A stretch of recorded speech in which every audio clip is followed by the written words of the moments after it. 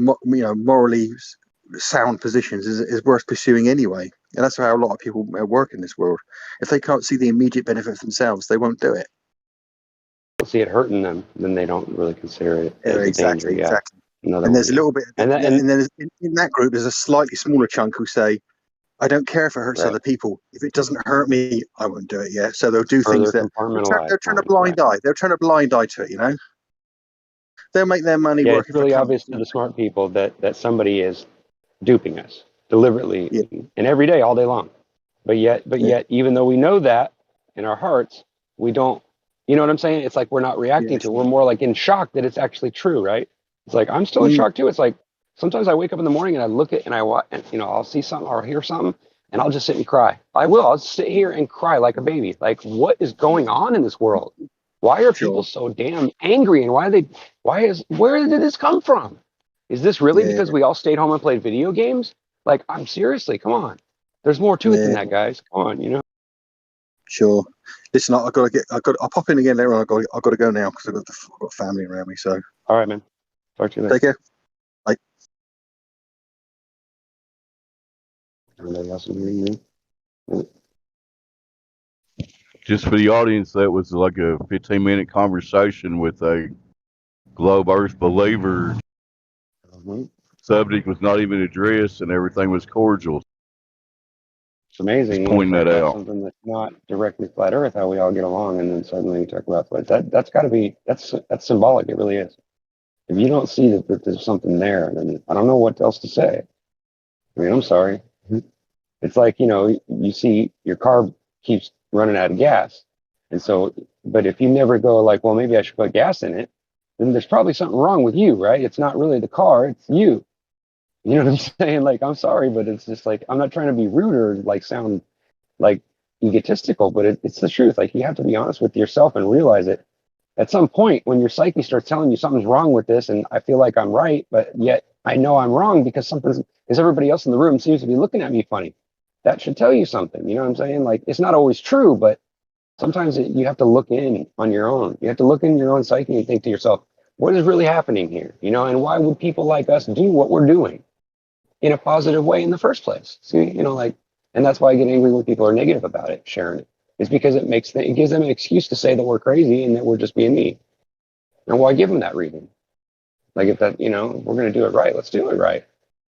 Let's not let everybody's ego get involved and ruin it and allow them to make fun of everything we say. Not that they aren't going to do it anyway, but at least we're not giving this any freebies,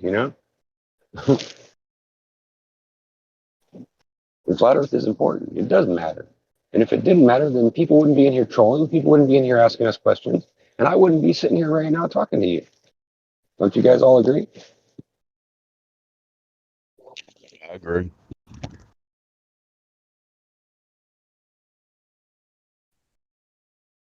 I was just pointing out that highlight that you had a civil conversation with a fellow human being. Even though y'all didn't discuss the Earth. I was going to say something about it. Even though you didn't discuss the Earth, you had a civil conversation. No, it's really nice to hear you say that. I appreciate that you said it. Don't think because I'm making comments that I don't appreciate you making the statement. Because I was thinking exactly the same thing. He's like, this is funny how we can get along and we can be nice. And then for a minute there, I forgot he wasn't a flat earther. And then I looked down and I was like, well, that's right. I was like, that's interesting. Maybe I should mention that. And then you started, and it was really funny because it made my skin tingle when you said it.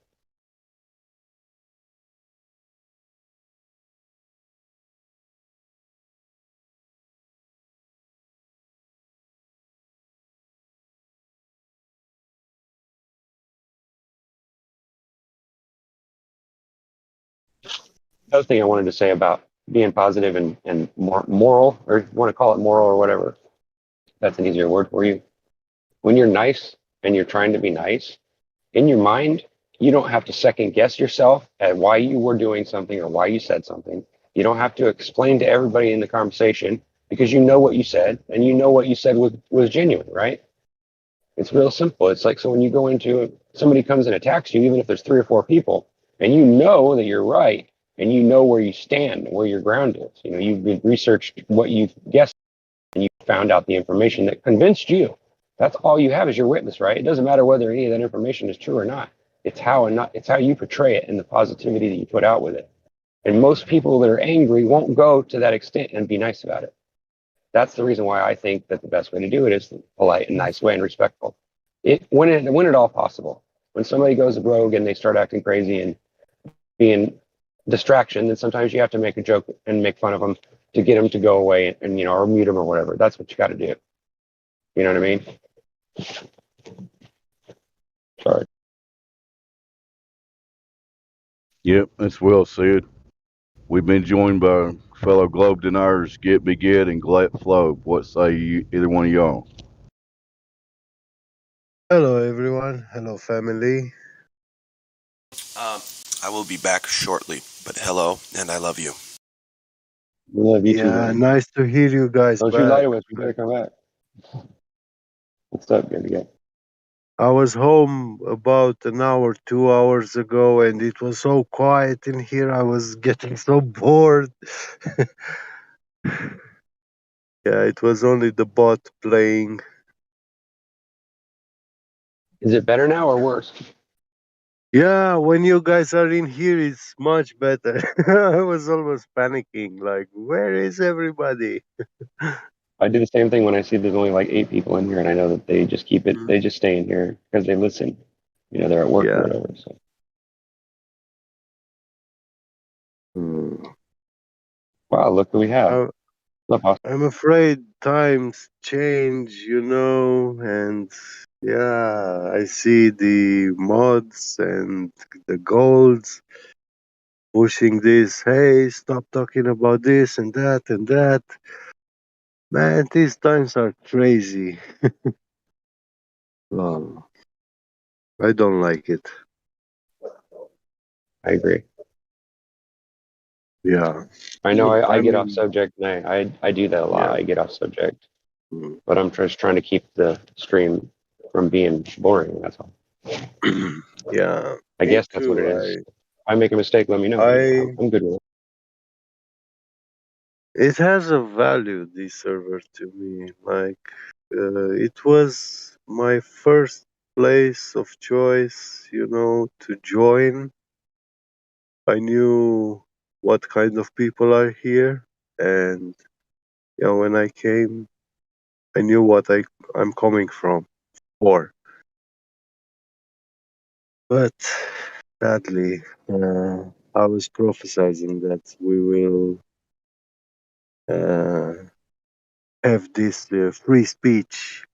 We will have our mouths shut.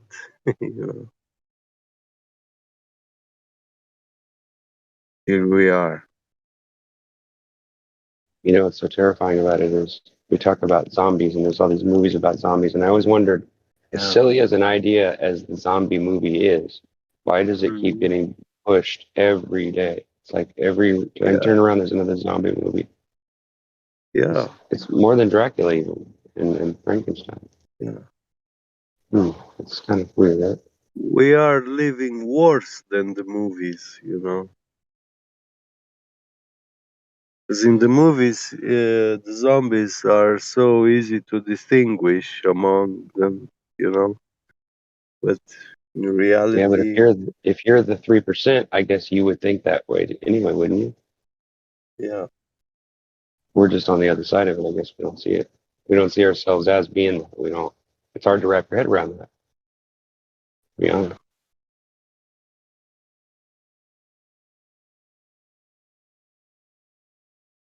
What do you think, Boston?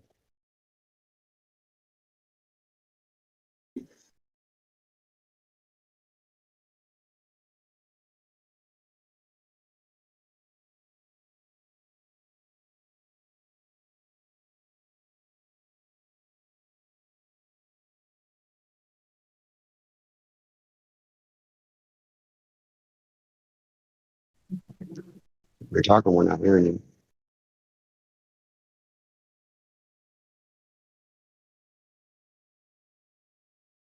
Well, I have to drive to work. Who's talking? I don't hear anybody. It was me. I was talking for a second, but I left it dead because I asked Austin what he thought, and he didn't answer. And he left. I guess he was busy or something. But yeah, I saw his mic open. I thought he was going to say something. Don't worry. I didn't mute him or something. I was like, "What?" I'm here. Oh, good. We got another victim. So Another victim. another victim. I say we pick on the flat earthers for once, just to show them that we can, have a good time and be fun, and you know what I mean. I think we pick on each other enough. We do. I think we pick on ourselves. I think we all pick on ourselves a lot. That's the reason why we get offended, because we're already being objectionable to ourselves and trying to say the right things and know the right things, right? And then when we make a mistake or somebody calls us on it and it offends us, not that we know that they're just trying to help and trying to put out the right thing, but sometimes we take it personal. It's easy to do that. It's way easier to take things personally than to address them properly. Yes. Thank you for the Globers who have thus far proven that to us in spades. And my favorite thing to say when somebody asks me, well, why do you think that the earth is flat? And I ask them, well, why is it that you don't know that it's true? How come I've researched it, but you claim I'm the crazy person? Like, if I've looked into it and you haven't, how do you know you're in the right? Just because they'll everybody say says that you are? the fact that you even looked into it in the first place means you're crazy. That's what these people are convinced of, that kind of shit. I guess that's an interesting argument, but I don't see how it relates really. Unless you're You know just what I mean, dodging. though? They're going to be like, dude, Yeah. flat Earth? I'm Yeah. not crazy. Oh, yeah, that's dude, stupid. are you Yeah, fucking crazy? I'm not even going to look into it. I can't believe you would think that. Wow. Don't talk to me. Lose my number. Well, yeah, but if I told you 100 years ago that we were going to have phones you could carry around in your pocket you could watch anything and literally find out how to fix anything or do anything just by touching buttons on the screen, you would have thought I was crazy then too. You probably would have burned me at the stake. But turns out that it actually happens to be true, right? Even like 35 Exactly. years or 40 years ago, we thought that was space age shit back in the 70s. Sonny, you're quiet again. But yes, I agree. Oh, probably. All right, I can turn it up. That was a little better. How's that? Better. We know you have a good microphone, so use the damn thing. Yeah, no, it's just a matter of me being close enough. Sometimes I'm a little too far away. So, radio. You're good now, bro. Go on. About what were you saying? All right, we got more victims. I like what you've been talking about, though, Rookie, a lot. I've been listening to you the whole time for about the last hour. So, excellent. I've been going on that Sorry. Good discussion. I like the questioning nature of your discussion. Like the questioning, like, why is this happening? Like, if this is the case, then what about this? I like your reasoning. Wasn't that how we all figure everything out, right? How we decide what's true or not? Yeah, it exactly. just has to fit in there, right? Test all like things. There's a consciousness above us that kind of we measure it with. Because why do we all have our own opinions? Think about that. That's profound right there. Like, why are we able to all have our own experience in this place and all argue about this in the first place? Does anybody ever consider that? Like, maybe that's really what we should be thinking and talking about, is how profound that we're all put here for a reason. We've got to figure out what the hell it is. I mean, I'm sure this is part of the process, the path, but like, we have to go beyond that, right? We can't just be stuck here. And I kind of feel like we're doing, like, this is good. It's a start, but I feel like it's able to be deceived. It's able to deceive you in the same sense that if you just toil in the fact that you're always looking for something new to attack and find true or not, and you're not thinking about moving ahead in your own life, you know what I'm saying? You haven't advanced to that level, then your intellect is faulty, you know what I'm saying? Kind of, in a way. I'm not saying that you're a bad person. It's just, I would see the fault in my own personality. So I just assume that you guys would see it in your own. You know what I mean? I guess that's what it is. Or maybe I'm wrong. I don't know. You're assuming everybody's as good a person as you. And I'm not saying I'm better than them. I'm just saying maybe me saying the truth of what I believe and how I look at it, maybe it'll make other people see things differently. I don't know. Maybe it'll be in a good way. Yeah. I hope it is. But you got to realize the reason that you're saying all this stuff is because you're on average, in my opinion at least, a better person than the average Joe. The fact that you're thinking about these things and you're talking about them in public. Yeah, I guess so. So, I don't know. I guess what I'm saying everybody always asks me why I talk about certain things, and I always say because it's important, it's profound. Well, it is important, and that's the thing. So, I get what you're saying. People are going to come after you. Judge what you said. They're going to take it personally instead of seeing it the way that you're trying to portray it. Right. They're going to see it as a criticism instead of you saying, "No, I'm just trying to help." Basically. Right. Right. So, like, that's why I'm explaining myself. I figure if I explain myself and I do it honestly, then anytime you ask me a question about it, I'll be able to answer honestly, right? That is only if they are receptive. That's not honesty. Oh, yeah. When you express yourself and speak about your own belief, that's not following the herd. So it's blasphemy. It's heresy. If you don't go along with the herd, then you're an outcast. Right. Right. You're a heretic. And I always tried to fight that, even though I got beaten down into it for a long time. And I was a slave, and I went to work, and I dedicated myself to doing it and making the guy money. And all my employers loved me for a while. But then when I realized that they didn't really care about their customers, but they made me care about them, it made me mad, you know? And it was kind of like, that's the kind of thing that's always pissed me off. It's like they teach you one thing and they tell you one thing, and then they totally do the opposite. And they laugh about it like it's funny that they convince you to do it. That's wrong. It's do as I say, not as I do. And it's more like a slap in the face. Like, look, I can get away with it because I'm older than you and smarter than you, and I've got money or whatever it is that I think that I can manipulate the world with. And that's always what it's about. And that isn't that the key to? Isn't that the heart of darkness? You know, isn't that the exact opposite of what we really want people to treat us and how we feel in our own hearts? Like when someone says something to us. I mean, yeah, we all act like we're tough and everything, but don't you get insulted, and doesn't it hurt your feelings when somebody tells you you're wrong? I'll tell you something, especially when you know you're right. I'm a fucking badass, right? But I get hurt easily too. It's just how it goes. Right. It depends on what it is, and depends on the day. You know. Yeah, that too. I agree. I feel like you are too, by the way. Seriously, I think we should all talk about our feelings more. Even though everybody says, I keep feelings out of it. No, it's important because why do we go into cognition? Why do we fight things that make sense, but yet we fight it? Why do we do that? Don't we have to understand that? That's the root of the actual problem. It's not the information; it's the unwillingness to open one's mind. Well, in some cases, right, but we have to attack all those in different individual ways, right? I wouldn't say attack; I'd say address. Yeah, address. Okay. How can you not believe science say that China is under your feet? I don't believe it simply because you can't prove it. That's basically how I look at things now. I test all things with the same measure, and the measure is if you can't show it to me and show me, and I'm not talking about problems on a board. You know what I'm saying? I'm talking about draw it out. Show me in my backyard how this spinning or that spinning and all that made this touch that. Yeah, and don't do draw that. it out. Show me that. Go do it. Go do the thing you think everyone else has done. Get out there and physically get out there and show that you're actually right. Like if you really believe the Earth is a ball, then prove it. Go out there and show it. Like what we're trying to do with the laser beams and all this other stuff that people are trying. I more want to try to mess with trying to find out what's at both ends of where we think we live, Like I think that's the secret and the key to finding out the answer is to go to the center of it or go to the outside of it, or wherever we think the bottom or the top is, see it for ourselves. But if they won't let us go there, then that has to make you wonder too. Like, why don't you have permission to go somewhere? Imagine if you would feel that spin, how dizzy and sick you would be. So yeah. And if you've ever gotten up on a train and then had the train slow down slightly and you almost fall completely over, or in an airplane and there's turbulence. Oh man, I've almost hit the ceiling in an airplane because of turbulence. And I was a big dude at the time.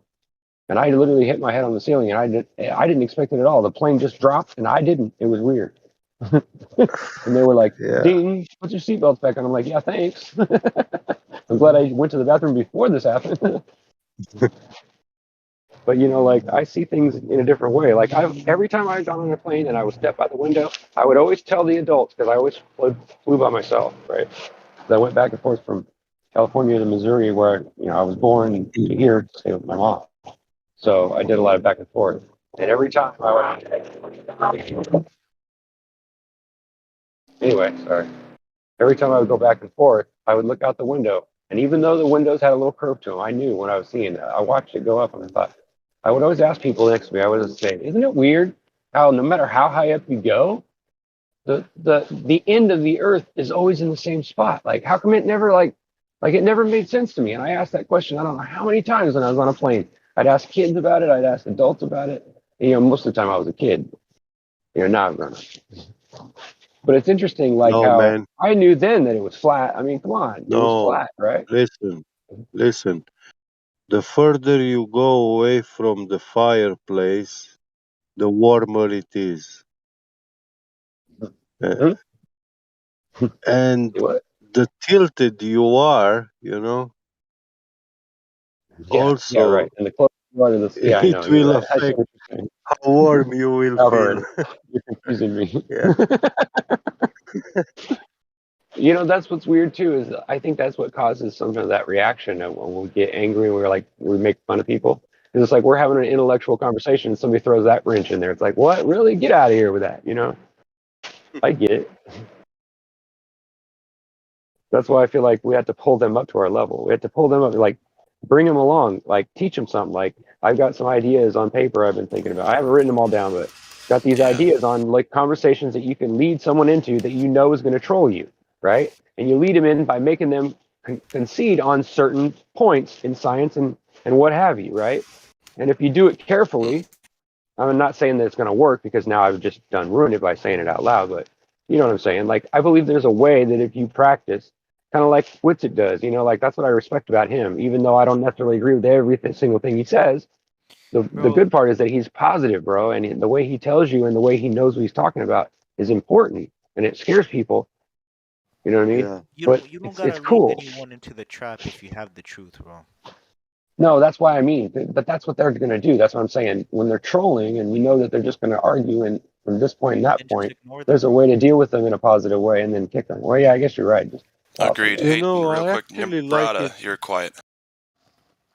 Okay. Sorry, I guess I'm going off on one of those little tangents. I apologize. You're doing perfectly fine, Rookie. That was You're a good fine. You're You had a good point, bro. I don't blame you. Sometimes you need to smack retardation with retardation.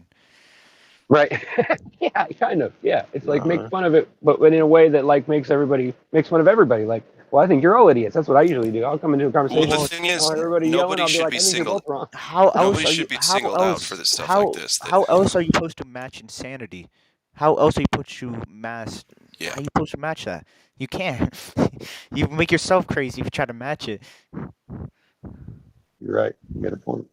Yeah, everybody's guilty of some form of what you're addressing, Rookie. And that's another thing, is like, if there's anybody out there listening, Glober, Flat, whatever, and they're like, oh, it doesn't really apply to me, whatever. It's like, that doesn't, no. Every time that I get into a discussion or argument with somebody about this stuff, I have to take that into consideration, that everybody has a deficiency of some sort. And, if deficiency is in their attitude, it'd be a difficult conversation. If it's in their knowledge base, not be as difficult a conversation. So, but it matters. It matters. It's so sad that even them saying, "What would it matter to me?" or "This wouldn't matter anyway," is also a response based on what's been repeated already by various YouTubers. So even that's not an original idea. It's crazy. But the bottom line is,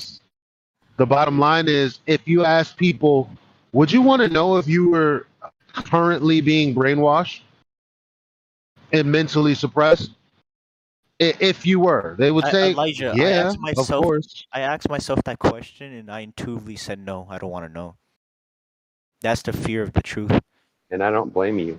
I don't blame you, because with my experience that I have now, I know to say no to some stuff and just stay away from it, because I know I want to find out it's true, and then it's going to hurt me. It's going to affect me in a way. Yeah. What is it hurting? You just have the stage of the eye up. It's hurting this Because some of the frequency thing evils doesn't that are exist. going on in the world are terrifying, and it's disheartening to know that there's good people out there that you talk to every day that would fight this to the tooth if they saw it right up in front of them. But because it's being hidden by our media, by somebody, whoever that is, whoever they are, that's a problem that we all have to deal with on our own at some point or another, right? And it's terrifying to be in a position where you see something and you know it's true, but yet the whole world tells you you're crazy and wrong. Do you know what that's like? Like, have you? I mean, think Like about it Jesus? from our perspective too. No, It's not a Messiah thing, bro. I'm just saying. No, no, Think no, about what it's no, like to no. Literally, bro. whether you're Look, crazy or whether you're really right about what you're saying. It doesn't matter. It's still that person goes no, through this that's the psychological literal. breakdown. That's the literal archetype of Jesus, though not in a religious sense, but that's his archetype, beholding some level of truth and being shunned, being rocked, being thrown, being crucifixed, all of that. That's his archetype. The Beholding word truth. logo and logos come from what people believe. That word comes from initially meant like Jesus' words, Jesus' truth would be logos, like what he said, what Jesus said. But so we use the word logic and not knowing where it came from, but it came from that kind of state of being.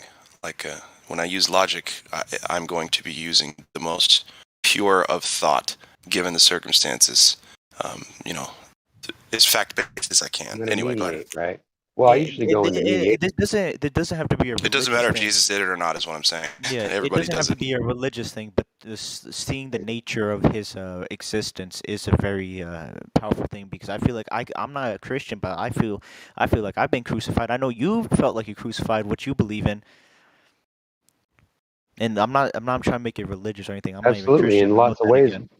Yeah, not necessarily related to flat Earth or anything either. Yeah, there's a lot of ways. It's a spiritual journey, regardless of flat Earth or Jesus. Most definitely. I think that's the point, or at least that's what I'm getting from it. Hey, Nebrata. Yeah. Hey, Nebrata, your mic is like every time you speak, it sounds like you're going pa, pa, pa. It goes crack, crack, crack.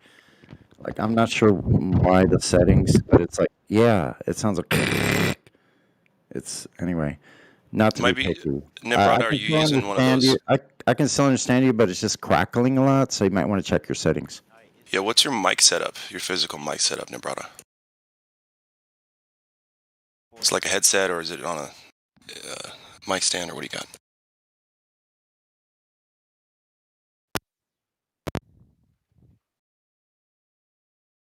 Okay. Looks like I feel like he's got one of those. That's probably the sound of him trying to figure out what's wrong. He's trying to yeah, reconnect. Exactly. Yeah, he's trying to. That's good. He'll get it. In case you can hear us right now, when you did whatever you just did a few seconds ago, it actually went crackle, crackle again. So whatever you did, the wire or something, maybe it's something wrong with your headset. All right, is it good now? No, it's Okay, quiet it now. is clear, but it's very low, super low. All right, bro. This is good enough. This is good enough. This is good enough. Yeah, wait a minute. This is good enough, bro. That's fine. Yep. Yeah, okay, cool, man. Good to have you. I'm good to die. Yeah, it's all right. I got me too.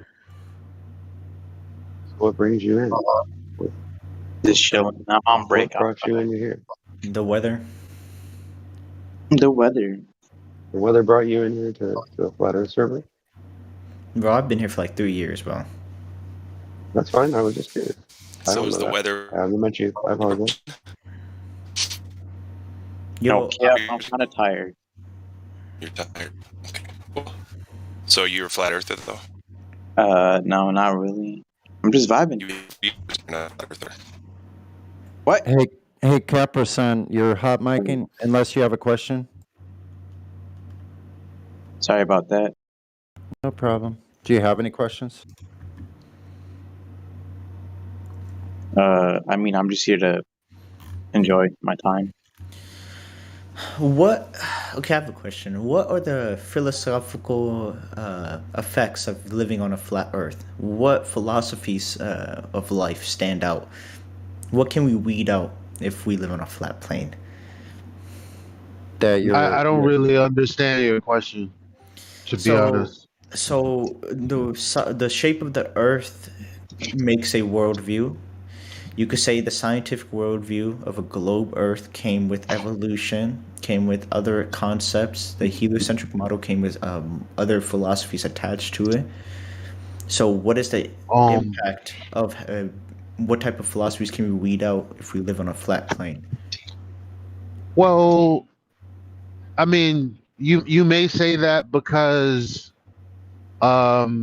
they've taught everyone that pseudoscience is actual science, and so all of those philosophical thoughts are derivatives of that. But if I asked you, what are your philosophical thoughts of a tree? It wouldn't elicit the same response, and I think that's just part of the indoctrination, because actually a tree is a tree, and the earth is the earth. It's a what is question, like what is it, not necessarily, how does it work? You know what I mean? Like, it's not the kind of question you would ask. So that being said, I think what you mean is, well, if the Earth is flat, then what kind of deeper meanings do flat earthers come to realizing that it's flat? And if that's your question, then it's simply realizing that things don't happen, like there aren't causes without causal agents. So you can't have something affected without something causing the effect. And with heliocentrism, you kind of just have an unknown cause, a deterministic for an effect, or rather an impossible scenario where you had a zero volume and then everything expanded from zero into infinite, basically. But as far as flat earth, it's like, well, things are finite, things were built, and things happen because it was set up that way by a creator. What kind of creator, who the creator is, what the creator likes for that's breakfast, up for you to experience. those are things that no one can answer. But we know for a fact it was created. Yep, and we can falsify certain things, and that's why we're here in this panel, because there are certain things we can say, hey, that's 100. You don't think it's 100? Show me otherwise. It measures flat. We got that on 100% so far.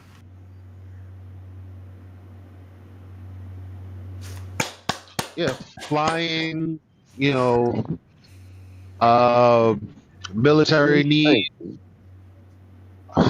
even cartography and navigation, they all have to do with a flat plane.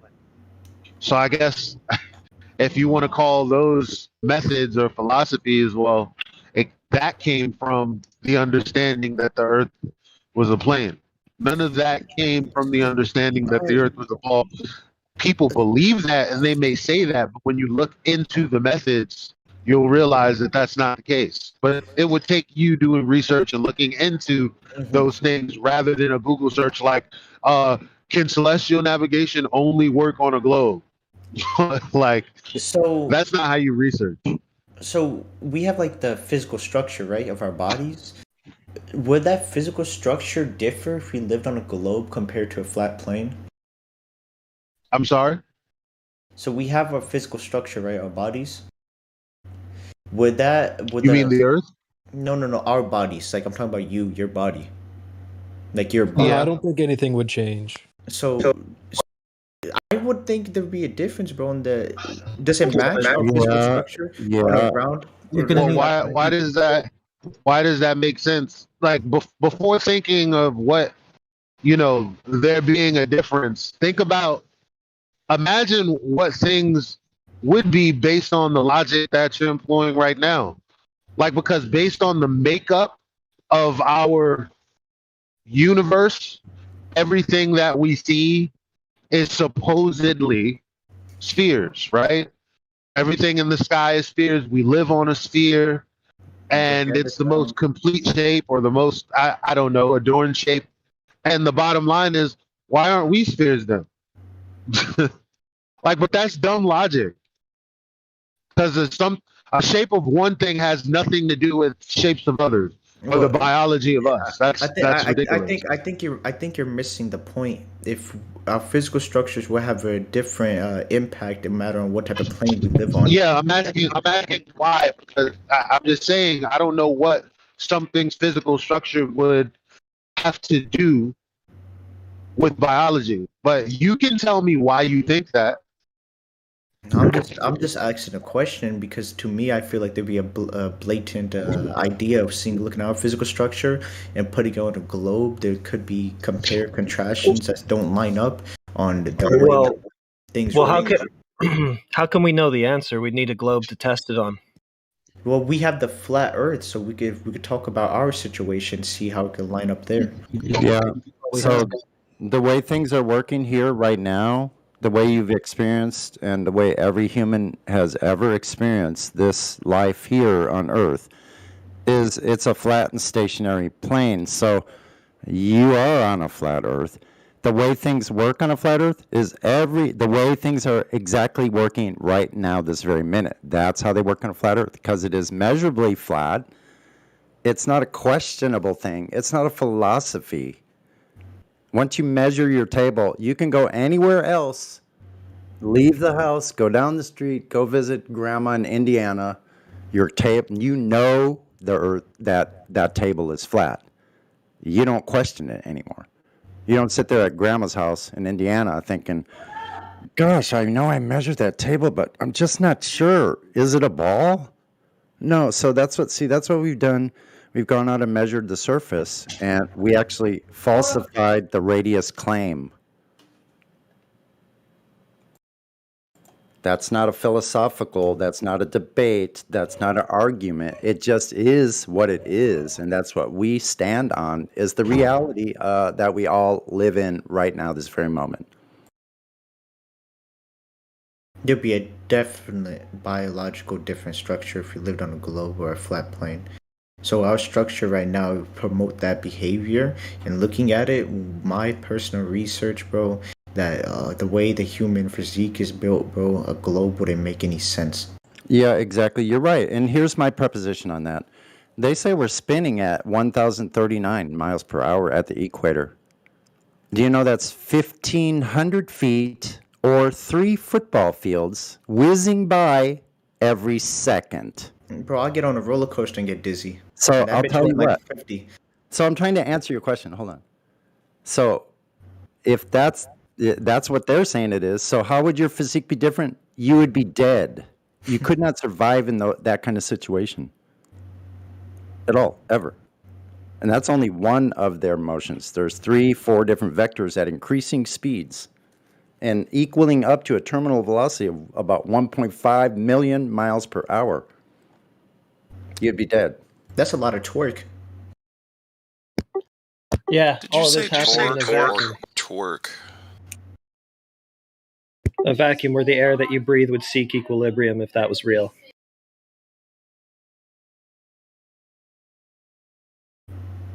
So yeah, you wouldn't be able to breathe.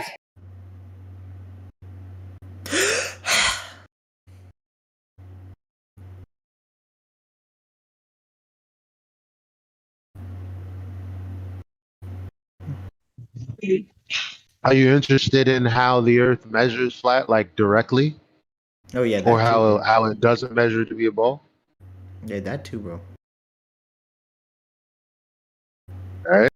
Sonny, you wanna, or does anyone want to go into any of the things that we have to show people that it's measurably a plane? Yeah, I can post the black swan here. I'm trying to. Let's see. Hey, Nabrata, are you looking at the live stream voice text by chance? Yeah, bro, I'll keep it on. Hashtag live stream voice text? Yeah, I see, bro. I see. Okay, cool. I'm going to post something called the black swan. You should. Is that the video? No, it's just an image. You should see it at 54 minutes after the hour. It says bye-bye ball, 2 oil rigs. Tell us when you see that. Which one, the bye-bye ball? Yeah, I see it right now, bro. Okay, cool. 1 sec.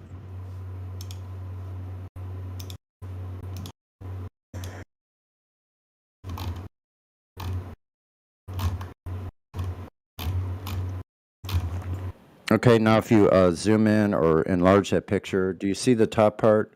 It says modus tollens. Yeah, I see, bro. So it's just a simple logical argument. If P, then Q. Not Q, therefore not P. So what this all means is, if Earth is a sphere with a radius of 3,959 miles, P, then every horizon distance measurement must be no more than 1.225 times the square root of the observer's height in feet. That would be the geometric horizon from the Earth curve calculators. Are you familiar with Earth curve calculators? Yeah, bro, it's that website, isn't it? Where you could put in two locations. Yeah, and we can go into that further. So basically, the end of the logical argument, not if it's not Q. In other words, if we have a horizon distance greater than 9.41 miles, then therefore not P. So if the horizon is further, it's not allowed in the globe model. So that means Earth is not a globe of that size. So now if you click on the Baba ball, you see those oil rigs there, right? Yeah, 6 miles the closer, right? Than the 9. Right. So we can get we have the video for this, the original video, so you can look at the camera setup. The gentleman is 1 foot off the sea level, so he's right at the beach, right at the water. He just rotates the camera up and zooms into those oil rigs. Now, where do you see the horizon in this image? Is it before the oil rigs, between the oil rigs, or after the oil rigs? After. Okay. So it's a simple question. Why in this image is the horizon 10 times further than the globe would allow based on its geometric size? Why is that? Is way too is 1.2. So for 3,000 miles. Yeah, so it's overshot by like times 2, isn't it? No, because the horizon should be at 1.22 miles. The closest oil rig is at 6.21 miles, or 2/3 further than the geometric horizon should be somewhere. It should be somewhere before the first oil rig at 1.22 miles. Do you got any more examples of this? I know the Salt Lake City one. Hold on, we're not done with this one yet. Yeah, so that's a question you got to ask yourself. Why is this horizon? And if you look at the video, which someone will post, you can see the islands back beyond those oil rigs. They're at 30 miles away at 1 foot. That would make see those islands. Yeah. You see it on the video? The picture? No, it's not. You'll see it when you actually... Here's another image. 1 second. Hold on. Okay, so this is just a still from the video, and it's just been darkened contrast. I took a snapshot, a screenshot. Yeah, I see. Yeah, I see, bro. So you see where that horizon, how dark it is? So here's the original video. I'll post it. And this can't be due to refraction, right? Because the sun's going down. Hold on a second. So, like, here's the original video. You can go to 2 minutes. That's about where he's setting up the... Oh, there we go. It automatically setting up the camera. When you go and you check out where he's setting up the camera. Yeah, I see it. I'm at 210 right now. On the video. Perfect. So you see those islands in the background? Yeah, now I do. Yeah, they would be 30 miles away minimum. And there's even a little boat right there in the middle. Isn't that crazy? Yeah. So the horizon's way the heck out there. So with the Black Swan itself, with the oil rigs, the horizon being at least 10 miles, is that fair to say? Beyond that, yeah. Yeah, it could be further. It could be 20 or 30 miles. We don't really know because there's nothing to gauge it by after that last oil rig. But yeah, he's probably eyeballing and gave it a fair estimate. That doesn't look like 9 miles. No, that's not an estimate. Those are known distances from the shore. Yeah. Those are like... Oh, yeah, I skipped to 52 seconds. He just showed me. And those are anchored into the sand at the bottom. They're not floating. Okay, so they're not... Yeah, okay. Yeah, and so... So they're like mini islands then? They're good. Yeah, with the Black Swan itself, these images itself, just this, at 10 miles would make the Earth's radius, it would make it 264,000 miles. That would just be the radius. The diameter would be twice that, making it 500,000 miles diameter. So what kind of a ball is that if they're off that far by magnitude of tenfold. That'd be like an oval then. Yeah. So this debunks the ball, and that's the end of the argument. The black swan. And the black swans, if somebody's smart enough to understand it, if they're not, don't try to get them through it. Just say, demonstrate Earth curvature, please. And just do that over and over. At least that's what I do. And it always backs them into a corner where they get just way frustrated. It's like asking, a dolphin to build you a house. Like it'll never happen. Same thing with globe evidence. You can ask for it. It doesn't exist, so no one can give it to you. So, yeah. Anyway.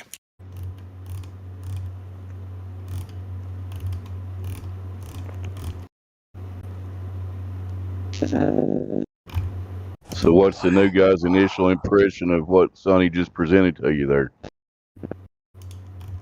I already watched that video like 4 times. I liked it. Another interesting thing is the world's record longest distance photography. For that? Yeah. 273 miles. A guy photographed mountains 273 miles far away. God damn.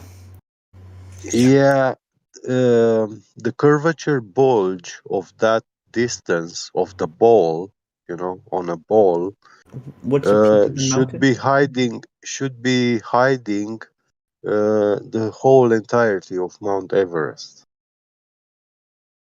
So that's Mount Everest, the highest peak, and it can be seen from 273 miles away. That's an overshot. That's a big ass overshot. Then that means the Earth would have been a fucking flat pancake then. Yeah. It's definitely not anything convex. you can imagine. And guess what? 70% of the surface in the world is water, which is level. Just a correction there. The guy repeated saying it was Mount Everest. No, it wasn't Mount Everest in the photo. It's just a mountain that's about 9,000 feet tall. And the bulge or the curvature should have blocked more than 10,500 feet. So it should have been more than 1,500 feet below the supposed, but there wasn't. You could see the entire mountain from base to tip. There's actually a bigger one now. Way bigger. The long distance, let's see, it's 437 kilometers in the Pyrenees. Great Pyrenees, a dog. In the Pyrenees. Hang on a sec. Here's the wiki on it. Oh, France again. You should also see the horizon in that Canigou pic at like 116 miles, and it's not there, of course. Oh god damn. Yeah, and don't burp into the mic. My bad, please. bro. I was stretching, then it just came out, bro. Yeah, there's no excuse. Thanks. No, bro. I just popped my bag dead out, bro. My bad. I mean, it doesn't matter. Just turn your mic off if you're gonna do some physical stuff. Thanks. Bro, my bad. It just came out like that. Yeah. So the whole thing is, we're seeing mountains 270 miles away in infrared. The geometric horizon should be closer than halfway in that Canigou image, and you can see all the water leading up to the town, the harbor, the city itself, or the village itself, then up to the foothills. Oh, you talk about what Globe Flobe just posted? That one? No. Yeah, or the one that Donato posted at 1 minute after. Let's see. Where'd you go? Can you guys drop those airplane maps? I like those, bro. I feel like those are simple. I like those. You got any new ones? Airplane maps. Yeah, just like the directions. And the way they go up, the degree they go up. Well, we're talking about observations that completely debunk the globe right now, but he's talking about flight paths. I appreciate your curiosity, though. No, bro, I thought that ties, right, with the whole mountains, if like the way they travel and stuff like that. Yeah, map is not reality, bro. Well, no, I'm talking about the flight paths, not the map, bro. Oh, do you think flight paths prove anything? I would imagine, like there'd be a difference. Well, that's a no then, because saying "I would imagine" just means you're using your imagination. Do you think flight paths prove anything physically to us about the shape of the world? I would imagine, yes. I'll tell you what they do. When they go up, they ramp up until they get up to their flight altitude. They level off. They fly level flight. So that means all the way across the ocean, the aircraft is flying parallel with the ocean surface. So it's horizontal the entire way in level flight. So what that does say is they're not flying over a curve, or they'd have to adjust the nose down 2,790 feet per minute. So if there's like a dome, right? Is a dome like a shape to it? Like, is there convex? I don't know. None of us claim stuff like that about a dome. Here's the deal with that. We're there contained. Must be a container. Yeah, we're contained, but we don't know what shape the containment is, or where it is, etc. The only thing we know empirically is that you can't have gas pressure without containment. And since we have gas pressure here that we breathe, there is a container somewhere. Does the container have to be a physical thing? Yes. All out. Solid. Someone's hot micing? I think it's Get. No, it wasn't me. Oh, okay, so it sounded like your voice, kind of. I think it was Elijah's voice. Could be, yeah. He's good though. He's muted now. Yeah. Do you have to have physical tires to contain the air inside when you drive your car? Yeah, but I was just wondering if like the container is something that's like flexible, or something that's really like well, that's still material physical. that's not there. That is speculation. Well, the tires are pure flexible. Wild speculation. No man has ever been up there high enough to verify the container, and these so-called space agencies, which are sending rockets and all sort of balloons in high altitudes, they don't really provide us with the first-hand information, data. So, Can I see them? Can I see them flight paths? Those like. The problem with flight paths is that they're just lines compared to drawings. Like, it's better to just measure the surface of the Earth and see if it curves. Yeah, man, because you're going to base your next decision about the makeup of the Earth on somebody else's paperwork and homework and work. Like, you weren't there when the numbers and figures and everything were gathered. You're just going to say, oh, well, these flight paths apparently took these routes, and so I'm going to base now everything that I believe off of what may or may not do, right? Because you can't even prove that those are the right paths. It's just what you see on the internet. Well, you could always find out. No, yeah, you can take the flights back and forth yourself. That's about all you can do. Flight paths can also change. For example, Russia at the moment, their airplanes cannot fly above European Union airspace. Yep. Yeah, so... And that has nothing to do with the shape of the Earth. That's politics. Yeah.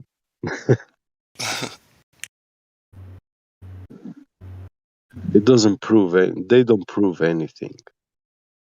Especially check this out. Think about it.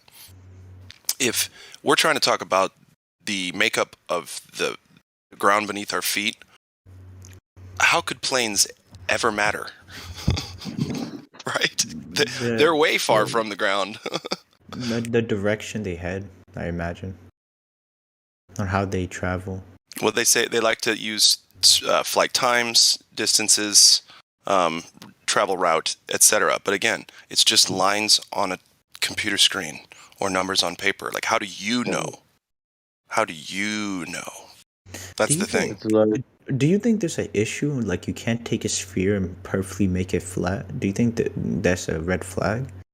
That even people that make maps can make a perfect like a... I don't know, man. All I know is it measures flat. That's it. Wait, what's the question? They do take the sphere and lay it flat, though. That's the AE projection, right? Yeah, but it's not accurate. Do you think that's a problem? That shows a sign there's like, okay. Well, no map really is accurate because they're all just drawings. Yeah, which map is the one map? They had multiple projections of the maps Right. for different things, like some for location, Correct. others for coastal, some for, so I think, do you think that's a problem that they have to do that? No, because there isn't one true map that represents the whole the whole world. How would you even obtain that? The That's a Globers don't even godly have that. view perspective. When NASA is showing you the ball Earth CGI image, they are posing as a god to you because they are showing you the whole world.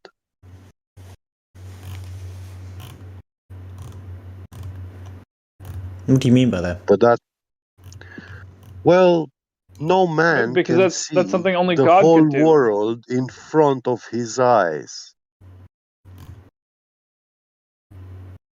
No man has ever done that. No man has ever achieved that. To see the whole world in front of his eyes. That's a godly perspective.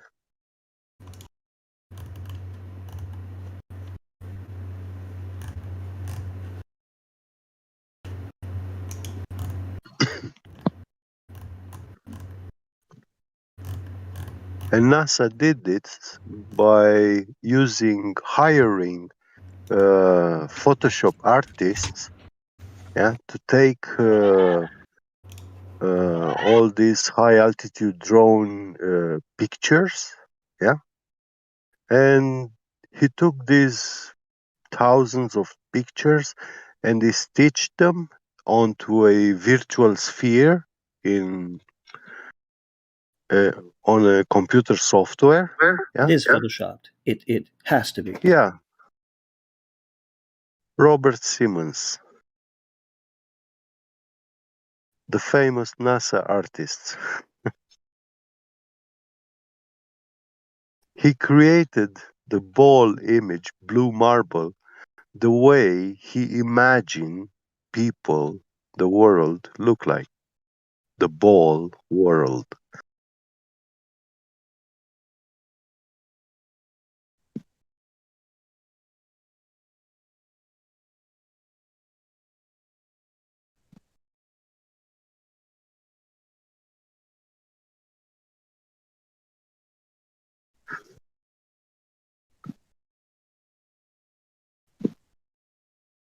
Where'd everybody go?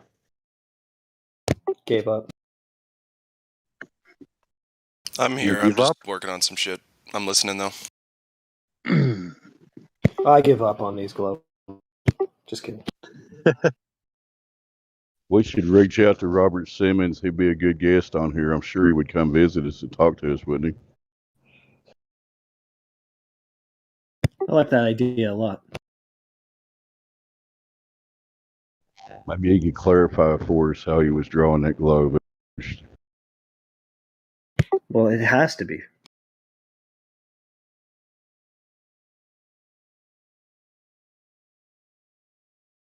How do So wait, seasons work? I don't know what Glover is in here. Whatever Glover is in here, like when we get to the moment where we say, "Oh, we give up," that's the moment where I say it's a good idea to ask, why do you think you live on a spinning ball in the vacuum of space?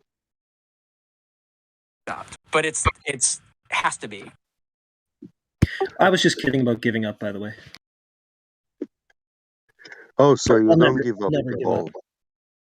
He couldn't even lie in English properly. He said because it's has to be.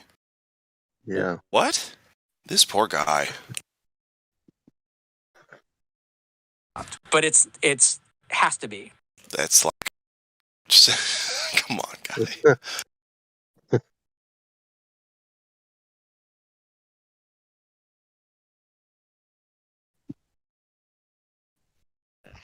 Wonder if he knows how many times he's quoted by flat earthers. Drives him crazy. I'm sure he's heard about it.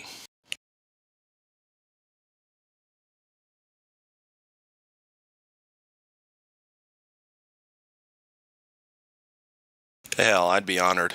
I'd be like, okay. If I didn't get in trouble for that, though, you know what I mean? I'm sure he doesn't work for them anymore.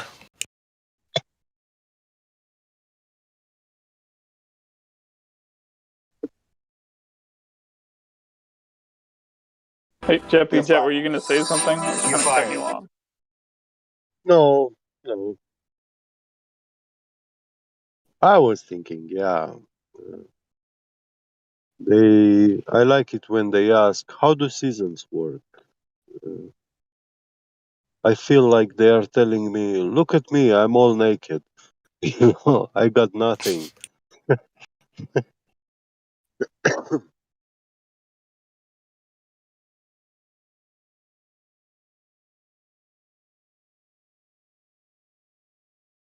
They can't explain seasons with the heliocentric model. They just blindly believe it without researching it, verify it, Yeah, They it's tell more fun to them this fantasize nice about story, that. and they never verify any story because they've been taught so in school not to verify the stories which the teacher is telling. Yeah. They have to ingurgitate and regurgitate that story at an exam test where that teacher decides if he passes or not. Right. Yeah.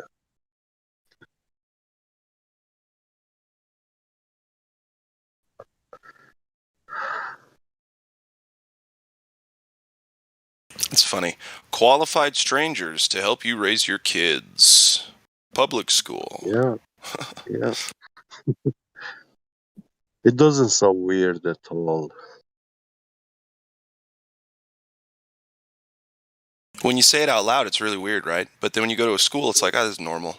Teacher teaching kids, blah, blah, blah. Yeah. Teachers love children, more than their own parents do, Some do. Well, I would say that quite many teachers, they succeed in teaching children how not to love their own parents. They have great success in this thing, How so? Well, a good child is that child who listens to his parents. Right. So, well, yeah, I didn't listen to my parents growing up. Yeah, the teachers encourage you to believe that you are growing wiser and stronger than your own parents. So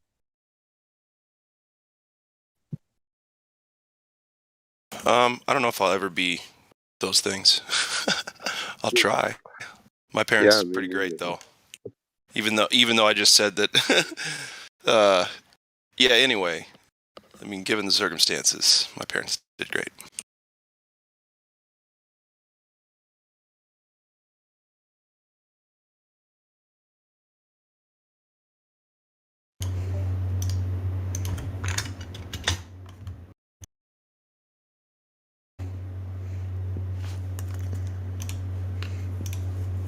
Yeah.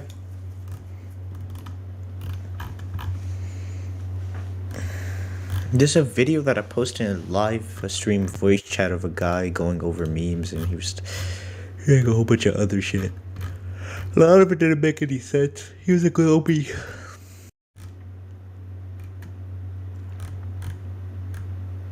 Hey, Yeah, yawning is contagious. No. Yeah, but the videos in the videos in live stream, he was globie. He was making fun of flat earthers. He was saying a bunch of shit, and he was trying to show proof, like what's it called, like the day and night cycle and stuff like that. We don't mind if they pick on his name. It just shows how intelligent they are. Yeah. Well, source shines light infinite distances. Wait, I do got a question about the light thing, bro. What'd you say about that? Well, according to the light inverse square law and light attenuation, yeah, you also have light extinction. You have light Where extinction? extinction, yeah, with distance. At certain distance, light, the electromagnetic waves, they don't have the energy to further propagate. Yeah, So like you can they see that with do the something. flashlight. They do something like whipping out, and we experience this in uh, refraction. It's curving either downwards, either upwards, depending on the medium which is traveling through. The day and night cycle in a flat Earth, do you think it's because of light extinction? Yeah, light extinction happens at sundown. At sundown? Yeah, you start to see the sun disappearing from the bottom up. Yeah. So are we like, are we in the This center? means, you see, the light from the sun comes in a straight line to your eye. But Yeah. once you are far enough from the sun, yeah, the light is coming straight for most of that distance. But uh, when light extinction begins to happen, is where the light ray start curving upwards, and this will create something like a shadow. Okay. If you have a tall building, yeah, at the ground, it will be dark, like shadow, you know, and on the building, you will see like the ground is casting a shadow on the building, and the top of the building, you will see a red light tint, a very low intensity light.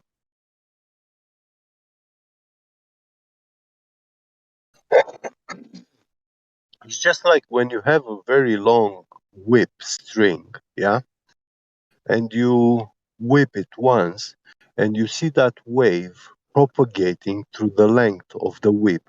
When it reaches the end of the whip, yeah, of the string, the end of it will rise up, you know, and then will come down. And that's the moment where light actually disappears. In the whip, you don't see that wave propagating further away because it reached the end of the string.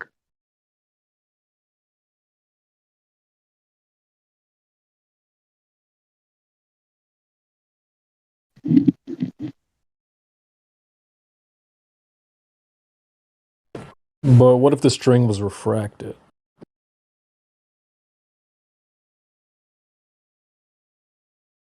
Well, refraction is actually a phenomenon which causes reduces light propagation. So yeah, when you shine a laser over a lake, yeah, in uh,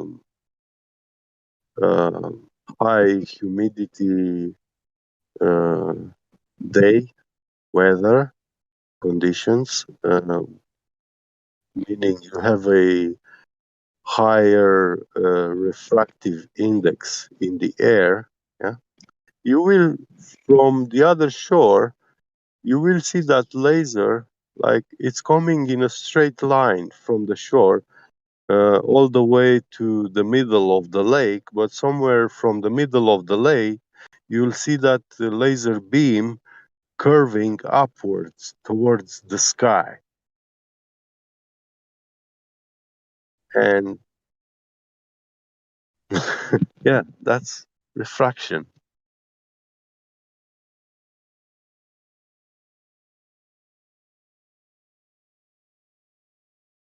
In a salt water, sugar, whatever tank, yeah, aquarium, and you shine a laser beam, you see that laser beam curving downwards.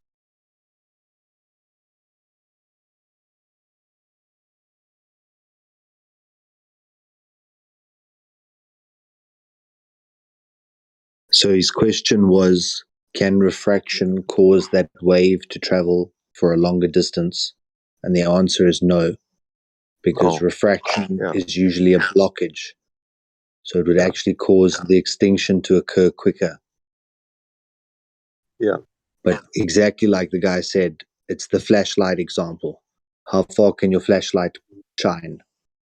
Can you shine across your country using your flashlight? No, because obviously the light can only travel so far based on the source. Yeah.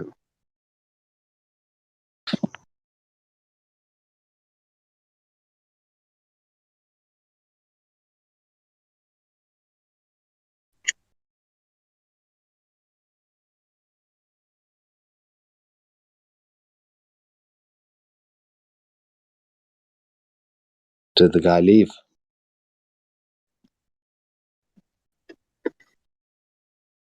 I was the one who asked about the refraction, but I was just messing around. String refraction. Like string theory refraction. Exactly. The coping is getting I more was and more elaborate. using the whip string just as an example. You know, it's not actually really like that, but the length of that string of the whip is actually, in the case of light, is actually the light source intensity. So that's what gives you the length of that string. Because a whip, a string, yeah, it's something physical which we can manipulate.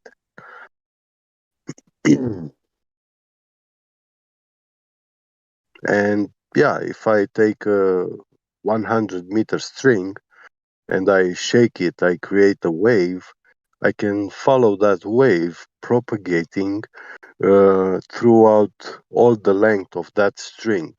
But if I'm not shaking hard enough, that wave will dissipate before it reaches the end of the string. So, yeah, there's a lot of variables involved in light propagation. But you would shake hard enough, hey, Get?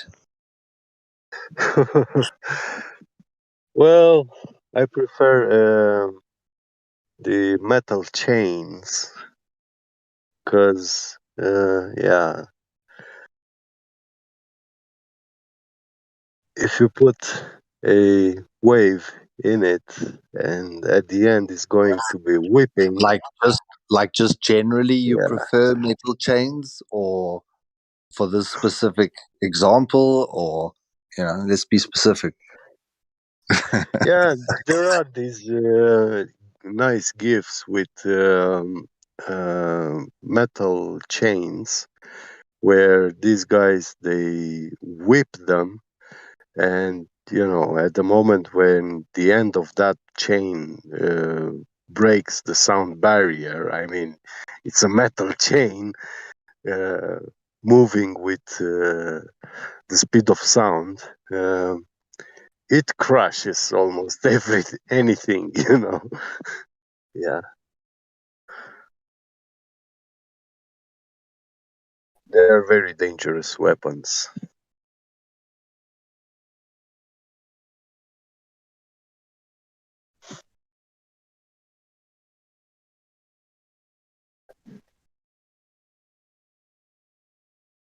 in the hands of those who know how to manipulate them.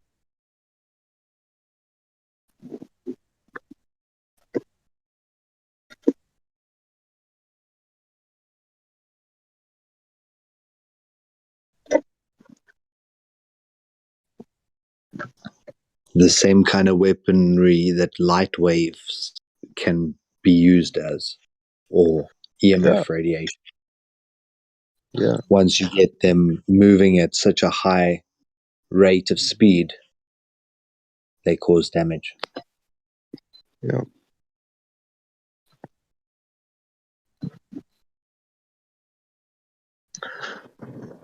Alpha, beta, gamma, light, you name it, infrared, radio.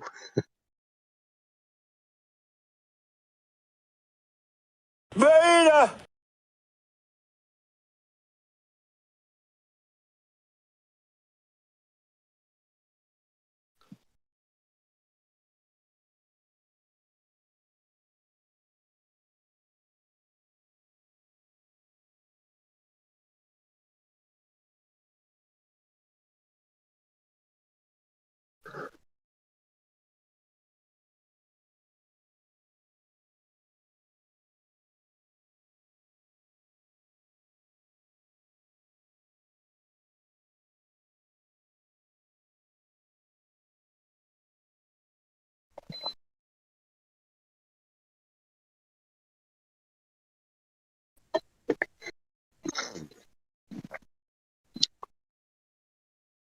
It's like throwing a jar of salt in the ocean. Yeah, that 1 cubic meter of water will be more saltier, but it's not gonna make the whole ocean salty.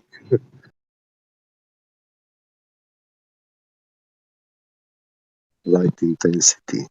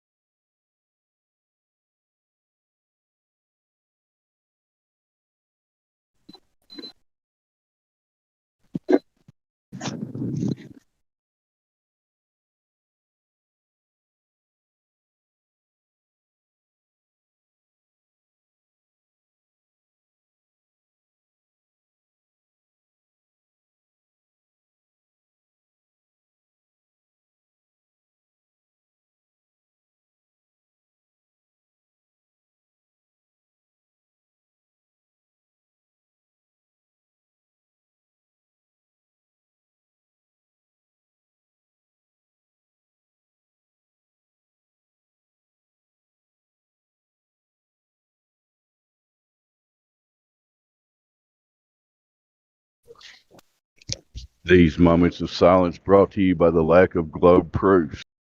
Check it out for yourself.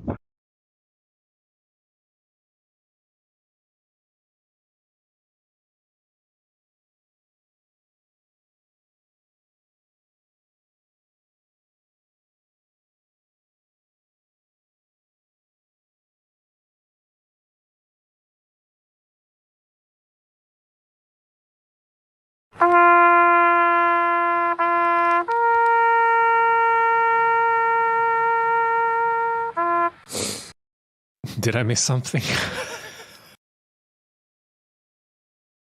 Just a moment of silence for the globe. Oh.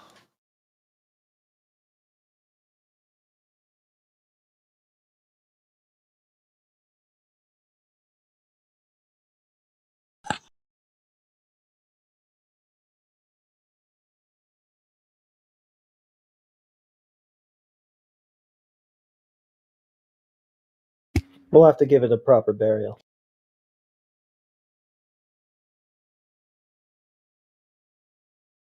Concepts don't need burying.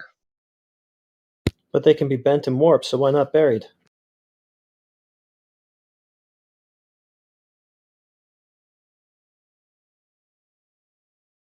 Touche.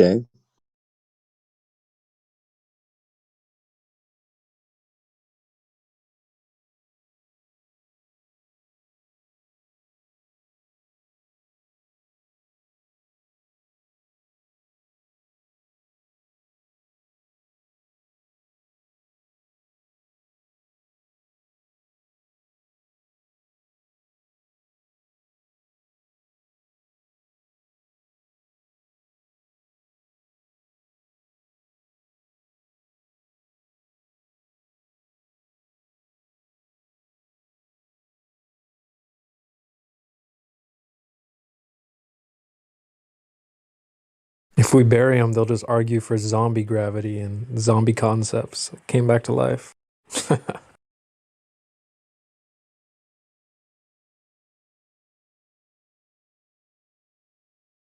Zombie globe will just not die.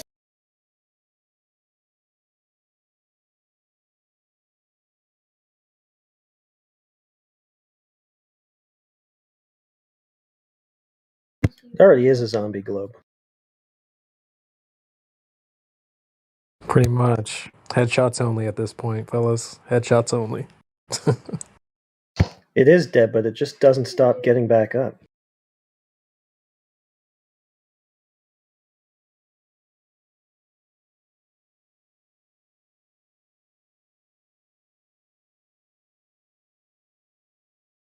Can't keep that damn zombie globe in the ground. I like that concept, zombie globe. Who came up with that? I think it was basically CB who came up with it.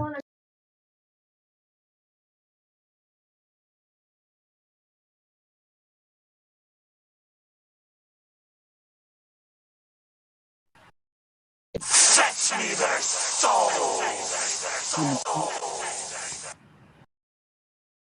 What are we discussing right now? We need to start discussing something. We should fire up a new conversation if you want to. All right. Let me think. What's something that's always confused me about the globe Earth model? I guess something that's always confused me is how it's just like a lot of them always point to NASA with having these photos of Earth from space, but they're literally all composites. It is photoshopped, but it's has to be. Yeah, it literally has to be photoshopped. And they literally say it on the website that they photoshopped all those pictures. So if there's any globe earther in here, can you please explain that to me? Robert Simmons already did. It has to be Photoshop because they can't take a photo of something that don't exist. Exactly.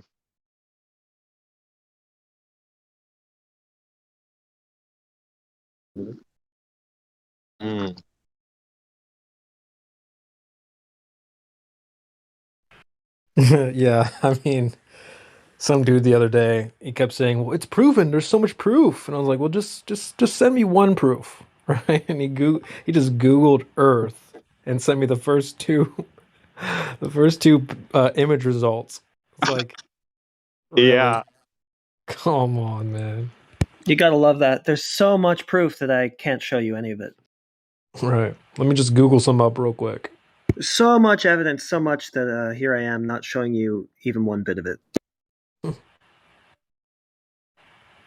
I mean, like, I always go back to like the flat Earth court thing. It's like imagine the judge goes, "Okay, go ahead and present your evidence," and they just go, "Hold on, Your Honor," and grabs their iPhone, Googles Earth, and just goes, "See here." It's like the judge would be like, "Sir, really?"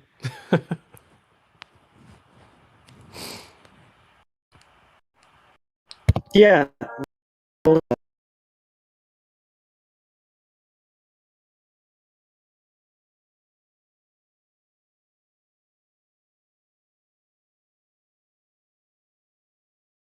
That's not proof. I can Google Bigfoot or The Loch Ness monster. I bet something will come up too. So it's like you gotta. Yeah, have you seen Godzilla? It's proof of Godzilla. right.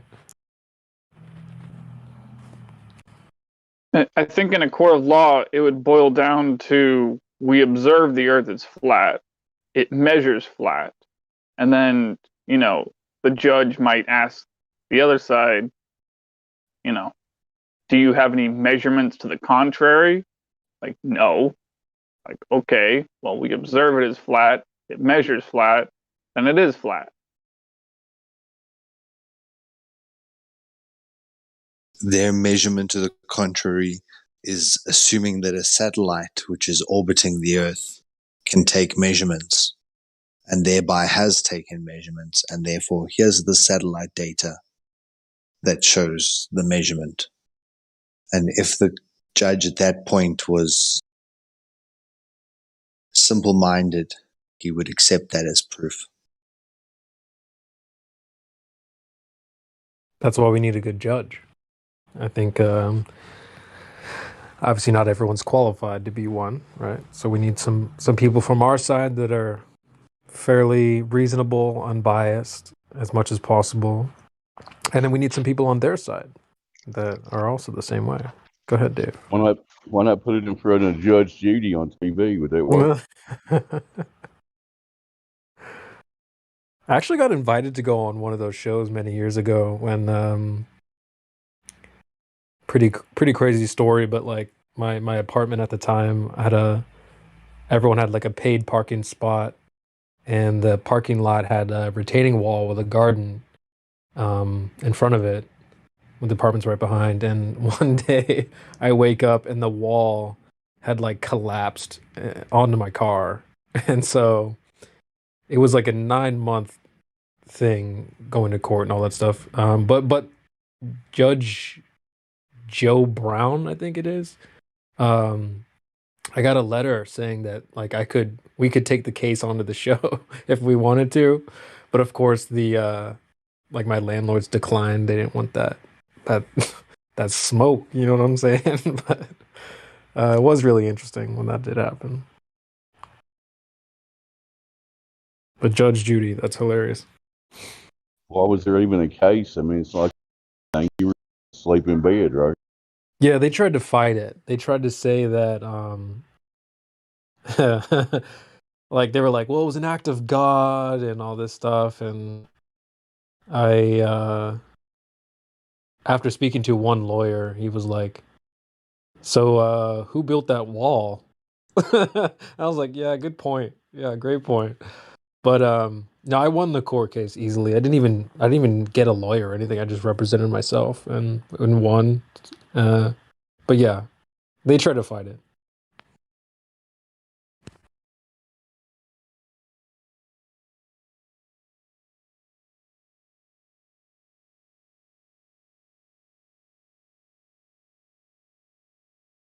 Yeah, so that's the story of how I almost went on Judge Judy. But yeah.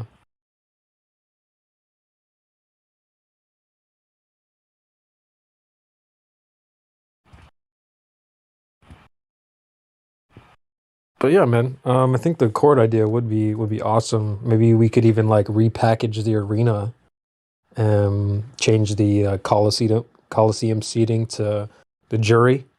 You know, instead of referees, we have judges, that type of thing. And yeah, hopefully we can revamp the arena. That'd be sick.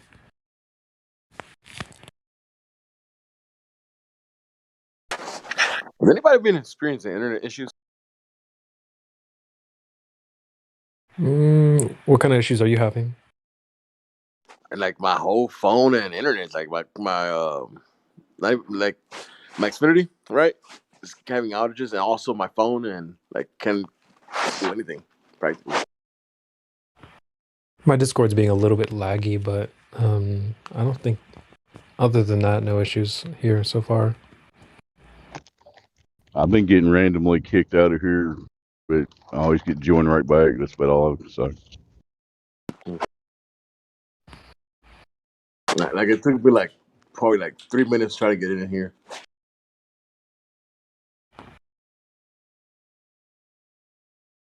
But I'm talking about it. I'm having internet outage like completely. But what I don't understand is like my phone is not Xfinity. It's supposed to have like separate data, right? Yeah, I do have the Wi-Fi turned off. Make sure that it just connects to data stream, whatever. Right.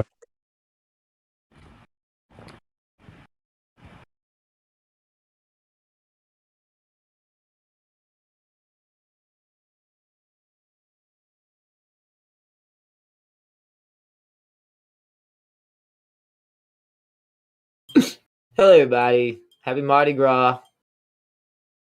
Is that today? Yeah, that's today. Nice. It's the first of the month. Today's Fat Tuesday. Is that what he said? Yes. Cash some checks and get up.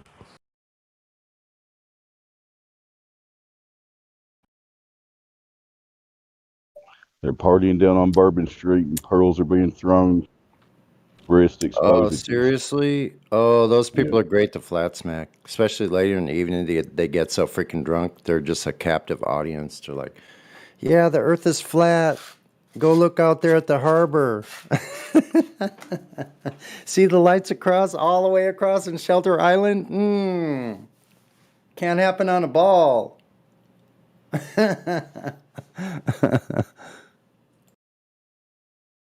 That's fun. Drive-by flat smacking. It's great. The weird part of that, I'm assuming, though, they're literally below sea level partying, right? In New Orleans. Just about in New Orleans, right? Yeah, some places. Big thing, they close the streets off here. They're a bunch of hedonists. It gets so loud when you're like within a block of this area. The sound is like a low roar coming from the neighborhood, from all the talking and sounds, and it's like really, it's strange. We're back. Bunch of drunk people trying to reach the spirits with spirits.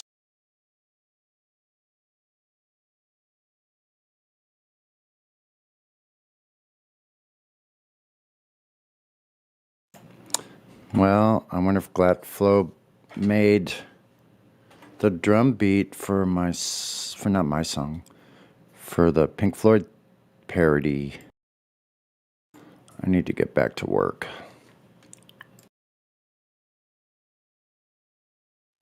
Met my new neighbor.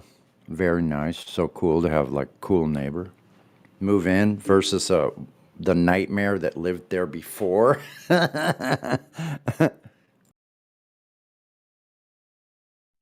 Yeah, that's always one thing you can't control. You get lucky. And so, yeah, that's all good. Now I know the 4 neighbors over. I know all 4 of them going one direction. 5 now on the other side, 1. So 5 of them. Pretty cool. I don't have all their numbers and stuff like that, but I always knock on doors.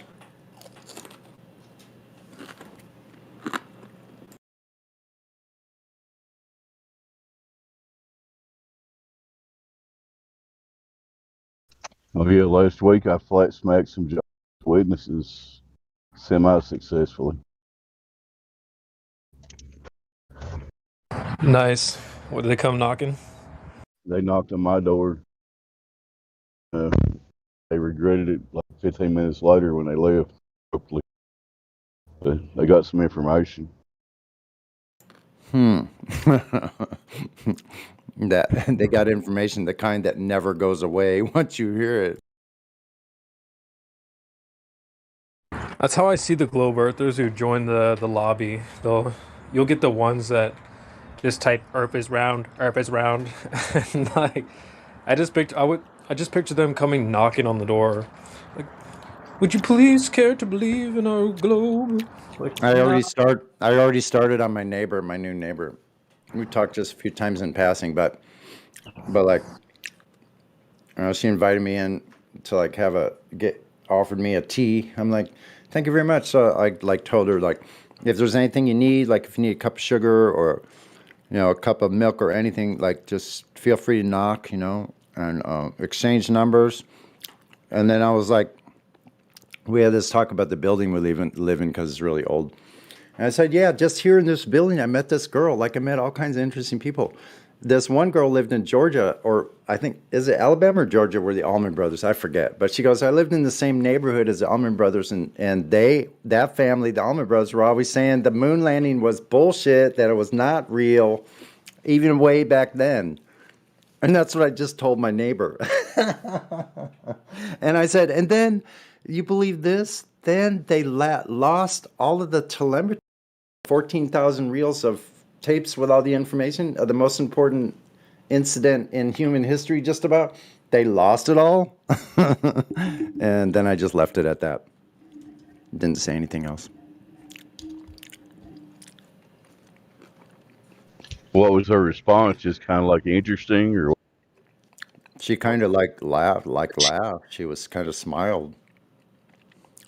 She didn't say anything. And I didn't press her.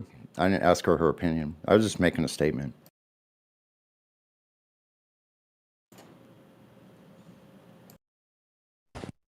Most famous accomplishment of mankind, of humans, the landing on the moon. NASA lost everything.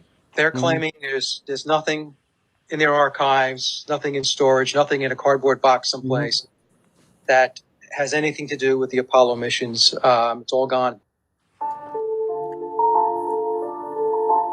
Uh-oh.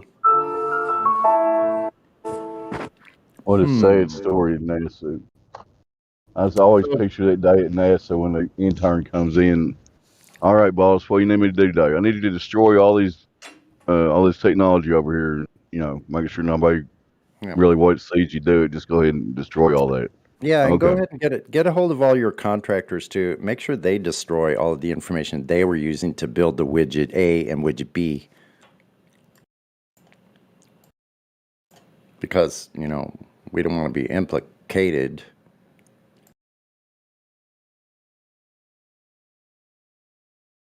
I just like he says it in the clip. He's like, it's all gone. Like, oh well, it's not under here. Maybe it's over here. And sounds like we heard that before about WMDs. Sonny, your neighbor's probably a flat earther. She's just trying to figure out how to break it to you. Yeah, okay. Maybe, but we all live in flats. So maybe I'll bring that up next time. Well, I live in a city. I did get a random stranger. It's been a couple years ago. It was an Uber passenger. I was driving for Uber at the time.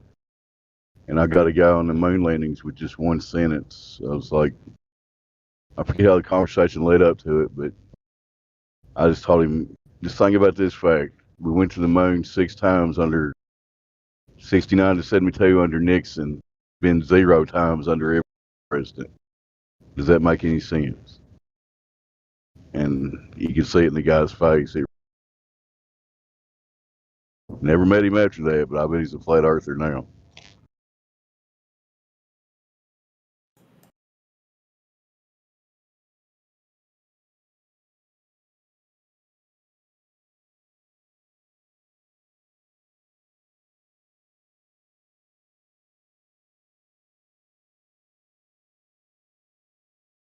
Good old Tricky Dick. He's the only one that could put enough people together to figure out how to get to the moon.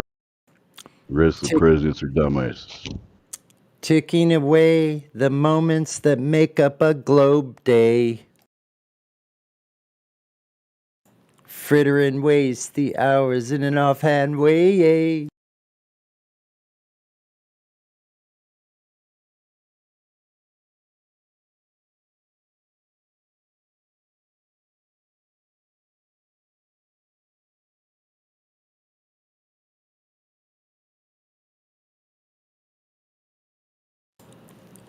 The sun is the same. The sun is the same in a relative way, but you're older, shorter of breath, and one day closer.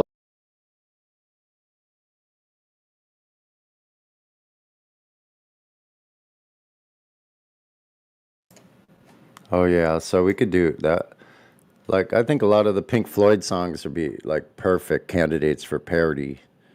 So, kicking around on a piece of ground in your hometown. Well, they're both telling it's from the Waiting same for song. someone or something to show you the way. Yeah, and in the same song they have you run in your run to catch up with the sun, but it's sinking, racing around to come up behind you again. How is that possible? Racing around? What?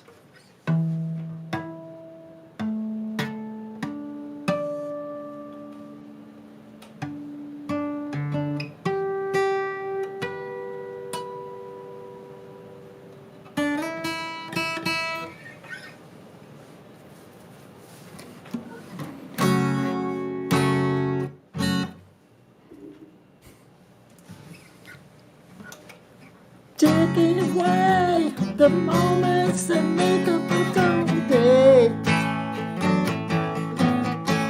Fitting waste the hours in an offhand way. Looking around on a piece of ground in your hometown. Waiting for someone or something to show you the way. Tired of lying in the sunshine, staying home to watch the rain. You are young and life is long, and there is time to kill today. Then one day you find 10 years of film behind. No one told you when to run. You miss a starting gun.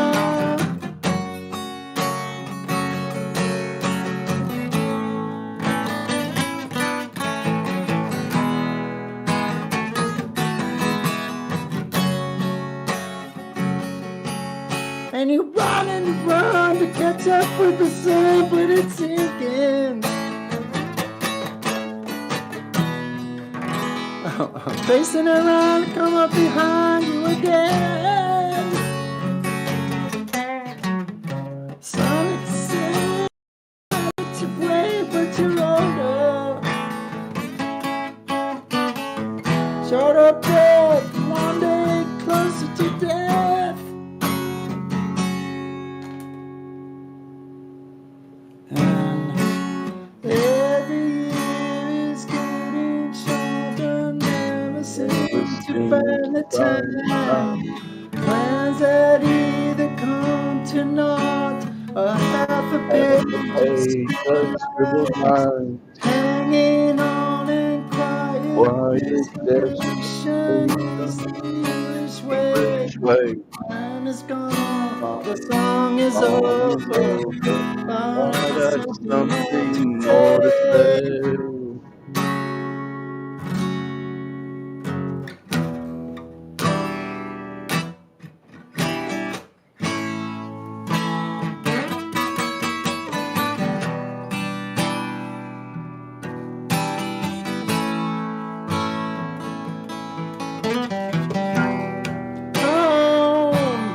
Home again. I like to be here when I can. When I come home cold and tired,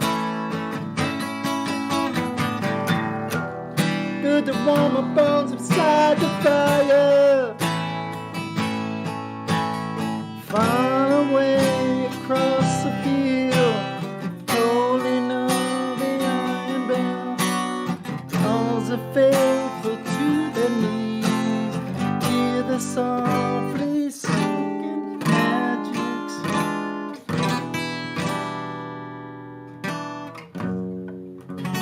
Lighter in the air. Woo!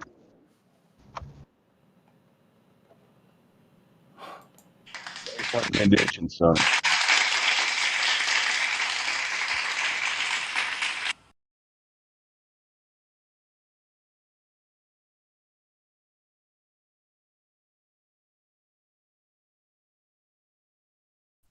Softly spoken magic spell could be correlated to the globe, right?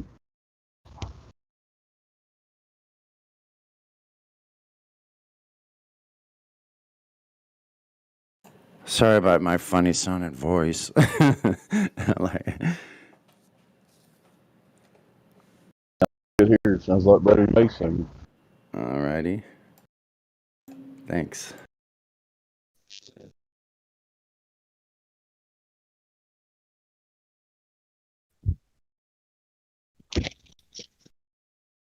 There's Pink Floyd guys still alive right now, isn't there?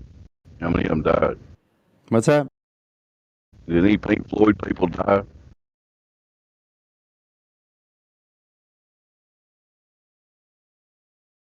I don't think they did.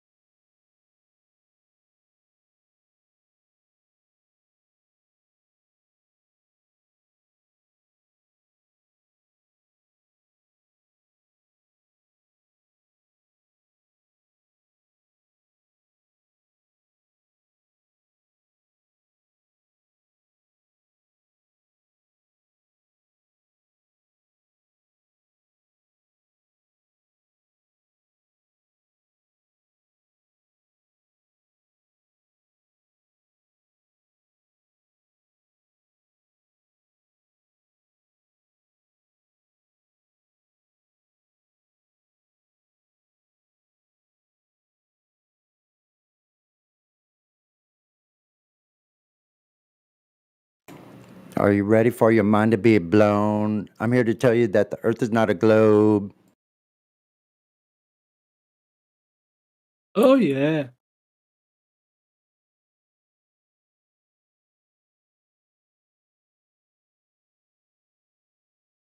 The globe is not your home. I don't know if there's a dome.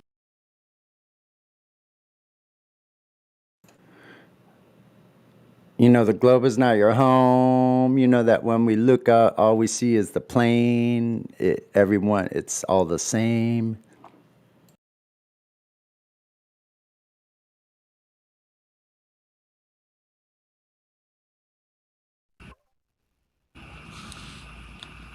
If you say the earth is tilted, that's insane.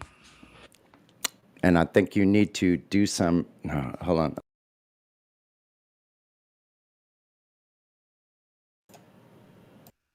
Better maintain your brain. Or Y'all you know need that whole thing about it being tilted. I always thought, like, tilted from what? Like, it's just in space. Like, how do you have any reference to how it's tilted anywhere? It's just weird. Anyway. Yeah, it has an iron rod that's sitting at someone's classroom desk. It's on a stand. It's tilted. I saw it on my teacher's desk. It was tilted too.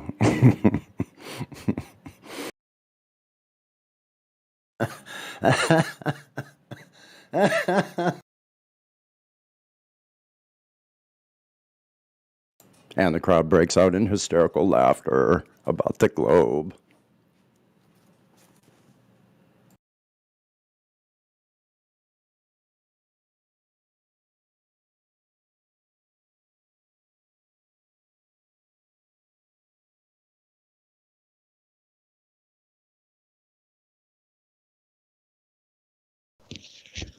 A Glober walks into a bar, and then the flat earther walks right behind him and then ducks under the bar. Get it? Stupid joke. Lol, that was good. Ducks under the bar and says, "How can I help you?" Would you like a level drink?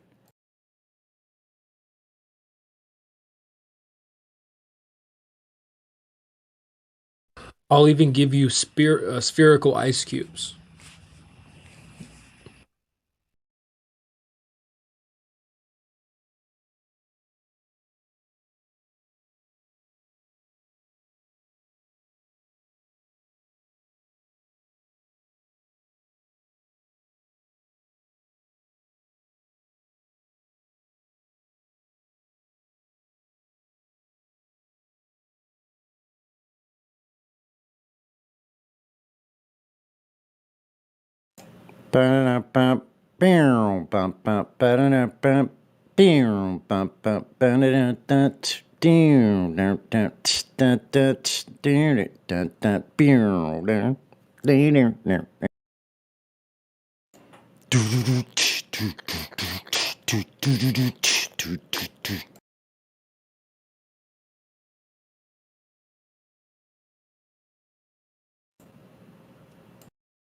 See, I wish I had a drum set over here too, so I could just pop out these little tracks with some freaking badass drums on it.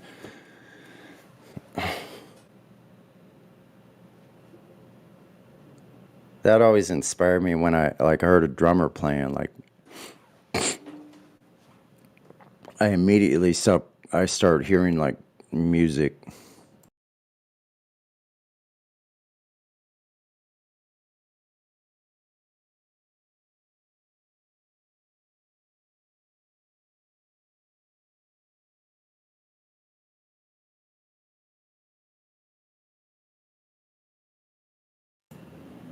Mm-hmm. Holy fireballs in a Holy fireballs in a vacuum, Batman.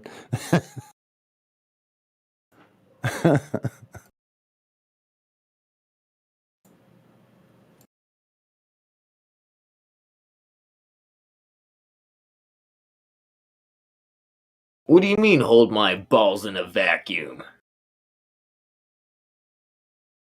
Fireball, I said. Oh, I thought you. Oh, okay.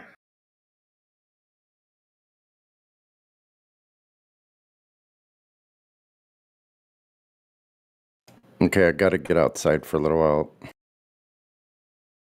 Yeah, same here. It's like really nice out today. 66 Illuminati confirmed and sunny. Uh-oh. Illuminati's in control of your weather. It is now 66 degrees. I concur. Everybody go outside. It's a beautiful day here. Mm-hmm. Outside right now.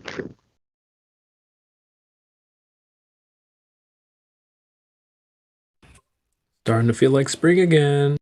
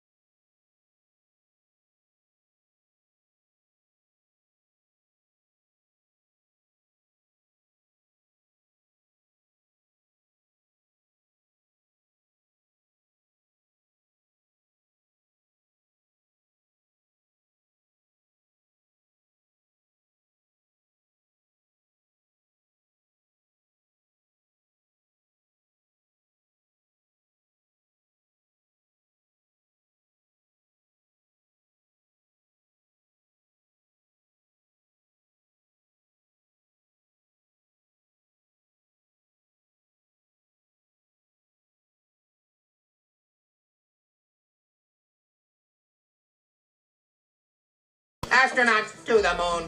Ignition sequence start. 2, 1.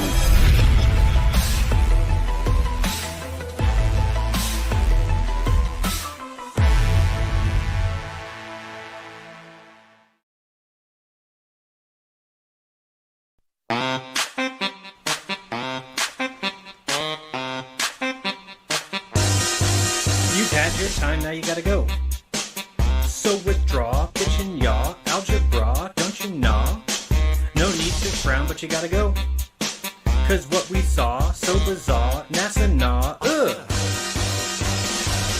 Switch up, cause we gotta stop with the 9 and move to non. So pack your landers fast, cause we're getting rid of ya. We're wanting to ditch ya, can't quite see why some lunatics wanna double ya. Went out. No mas nasa. Went out again. NASA, we're moving past ya. All the CGI we're getting is so old.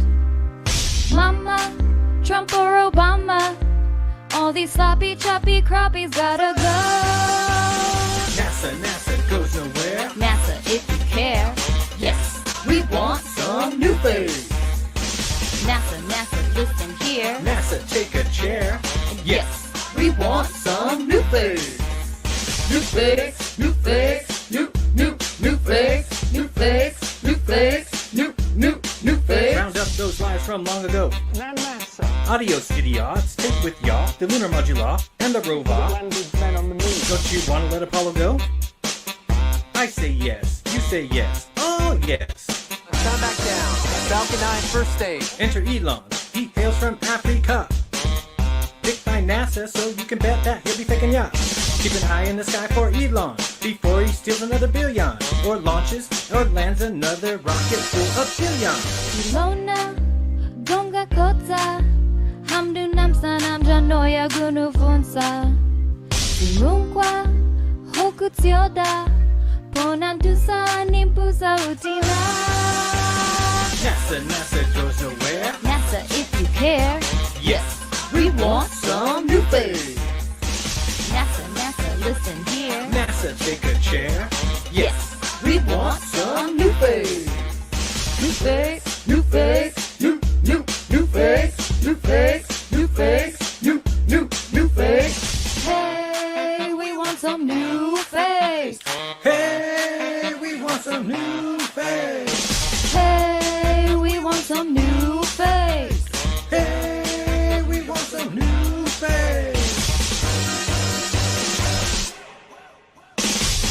NASA goes nowhere. NASA, if you care, yes, we want some new face. NASA, listen here. NASA, take a chair. Yes, we want some new face.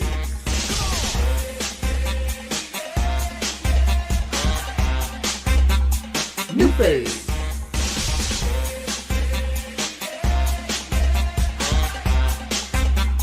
New face.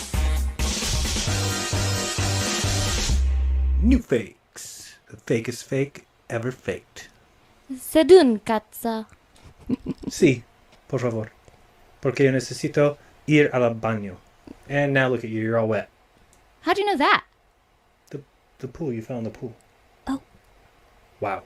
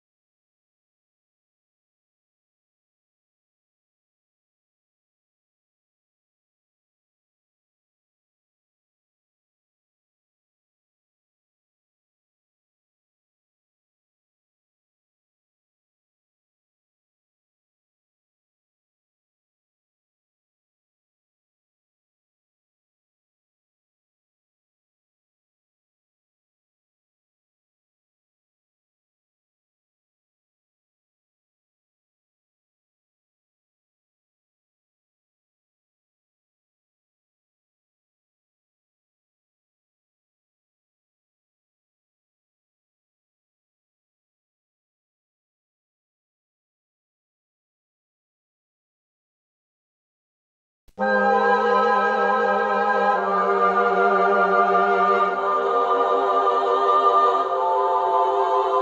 yo, I only know what I see. I seen enough to know what it means to me. Learned from red dirt and I got degrees. Veered off left turns and wild out east, and we're poor and rich and hold all that class. Don't wanna know any signs, don't wanna know where you are. Mind made up already, we're not here to watch. We just don't wanna fall off the edge and into the dark. So we clench our fists, clutch our pearls to anybody critical about view of the world. Tongue like a slammed door I keep closed just to beat those doubters of these blindfolded free throws. And the channels love a G up, shoot the heat up, we'll beat up and eat up, and I don't wanna have to read up. Just drop a grenade and put my feet up. I don't wanna fall off the edge of the earth. Okay.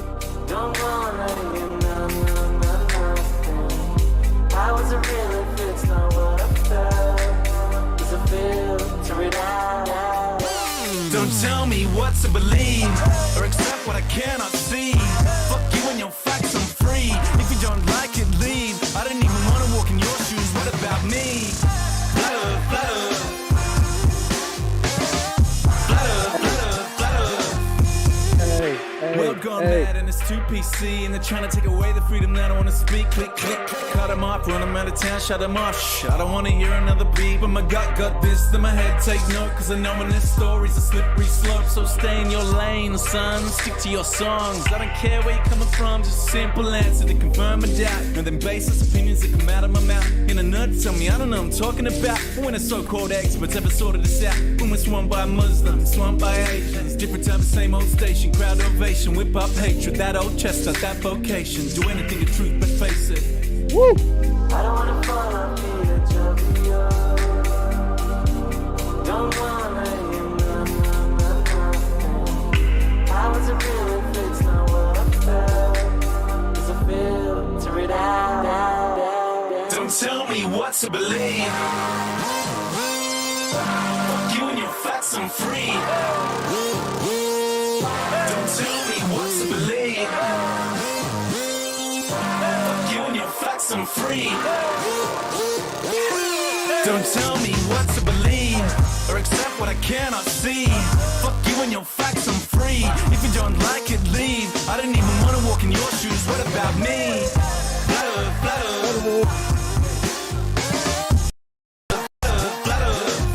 Don't tell me what to believe or accept what I cannot see. Fuck you and your facts, I'm free. If you don't like it, leave. I didn't even wanna walk in your shoes. What about me? Flutter, flutter. Flutter, flutter, flutter. Damn. Almost heat right there. Was a new person trying to talk there? Somebody new here? No, that was just me rapping along. Alright. Oh, okay. Keep going. CB Radio on Flat Earth Discord.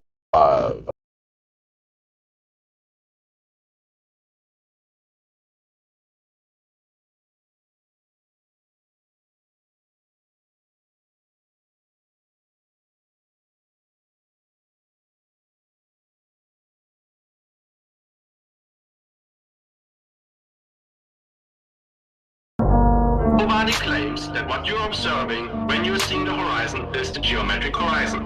That's fascinating, but to do geometry you must have one. It is an optic phenomenon. So to do geometry though, you must have one. A tangent point with a straight line to it. Now you're telling me all about what you haven't got. So, which one of you guys can fight? Which one of you thinks you're right? Step up to the mic and see what the people them decide. Who will see his demise when the truth finally come to light? I've been on the globe for my whole life.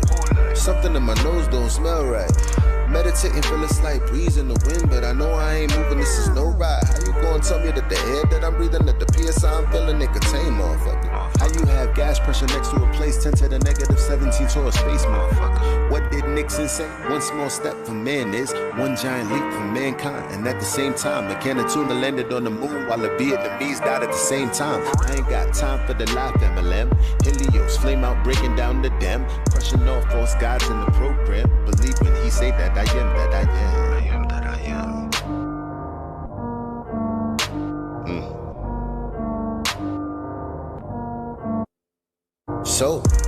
Which one of you guys can fight?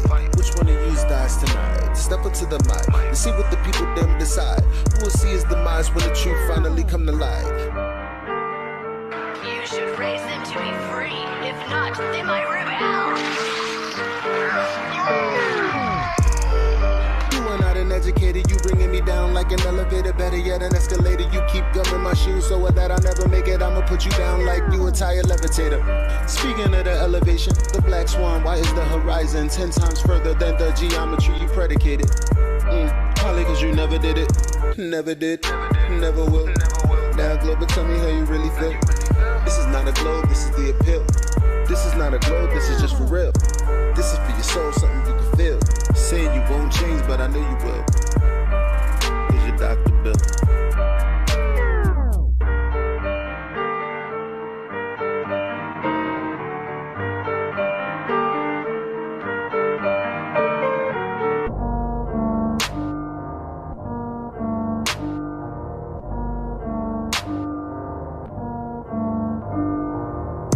Which one of you guys can fight?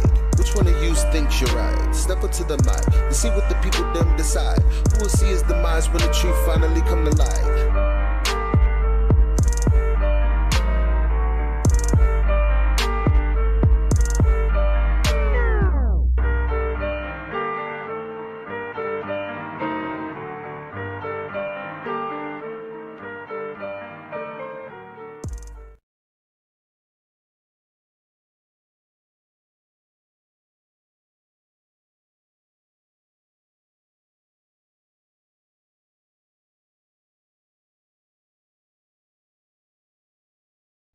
I feel like that song could have been played on the radio. Like that was really well done. Shout out to Eli. Most of the songs I do, I'm just trying to make for the live stream. So maybe I need to make one that's hard like Eli's. That was sick. Yeah.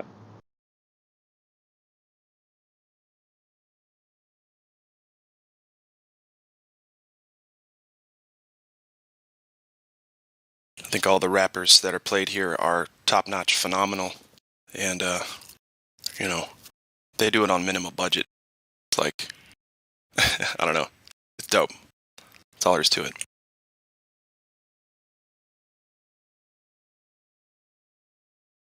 It's fun, man. I like it.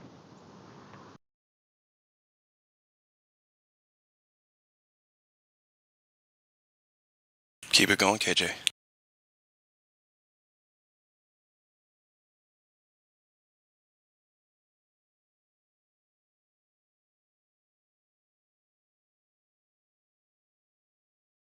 What is gravity? Okay, I have no idea. Okay, next question. Hey, yo. It's Chocolate saying. It's 2021. Told y'all it's a wrap for this globe. Check it out. Way too many reifications of privations. Secular law, thermodynamics, violations. Fuck with all these fake as apparent deviations. Globals always flapping their gums, no demonstrations. The black swan murdered the ball with simplicity. Pretend the clowns aren't, they all no specificity. Get with me, get that geometry. Your model needs nowadays. Mostly I sound like you're on your knees. Copper bleeds, with no wall to ever show for, nevermore. Been a rap for your multi-line core, scientific. All the sticker that they're prolific. Crumble at the thought of flat earth, that's just horrific. My hypothesis, you know, paleo genius. You thought you had it all sewn up like a seamstress. You never see this, you ain't chillin' peeping the Gleasons. The globe model so fucking dead, so many reasons. Mad at me, cause your fairy tale of gravity is rapidly becoming a motherfucking fatality. Independent variable, no physicality. Factually, you're dealing with no type of reality. A tragedy, all of the pseudoscience of fallacy. Sad to see that was surrounded by such banality. Globe charts step in the court for their arraignment. Gas fucking off all day, and no containment. It's automatic. You sound like a fanatic. Your heart's beating out of your chest, no need to panic. Problematic, anytime there was Socratic. Defining terms for you was like dust to an asthmatic or a crack addict, all tuned up like a mechanic. State you're leaving in when you're done, it's so tragic. You end the sneezing, all snotty nose the wheezing. You globe charts wind up like sub-zero freezing. Ain't no reason for you not to remain calm. As my nigga make it hit you with the 3-point palm. Instant exploding paradigm technique. Backslapping your beliefs into enigma that's sweet. You once obliterated, finished, unable to speak. Have you looking like Tom Petty catching a leak? Your whole squad left sounding comatose. I hear Michelle Dollar keeps shoes, rocks on the head. She keeps her family close. Some of y'all think y'all the best team since butter toast. When it comes to FE, prepare to catch an overdose of intellectual honesty. The clear lack of thinking of you balls never cease to astonish me. I gotta keep it real and be honest, B. It's quite possibly the dumbest thing I heard since the cosmology is often seen as a philosophy, mythology, but actually it's a prophecy of religiosity. Get all your skills and your weight up. This crunch time, your whack model getting ate up like lunchtime. How in the hell could we establish a baseline? Most of y'all trolls are just here to waste time. I'm not aware of what you're hearing through the grapevine, but you must be out your mind selling space-time. A mathematical construct of imagination with absolutely no experimental validation. Before the story begins, you need a foundation. Curvature of the earth, that's the conversation. And since the shit up and disappeared without a trace, I'd say it's also time for you to say goodbye to space. Tall tales about vacuums and empty place, all the while breathing air. That's just not the case. You best get out my face, cause I can guarantee you that the very air you breathe immediately you fuck off the space. We understand there's no requirement for your compliance. You understand that you are standing in a room of giants. I admire that you're usual in your defiance, but won't you join us in this funeral of pseudoscience? You in the mood to try us? Go ahead and test your mic. These motherfuckers think they're moving at the speed of light. How about the speed of sound? 250 miles above the ground to see the ISS is going round and round. Please don't even try, son. It's been a rap since you gave up open your geometric horizon. In the trenches hoping and praying we don't get wise and realize you're smoking more of the grass than Neil Tyson. Oh, speaking of that clown, I wonder how much longer he could keep a push of this in the background. Never debating, always up for the back down. Playing in fear of the gravitational smackdown. This little circus won't last long. I'm betting you the type of clown that sits at home alone with a mask on, thinking you debunked an argument like the Black Swan, never knowing that your radius could be that wrong. Oops, I really meant to say dead wrong implicitly. We've been falsified the globe empirically. Need you to listen, G. It's not logical to postulate you live in a sphere with no sphericity. It's the epitome. It's not a mystery. The globe model's all wrapped up in stupidity. It's quite simple, see. It's probably not the move for you to spew your rhetoric here or religiously, maybe officially. One day you might find yourself vividly in the middle of an epiphany, lyrical symphony. It's been a pleasure, but our times have both come to an end. Synchronicity. Good lord. Dude, Chocolate. That's such a good song. Like, you could honestly just sit somebody down and play them that song and say, focus on the lyrics. And they'll probably learn a lot, honestly. Exactly. So it's not logical to postulate you live on a sphere with no sphericity. That's what he's trying to say, right? Like, damn. It's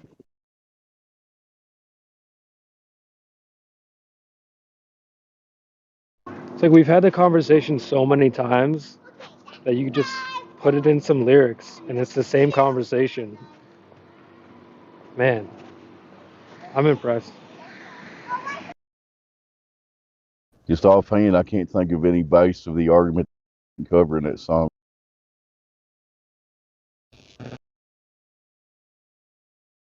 Say what again? Say what?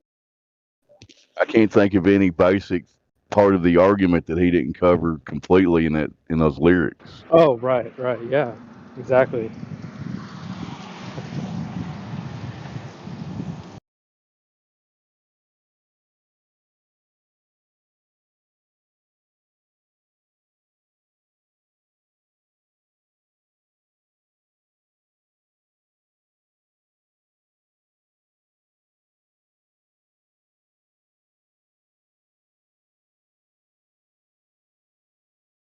Yep, Nazafer is the only VC verified in the channel now, so if you want to say what's up, feel free.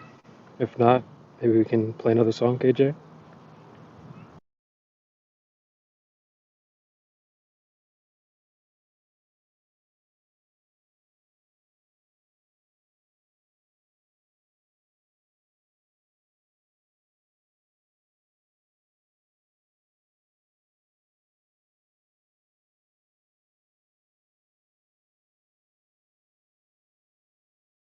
This is Mix Sessions Live.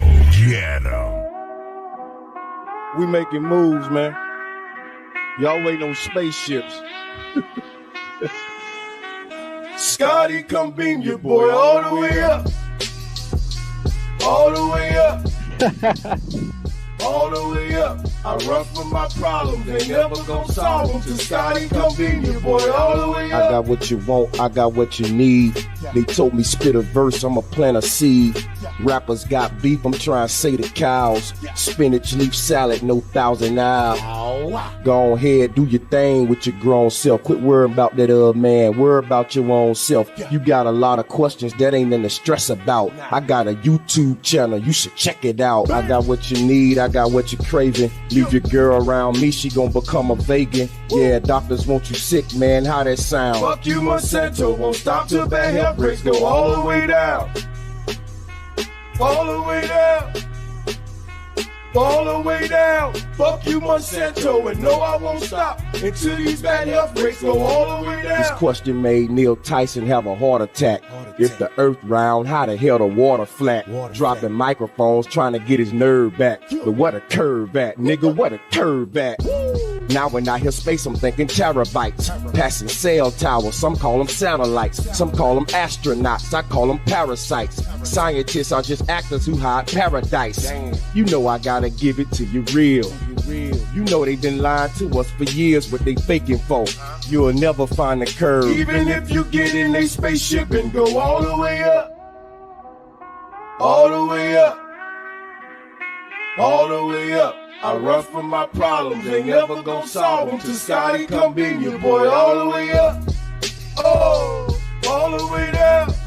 Oh, all the way down. Fuck you, Monsanto. I won't stop until these bad health rates go all the way down. Oh, all the way down.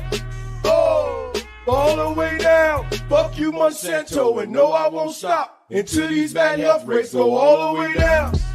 Oh, all the way up. Oh, all the way up. I run from my problems, ain't never gon' solve them till Scotty come beam your boy all the way up. Oh. He said, now when I think of space, I'm thinking terabytes. That's brilliant.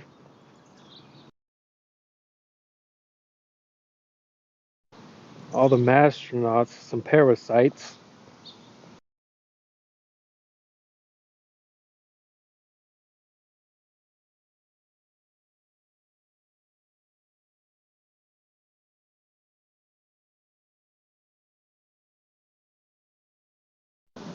How's the Earth a ball but the water flat? The water's flat. Said, homie, where the curve at? Where the curve at?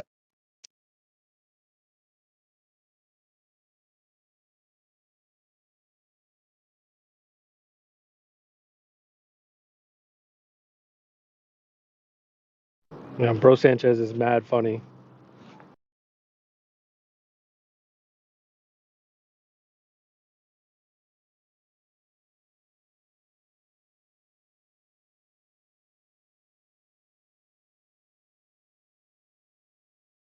Ready, real. Yes.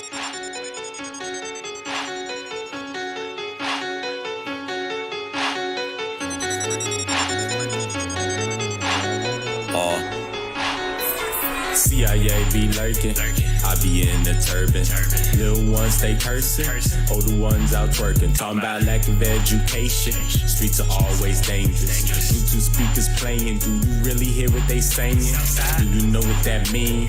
Are you down for the teens? They speak through signs and symbols, you can learn about these things.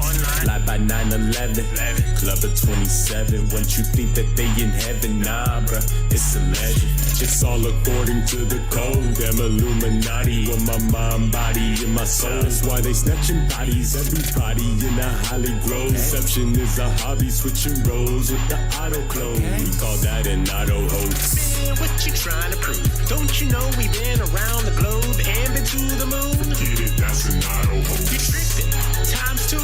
What about the shootings that they always cover on the news? Real, that's an auto hoax. They don't move, we will make the way. Let it spray, right reality like an AKA. Let them know we don't play. They live like life's a party, but it's really like a breakaway. Meditate, focus your attention on your better days. You know what I'm talking.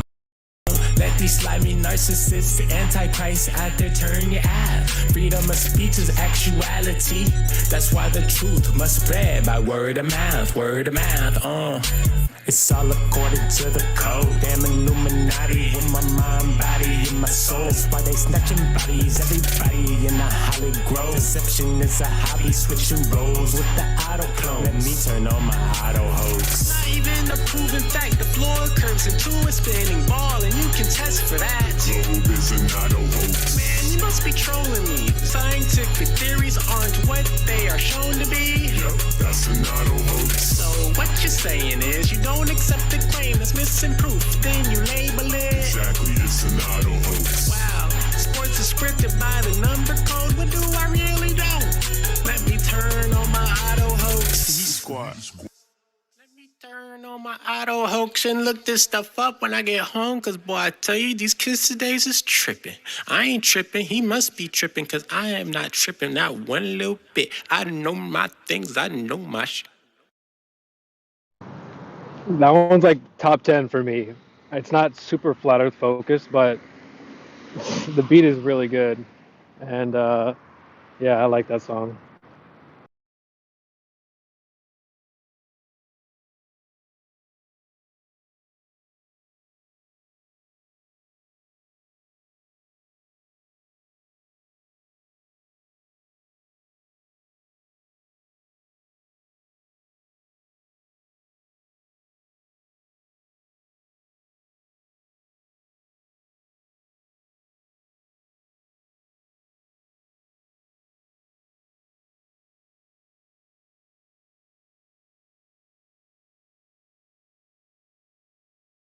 I know lots of things. Yeah.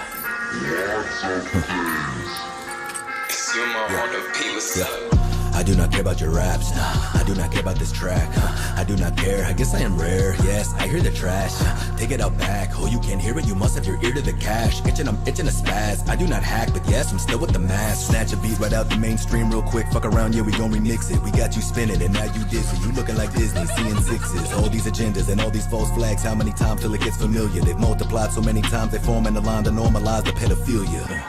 Half of these rappers, yeah, this shit getting handled. They're gone with one snap of my finger. Yeah, Thanos. Yeah, I see your ice, your shit be shining, but how many of those innocent African children had to die for those diamonds? Huh? Tell me. They wonder why they were living all so divided, with all those rooms in that big ass mansion with the homeless family sitting right outside it.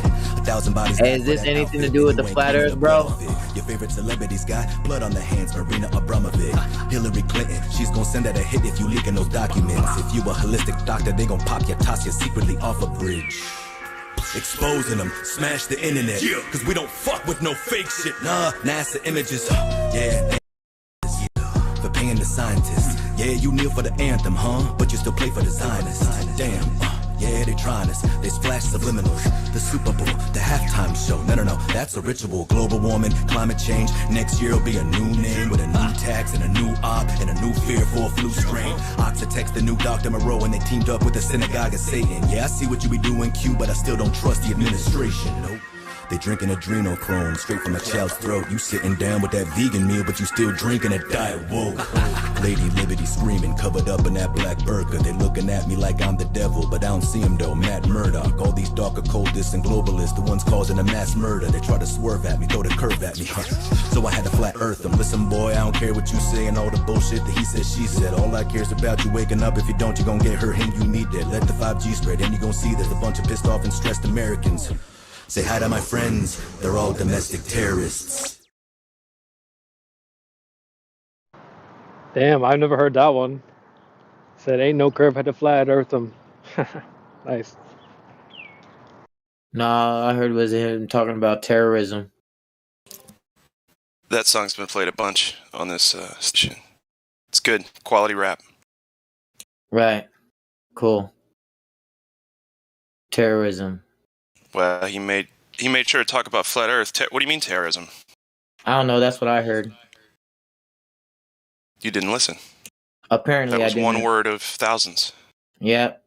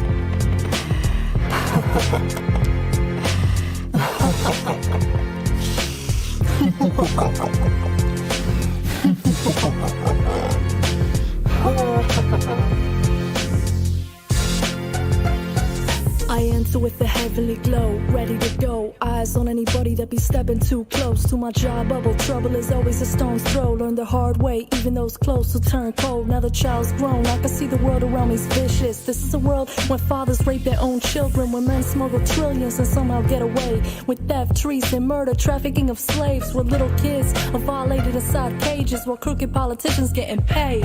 I said, hell no, we gotta rise up and take control. Gotta wise up and speak up and take the flow. Can't let them get away with this. There's too many atrocities to list. It's been 10 years since they got away with 9/11. Still begging the question, what about building 7? Facing henchmen with my brethren and my sister. Hear our footsteps growing in the distance. You hear that? That's the sound of the resistance. Modern revolutionary steady on a mission. Listen to the wisdom of the children of the purest channel. I said listen to the wisdom of the children of the purest channel. They call for world peace, but the fire won't cease. Presidents on television lying through his teeth. A wolf in sheep's clothing, killer in disguise. Since when are warmongers awarded peace prizes? I realize that most people here are hypnotized. Mass media making mass murder seem justified. Terror. Gotta kill the terrorists. Oh, you wanna protest? Now you want a terrorist. Oh, you wanna live here, slave? Get on your knees. Get your vaccine and RFID.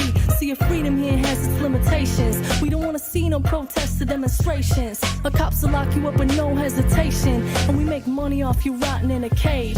Here we make the laws and you're in clear violation. Now be a good little slave and drink your Kool-Aid. I said, hell no, we gotta rise up and take control. Up and take the flow. Can't let them get away with this. There's too many atrocities to list. I said, hell no, we gotta rise up and take control. Gotta wise up and speak up and take the flow. Can't let them get away with this. There's too many atrocities to list.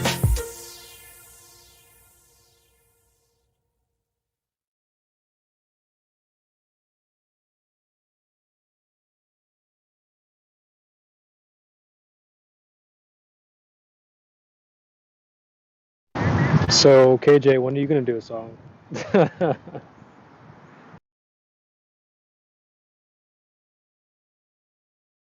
I've got one in the works. Nice. I can back that up. She does have one in the works. Okay. Starting songs is one thing, and finishing them is another. I definitely have been there before, but I hope you get to put that out soon. I'd love to hear it.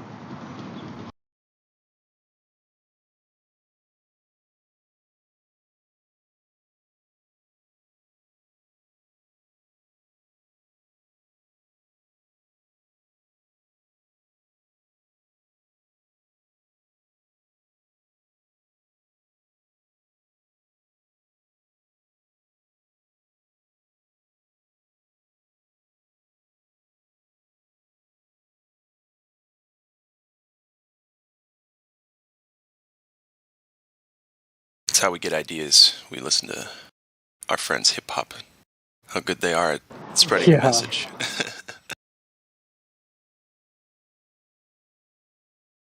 What's the message? Critically think about everything instead of believe what you're told. And Earth measures flat. Okay. So 2 messages. The only message I was looking for was the Earth being flat or measuring flat. That's what I was trying to listen for, but I was distracted.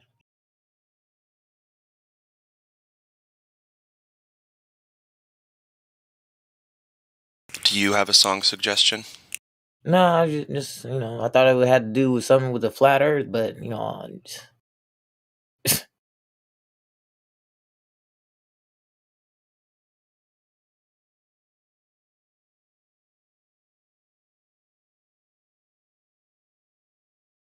Hey, is it true you can play copyrighted music as long as you slow it down or speed it up a whole bunch?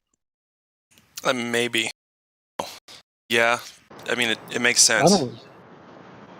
That's interesting. Well, here's the thing: the bot may or may not pick it up, but Yeah. be careful with that because if a human listens, they'll fuck with you. Oh, okay, all right. That makes sense. That's just how you dodge the bot because the bot's programmed to pick up the literal, like the notes, the tones of the recording, or of, you know what I mean, like. Because there's an algorithm, right? Yeah. Yep. It's always scanning, always looking So for it'll that. pick it up. Right, if that Yeah. algorithm like matches, but if like slowing that algorithm down, yeah, it's the bot is not gonna probably figure it out, but we all know when we listen to it, yeah, we know.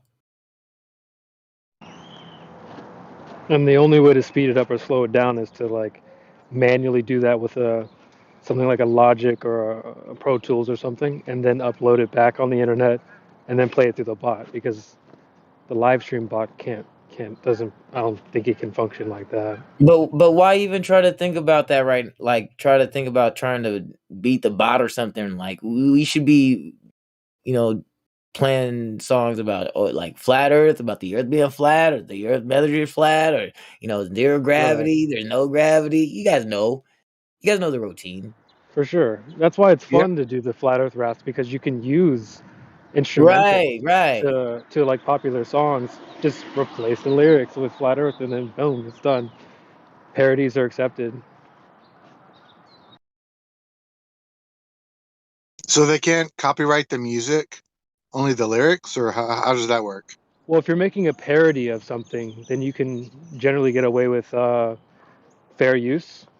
So, yeah, as long as you're parodying the thing and you're not just like copying it. I mean, even covers, right? Covers are acceptable as well, right? You can cover a song, but That's true, as you're yeah. not just playing the song itself, claiming it to be yours or whatever. Yeah, so I think what it is it's kind of like an intellectual property thing. The idea of the song, so what key it's in, and the chord structure, and the lyrics. That's what I've been told is the copyrightable stuff. So not the drum beat, right? But the chord progression, A sharp, B minor, whatever, you know what I mean? The chord structure and the lyrics. If those are both together as they are in that original song, someone's going to talk to you about it. But yeah, covers are fine and parodies are absolutely fine because, unless you have to use a karaoke version though. You can't get the files from the original song, which are findable, by the way, but you don't want to do that. Anyway. Wait, you can't? I thought you could. I was under the impression that you can do parody of. Here's the thing: if there's a lot of dead space in between singing, the algorithm will pick up the instruments, as it were, and then it'll at least listen. And I think there's like a limit. There's like a threshold to where there's so many trigger points in the thing, and then it flags it, right? Yeah, okay. I get what you're saying. That's my opinion, though, man. I've been doing this for over 20 years, trying to copyright and distribute music. So that's as far as I've gotten, though, literally. Okay, yeah. No, I was just saying because, let's see, 3 of the songs I've done, well, 2 of them, the 10 Flat Commandments, that one's just the original beat, just got the instrumental wrapped over it, done. And then the one I did with Karma is just the same thing, just original song, got the instrumental wrapped over it, finished. And those have been good so far. I don't think I've heard from Helio or anything about getting strikes on those songs. So I think we might be in the clear there. Yeah, and it's 2 things. Probably you might have done everything you needed to, right, and got under the wire for it. And another thing is, you don't get 5,000 hits a day, so they're not like, oh my god, this. Yeah. You know what I mean? Right. That's just my opinion. Good point.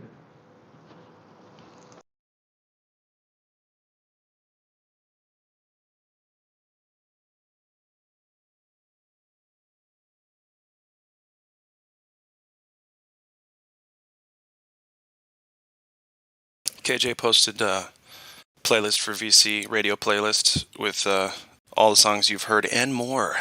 Check the live stream voice text. Pronto. Do it right now. Nice promo. It's a team effort here.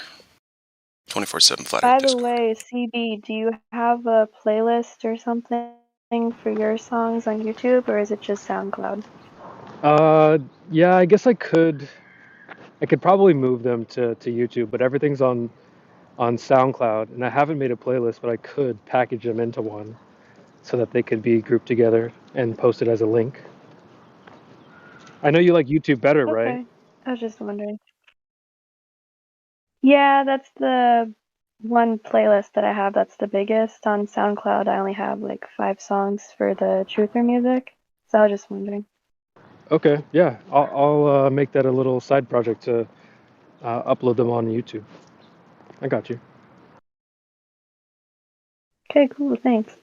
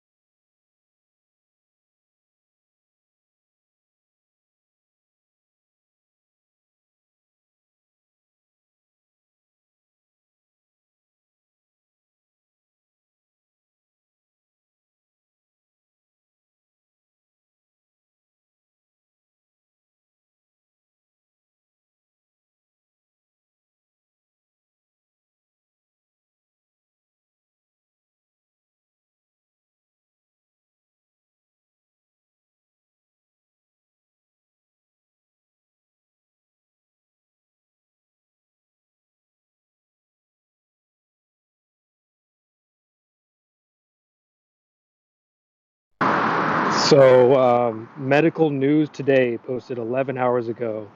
How does space travel impact the human brain? Let's see what they have to say.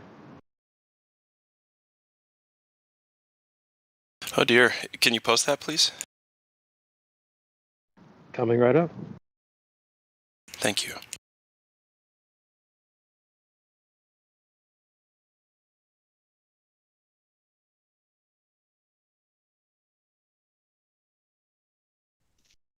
I think we get more entertained and excited about this stuff than the Globers do. You know what I mean? I know, right? I know. It's like maybe they use Don Pettit's brain to study. Let's find out. Oh boy.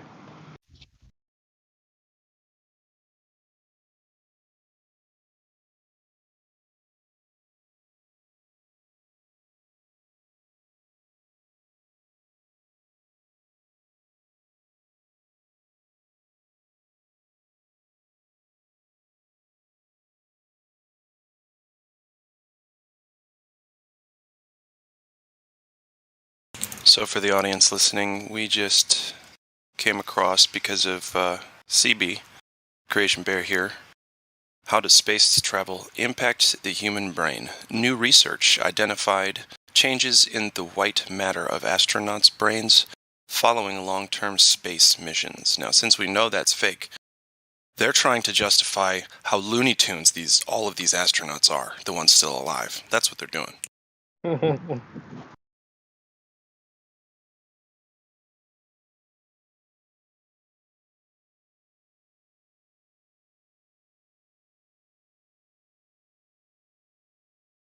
Just hitting people, right? Looney Tunes. Yeah, traveling through the radiation belt will definitely mess up your head. Yeah, apparently. And they didn't even know it. I didn't know it. Certainly a minute who didn't know it. They hit it and they were like, does anyone else feel kind of weird right now?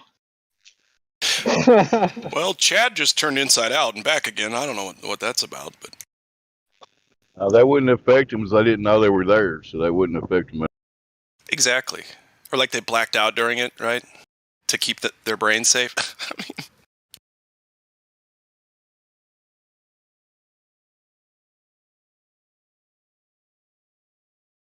see, if they didn't call it like a radiation belt and they called it like a cream cheese belt, I would just popped right through it. Be different. Yeah, why didn't they just call it a Milky Way or something? Right. Yo, I'm still laughing at the Milky Way. What kind of ridiculous name is that? Milky Way. I mean, it's I can't not. believe It I used doesn't. to drive that. It sounds like an adult term, if you know what I mean. Yeah, exactly. Stupid. It's juvenile. Well, they have space sex. Space SpaceX. I mean, Right. literally. Yep. And they're shooting just giant. Yeah, they're shooting. They got 2 fuel tanks on each side. Like, come on, dude. Come on, man. They're trying And to Just the rocket's mockery. the rocket's a penis. Don't forget that part. Well, that's what we're saying there, Dave without just said having to that. say that word, Dave. Come on. But yes, essentially that's what I was trying to say. You know, they're trying to Yeah. send you know what shaped objects to Uranus. It's like, come on. Like, you remember those kids in school who would always draw that on the papers and stuff? They got sent to the principal's office and later went to jail a bunch. So, that's all I'm saying. Now they rule your world. Right.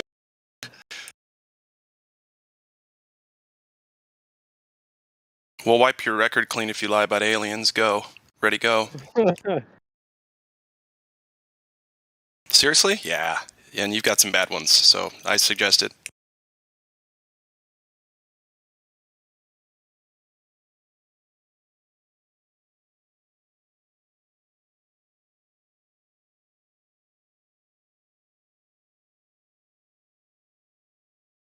I think members from this channel should start like a podcast, radio show or something. This is it. What's that? I thought people tried that. I thought like Crypto and Kai and it was like 1 or 2 Indio, maybe one other person. I'd join them for a show. Mickey. Exclusive show, you know, a few hours a day. Because I keep thinking of guys like... Because I keep thinking of guys like Joe Rogan. And he started out, I think, probably not though, not genuinely, but talking about just about everything. Now he doesn't, but he gained a following because of people that wanted to know something about something that the general public didn't know. Then the diet woke with Joe Rogan. But we've got some different shit going on here. The only reason I actually watched Joe Rogan in the first place was because he was talking to flat earthers. Or, what's that guy's name? Eddie Bravo? Eddie Bravo. Yes, yeah. That was the only reason I started watching. Look into it, man. Podcasts. I was like, whoa, this is compelling. Yeah. Yeah. Yeah, I mean, something like that, you know? Yeah, I see what you're saying, Glad. You know, like a little show or something. What do you think? Like 1 or 2 hours or what? Yeah, and like, maybe there's a topic. Maybe we stick to a topic. I don't know yet. But like, exclusive to like 2 or 3, like 4 tops panel members that talk about something and maybe take, you know, like take people's questions. Yeah. Like I mean, but that like singles, like separates them from whoever's going to be there. I mean, unless it's in this channel. Another live stream or something. Just make that second live stream just that, like a show that we do, and we cycle through people, right? Like one day it'll be Indio, Helio, Quantum Eraser, for instance. I know that probably won't happen, but you know what I mean? And then the next week it's another handful of folks. Okay, I don't know, just spitballing. There's this thing actually in the bear community, if you guys are familiar. Right. There's this thing called Hanging with Bears. I don't know who organizes this, but they basically like match up 2 different bears and they have like a nice long conversation on YouTube, 1 or 2 hours. There you I go. haven't done this, but you know, it could be something like that, I guess. We call it like flat attack, where it's just like Flat attack, 2 or 3 flatties going at whoever wants to come at them about globe stuff, and it's like one of the people, kind of like arena thing, like one of the people will be the mute person, and like anytime anybody even goes near, like, you know, stepping out of line, they get muted. So like almost like a presidential debate, but even more strict, right? So I don't know. Anyway, because we don't do that here in the main channel. I think we try to let people speak, right? Or at least I think that's the thing that we're doing. So, but in this one, it'd be like, you know, like rapid fire, almost like game show. I don't know. Anyway. I've said everything I wanted to say. No, I like that. I like the idea a lot, and I could even see it being in the live stream. You know, like people. Sure. It would gain a lot of attention, probably. You know, we just make it a little event during the week. Yeah, events that, like in Glober, whoever wants to come in and like pick our brains, but it's like, I don't know. Yeah. Anyway, that's my rough idea for you. Cool. Oh, it would They be do great build on during that. dead time. Yeah. The only problem is that QE and Nathan already took the best possible name for a flat Earth show. Glowbusters or Ballbusters? Yeah, Ballbusters. True, but I mean, I don't know. I like Flat Attack. I thought it was pretty good. Oh, that's good. Okay, yeah, we're in business. It's not bad, Flat Attack, and then you get like the Mars Attacks artwork. Something, because it's I like aliens. that I presidential don't know. style. That's cool. Because they do rapid fire the presidential debates. So like, kind of rapid fire questions, and you just have two representatives speaking for the two parties or whatever. So I like that. Yeah, like see if we can do just yes or no questions, kind of like a game show. Like you can't do anything else but yes or no, right? No explanations, nothing, just yes or no. Like, do you like ketchup over mustard? Yes or no. Is the Earth flat? Does it measure flat? Yes or no? That kind of stuff. Yeah, that would be really interesting. Because someone would be sitting there with a yes or no that's like, like kind of weird. If they don't know how to answer, just sitting there like, fuck, I want to try to explain, but it's only yes or no. I know that would actually probably trigger some people. Yeah, some people. Everyone always wants to explain themselves. That's the problem, right? If you can't keep someone on task. Sorry, yeah, go I think ahead. it's cool. Anyway, no, Dave, go ahead. I've talked way too much. I was gonna say that would depend on the question. Like, the obvious ones: have you stopped beating your wife? Yes or no? Yeah. How do you answer that? Well, yeah. I mean, like the Globers have a lot of. Well, you can answer by asking yourself, like, are you a wife beater?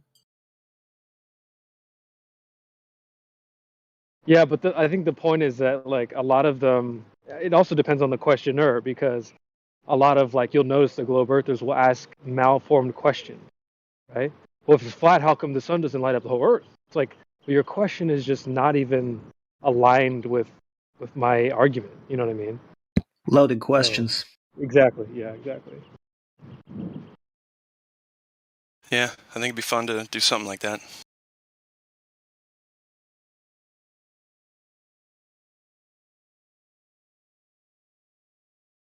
Well, I suggested earlier, I was talking to CBs, I would volunteer to be one of the hosts or something like that. So there you go. Dave, you'd be perfect for it.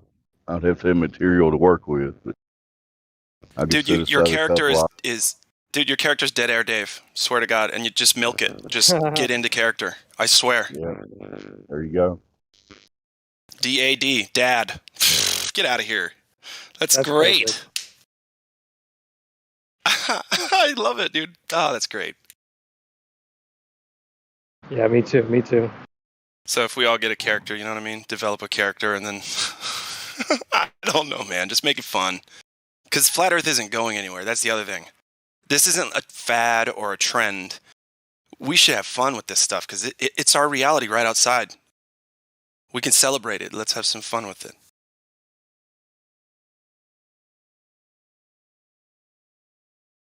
Yeah, I do like the different characters that people have. Dead Air Dave is a good one. And glad your character sometimes is being like I thought the referee role was fitting because you do kind of play the like the referee in a way. Yeah. The show host. The guy. And I can be annoying sometimes, just like a referee at a baseball game. He just like out of nowhere just goes, hey, that's apparently the word strike, but screamed by some big guy with a mask on who hates his job. Anyway. Yeah.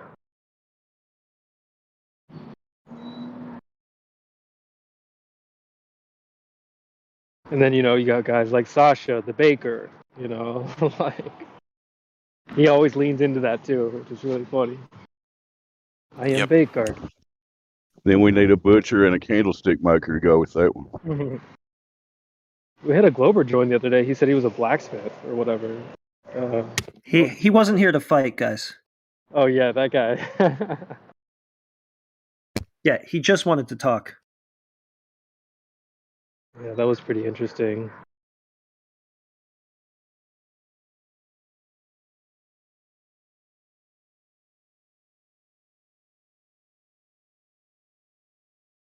Did you guys catch the one that was saying that knowing the Earth is a ball is common knowledge, and he was using that to explain it away? I've heard that one a few times in person as well. Friends will just argue, well, I mean, everybody knows it. It's like when you drill into it, like, okay, so what do you know exactly? Well, the question is if it's true because everybody knows it, does that mean that the Earth was flat then when everybody knew that? Right. It's now a globe because that's what everybody knows now.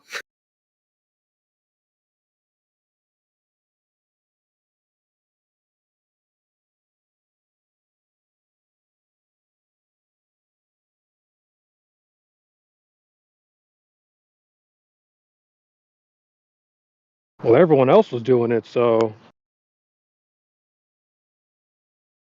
that many stupid people can't be wrong. I mean, that saying was like drilled into my head when I was a kid. If everyone jumps off a bridge, you don't have to, just because everyone else is doing it doesn't mean you have to.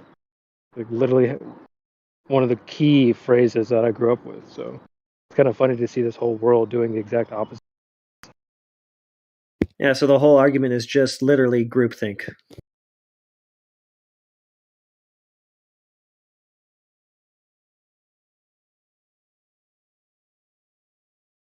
And somehow that justifies the complete lack of any evidence. Don't need evidence. Everybody knows it.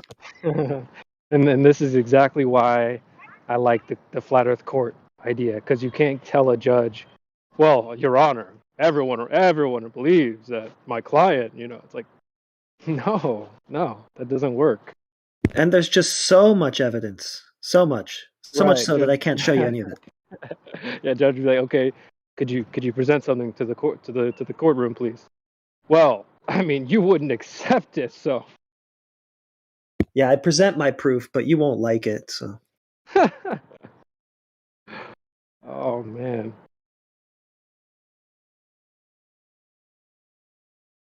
Case dismissed.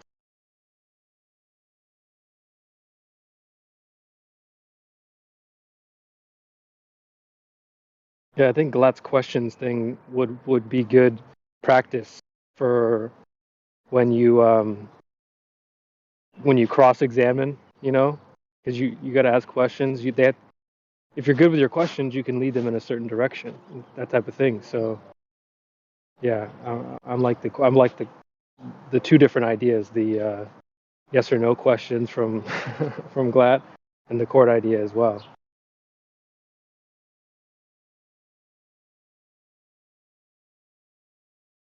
Yeah, I liked the court idea. That was genius. That was good.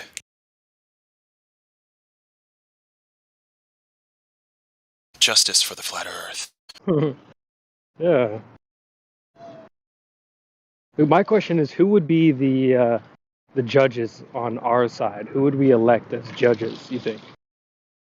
Somebody nice and fair, not too biased.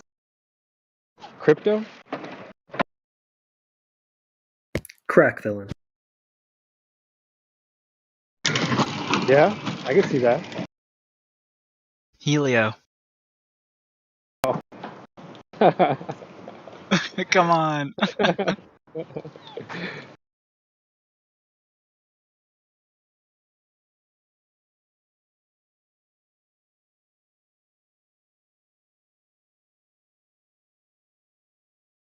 I don't think I could be a judge. I'd rather be like one of the lawyers. It's like instead of Spartans, we have lawyers. So I'd probably be a lawyer. A prosecutor. Yeah, right.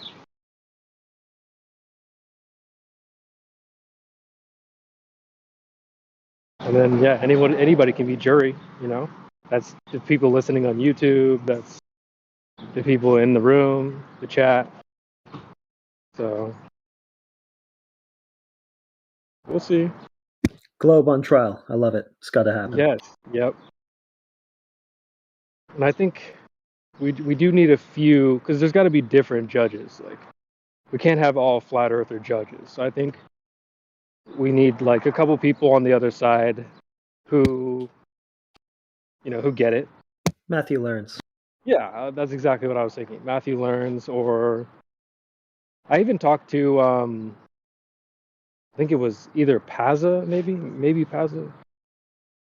There's also like Riding on Eggshells. I don't know if I would vote those last two, but definitely Matthew Learns. But if we could get a couple of them, that'd be perfect. I think I talked to one other guy who was like, "Oh, that's a good idea. I wouldn't mind doing that." So I think it was one of those guys. But yeah,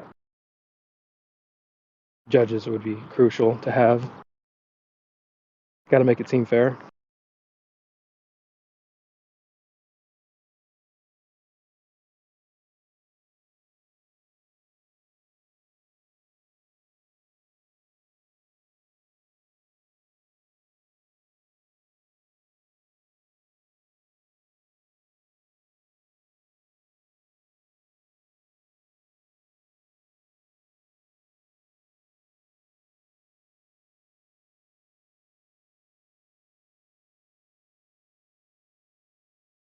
Maybe just a few neutral earthers, if there is such a thing, who just aren't really like, super invested on either side. Yeah, there are a couple. I think there's. If you guys hang in the chat or the lobby at all, there's some people similar to Cranberry, if you've heard of him. But yeah, I've seen him before. Yeah, Cranberry, like guys like that, Wolfer. There's They could Rar. definitely. Who? When Y'all you know say Rar? when you say neutral, do you mean like on the fence? I'm more thinking of people that probably just don't really know the argument that well from either side, but are just intellectually honest enough to judge it. Well, that sounds more how like you would go about someone that would be on the jury, I think. Yeah. Well, leave it to the lawyers and the prosecutors to present the case and just have somebody unbiased as a judge.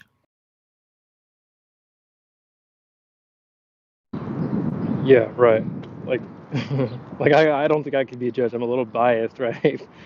So, yeah, there are some people that float around the server that are a lot less biased. They'll be willing to challenge someone on the Globe side equally as they would somebody on the Flat Earth side. I've seen this. So, yeah, personally, I like those guys, and I think they play a good role in the courtroom.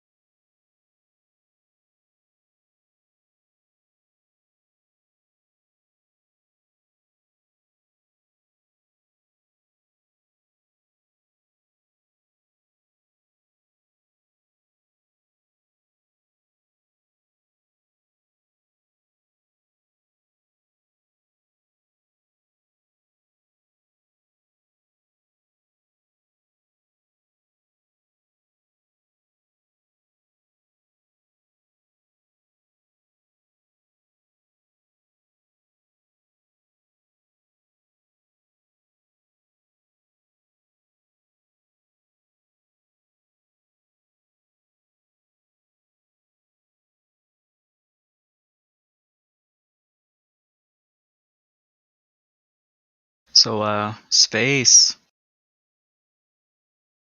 The final frontier. These are the voyages. That shit's pretty cool for being not real. I mean, makes for really good anime, movies, shows. Star Trek was pretty cool.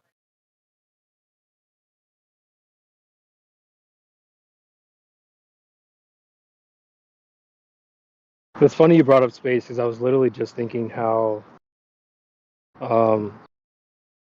like I feel like sometimes I have to pinch myself as a reminder that, like we're probably in a container.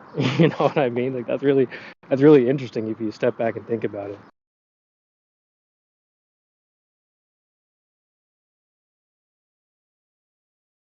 Yeah, are we in something? Are we a part of something? Who knows?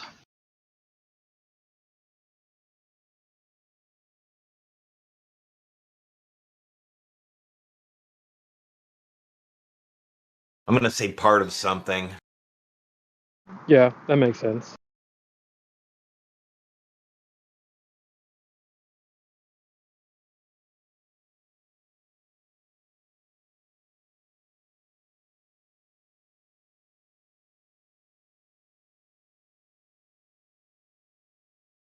Well, let's get some Globers in here.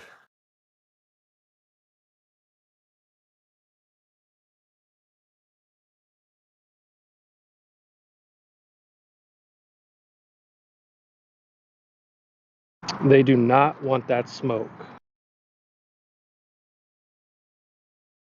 It's getting harder and harder to get them in the live stream.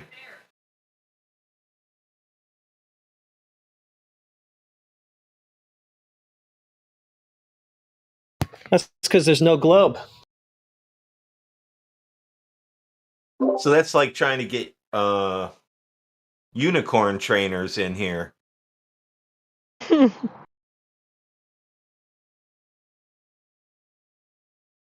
Yeah. Only difference is the unicorn cult hasn't taken over the world yet. Just wait. I'm It's working coming. on it.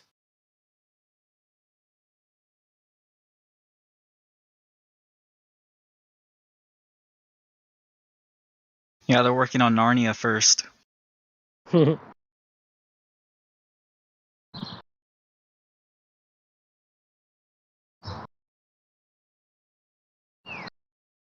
Didn't you hear, guys? We're going to get to Narnia in 2025. And I apologize, God, for that long ass message, bro. You're good, dude. Totally good. No problem. I'm glad you put it all in a DM. Thank you.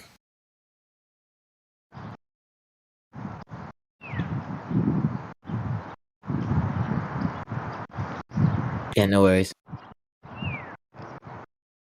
Just an update on the rocket that's going to crash into the moon, apparently, on Friday.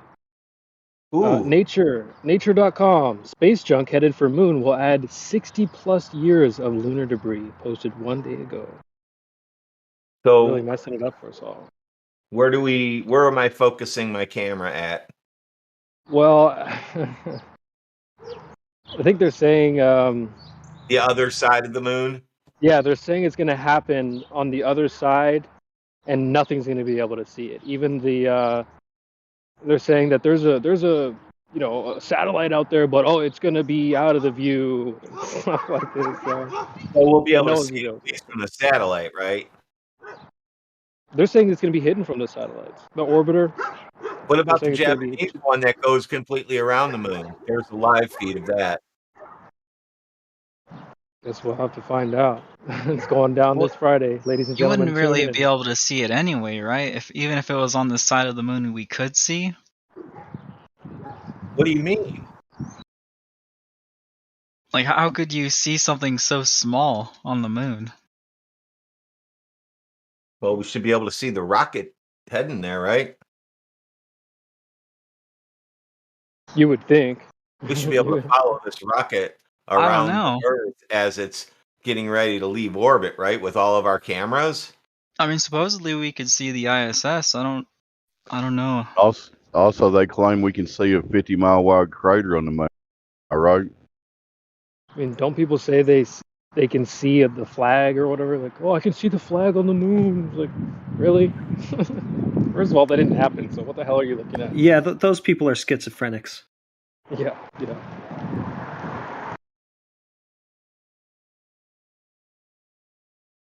What the hell's the point of bringing a flag to a place with no atmosphere? I mean, they brought all the important stuff, right? Golf clubs, flags. Yeah, it's cool flex. Golf cart, golf club. Right. Nice flex, bro. My favorite was a fold-away moon buggy. Hammers and feathers. They couldn't fit through the. That's funny. They just posted that you can't fit with that spacesuit through that lunar lander from the module. You can't get into it, and the suits aren't in there. They're in the they're up in the thing, up in the sky. So they have not been able to explain that one yet either. There's no room in the lunar lander to put those on. So they have to be put on and then got into the lunar lander.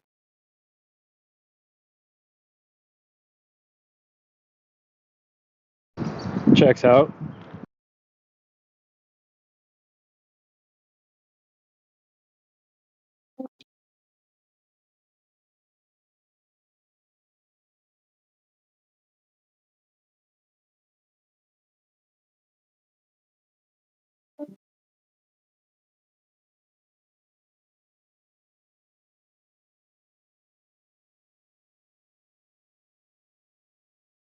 Didn't they say they snuck the golf clubs? Like, how do you sneak golf?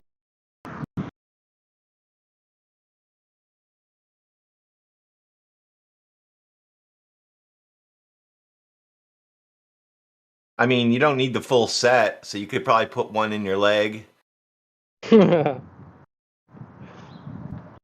that a golf club in your pocket, or are you happy to see me? Like one golf ball and one golf club. Really, you're probably not going to lose the golf ball. It's the only ball there. Besides the one under your feet. Besides the one under your feet. Is Look that at how the moon curves. Is that a real story that they snuck it on? I don't know if that's true. I heard they snuck some stuff that they snuck the flags up there and some other things too. They weren't supposed to take, and all this goofy stuff that comes back. Say, oh, this is actually on there. They snuck it on. You should be able to find that somewhere. I read that.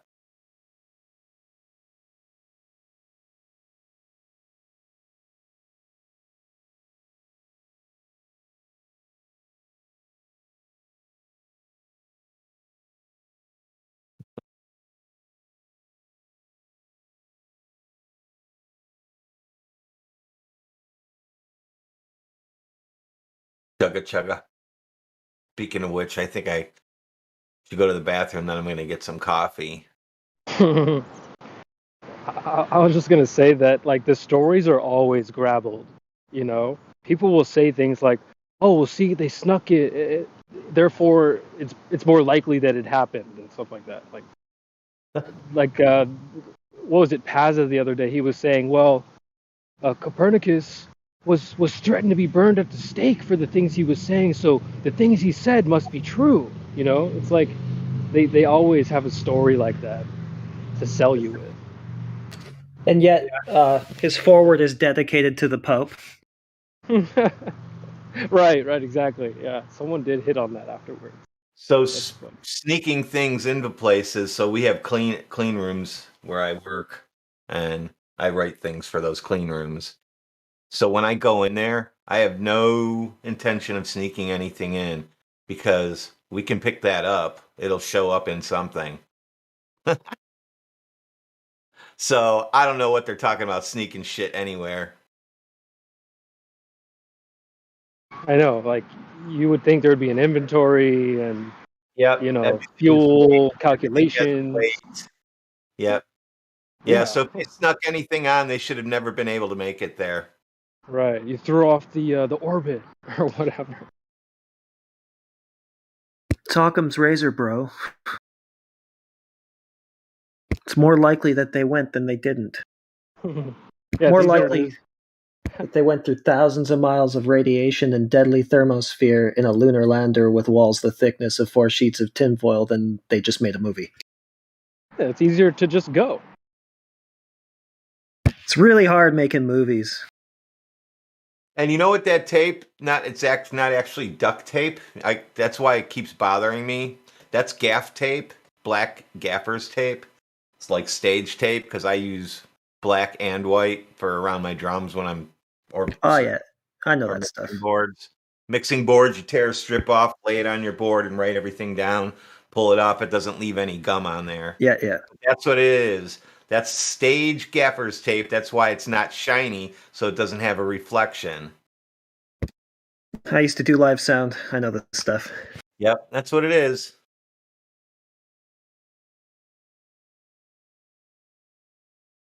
It was bothering me and people calling it duct tape, and I couldn't figure out why it was bothering me until recently. I'm like, oh, I wonder why, because it's gap. I looked at my roll, I'm like, oh, no shit.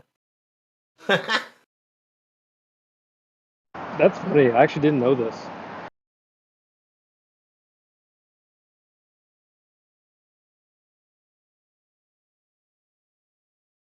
Worked on plenty of stages. It's a lifesaver. Yeah, I love that stuff. It's strong as duct tape and it comes right off.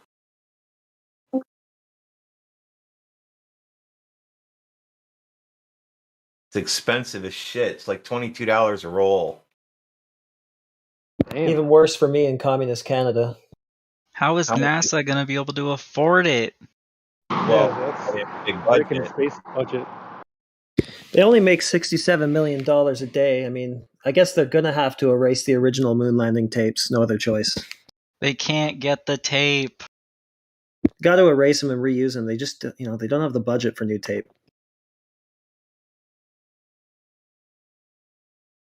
Better just destroy the tech. They can't afford that stuff.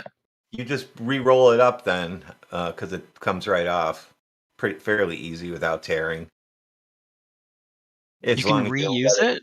As long as you don't let it sit there and bake for 2 months on something, it'll come right off. Like if it's a stage at night, boom, put it everywhere, pull it down, you're done.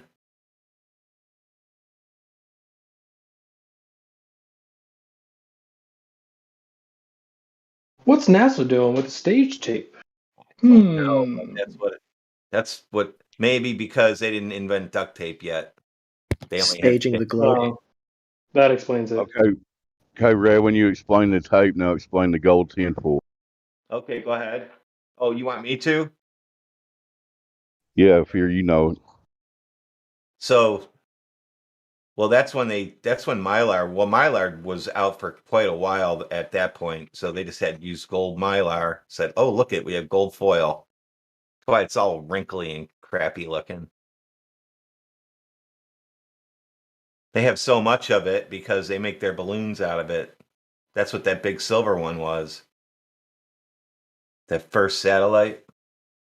Good job. It sounds legit.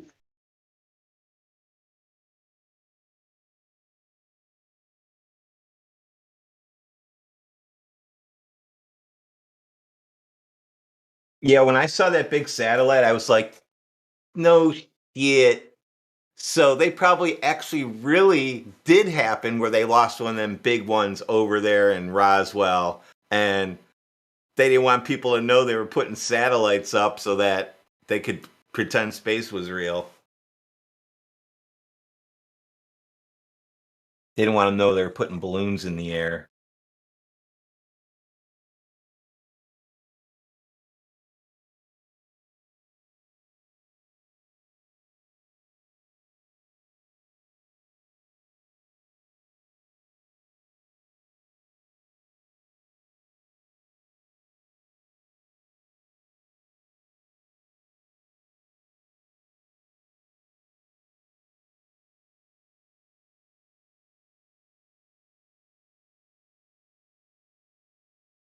Actual duct tape is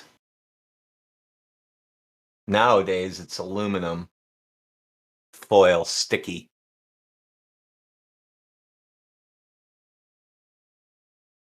For duct work.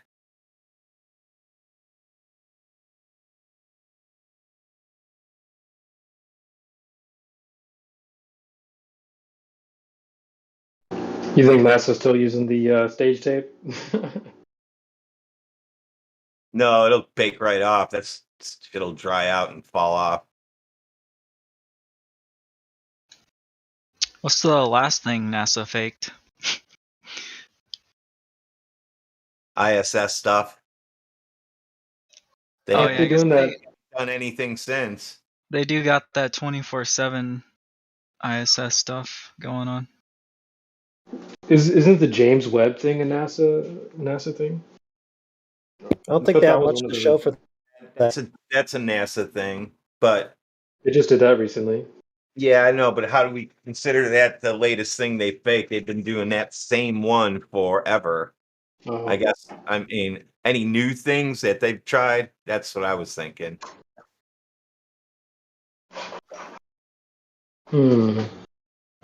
Well, we should be able to see that rocket smash into the moon with that telescope. So I'm really curious to see what they say. I mean, that Moonfall movie just came out a couple weeks ago as well.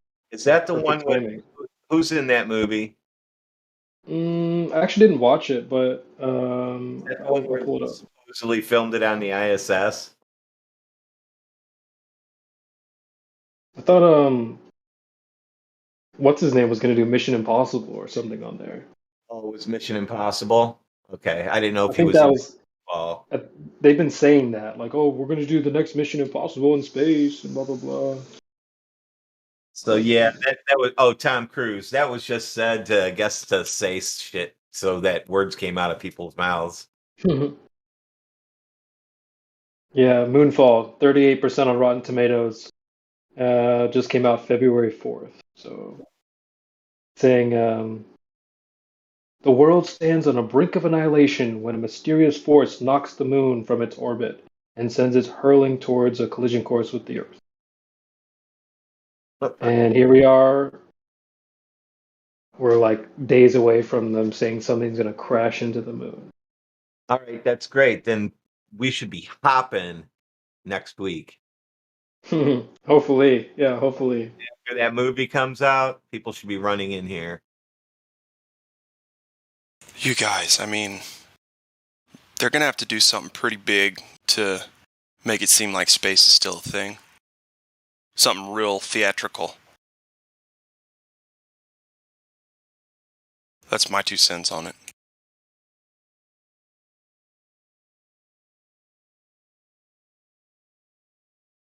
I don't have 2 cents.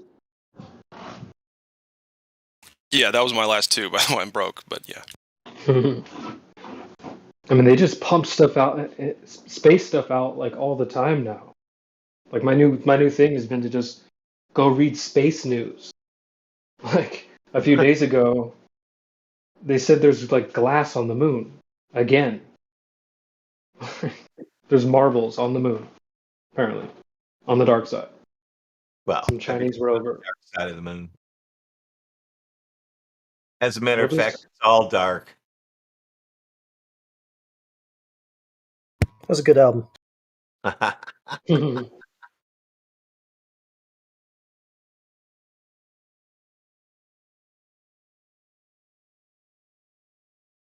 All their albums are good. So are Roger Waters. So are David Gilmour's. I kind of checked out after the final cut, not gonna lie. That's all right. You gotta really be,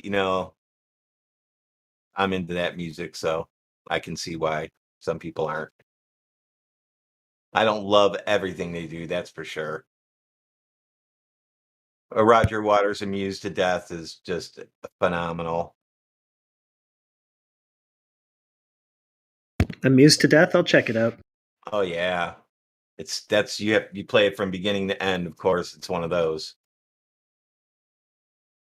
It's weird because like Pink Floyd without Roger Waters just wasn't the same, and Roger Waters without Pink Floyd wasn't the same for me either. Well, then you need to hear Amused to Death because you'll be like, holy crap. All right, I'm going to go check it out. Yep. I think my favorite Pink Floyd is probably Animals. I listen to Animals probably at least minimum 1 time a week, believe it or not. I just got done playing Animals like yesterday on my drums. It's too good. I've been playing it on bass too lately, but I play drums, so I mean I play it exactly the way it is on the album. Which band? Oh, okay, yeah, sorry. I just came back to the combo. Pardon me, excuse me. It's all right. But I've been playing music for a long time, so. Same here. Used to do Dogs at open mics and stuff a lot acoustically. Oh, I love that song.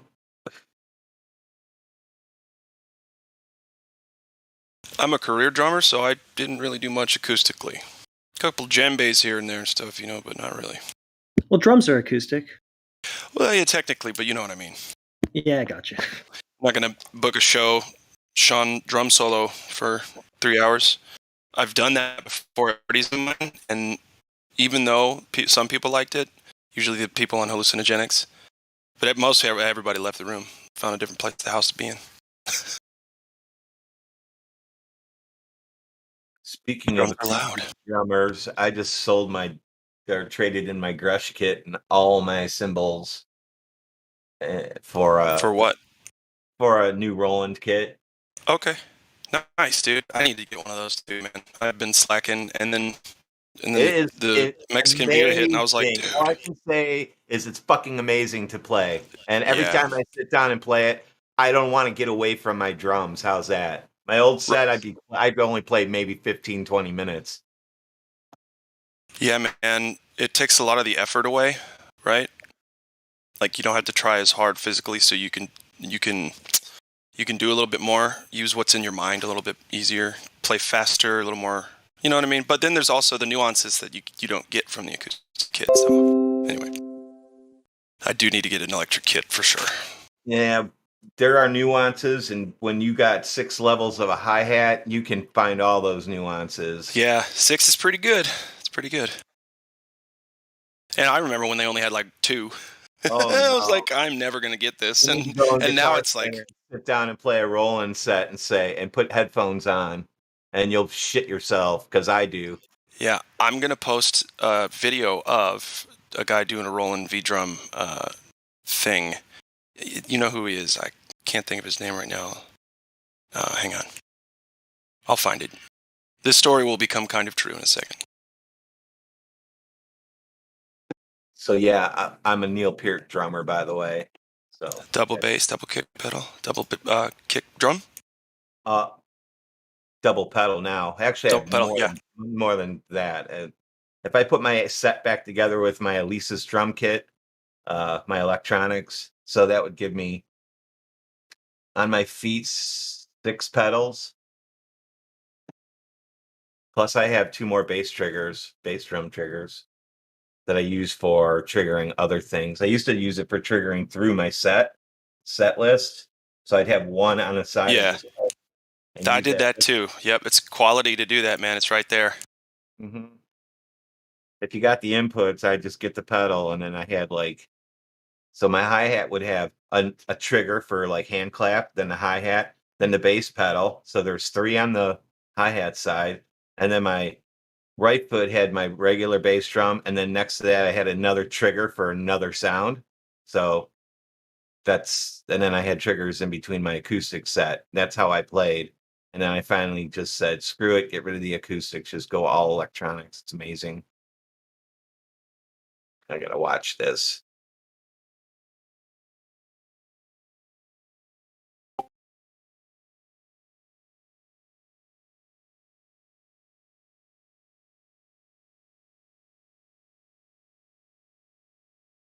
He talks for like the first 2.5 minutes, and then he starts practicing with a metronome.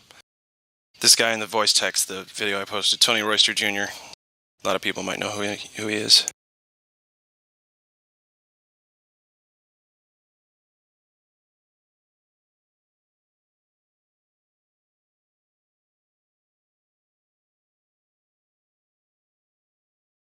And this is back in 2013.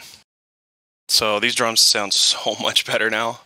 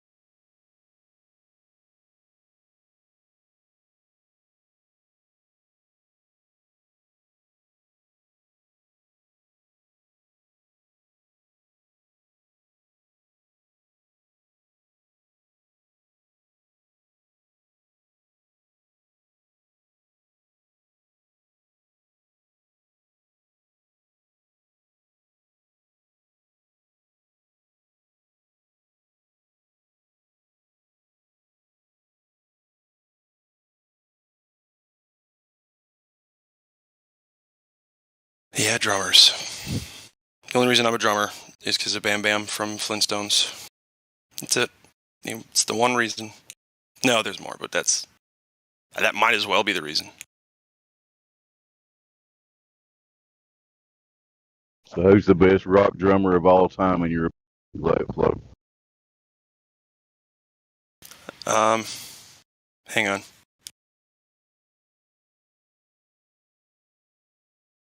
Not John Dave Bonham. Grohl. It's John Bonham, Led Zeppelin drummer.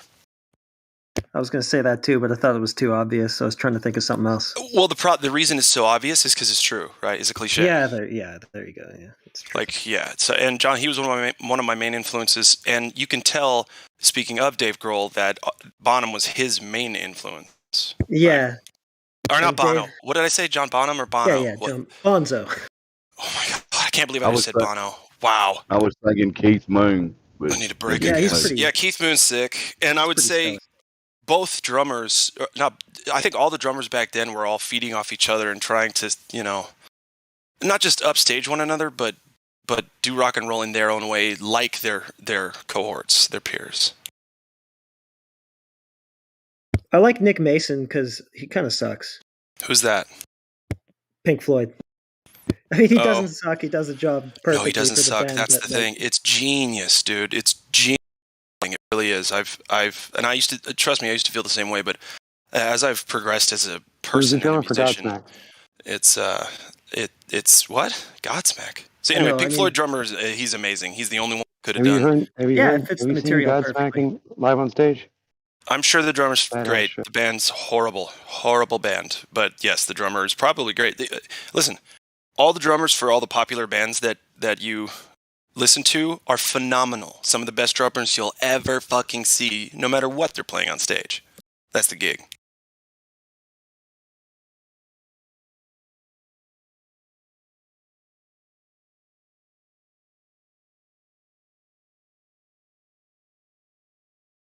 Yeah, Tool's drummer motivated me. Yes, you're right, Ghost. Yeah.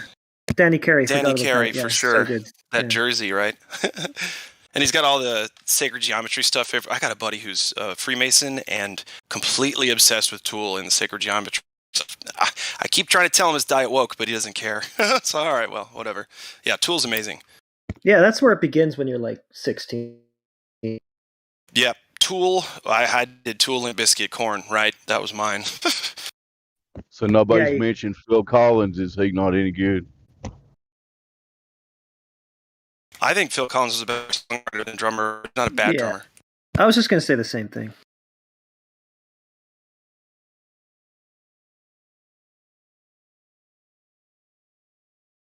And if we're going to do drummers real quick, I have to shout out the Deftones drummer, Abe Cunningham. Just if you want to hear tight grooves, real creative, tight, snapping grooves, listen to some old Deftones. Actually, the new stuff's good too, but anyway. What about Mudvayne? Mudvayne, oh, they're really good. I think they were almost too good of musicians for the mainstream because they could write a song in like 15/3 time and whatever that is. You know what I mean? Like they were so mathematical. It's called math rock or math metal. All they would do is just try to get the weirdest time signatures, the weirdest note structures, chord structures, whatever. And they'd have fun with that. But yeah, they had some, Dig, that single Dig. They had that for quite some time. Mudvayne. I just heard Dangle Dick when I unmuted myself. Huh?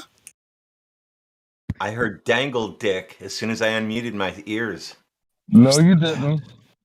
You know who's actually kind of underrated for a rock drummer is Jimmy Chamberlain of Smashing Pumpkins. I think he's great. Yeah, he's underrated for sure. Yep, and Linkin Park's drummer. You got it. Mm-hmm.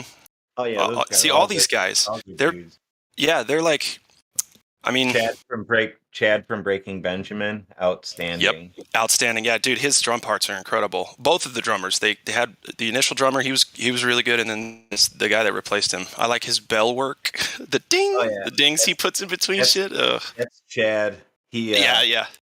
He was in my friend's band over here. He played like that here. How does that prove the globe? Yeah, I know we're off topic. It's a very cool topic, though. Anyway, it only proves flat Earth. That's all we're talking about. Drums are flat. Drums are flat. They're not spheres. You can't have acoustics on a sphere Earth. They'd bounce Even out. steel drums have flat spots in them. So don't tell me drums aren't flat. I used to play a steel drum back in music in college. Just slopping a bass. Marimba too. Marimba's fun. And timbales. Those are some of my favorites. Oh, timbales are okay. They're fun. Yeah. Yep. We had to. It was required in jazz band in high school, symphonic and jazz band, to play a timbale part. I was too cool for all that stuff in school. So. Oh yeah. Yeah. Yeah, you probably were. Probably were, man. There's a lot of musicians that didn't do the band thing because they thought it was dorky. Yeah, they tossed me out of band class a couple times.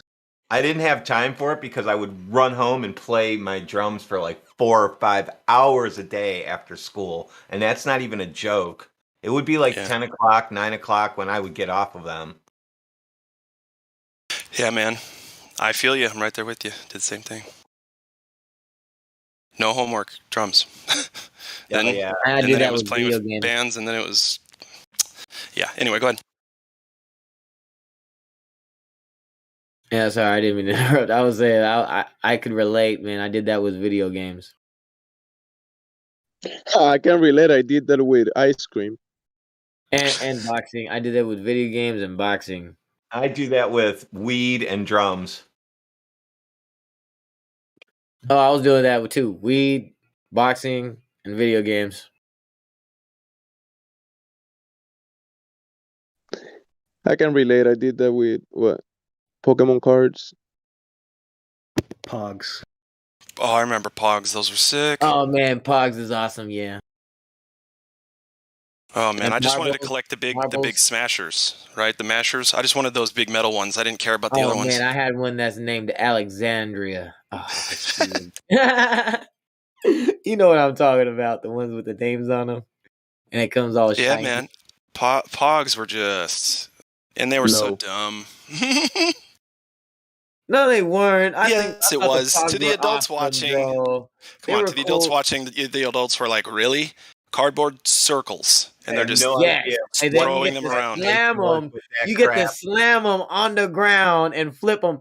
You know that game? Yeah. Man. Oh my! Really? You just throw them on the ground and they flip over? Yeah, dude. Have you played Squid Games? Right. Or you know that show or that show Squid Games on Netflix? Yeah. He introduced himself like with a black not black. What the fuck? With the blue and red fucking square. Yeah. Yeah, it's like the same thing.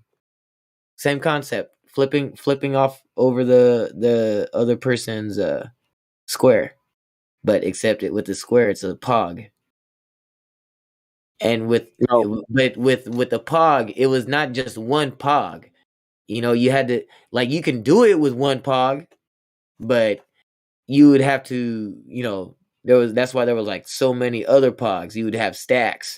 Oh, I'll do 5 of these, and you slam it with your slammer, and whoever flips the most can take those. And so that's how it went. And I'll put 10 down. You put 10, I'll put 10. And they'll be like, man, you know for a fact that if you were to slam 20 fucking pogs all at once when you have a slammer, and you got an advantage, right?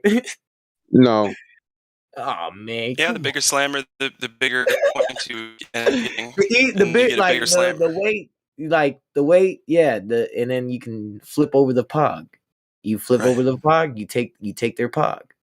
But in some of the times you would have to focus on not breaking the pog with your huge fucking slammer. Right. Oh man. Because if you did, then you have to throw the pog away. Well, exactly. Especially if it's a pog that you want. You want to take it, and you're like, exactly. Oh, man. And then you just fucking ruin it.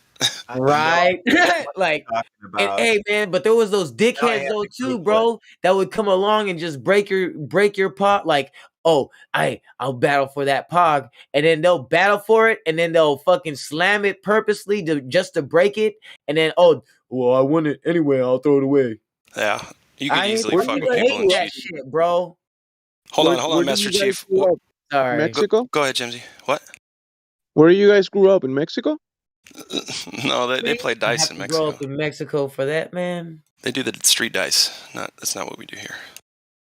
No. Also, we were like 12. Radwin, what did you say?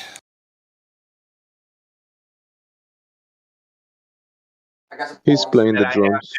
I had to Google. I had to go to YouTube and see what the hell's pogs are. Yeah, aren't they dumb? They're not dumb. Shut up, Glaflo. They were awesome. Jebsy, what'd you say? Isn't Pug like a video game or something? No, Pogs were a physical game made out of small circular flat discs, like hundreds, thousands of them, and they were holographic. And the game was, hold on. The game was, you take a big metal slammer, which is the same size but thicker and made of metal, and you kind of press it and slam it down on the side of these cardboard pieces. They're called Pogs. However many flip over after you've slammed on top of them with the big metal thing, you get to keep those, and so on and so forth.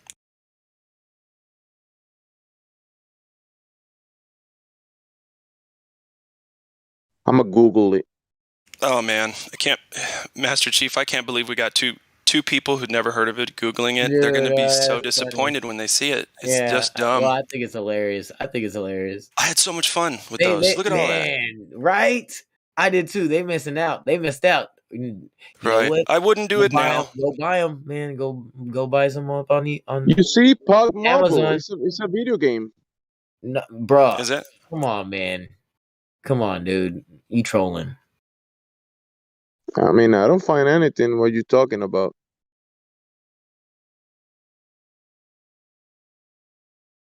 You should send him a link, Glaflo. Well, hold on. I'm watching the one y'all posted. Who posted that? God, I can't believe we're talking about Pogs. We have to change it back to the subject, please. Yeah, you get to put Pogs down on a flat surface. Dude, a Pog. Right? I have the oldie we should bring back. Okay? I want to bring back lawn darts. Which you get to throw at a flat surface, right? You throw it at a horizontal one. Ruined that one. What's that? Let's just understand it's still a surface that's flat. Ruined the lawn dart. Remember Whitey, that scary guy? Yeah. I don't know. Yeah, with the one with the movie with Jim Carrey. Oh, that one. Milky. No, Whitey was the neighborhood gangster guy. No, I thought it was Milky. Oh, well, I thought he was talking about that movie with Fun with Dick and Jane. Or no, Myself, and I. Me, Myself, and Irene. Yeah. Me, Myself, and with Jim Carrey. It's hilarious. There you go. Right, yeah. And he was named Milky or Whitey. Milky. But yeah, anyway, Milky, stop saying that. He had the lawn darts. Yeah, and he fucking threw that shit at that one gangster right in the back. Yeah, lawn darts. I mean, yeah, man, don't not safe, bro. So we used to stand. We'd put one ring in the front yard and one ring in the backyard, and one person would stand in the front and one in the back, and then you would just launch them over the house and see how close you could get. So you would be watching these darts come. So it was more of an interactive spectator sport because you didn't want to really get one of those stuck in your eye or in the top of your head. Yeah, especially look at the dull, blunt tips on those guys. If that had to go inside of you, it would get infected immediately. Yeah, we would sharpen them right on the concrete. Pugs. Yeah, Pugs. Oh, Red, now when you were doing that lawn dart, when you're doing that lawn dart game, hope the dog wasn't playing in the yard. Sorry, go ahead. It's like schoolyard gambling. Yep. Yeah. Teach your children how to gamble. Pugs. You know what really helped prepare kids for the world and they took it away? Dodgeball.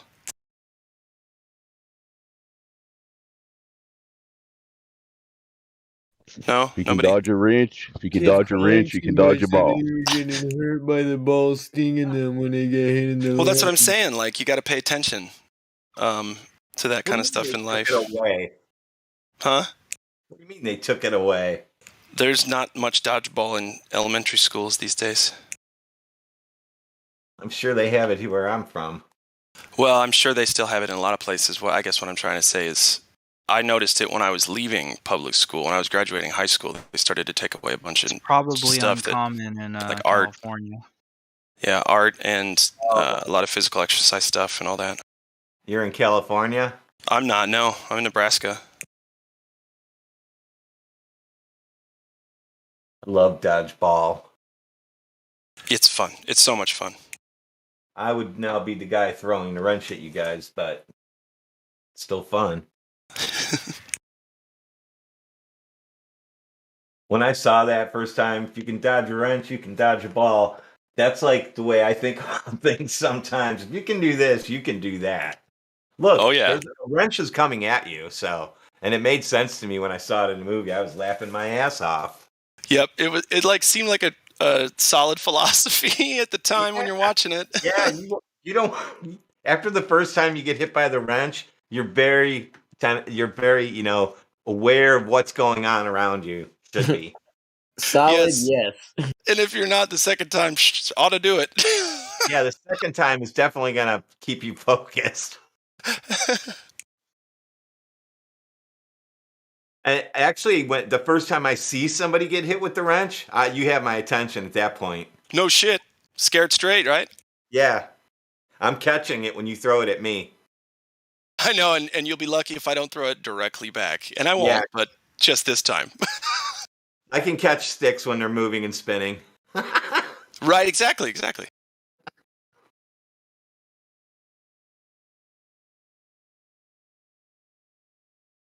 I'm not sure I'd stick around if someone threw a wrench at me.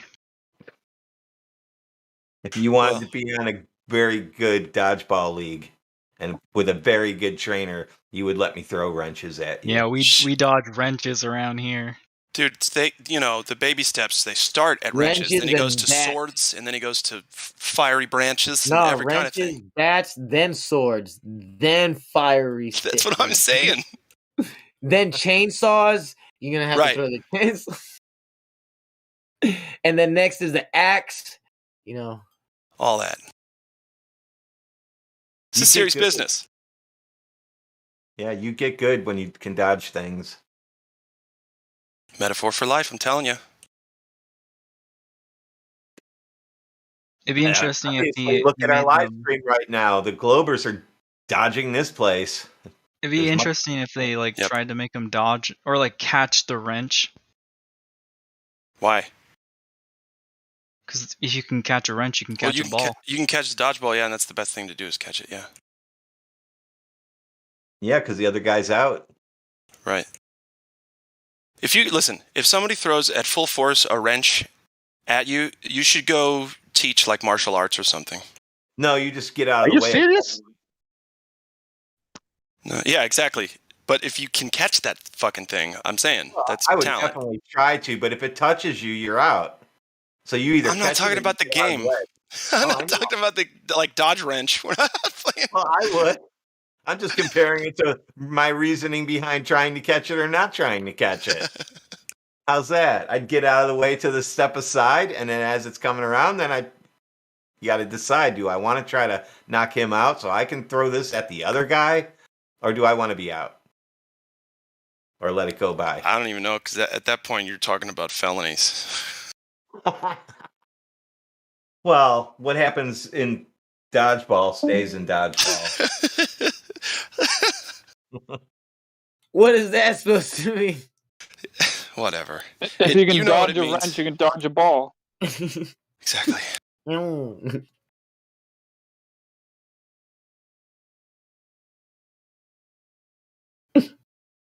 If you can catch a wrench. We just talked about that. You could start a martial arts school. That's what I said. I know. If you can catch the sword, for sure, start it. I mean, like, you need to. That needs to be bread and butter right now.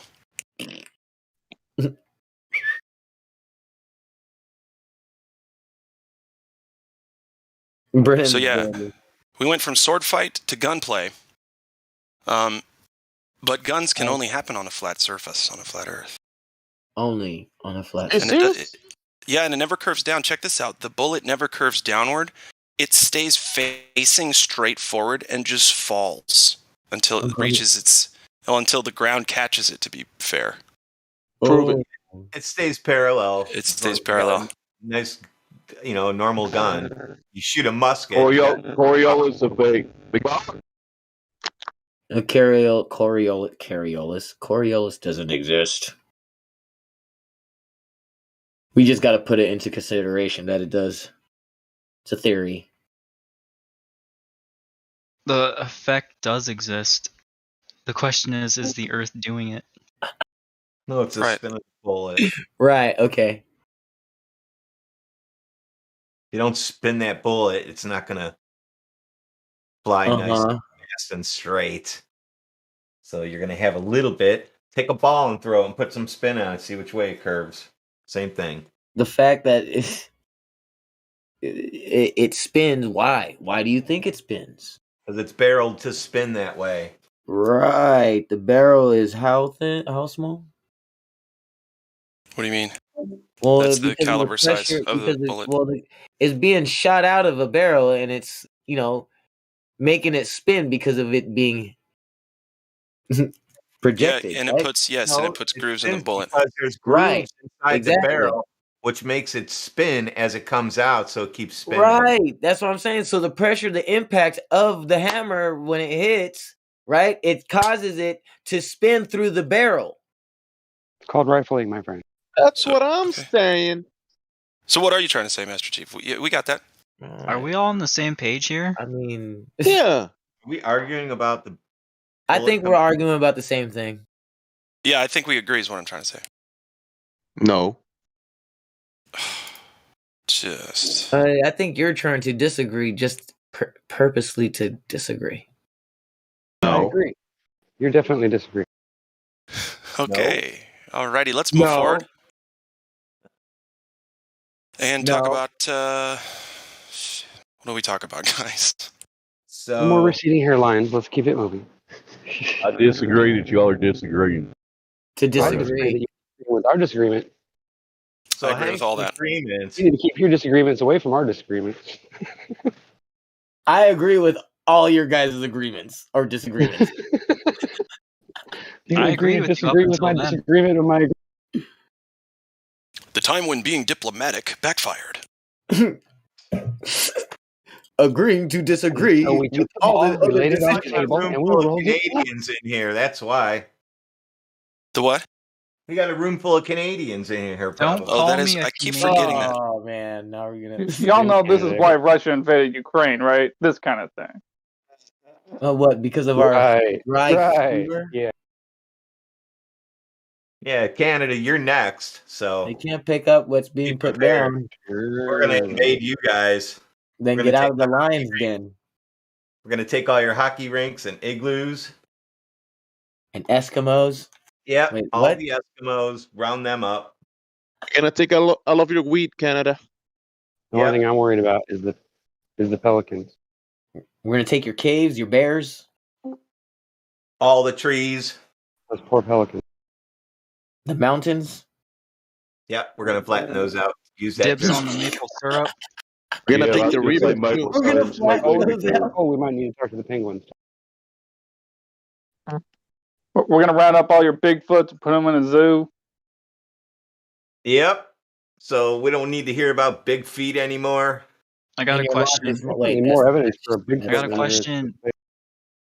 No. Please let me ask my question. No. Does it have to regard Bigfoot? No. Then maybe that's your answer. Okay, go ahead. Keep it on topic. It has to be about Bigfoot. How big? How big are your feet? How big are his toes? Are we talking about your wife or? Hey. Not my wife anymore. Let's keep it civil here. Let's keep it civil. Oh, that's right. I'm sorry. Let's talk about flat Earth. How big? What is Canada flat? Earth. I've never been there. Yeah, it's got a really long highway that goes through. You ever heard of the Great Plains of Canada? Nope. There's plains in Canada? No.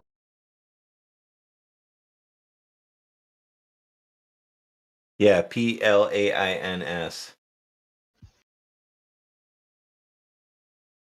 Oh, airplanes. Yeah. In the night sky. I thought it was all frozen up there in Canada. Well, that's what I heard. I mean. Yeah, as soon as you cross the border, it's just snowing in Canada. Wait, it starts snowing when you get to Oregon.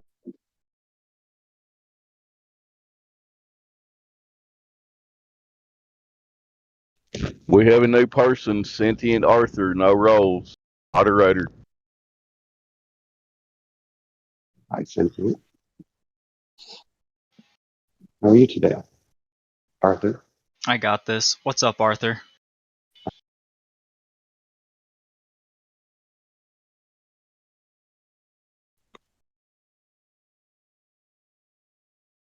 Arthur, you have your mic. Oh, you have your phone, and your phone has your mic.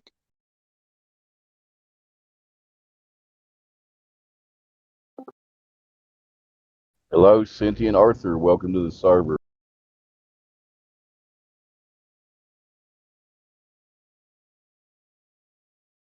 Is he able to unmute himself? He doesn't have the... He's been unmuted.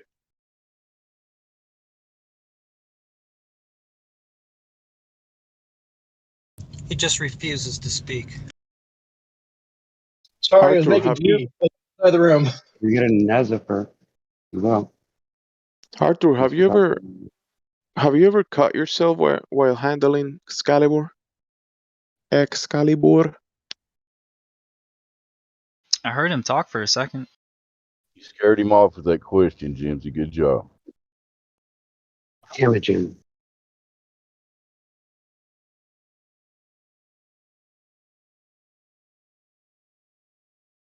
I didn't think it was a Force War, bro. He's gone. He gone. Sorry. Who's gone? Arthur. Maybe he didn't prefer the middle approach. I don't know. He didn't like your guys' line of questioning. He was wanting to talk about Bigfoot, and then we tried to change it to flat Earth. It's your fault. Yeah, it's my fault. I wanted to know if Canada was flat or not. I don't know. I just heard that. I don't know. I might be wrong. Yeah, you are.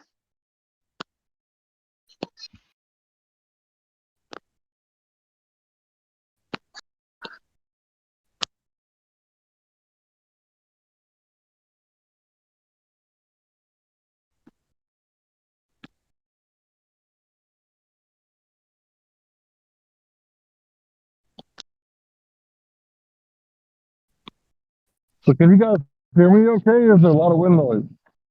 No, we cannot hear you, Hank. Very muffled, sir, Hank Hill. You're muffled. What's on your mind, Hank?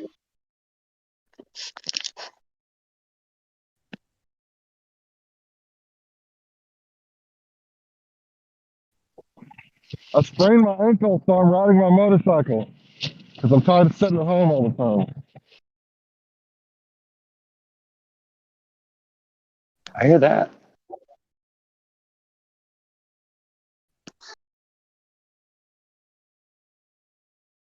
Thanks for sharing. Hope you get better. So you had a motorcycle crash, and all you did was sprain your ankle. You're pretty lucky. Bro, no, you misunderstood. I said that I sprained my ankle at work, and I'm tired of sitting at home. That's what I heard. So you're tired or fired sitting at home? Hi.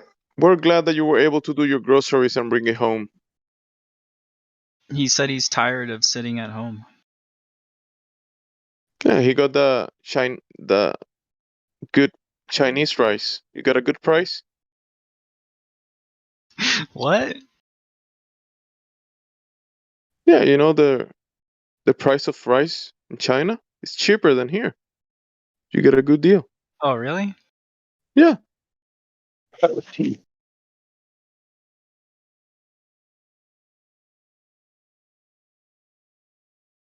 We've been joined by Man Bro Dude Guy.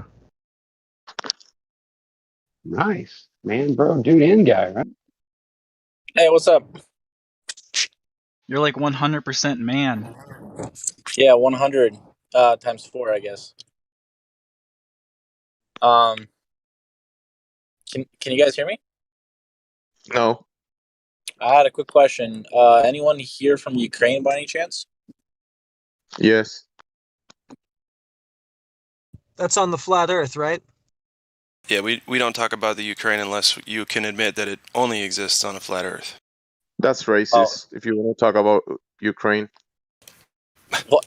All right. Well, aside from the trolls, yes. I mean, I've been on this server since 1.0. Cool. It's not as active nowadays. But yeah, I was just curious. Thought I don't know if you guys would chime in. We don't chime in on the live stream anymore about stuff like that, but there's, I mean, all the other chill out places around the server we do. We can, you know. Gotcha. All right. Don't mind me then. No worries, brother.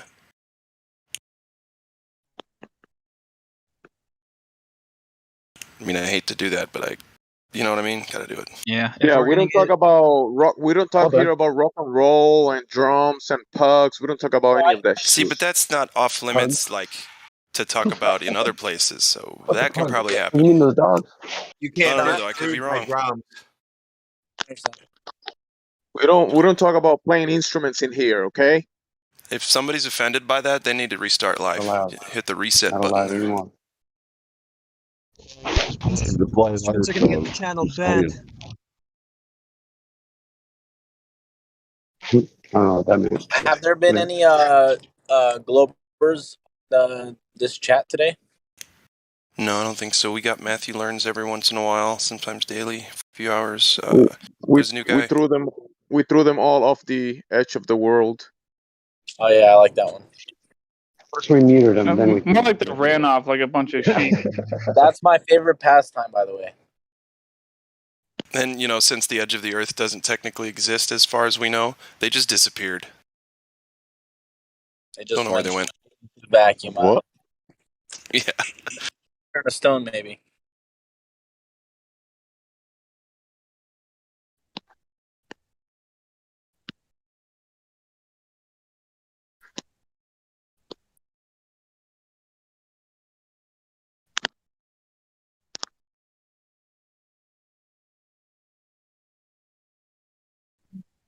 Who's typing? Every once in a while we get Glowbird too. You know, genuine wanting to come in and ask questions. Sometimes half to troll, half not. Sometimes fully troll. Sometimes they just want to, you know, they're curious. And they just want to listen. So, all of that happens. Someone learns something every time they come in. So, and it's always a good conversation. Nowadays, it's really starting to even out. And Yeah, Matthew usually doesn't learn anything, but yeah, everybody else seems to. But Matthew's essential because he admits when he's defeated in an argument. He admits that all of his stuff is a belief. You can't physically demonstrate all of the globe stuff he believes. He says that. So I don't think it's more good than bad, but I do definitely hear what you're saying. He is lying the whole fucking time when he defends the globe. Yeah, I want to say the other day. That's good. I mean, I remember. Well, he's defending belief. There's nothing wrong with having a belief, right? I just wanted to say that, yeah, when Matthew comes on here, sometimes he says shit that triggers people, but that's what the globe argument is. And it's his job to come in here and argue it. I don't know if he's getting paid for it or not. I mean, it used to be a lot worse. I was just curious reference because, I mean, I had a lot of trolls on both sides. People Right. arguments for no reason. He admits that it's begging the question, basically.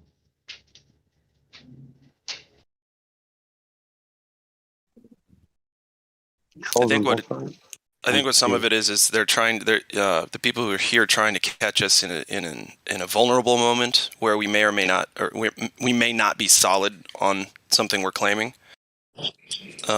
That's I think why a lot of those guys linger. They want to debate. They learn how to debate in school, so they want to apply it regardless of the subject. Sometimes. Yeah. They had a good teacher, but a bad teacher at the same time. He taught them how to debate, but not properly. They can teach you how to debate, but it doesn't matter if it's just theoretical nonsense, right? I don't see where they're going to take the argument, though, that's going to help them overcome the missing Earth curvature. Right, but if they can just catch you in a clause, they're just going to debate you around whatever you weren't so confident about, and then they'll just laugh the whole time and create that narrative. So, but yeah, you're right. If you let them drag you into the weeds, yeah. I tend to think there's more of a psychological, deep-seated weirdness about some people that just troll. Because I've never really felt it necessary to go and troll another, like a globe believing site, or go to NASA and start harassing them. I'll make comments once in a while if it happens to be on a video, but I don't like going there and attacking their live stream. I could care less. Let them believe what they want to do. I don't care. I'm glad you have fun with that. I don't know. It seems to me like I'd always just be arguing and fighting with people if I did that. I don't know. Maybe I'm wrong. What do y'all know about this Mick Toons fellow? Who are you asking? It's Looney Tunes. McClown, you mean?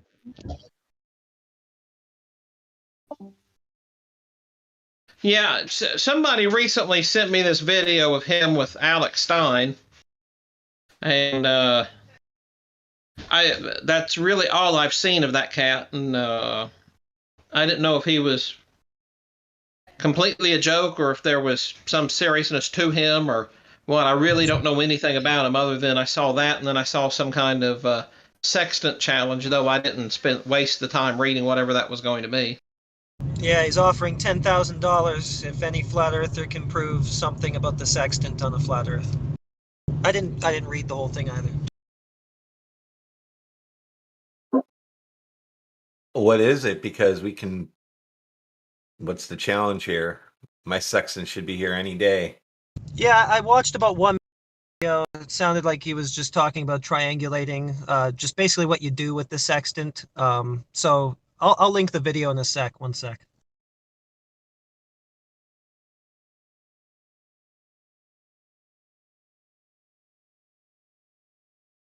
Actually, I can't. I'm in my car. Maybe somebody else can. Whatever he's talking about with the sextant, you can't use it on a globe. I know that. So. Well, let's get $10,000 from McToon. Who wants that McToon cash? Nobody that wants to waste time with that and then have to fight him in court because he's just going to deny it. That's the problem. He's just going to deny whatever. So he said, the one thing that I saw that pulled my attention out of it was he said that you have to use star charts and maps that are designed for a flat Earth and not designed for a globe. So by that definition there, he can claim that every map and every star chart was designed for a globe. Whether it was or not, he can claim it.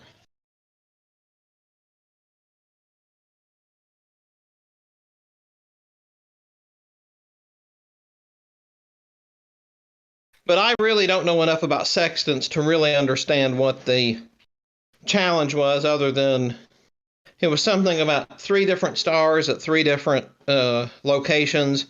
But really, I didn't quite grasp what the fundamentals of that were.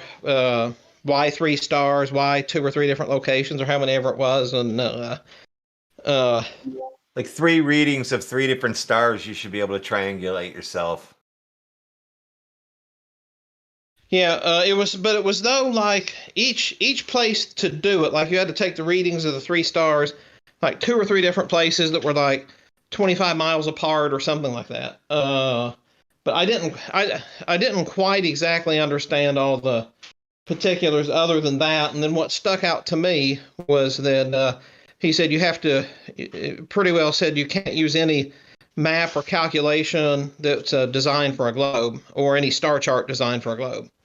So I imagine that's his weasel way out, that no matter what you bring to him, he'll say, oh, nope, you use this chart that was designed for a globe.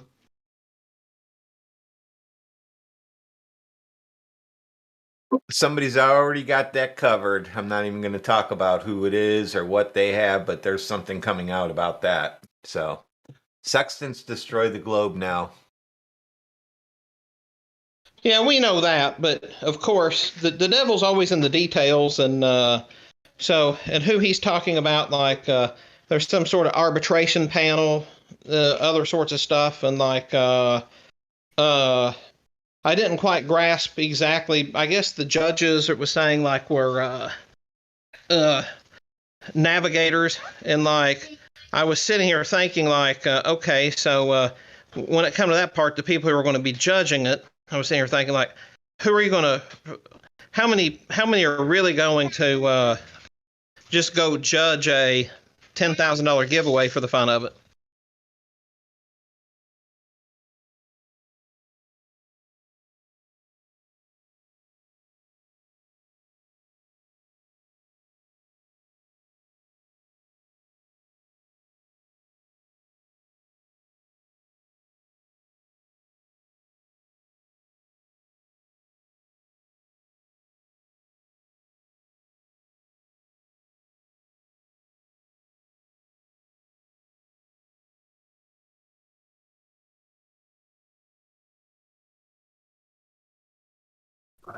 What happened?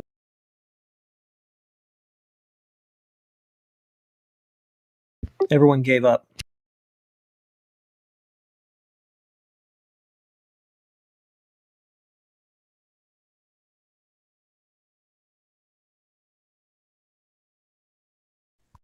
And I'm changing a diaper.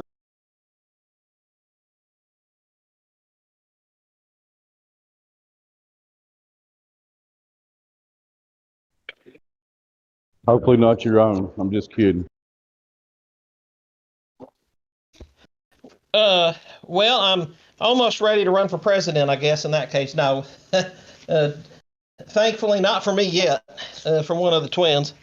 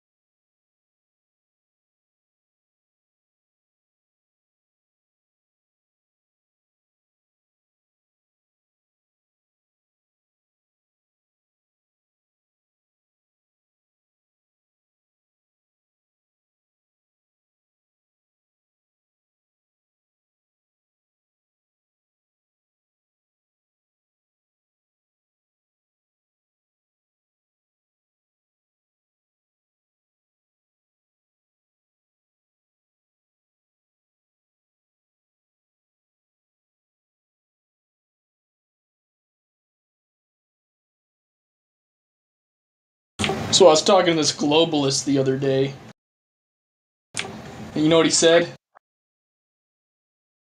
That's right. He said Earth is round. He said the fucking Earth is round, you know that? Like a circle?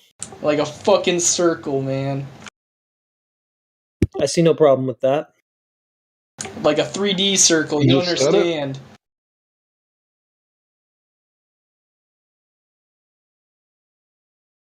It's just not right.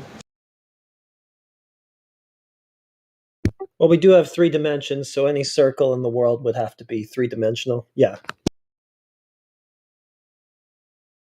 No. Don't have 3 dimensions? A circle is a 2D shape. Is a table a 2D shape? A table's an object. How about a pog? Is that a 2D shape? A pog? Yeah, pog. It's a fucking object. It's not a shape. It has a circle shape, right? Colloquially, you can call it a circle, but really, it's more like a cylinder. A cylinder? That's a whole other thing. Yeah, like two circles above each other with straight walls connecting them. Yeah. Oh, yeah, I guess it is kind of a cylinder.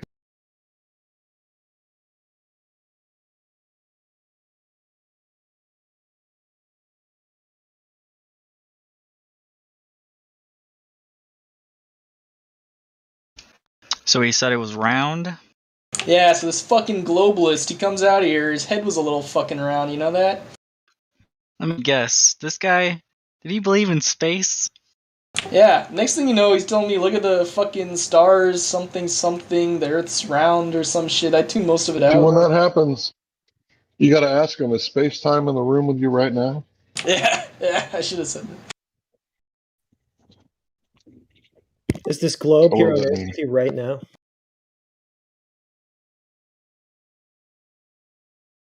But he just said it was round, so like round like a table? Yeah, that's what I should have said. I mean, that's just not right, Cliff. Hey man, some people just don't fucking get it. Like, Flat Earth's been around for centuries and people still don't get it. You know?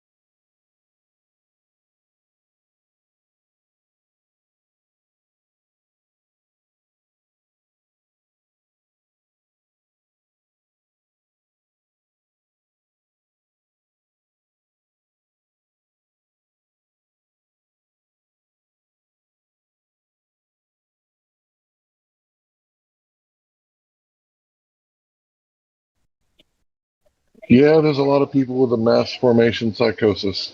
Unfortunately, we're just going to have to deal with this witch hunt. Yeah.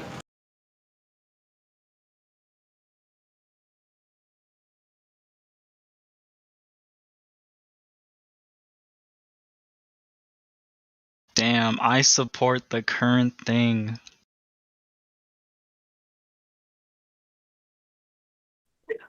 You talking about Let's Go Brandon? I don't know. I don't know what that is.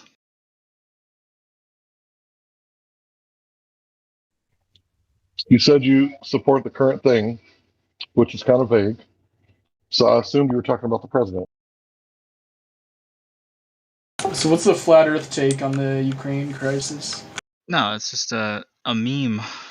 A meme refraction posted.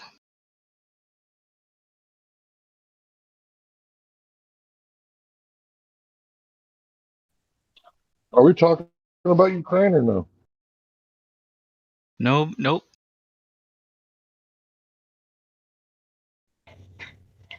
Yeah, we don't want any false news getting out there. Go watch CNN.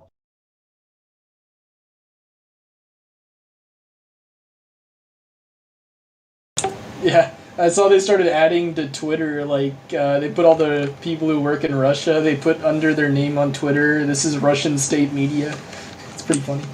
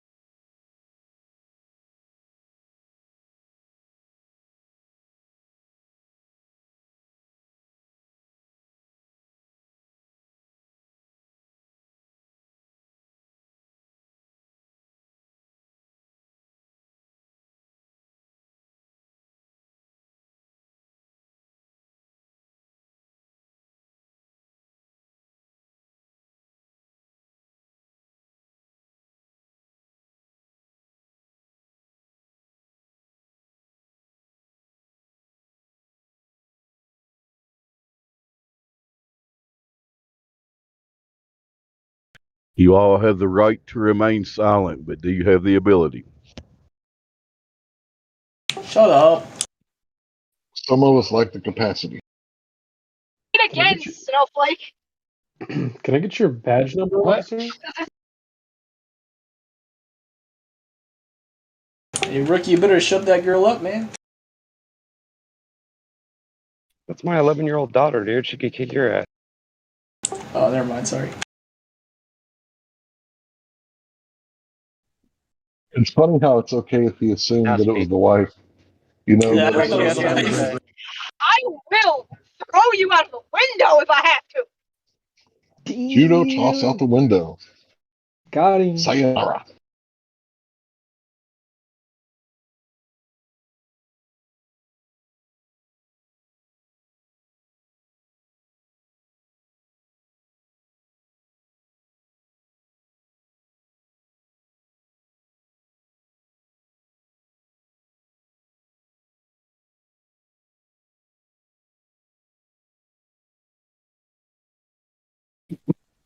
She's mean. She is, trust me. You Mr. She says she got that from me. I don't know where she gets that. And I did. I'm not mean, am I? I'm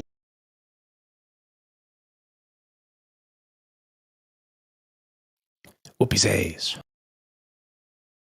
The argument I keep getting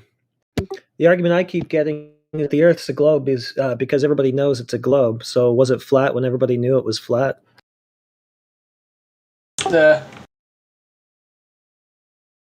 Actually, yes. It was. But not based on that logic. Was it flat because everybody knew it?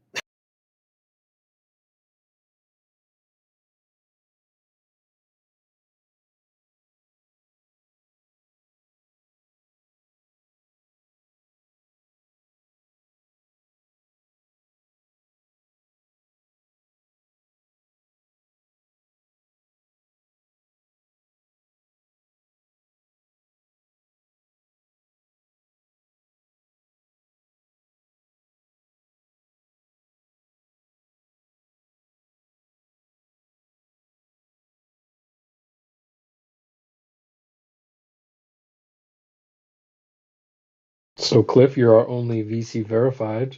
What brings you around today? I was talking to this fucking Glober on Omegle, and yeah, he just wouldn't fucking come up with an argument. He just kept saying it's a fucking sphere. You know, it's a little heated. Thought I'd blow off some steam, and I'm procrastinating from doing homework. So Yeah, classic Glober move there.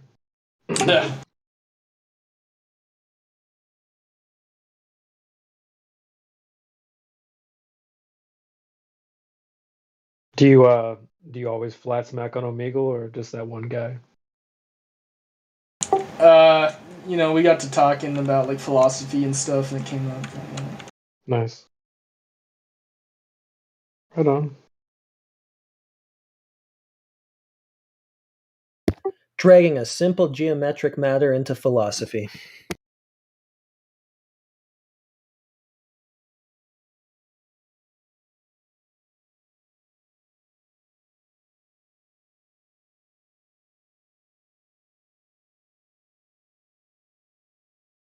Yeah, I dig the SpongeBob PFP.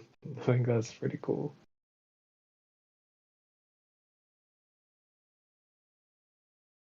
So how did you approach the topic, Cliff?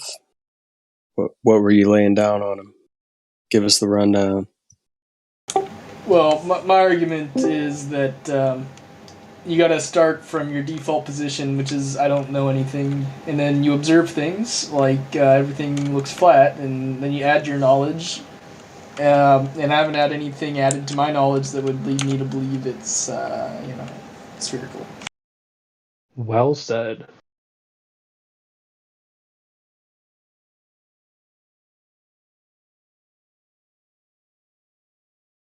I think a lot of them skip to saying they have knowledge, but aren't able to actually present this knowledge. Well, they have so much that they just don't know where to start presenting. It is something they would say.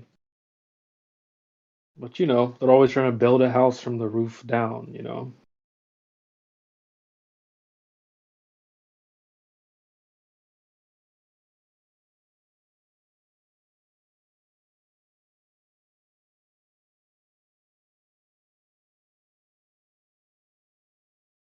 You don't start with the shingles first? Yeah, we already Yeah, I heard that you just float the shingles in water and then you just build the house downwards as you go. And you just when you get to the bottom, it just suddenly attaches. Or like a prefab house, you can just move the whole fucking thing there with a helicopter, you know? Yeah, but that house was still built on a foundation. You know what I mean? Yeah. They're literally they they literally do want to start with the shingles. Like no joke. I just ruined my whole argument. Damn it.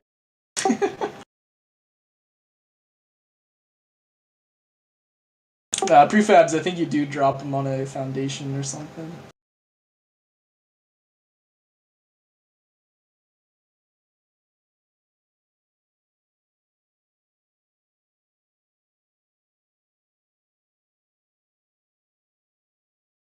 Just working backwards from assumptions. I like what you said though. Start with I don't know stuff, then make observations, and then add knowledge.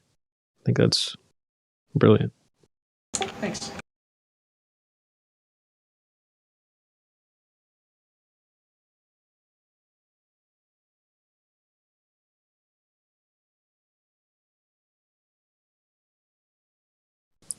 See, we're joined by another VC verified. Oh, Louis Bray.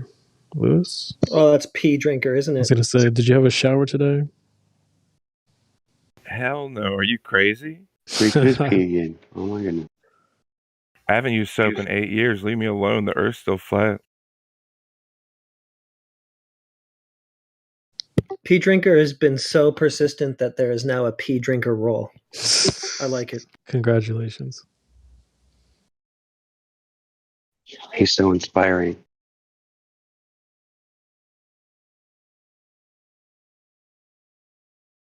He's in a class all of his own.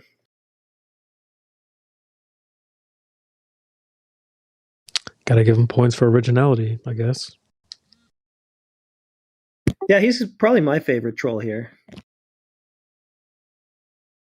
I don't know about the other guys. They keep banning him, but Dude, I'm not a troll. I know the truth. Lay it on me. Careful what you ask for. I don't know if you're ready for it, Cliff. Yeah. It's time to unleash the pee drinker on Cliff. Oh man. It's too early in the morning to deal with you people. I like Pete. What do you mean you Where you people? been? I've been up for a long time. I like Lewis. Lewis is a good dude. What do you mean, you people? Hello. Yeah, who said that?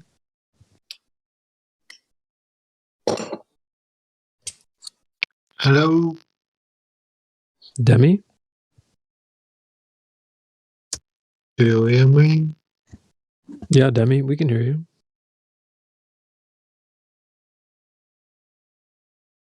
Hello from France. Bonjour. Bonjour.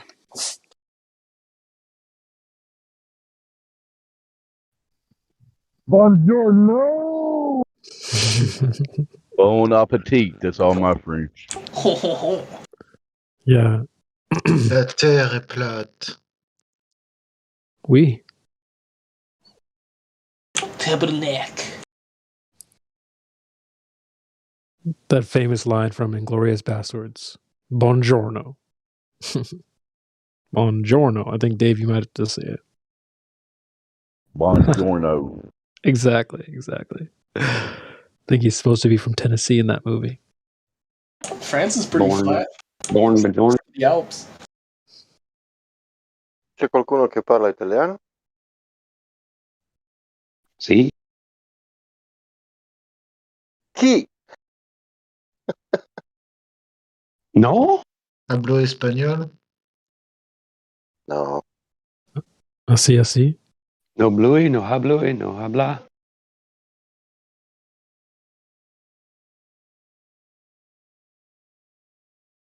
La tierra es plana. I speak English. Quiero plata. La terra è piatta. Latina. Someone say, are you speaking Earth? Say that again, Hank. Did someone say, are you speaking Irish?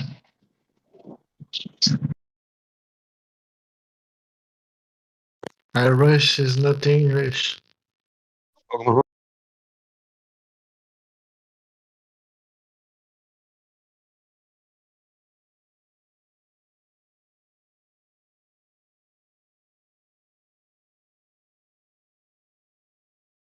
Can you prove globe on Irish? Potatoes are curved.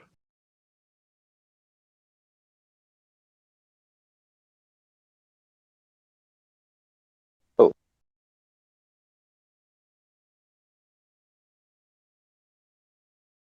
You know, potato's not a perfect sphere, so. Yeah, potatoes are like fucked up. They're not even ovals. Like, what are they? Shit. Mm. I think they're potatoes. They're oblate. Yeah. Like oblate They're an spheroid. oblate spheroid. A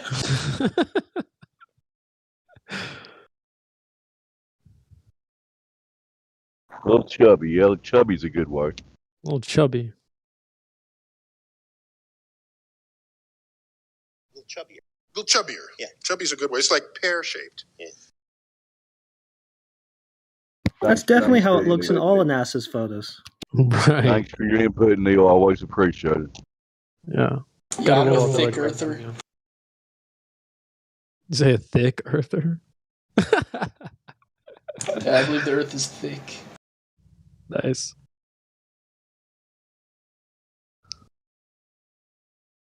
Hey, where do you think it gets all the curves from?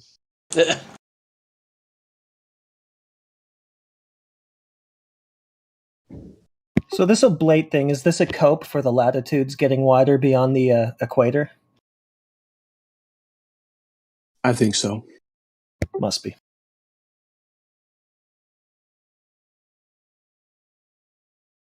But never seen in a live stream.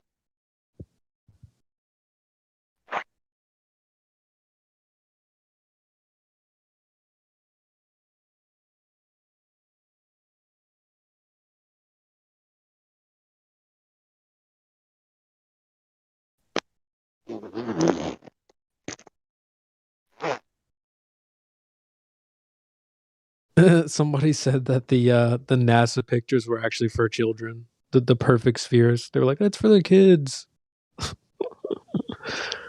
Wow. Because why do they show perfect spheres? So why was it a perfect sphere on everybody's iPhone? Great question. Why would they ever come out and say, well, no, it's pear-shaped? What about Darkonia?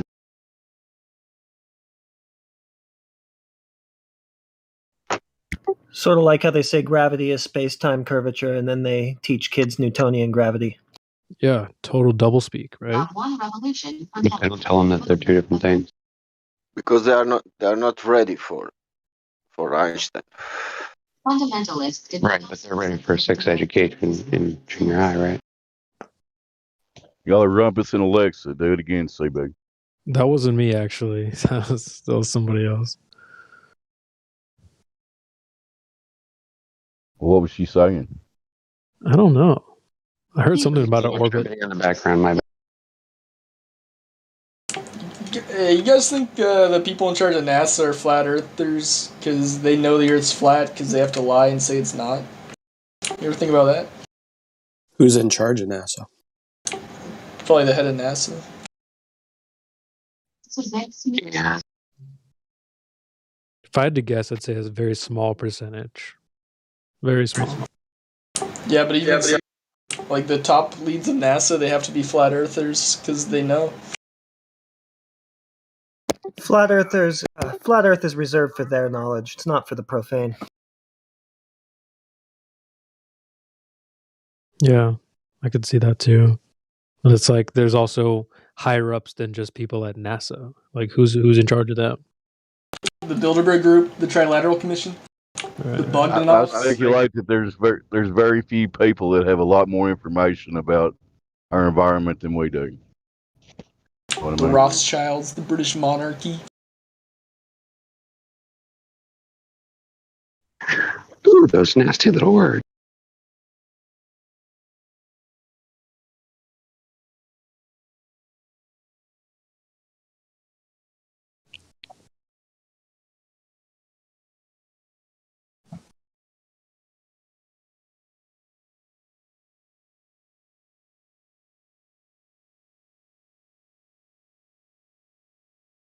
All right, everybody needs to liven up a little bit.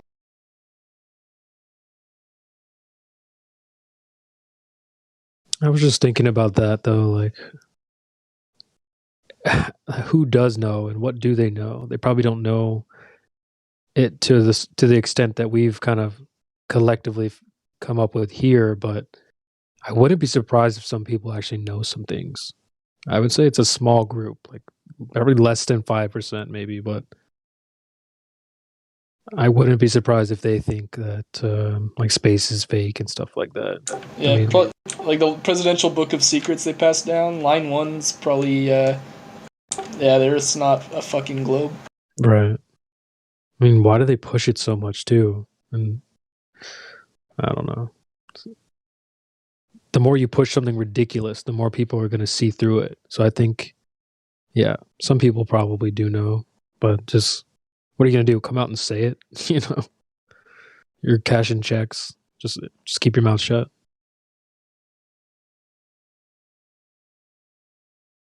Yeah, I mean, I would fucking lie about the Earth for like millions of dollars any day. Yeah, people do say that. I mean, it's hard to say that you wouldn't, right? But I don't know. Oh yeah, lies will burn you up, man. The way I see it. I don't even like small lies, like little stupid lies. They bother me, you know.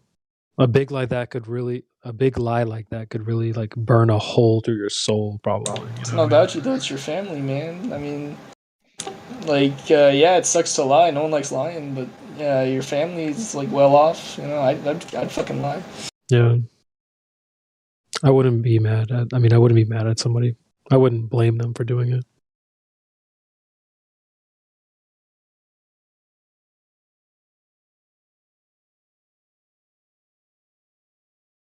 That's why it's silly when they're always like, well, how come someone doesn't just come out and say it? Well, go ahead, Rookie. What did you say? I think I missed what you said. I thought you said something. Sorry. I didn't hear the... Well, I was just going to say that, like a lot of people will come in and say, well, how come nobody, you know, blows the whistle or whatever? It's like, you probably wouldn't if that were you, you know? Yeah. Oh, yeah, I know what you mean. Oh, okay, I see what you're saying. All right. Yeah, imagine if someone did, they would come out. I was like, wait a minute, what did you say? I was going to say, wait a minute. But no, all right, I got you. There's a lot of people that do come out and let you know the truth. The problem is it's hidden in plain sight and most people don't notice it. Well said. Well said. I do wonder if they put like subtle hints and stuff out there as well. I mean, I think I screen grabbed a good, they said something about like they found a can on Mars or something like that, dude. It's like, I wonder if they actually are putting little like clues out there as well to sort of wake people up even more. Yeah, it's kind of like if they make it absurd enough and you still believe it, that's on you. You deserve the misinformation, I think is kind of their mentality. Absolutely. Yeah.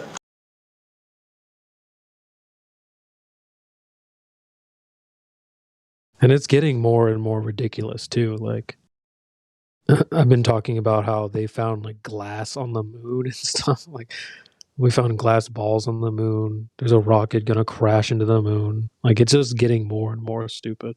Yeah. They did. Like when Elon Musk put the car in space, I'm like, okay, how does anyone still believe this shit? That was a tipping point for me. Elon doesn't even believe this crap. No way. We know it's real because it looks so fake. I mean, come on, what do you say to that? You say, oh, wow, okay. Let's go on and keep funding it. No problem. He says things like that so he can justify taking millions and millions of dollars from the taxpayer. Because if he tells you shit like that and you still think that what he's doing is legitimate, he has no concerns taking your money. CB, that photo killing. What? What'd you say about the photo? That photo's killing. That is some, like, what the fuck is that? It looks like There's so many articles. This just came out like 2 days ago. There was tons of articles about it. Maybe, just maybe, they weren't on Mars. Just so, crazy. Where are you from, comrade? I'm from Croatia. Dragon Balls. How many were there?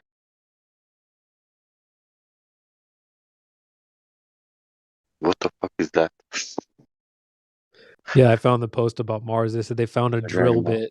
They found a drill bit on Mars. Like, come on, First they man. did. You mean in the desert? Right. They're like, oops, oh, look what we found. Well, what are they going to do now that they've got it on video, right? They're just going to cover it up? Well, maybe not, but you never know with that. It looks like Well, a now they piece. have- It looks like a piece of the drill bit that Mel Gibson was using, or who was the guy in Armageddon? It was Yeah. Bruce Willis. Bruce Willis, yeah. Yeah. Must have So y'all are exploded and disputing- hit Mars. Oh, yeah, when they were drilling to the core of that rock that was that asteroid or whatever. Yeah, I know what you're talking about. Y'all are disputing that we have Johnny Five Deep on impact, Mars isn't flying that a what it's called? helicopter. Come on, man. Come Johnny on. Five man. is on Mars flying a helicopter as Well, we we speak. thought we'd just, have a fantasy day. We thought we'd have fantasy hour where we all dream that we're still Glovers. Like somebody else was before us there. Yeah, doesn't it seem like they're implying that almost? Like, yeah. Oh, there's a drill bit. Oh, whoa. I like the fact that when you look at the Mars rover and you see that they put zip ties on there. Has anybody ever bought zip ties before? There's no such thing as a good zip tie, right? Even the good ones, you leave them in the sun for a couple of days, and what happens to them, guys? Anybody? They crumble. Yeah, They become powder in a very short period of time in the sun. So what do you think? No atmosphere, direct sunlight. What do you think? I think that within a couple of days they wouldn't survive, much less survive the flight there. Is it cold on Mars? Nothing to do with it. No, what they're saying, is it cold or hot on Mars? Let me look. I'll find I mean, it's not bad. Yeah, I didn't even know you could land there. I thought it was a gas. I thought it was a gas giant until just recently, and then they decided it was a solid planet. Yeah, didn't they? They're saying average temperature on Mars is negative 81 degrees Fahrenheit. Oh, nice. And they are using rover there. Well, the same thing would happen. That's shorts weather. Why we don't if it was that cold? No, I'm serious. Zip ties don't survive in the cold either. I was just going to say that. Every time it gets cold and I'm riding my go-kart, I'm constantly losing those zip ties. They're always falling off when it's really cold or really hot out. Both of those extreme temperatures have that effect on zip ties. That's all I'm trying to say. I did not know this about zip ties. Like, I didn't know they were like that. Like I said, I don't think they've ever made a good zip tie. The only ones that are decent are those big, huge, like thick gauged ones that you can barely see through, but they're like clearish. They're the only ones that are worth the crap. And I make the same stuff that those unbreakable combs are made out of, but they're also very expensive. Yeah.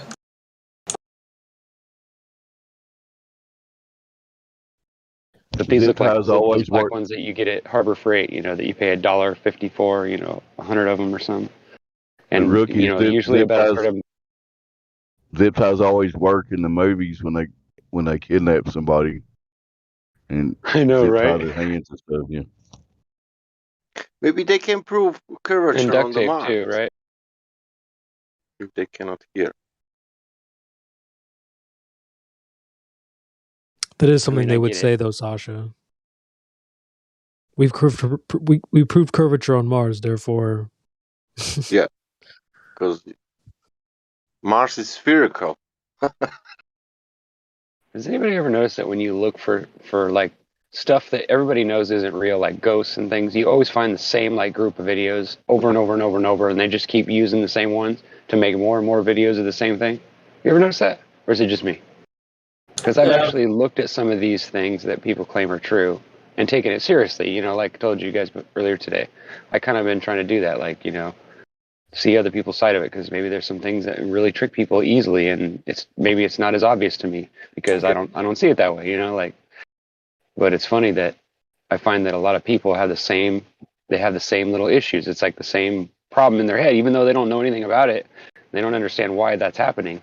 You can see that it's the same kind of reaction in every single person in this group or whatever. Whereas, with us, it seems like we're more likely to admit that we're wrong about something. It takes a little less time. Let's put it that way. All right. Like if you tell me I'm wrong about something that I think and I'm right about, more than likely you're going to get, you're going to get my resistance at first, and then I'm going to go and look into it to make sure that I'm not wrong. Right. I think that's probably what most people would do. Right. But I noticed that there's this group of people that won't do that at all. They're not willing to do that, but yet they argue about it. And it's weird. It's like I'm trying to figure it out. Yeah, same.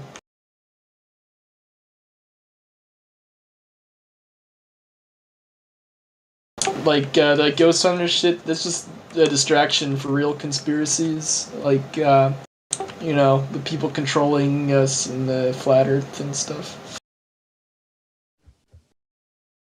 The moon is inhabited with millions of aliens. Mm-hmm. Aliens. Okay.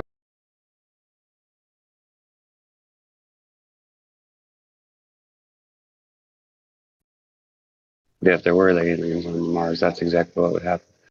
You'd just see a burn spot on the side there, and you'd see them shooting a rocket towards Earth. That's probably what would happen. There was such a thing. Yeah.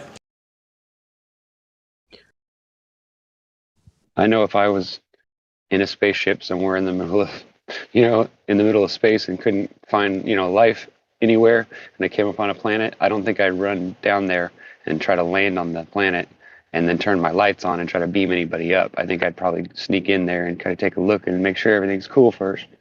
But for some reason, they want us to believe that, yeah, aliens are stupid enough to just come down here and turn all their outside lights on and shoot laser beams at people. That way, no one will notice they're there, right?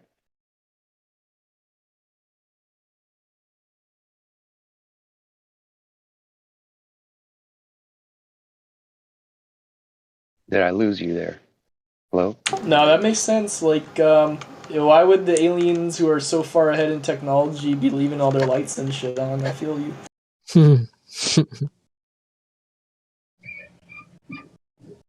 Bro, what is that bulking fucking sausage thing? I don't know. That's the way. I don't know what it is. It's funny, whatever it is, I guess.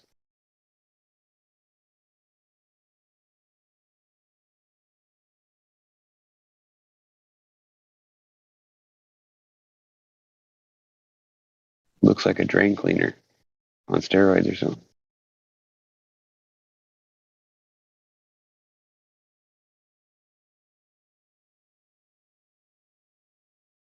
When I was a little kid, that kind of stuff scared me. When I saw like faces on things, it would freak me out all the time. I don't know why. It was one of my weird, those weird things that you're scared of when you're a kid. Like some people are afraid of eggs. Some, like every little kid has this thing that they're afraid of when you show it to them the first time. Cats are super scared of cucumbers. If you put like a cucumber behind a cat, it freaks out. It thinks it's a snake. Yeah, I was gonna say I know cats are afraid of snakes, but I think only cats that usually have been exposed to a snake that are usually afraid, because my cats never responded to it, but I can scare the crap out of them with a string. Have you tried the cucumber? It didn't work. None of my cats, they just look at it like, okay, what's that? They sniff it and they look at it, but they grow in the yard. I grow them in the garden, so I guess they've seen it before, I guess. Yeah. But I have seen plenty of funny cat videos, yes. Obviously, that portion. Dude, that one literally takes flight, yo. I want to know, you know what I want to know is why is it we think it's so cute and cool when they do that, but we don't realize that, like, what it takes for their bodies to actually leap like that. Can you imagine your body leaping like that? Like straight up into the air, like 15 feet. That's what it would be like. Like, imagine that, being able to launch yourself like 30 or 40 feet straight up into the air and then grab a hold of something and just like, you know, like just land on it like it's nothing, you know, like just all nonchalant and all graceful and looking around like, anybody see me? Did you see how great that was? You know, cats are so funny, dude. It's almost like they can read your mind. And they're watching you watch them, and they, you know, they do incredible shit just so they, when you go, damn, I wish I could do that, and the cat goes, ha, see, told you, I'm bad. Yeah, cats are cool. I like cats. Okay. That one doesn't even jump. It literally just takes flight. Yo, dude, that's crazy. Oh my god.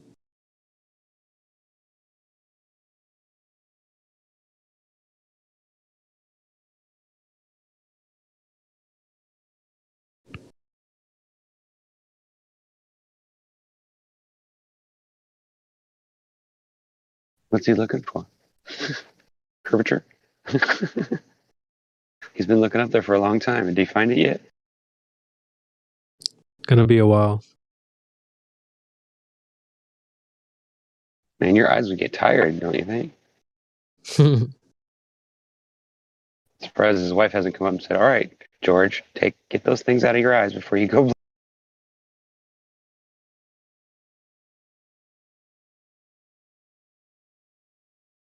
That video right above that little snippet of the guy going by on it, you can totally tell he's on a cable.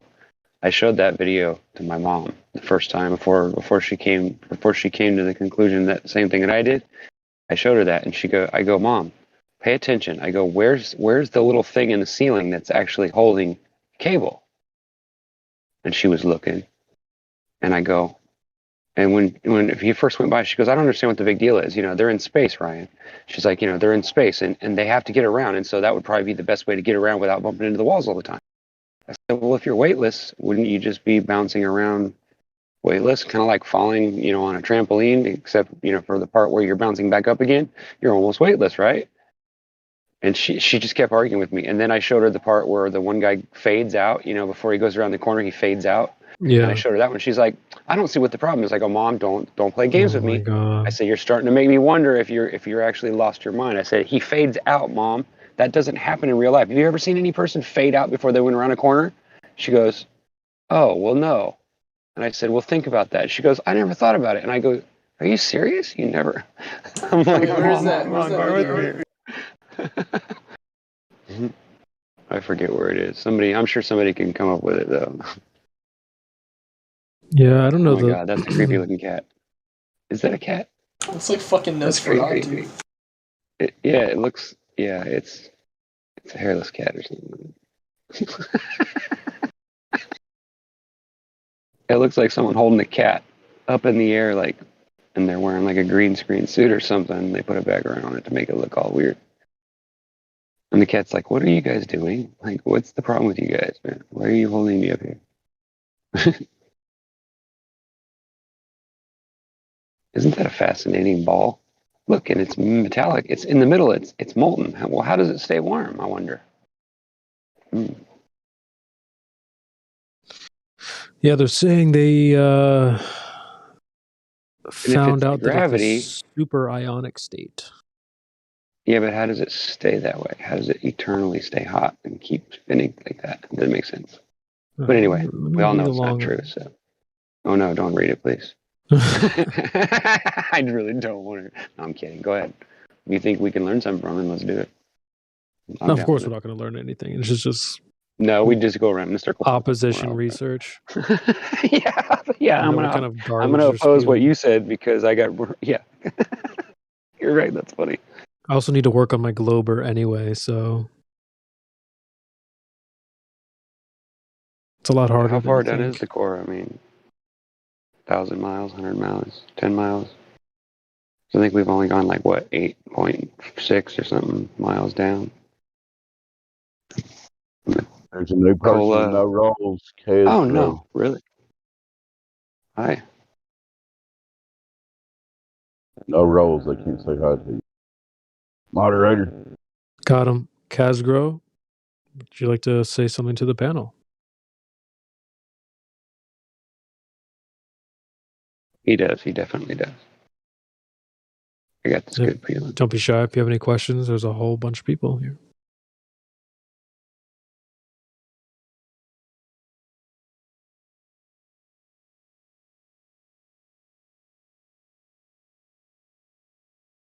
He gone. And he's gone. Maybe he wasn't quite as ready to be a troll yet or something. I don't know. I had my Maybe finger we over just the scared him button. Did you really? You were waiting for the N word? I was literally, that was exactly what I was thinking.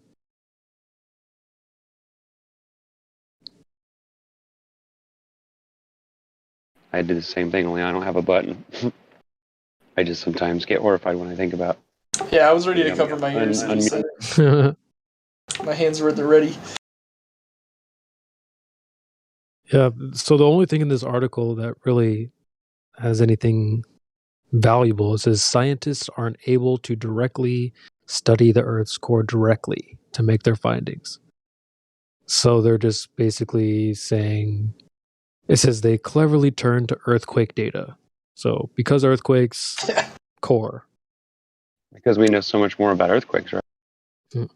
Yeah, you just do math, and eventually the math ends up like, oh, I know what the fucking core of the Earth is. Is there anything in there about earthquake shadows? Because someone told me that earthquake shadows prove the Earth's ball, and I said, "What?" I'm still waiting for that person to come back on the stream. Or, yeah, I was gonna say, I don't know. I didn't even bother looking it up. Like shadow. I don't know. I've never heard of such a term, and I'm not saying that I'm an expert on earthquakes, but I do live in California. Okay, so this is from earthquake.usgs.gov. The shadow zone is the area of the Earth from angular distances of 104 to 140 degrees from a given earthquake that does not receive any direct P waves. So blah, blah, blah. But apparently there are quote-unquote earthquake shadows. Seismic shadows. I'm out of here.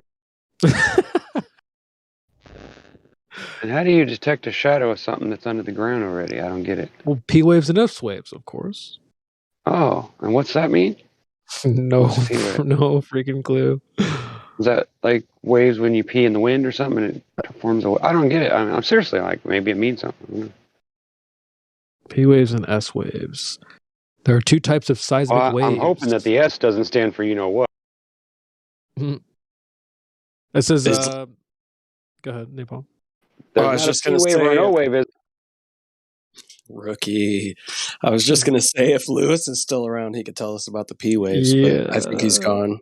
That's exactly what I was thinking. I'm sorry. That conversation is usually where you lose a lot of people, so I just thought I'd throw that in there. I'm sorry.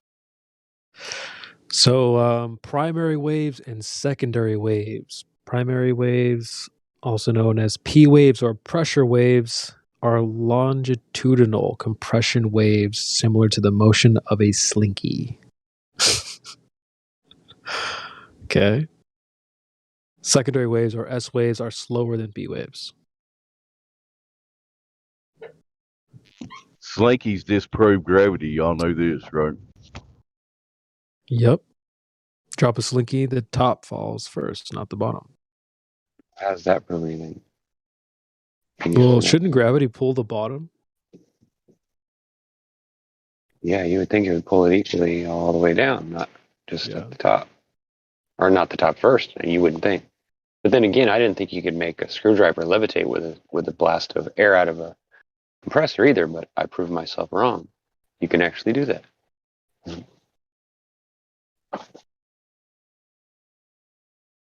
Yeah, I've seen people do that, like with a golf ball. Or a roll of tape, or Yeah. you just gotta find the right ratio of drag to weight, and it usually works out. Screwdrivers work good because the air flows around them at a certain way, and it causes lift. It's interesting. You learn a lot when you play with those crazy ideas you see on YouTube. But only when you play with the actual idea, not just believe it, but play with, try it. I found out there's a lot of trippy stuff that's actually true, and you wouldn't think it would be.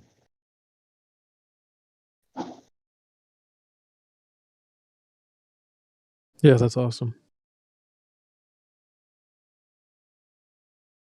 Like static electricity. You can build a little machine that'll make static electricity. You can sit in an ungrounded position, and you can build up thousands of volts, and you can actually knock over aluminum cans with your finger by just pointing at things, because there's so much ionic breeze moving over your body that it literally knocks things over. Wow. Pretty trippy. I seen it in science class once, and I was freaked out. I was like, no way. There's lots of videos and college videos online about it too. Professors love to demonstrate it. Makes me think of the fasces. It's supposed to be some kind of weaponry, ancient weaponry, and I bet it's connected to that. Point them at things and just zap them. Isn't that fashion? No, not really. No, it's got all those weird poles for no reason. Why I'm would not it an be expert, but I think it is a static electricity type of something. I don't know. Who knows? Might be a wind instrument for all I know. I don't know.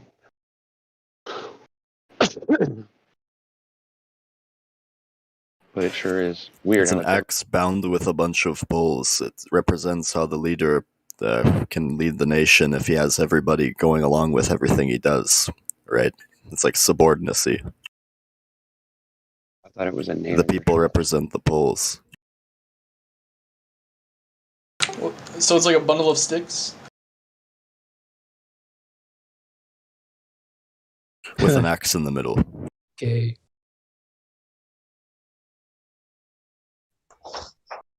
That's like saying the Statue of Liberty is actually the Statue of Liberty.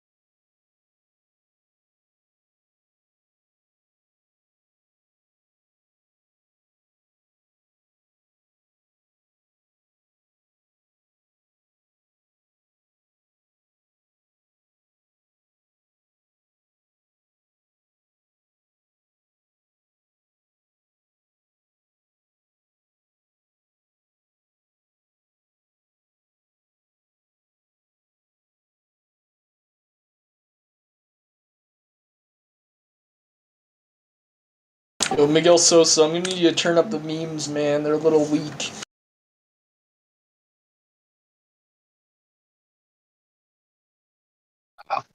Let me handle that.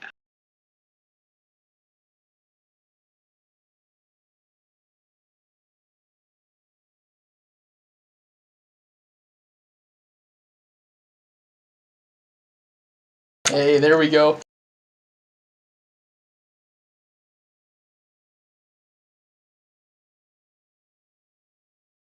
Damn, why you have to do me like that, Miguel?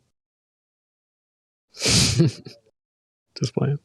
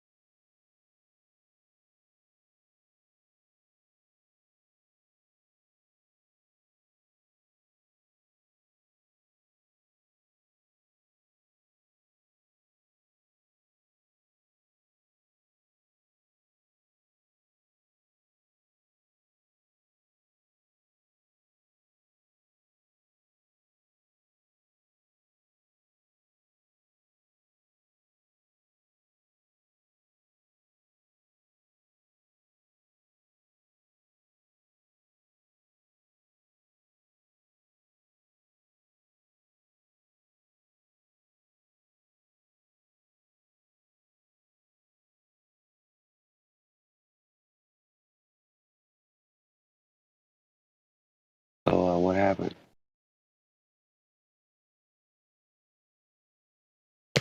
Everyone fell asleep. Several seconds passed without anyone vocalizing. Any other questions? I got lots of questions. Hey, keep it down. I'm studying.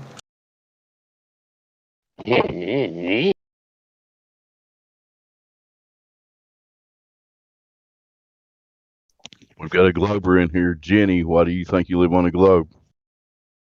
Jenny, you globalist.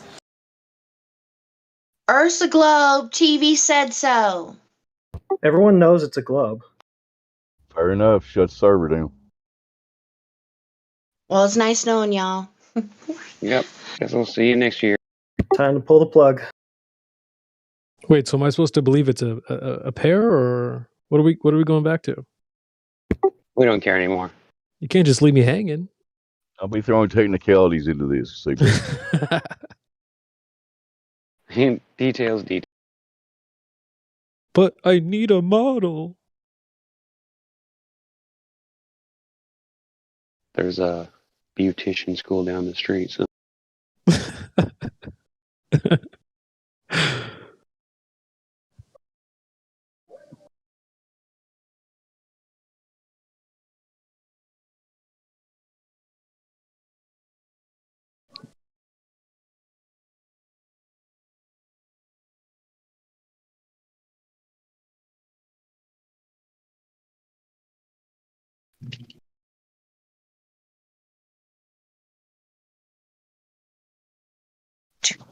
So what's been going on so far today or over the last couple hours? Any action?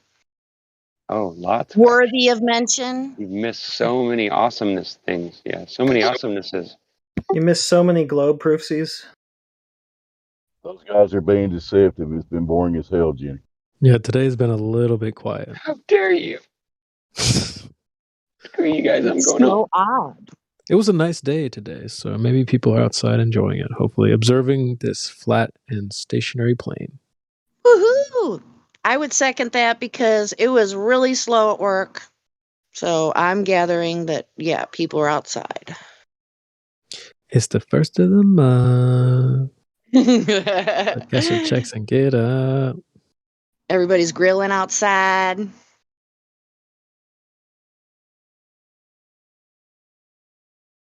Yeah, it was 66 today here in Ohio. Illuminati confirmed.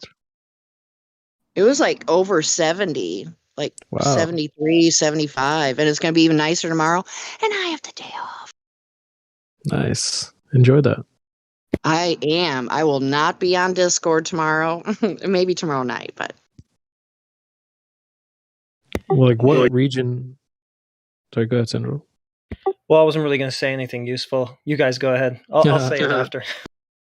I was just going to ask Jenny, like, what I'm in Missouri. region? Oh, okay. Cool. 73, huh? Wow. Yes. I mean, I'm sitting outside. I mean, I've got a thin long sleeve shirt on and stuff, and it's a tad bit chilly. I don't know what the temperature is. I'm guessing like probably 60 or something. Yeah, it's 60 here right now. I'll take it. No doubt about that. All the ice, for the most part, so all of it's gone. There might be a spot or two somewhere, but.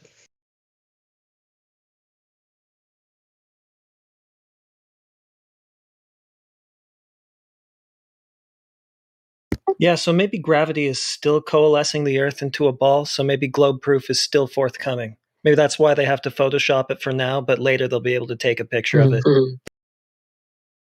What's coalescing? Yeah, it just takes longer than they thought at first. Don't worry, it will be a ball. Good comeback. I like that. Here,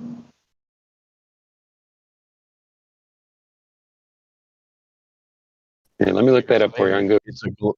It's a globe in progress. Is that what you're saying? Yeah, globe in progress. Okay, fair enough. So we will have the proof. It will be a globe. That sounds like a dream.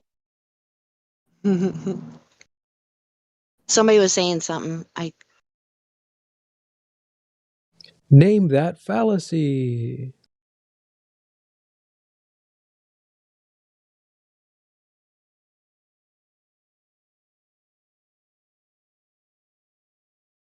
Not be a bad game to play amongst ourselves for those that aren't, such as Oh, I get myself. it. I can't just shoot them out.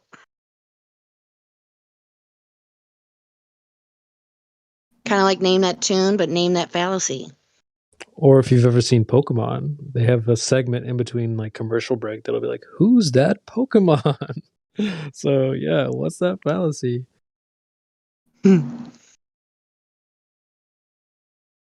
I know. I don't. All I know is I can't name the fallacies. I mean, maybe one or two, but I just know when somebody's trying to pull one over on me. I can feel it. Yeah. Well, the It's like, come one on. I think the one that Central was referring to was the escape to the future fallacy. Right? We can prove it in the future. Yeah, we can prove it. That's In 20 years, we'll be able to prove it. Yeah, we'll just wait 20 years and we'll know what's going to happen, right? Dude, you need to make a meme out of that. That's actually really good. We I've can had work with Glover that. use that one on me. You'll see you flat earther in I'm 10 sure, years. yeah, We'll be someone back will on the make it. moon. You know, stuff like Exactly. that. Once I get a ticket to the space, some space travel, Oh yeah, then once they reset everything again and take all of technology away from us, and then yeah, then that might work again. well, they're not going to take the technology. They're just going to destroy the technology. Yeah, kind of like they destroyed all those buildings. Yeah, What they and like usually how they do. continue to destroy things, burning up, the tops of churches and things. Oops, was an X.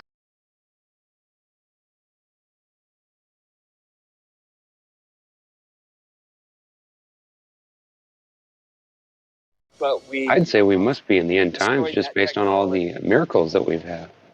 I mean, look at it. We got these miracles where whole cities burned, now a whole house burns down to nothing, completely to ash, and the trees are still there. That's pretty fascinating. That's a miracle, if you ask me. That's why we have to save the trees. We got floating space balls that fly through space, even though they're not moving or spinning, and there's no curve on them. I mean, we got all kinds of fascinating things in this world.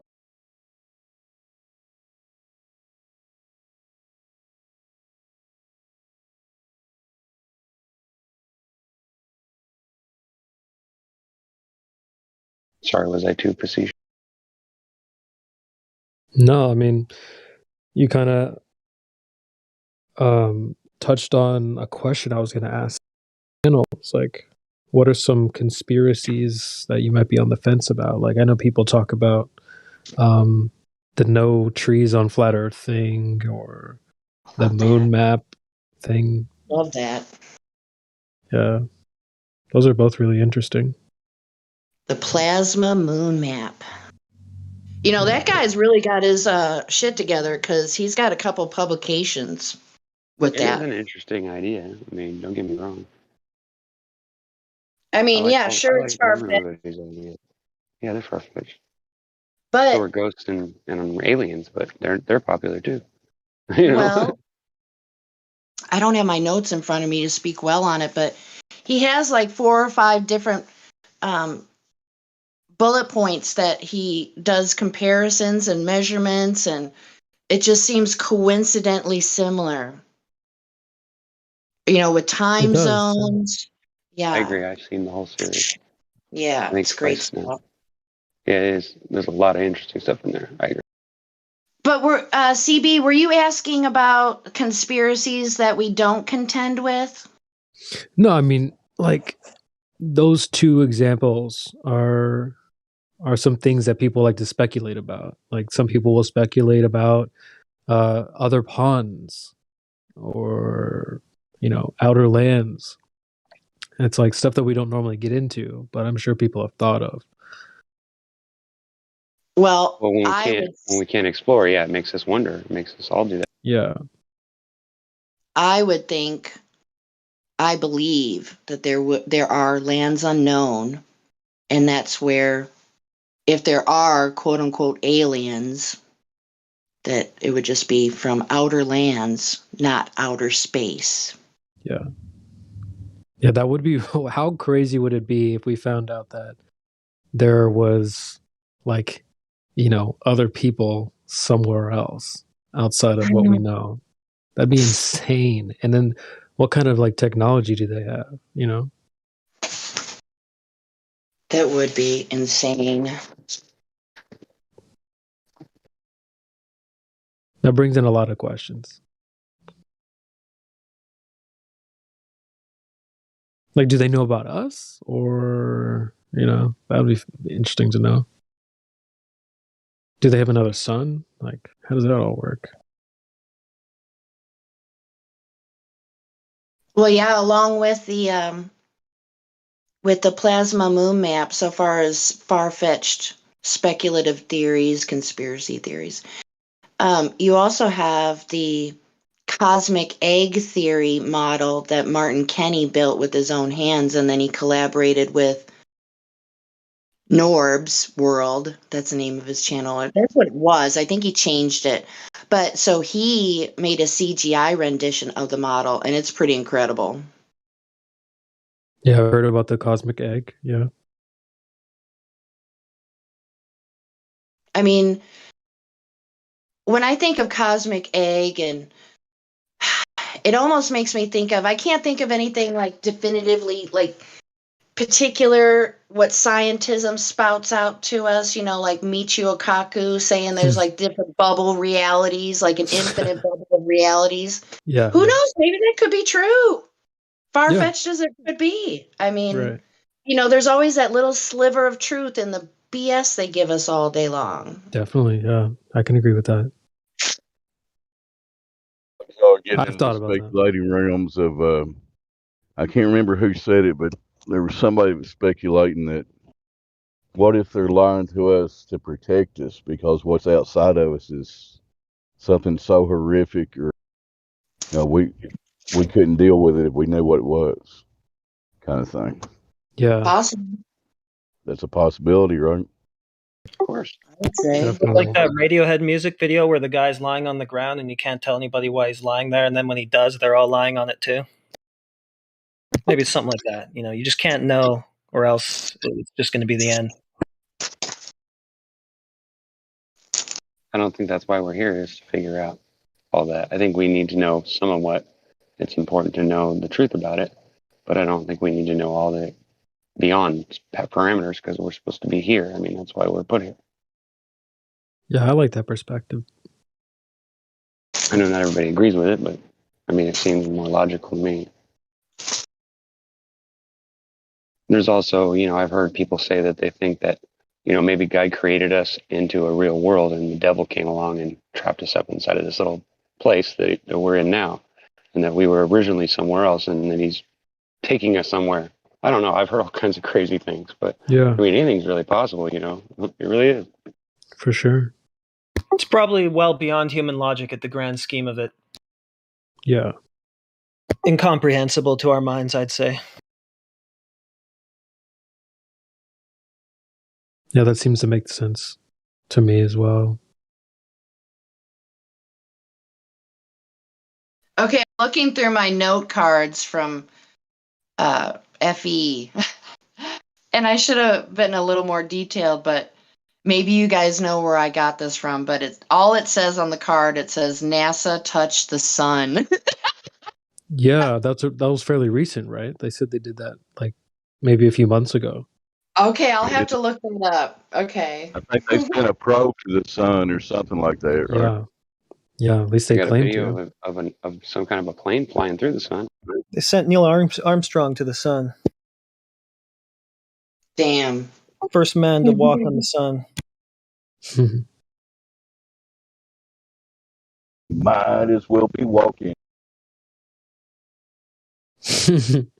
Well, wait a minute. Technically, December. if the sun isn't actually a physical thing and it's just like a big light up in the sky, or it's on a track system or some crazy thing like some people believe, maybe somebody could be sitting on top of it or standing on it. Is anybody still hiding around here? I'm hiding. Nah. Very cool. Very cool. Welcome back. Dan, you spotted me. What happened? I'm just heading back home from the store. I thought I would wrap on here a few. Find any curvature? Find any curvature while you were out at the store? Not the kind of curvature my wife would like for me to talk about, I'm sure. Oh, come on now. I'm sure she's really interested. She'd pull out one of those butcher knives she stores under the bed if I talk too much. You're not saying she'd go all Arena Bobbit on you now. See, being lonely is not all it's cracked up to be.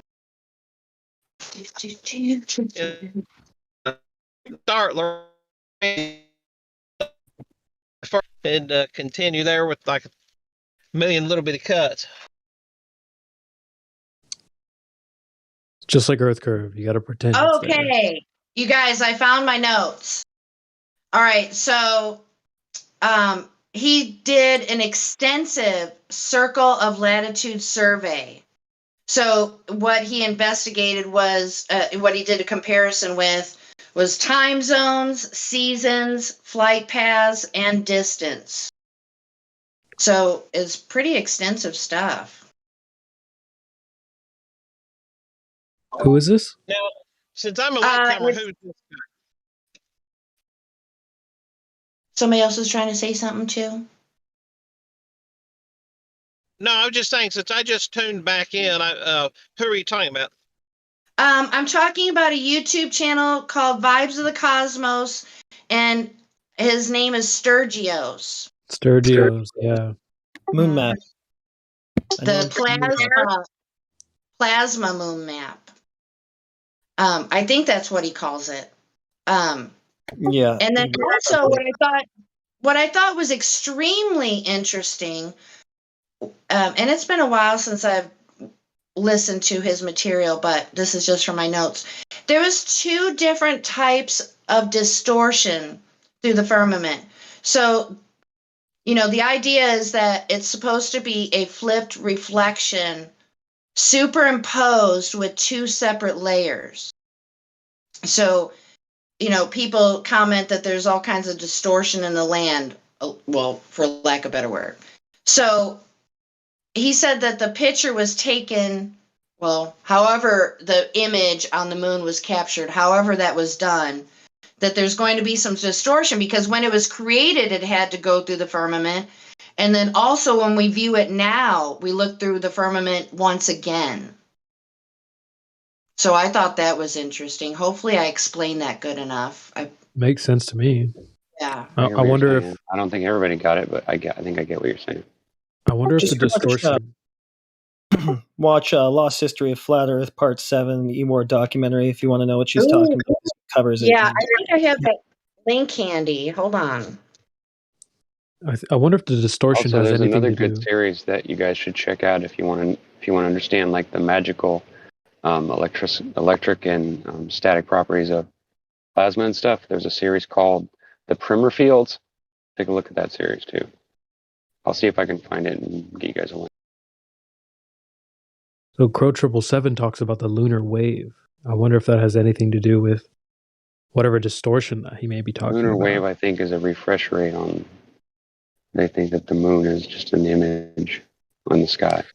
No, I mean, because he came out and rephrased it. He said that if he could, he came out and rephrased it. He said that he would probably change it to firmament wave, not just a moon thing. But I don't know exactly what that is. But I wonder if it has anything to do. Yeah, I see where you're going with it. I think I know exactly where you're going. Okay, so I found the Lost History of Flat Earth, episode 7. And then let me find Sturgios' channel too. It's one of my favorite cool stories. Can't verify, but I like it. Yeah. Yeah, there's a few of them. There's a couple of those stories that are pretty interesting that might not be verified, but still curious. Like the trees. Put it in your pipe and smoke it. Just see what you think, Yeah, right. I mean, There's nothing wrong with cool stories as long as you're on a cool story. Definitely. Yeah. Definitely. I mean, yeah. I mean, some people talk about the no trees on flat Earth thing. You guys heard of that? I think so. No Is that forests or whatever. The silicon trees thing, or Yeah, like the super giant trees, right? Yeah, type of thing. I mean, I've seen it like sort of disputed by flat earthers. I think Nathan Oakley did a show all about that, where they were trying to. Really? Well, I think they were just trying to apply some scrutiny to it. But I didn't watch the whole show. But they did. I think they did challenge it because I don't know exactly why, but I also like that story, but it's just too deep into speculation for me to take a stance either way. yeah. I mean, that was one of the first things that I came across. I was like, "Whoa, this is super interesting," but yeah, Well, I don't really lean it's on it not like nowadays. But with the plasma moon map, it's not like he just said, "Oh, that kind of looks like Earth, that little section there." No, he's done extensive investigation into this. And so I don't know. I need to probably rewatch episode 7 and some of his stuff on his channel again. I mean, yeah, it's of no consequence really for us at this point, anyone, but it's a lot nicer to talk about that than like talk about what's on the news. I mean, we need to know what's going on, but so it's kind of a double-edged sword. yeah, I'd rather be spitballing about the moon than watching the news for sure. Or talking about any of the narratives on the news. yeah. I've been checking out. Oh, go ahead, CB. I was just gonna say, like, I've been checking out space news lately, and like the last few days, the only thing seems to be this issue in Russia or Ukraine or whatever. Oh, they're gonna crash the ISS because they're not getting along and stuff like that. Is like the only thing that's going on right now in terms of space news. It's that to me, that my immediate thoughts in hearing that would be that they want to just retire the ISS, the whole idea. Well, they're going to apparently. They're tired of faking Earth curvature. Yeah, they got to replace it with that way better CGI that Elon was talking about. Ooh, maybe if they retire the ISS, maybe they'll finally go to Mars. That'll be really cool. We'll have lots to talk about with that. The funny thing is, they actually said they're going to crash it, like into the moon, into the sorry, not the moon, into the ocean. That's not till like 2031, right? So we still have 10 years of cool movies from NASA to look forward to. Mm. If they were so, experts, if they're the experts, like, why couldn't they just parachute down all the parts and like put it in a museum or something? Why do they have to crash it, destroy another technology, right? And then just such a weird thing to do. At sea where nobody can verify what happened. Right. Nope, sorry guys, destroyed another one. Such a cool story. Silly.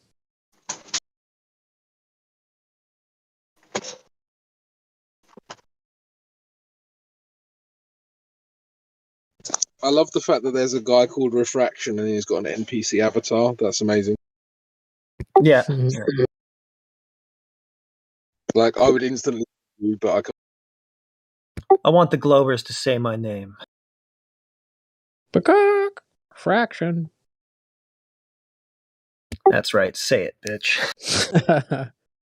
I love the PFP too. It's like, I support the current thing. It's so accurate. The current thing for Globers is Begak Refraction.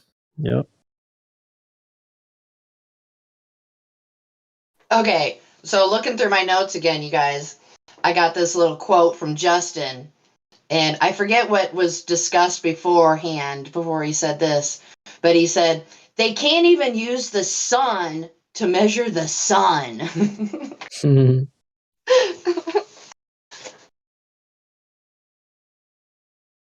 Yeah.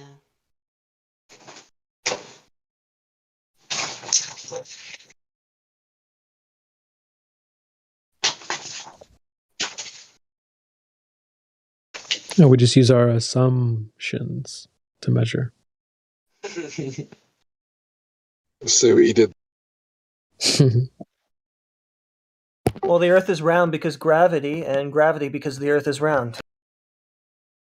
That checks out.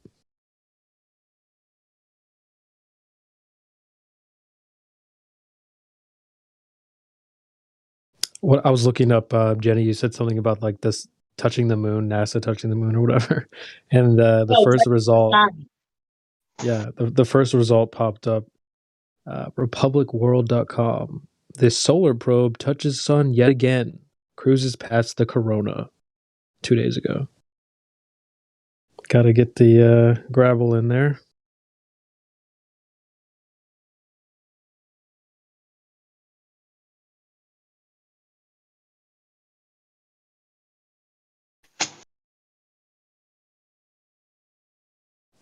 Second one below that. India today. That's hot. Parker's solar probe touches the sun again. Feels the heat at 760 degrees Celsius. What? I thought the sun was meant to be way hotter than that. That's what I thought too. I'll read the article, see what else it has to say. May 3, I've heard like 5,000 degrees Fahrenheit, stuff like that, but I could be wrong. So it says it came within 5.3 million miles from the sun. At this distance, the spacecraft experienced temperatures exceeding 1,400 degrees Fahrenheit. 1,400? Yeah. So 5 million miles away is touching it? Okay. Wow. Dave, right to the point. That's perfect. That's a little much. Apparently that's only its 11th close approach to the sun. They got closer 10 other times. People believe this shit. Dude. I was talking with a few globes earlier about the idea that. Sorry. Let me just. I was talking with a few globes earlier about the idea that the molten iron core on the Earth has passed the Curie point, and how do you explain that it's still magnetic? And they will literally tell you this. Well, I already know the excuse is that there's like a flowing molten magma in the outer core that acts as a current that charges the inner core and makes it magnetic. And I asked this guy, like, do you believe this? Like, this is really far fetched. I was like, oh yeah, it's the best explanation. But they're not capable of seeing the dog ate my homework style excuses. Like they don't conceive of the fact that it's obviously just there to fulfill a hole in a model. It's not actually true or even verifiable to be true. Like the best part about the core thing is they just came out and said that, well, it's actually not what we previously thought. It's something else. I just posted something in the chat there. 52 minutes past the hour. Yeah. It's super ionic now. Now it's this other thing we have absolutely no evidence for either. Like super moronic.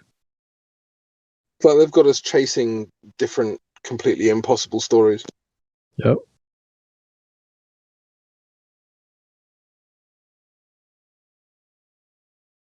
Yeah, and then you read into it, and all they say is, well, we obviously can't interact with it directly, so we just shot some P waves and some S waves, and there you go. Hey, when do you think they're going to tell us that all the weird stuff that's been happening the past few years about people's bodies came from meteorites or asteroids or some stupid shit? I'm surprised they haven't said it already. It's going to it's going to you guys seen the movies, right? Going to happen.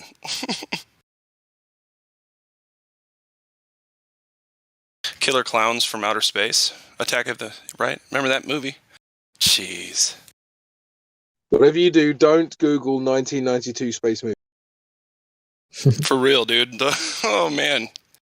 You'll feel strangely about your fellow man the rest of your life if you watch some of those space movies. You'll just be like, that's kind of a sour taste. Why did they make those movies? Anyway. This space movie, Earth girls are easy. Just my opinion. That's a funny one, yeah.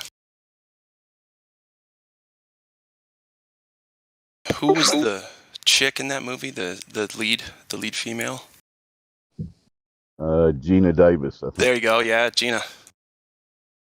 And she was in Beetlejuice too. It's a good movie.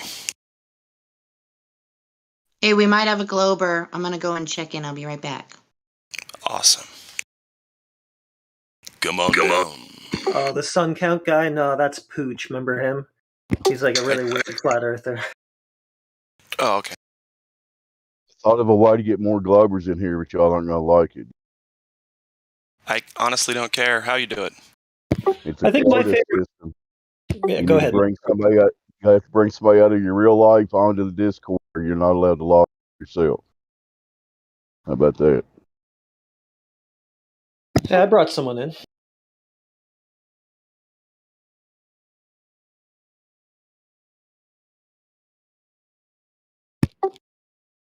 I think my favorite globe cope is neutrinos. So, like, you're telling me that we could not measure the radius of the Earth before neutrinos? Wow. That's a big leap.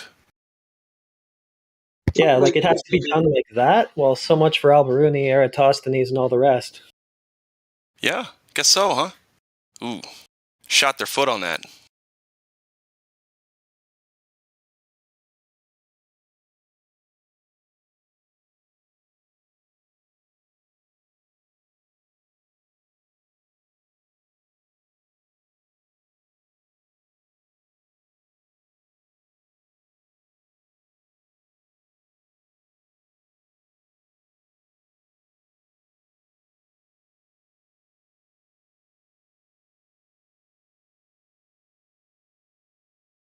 Well, we do have Ziggy here, but I think he's a flat earther.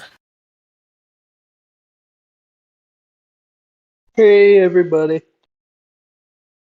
Yeah, I think the guy in the lobby right now, or the check-in lobby, he got banned because he's like always drunk on the mic. He's a flat earther, but you can never understand him. His name was Pooch. What about Crestfallen? Have we talked to them?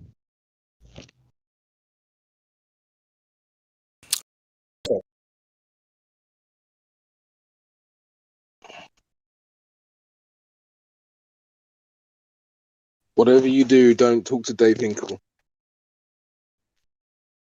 He's a glober, right? Yeah, you know what, David? You only speak off of a script now. And, you know, because you only say like the same 5 things over and over. Now, granted, it's perfect. Nobody can answer the questions you ask. I get it. So, but it's a script, buddy. We can see it. We can feel it. You got me glad my cover's been busted. It's nice. It's okay. You're a really nice guy, so I won't do anything about it. No one else here will either. Crestfallen, your About Me says, where do the ducks go when the lakes are frozen? Where do the ducks go when the lakes are frozen? It's a great question. I can't answer it. No idea. You would literally Do they have fly to south and just like hide from everything? Because I never see a duck when it's up above a certain temperature. I don't know. You just walk around on the beach. Okay. I don't know. The beach? I'm in Nebraska, dude. I do see geese more often than ducks these days. That's because of refraction. Did you know that only birds can fly on a flat stationary thingamajig?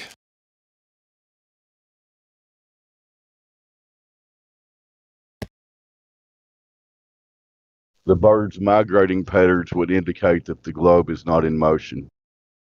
Do birds experience Coriolis?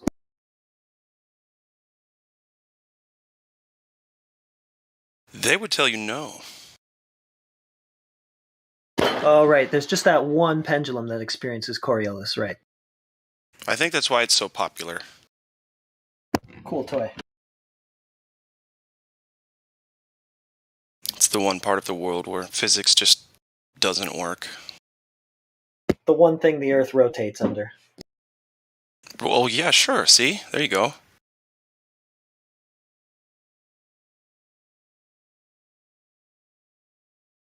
Just whatever you think. Say whatever comes to mind. We'll just say that you're right about it.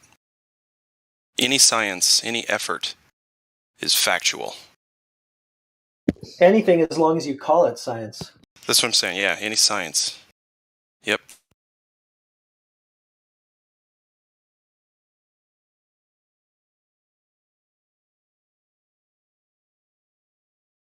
And then if you don't like something, you just call it pseudoscience and you win the argument.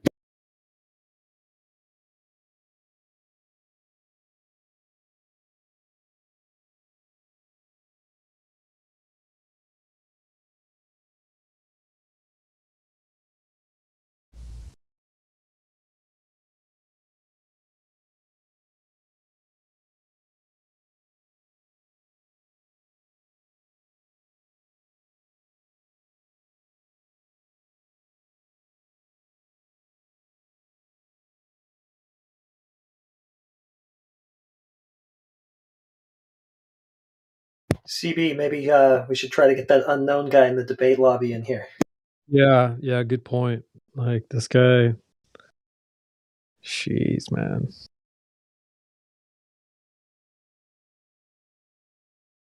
Yeah, that looks like that'd be fun. I love how they always come in like, I've debunked you. And then you go, you're talking about Flat Earth Society? He's like, okay, so what is it then? What are you? What is Flat Earth? It's like, it's not what you just thought it was. Not what you thought you debunked 2 seconds ago. Like, dude, always on a high horse. Arguing with a story that nobody here is telling. Right. I'm debunking this thing that I made up in my head that I want you to defend. Like, no, I'm not going to defend that thing you made up in your head. That sounds like a high-level intellectual. Get him in here. Of course, I don't want a VC right now.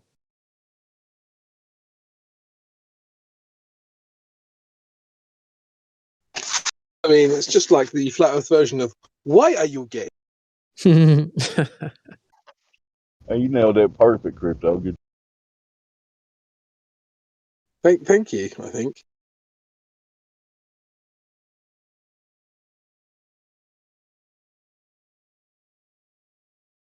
Tell him we need his globe truths in here. What will the rest of us do if we don't know we're on a globe? Does he want to spread that gospel?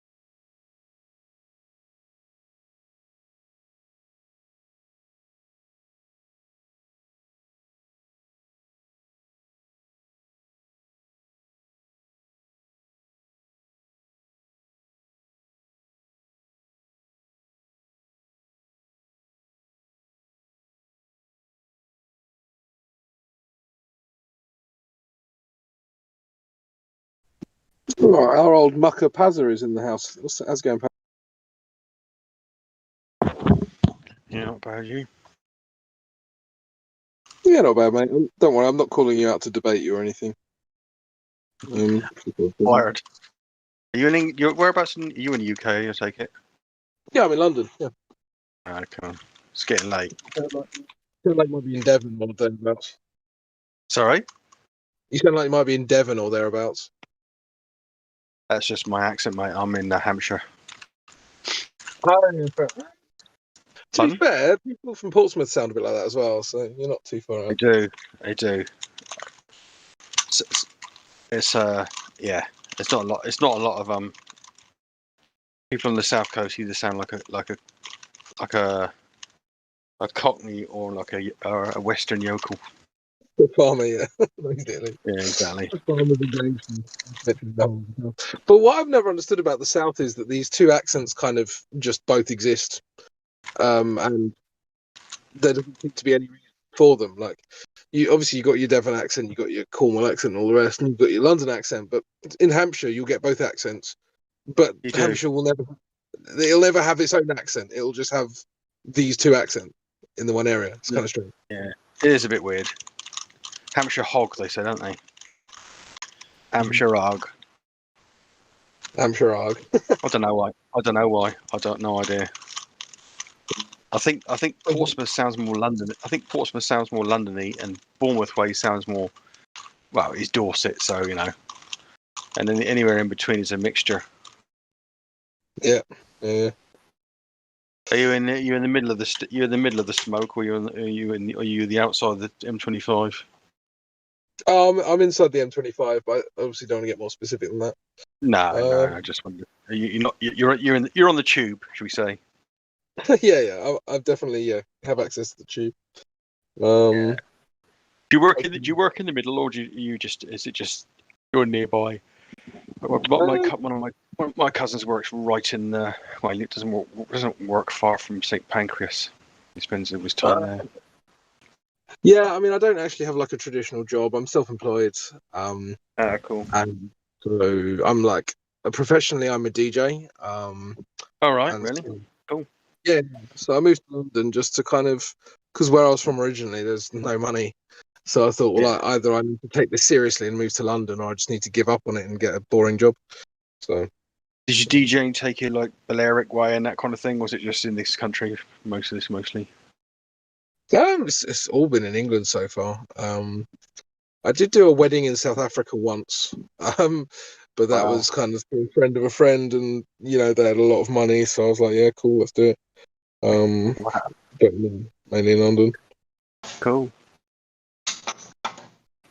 That was like 8 years ago now as well. 8-9 years ago. Crazy how time flies. Yeah, one of my uncles my mum's sister's ex-husband, he was a DJ in the from the 70s onwards, and so he went through the phases of having a ton of vinyl in the van, then a ton of tapes and ton of bits and pieces, and he does it he DJs just for fun now, but I think he's all gone, he's all gone digital.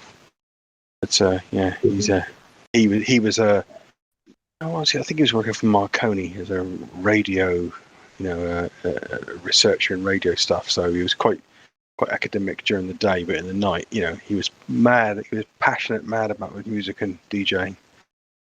Cool. Yeah, it's fun.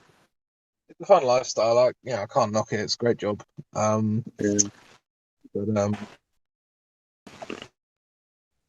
kind of wish one or two of my close friends did it as well, so that we could kind of go on the journey together a little bit. But it doesn't really work out like that, unfortunately, because you don't have any colleagues when you're a DJ. So, no, I suppose not. Yeah. Anyway, it is what it is. I enjoy it. Love it. So, yeah, I've had much worse jobs.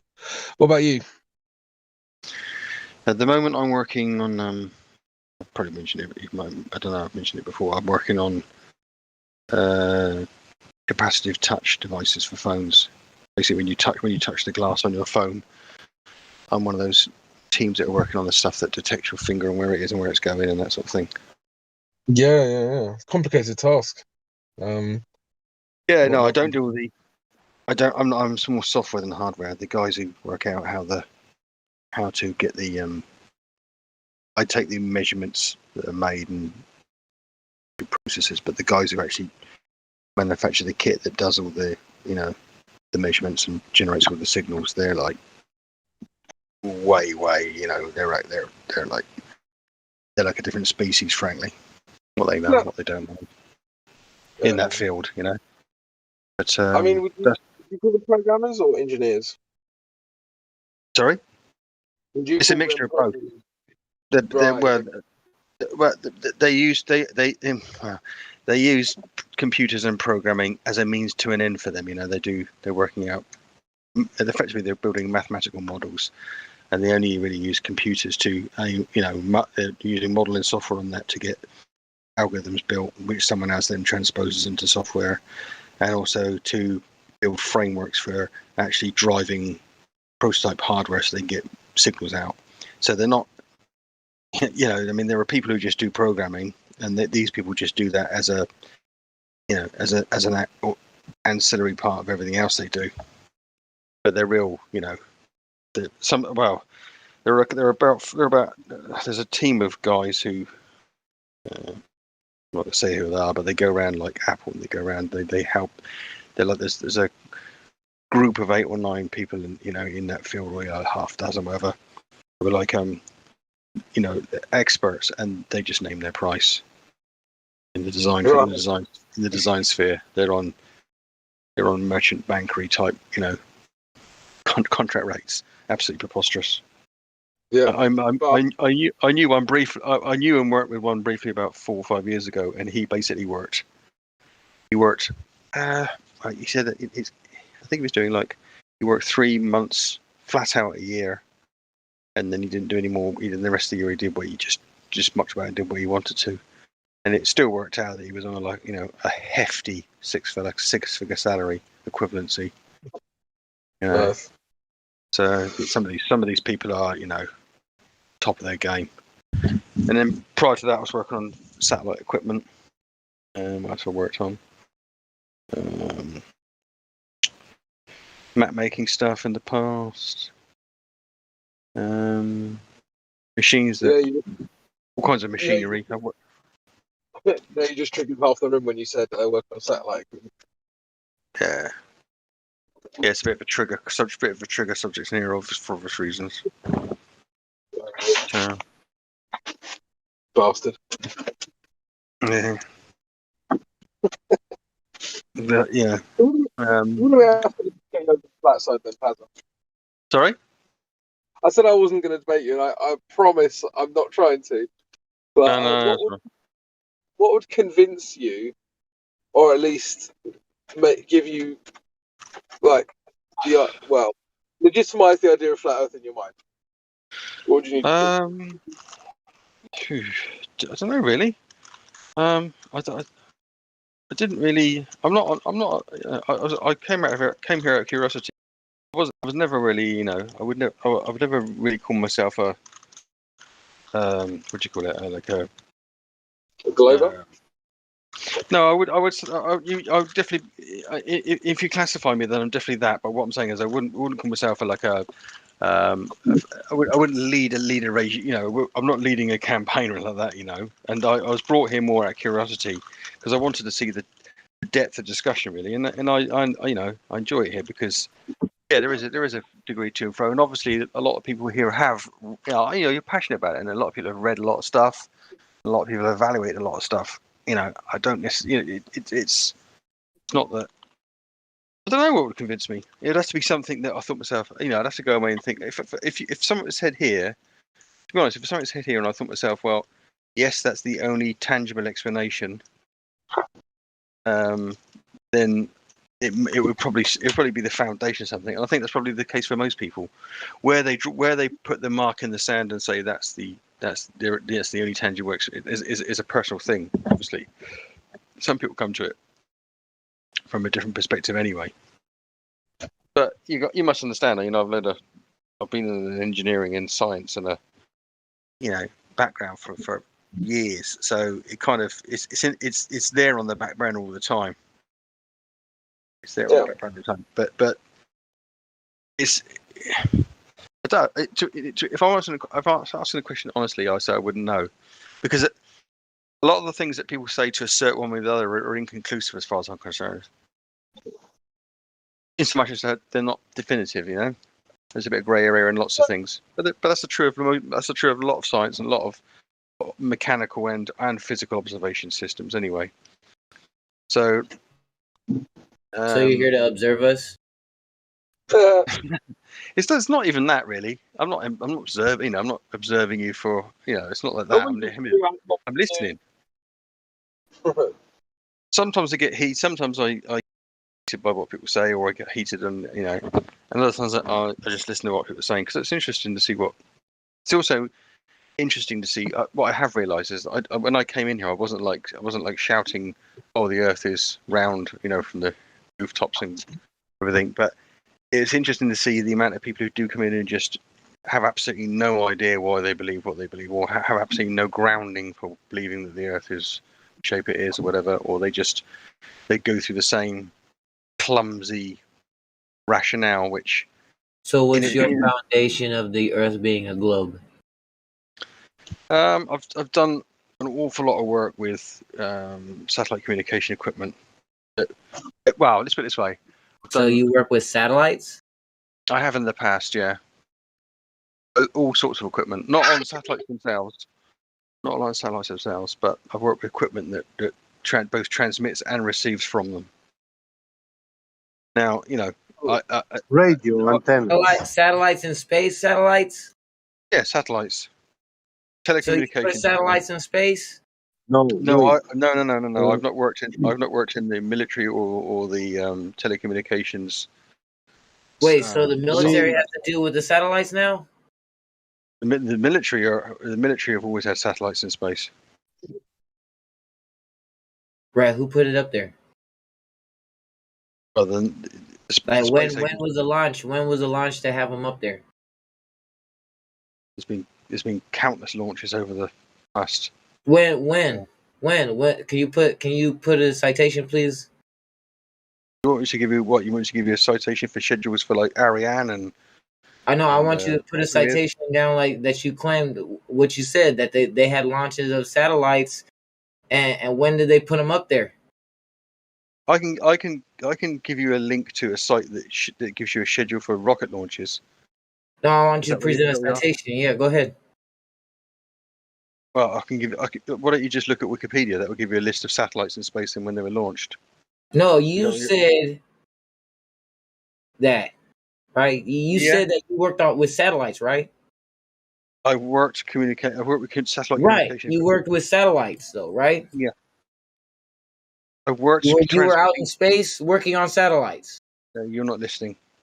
You're not listening. I know. Apparently, I'm not. Well, listen. I didn't say I worked. I didn't say one. At no point in the past quarter of an hour have I said I worked in space. As you jump in the gun. No, you said you worked with satellites in space, which satellites are in space. So you had to work in space with satellites. Okay. Anybody else want to have a chat? You're not listening to what I'm unless he was working on them on the ground before they went to Narnia. I want to ask Plaza something and also to clarify. Go ahead, Gibby. Hello, everyone.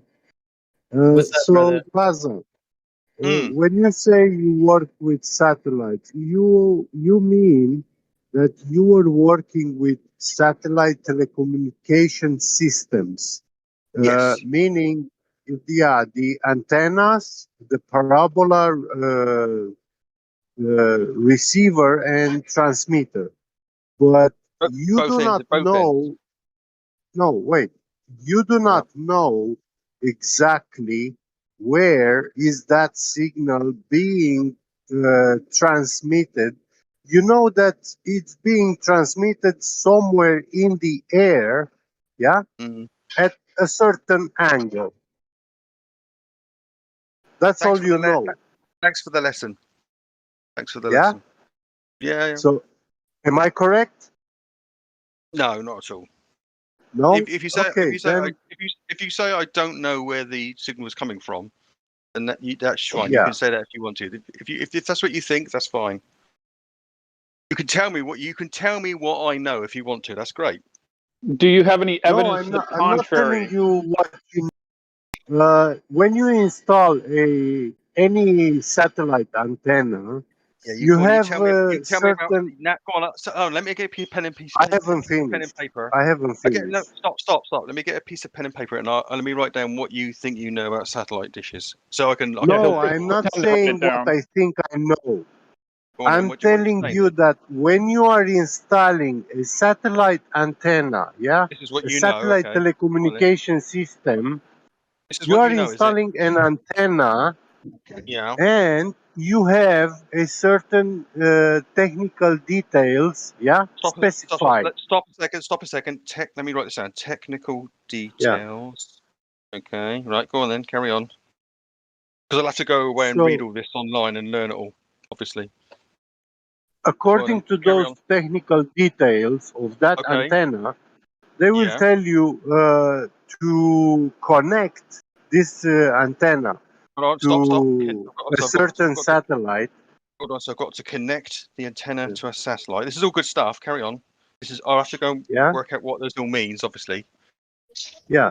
Carry on. You have Can I to interrupt? Yeah, position go on. You can the interrupt if you want to. antenna. You might as well, because what he's telling me is pointless. Can I interrupt? I might as well be telling him. I might as well be telling him how to blow his nose. Frankly, go on, carry on. I'm just trying to interrupt because I heard Crypto having a casual conversation with Paza. Based on what I heard, it didn't seem like that, or I'm assuming, and I could be wrong, that Paza didn't really want to debate because Crypto said, I know I promised I said I wouldn't debate. So I'm not trying to do that. They were having a conversation and it got down to him giving a little history about what he does. And so he's talking about what he does. How you gonna just come in and start arguing with somebody? That's just weird. I mean, I don't. I'll talk to you all as long as you want about any subject you want to talk about. But I'm not sitting here having someone tell me what I know or what I don't know. I know I what I know. wasn't telling you what you know or you don't know. I was asking you if I am correct what I'm telling you, because I myself I had a satellite antenna. Why are you telling and him this I have though? installed it. Yeah. Can you tell me why you're telling him this? Well, when you are installing a satellite antenna, you're not actually dealing with Can you tell any me why satellite in you're telling space. him what you're saying? Why? Well, because he was saying he's working with satellites. Okay. Yeah. Okay. Well, I'll do that. For the. I mean. Well, I'm just trying to understand. Like, all right. So you're responding to him because he said he worked on satellites. Are you trying to debunk him working with satellites? Is that? Because if that's not the Well, point, I really don't I don't understand. believe he's actually building those satellites, which I didn't ask these you what you space believed. I agencies asked you what you claim were that they trying are to do, sending in Get. space. This is annoying. No. Now you're not listening either.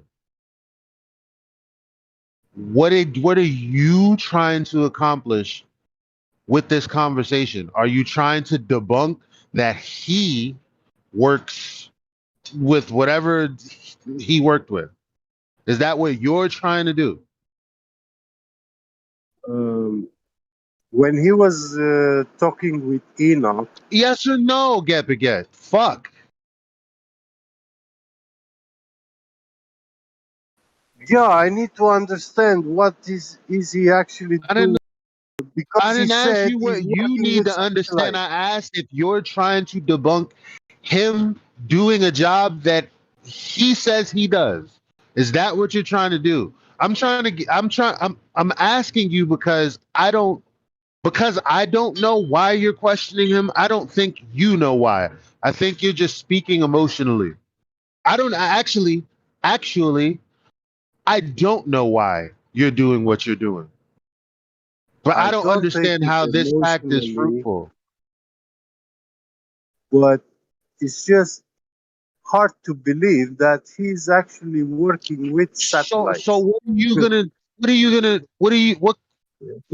do to prove that he didn't do what he says he's done? Which is he received some information I don't know what the fuck else it did, goes out. What exactly about the nature of that are you going to debunk by talking to him? Because if you can't do that, you should probably stop trying to argue for no reason. I think we can continue this conversation, sure. but just taking it a Sure, different no direction. problem. So I maybe we agree could on ask that, the guy anyway. if he can validate any claim that there's a satellite orbiting the Earth. Like, how would you validate that claim? He's not even trying to do that. Like, this is the same guy who will tell you to your face, I'm not going to make any claims.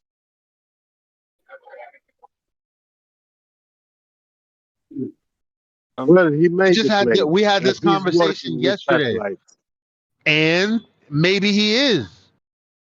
So what? And What does that? according What does to that what mean? he's Does that saying, mean? Does that he's mean that lying. he's going? Does that mean that he's claiming or is going to claim that he's going to prove to you that there are satellites in space? Is that what that means? Just because he actually works with satellites that that actually send him information or whatever the fuck it is that he does? Are those two things synonymous? No, What he does and it happening in space. installing a satellite antenna is not synonymous with working with satellites in space or creating here satellites which are being launched into space. So let me ask Those are you two different things. let me ask you, Paza, are you willing or wanting to debate either about evidence that satellites orbit the Earth or that space is a medium that's real or that we can travel to? Are you trying to debate either of those points? Yes or no? No, not really. I was just talking about what I did. That was all. Do you okay, let me ask you this way. Yeah. In a word, would you refuse? No, Or do you refuse? No, not at all. No. But what I will say is that I made it clear, and so I don't know where he's going down that avenue. I made it clear from the beginning. I've not manufactured satellites, or worked in an agency putting them into space or wherever they should be. Exactly. So exactly. So what are you arguing about then? I'm just trying to point it out to you that this is all I wanted to clarify. Yeah, but I was very clear about that a minute ago, and the other guy was saying it as well. So Yeah. he says, "Oh, so you have been in space?" Well, I haven't been in space. I'm not an astronaut. Yeah. Well, that's why I said I asked you to present a citation with the satellites in space that you worked with, the name of the satellite and what year it was made and how it was up there in space. Master Chief, I don't think you'd want to ask that, Master Chief. You'd want to ask for validating the claim that it went to space, because you'll find, I think, plenty of citations of them claiming to send stuff to space. Right. That's all about validating these claims. That's what you got to look for. Right. Thank you for correcting me. Thank you for correcting me. Who cares? I was just having a conversation with him, like a human to a human, right? Why does this matter? I understand that it's an open forum and you are more than welcome to join in. He is obviously not up for a debate. Why are you forcing the debate with him? I don't get it. So-called flat earthers being triggered, or so-called triggered. I don't know what's real and what's fake. I'm fucking tired of the weird behavior. Period. I think Jeppy Jet was just trying to point out that he may believe that he's pointing these dishes at satellites, but he has no evidence of such a thing. Well, I apologize if He didn't even say that he put. Did you say that you positioned satellites? I worked on satellite positioning systems. Yeah. So you positioned them, you placed them. Wow. I worked on systems that both steerable and fixed dish systems for receiving, and I worked on a upstation which pushes signals to whatever is there, whatever we want to call it. I'm sorry, excuse my ignorance. Does that mean that you've actually placed them with your hands, positioned them to receive the signals, the actual device? I've been with I'm not an installer, no. But if the answer is no, let it be no, please. Because I'm trying to make a point. I've set up a dish, myself, but I've not done it professionally. Like you mean like at your house, like for cable? I'm talking about with your job, like. No, my job is an engineering job, actually designing stuff. So I Right. design. So okay. Right. So the answer is, why would Get be asking about something that's outside of his job description? Yeah, I mean, part of the work I did was to develop dissect systems, which is a standard for moving dishes. Because a lot of places in Europe, they get their TV from by steering the dish to different positions to get different signals. They don't just go for one. If you're in the UK, for instance, you might use B or satellite or Astrosat. Got to go back to work. And some of them are fixed. A lot of people have got fixed dishes, but a lot of people in the world, particularly in Europe and the Middle East, have got steerable dishes. I've not worked on the satellites themselves, no. Okay, this is where you pick it up. Trey is here. Yeah, I mean, I would just say to the room, like, I don't necessarily believe that, like, because there's a number of different ways of taking this. Like, obviously, Pazza believes that there are satellites flying around in this vacuum of space. I don't believe that's the case. Maybe he does, maybe he doesn't. We don't even know. Who cares? Exactly. My point is, like, we were just having a chilled out conversation. Like, if someone comes in here and they're like pointing fingers and they're like, "You're all stupid. The Earth's a globe, and this is why I think it." Cool. Meet fire with fire. But like, why are we throwing fire at people who aren't bringing that fire? I find that strange. No, I mean, it's all right. I'm actually, it's the UK, so I'm nearly going to bed. I just thought I'd tune in and see what everyone's chatting about, really. But it's quite, it's all right. It's no problem. I get agitated in here as well sometimes, and other times I'll be quite mellow. So, and I'm talking to you guys, so don't worry. There's no offence. Taken to wherever. That is what it's fine. I agree with Elijah. I think it's like, it has to be an appropriate I level. apologize if I was triggered. I didn't mean to feel you like I was attacking you, Pazza. I was No. It's all right. It's okay. Trying to, simply just ask questions because I was it's out of curiosity and I'm curious and just wanted to know. That's all. Yeah. I mean, the thing is with the dishes. I'm just trying to learn. That's all. So yeah, I'm sure. To listen. Of course, the thing is with the dishes is that you have. They're not like a radio antenna where you can just stick up a horizontal mast and you can collect a wave signal traveling across a distance from like an angle. They are definitely coming from an angular perspective in the sky. Yeah, so and we all know that because we all see them different set up to be on in its particular orientation. The dish. All the dishes you buy the dish surface is parabolic, and that lends it. And they typically all have what's called an armature or stem, which is the strut you see coming typically off the bottom of the rim of the dish, off the chassis holding the dish together. That goes up, and it puts what's called an LMB, which is it's effectively a signal reception mechanism. And a local amp, preamp, it's an amplifier for the signal. And you have a wire coming off that which goes back off to your house. And the LMB is positioned to be so that the receiver and its cone structure is at focus point of the parameter, the loci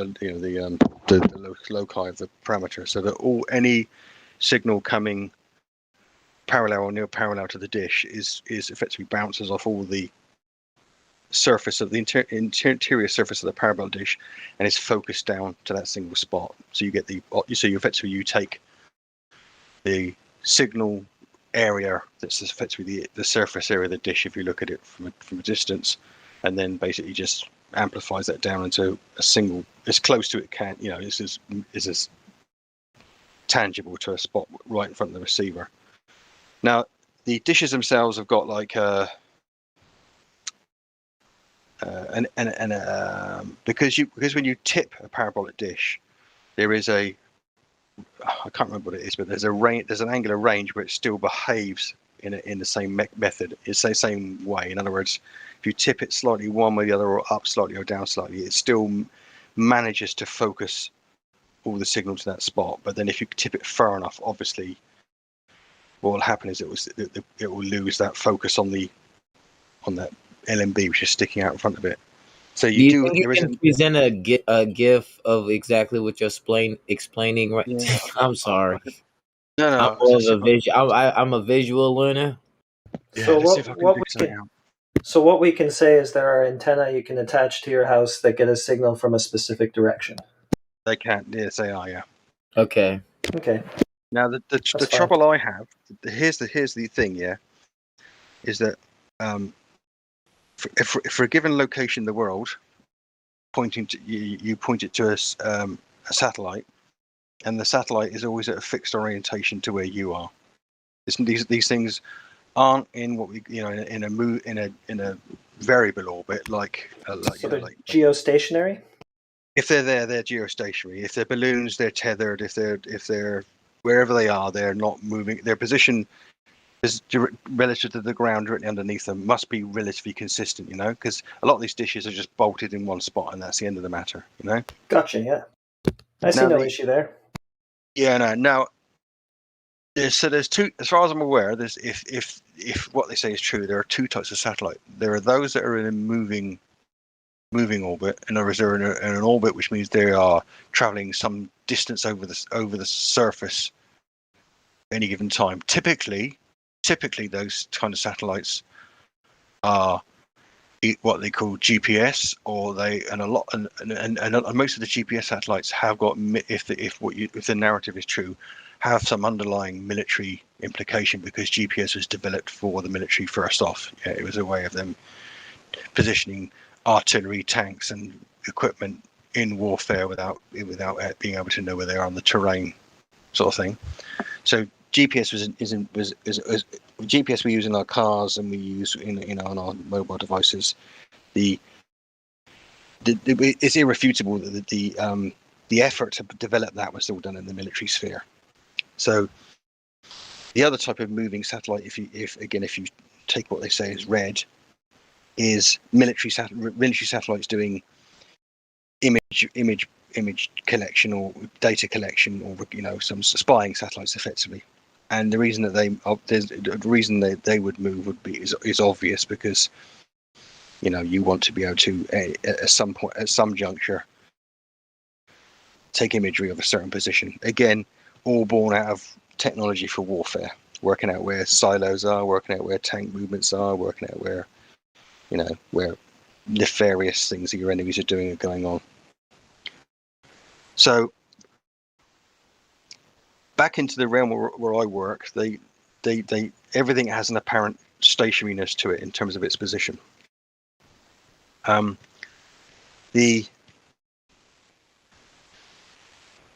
You can, like I said, there are two. Most people in Europe, they have a dish bolted on the wall at a certain angle and a certain, both horizontally and vertically, and they're focused on a certain signal somewhere. Those signals they can't punch, as far as I'm aware. I've not seen anything to the contrary. They can't punch through walls. They can't even punch through glass. This signal, they're not very good at going through any medium, really. If you've got a dish lined up so that there's a tree somewhere off in the distance that's in the way, then you're going to have more trouble getting a good signal in the summer than you are in the winter. If you have really, really shit weather with lots of precipitation or moisture in the air, and things like thunderstorms, I include in that because their cloud cover seems to be a factor in it as well. You can lose your signal. Those sort of dishes are, this is the typical characteristics of like a satellite dish for watching TV. Some dishes, like I said to you before, I've also worked on dishes that are steerable, and what you basically then have is rather than the harness being bolted straight to the wall, you have what's called well, you have it's called a steerable dish, but you typically have then a motor system on there with what's called an encoder, which reads the position of the motor as it spins it. So it's not just spinning freely; it's actually very accurately being stepped through positions so that you can always get repeatability of its position. That's typically connected to a threaded spindle, and then as the motor whirs along, it's moving an arm and it's tipping the dish. The system that I worked on, it was a while ago. The system I worked on was a standard called DISEC. You can look that up. It's an industry standard, and what that means is that when you change channels on your set-top box, you don't just send a signal to tune the LNB, which is on the dish, to receive a different frequency of signal. At the same time, you also send a signal alongside that from the dish up the cable using a carrier voltage to the motor, to the DISEC box. It says, "Oh, we got to move the dish over now," and then the dish is calibrated so that between several angles, and then it whirs across, and in a couple of seconds, it will find a new position. So that's the two main sort of dishes I worked on for reception.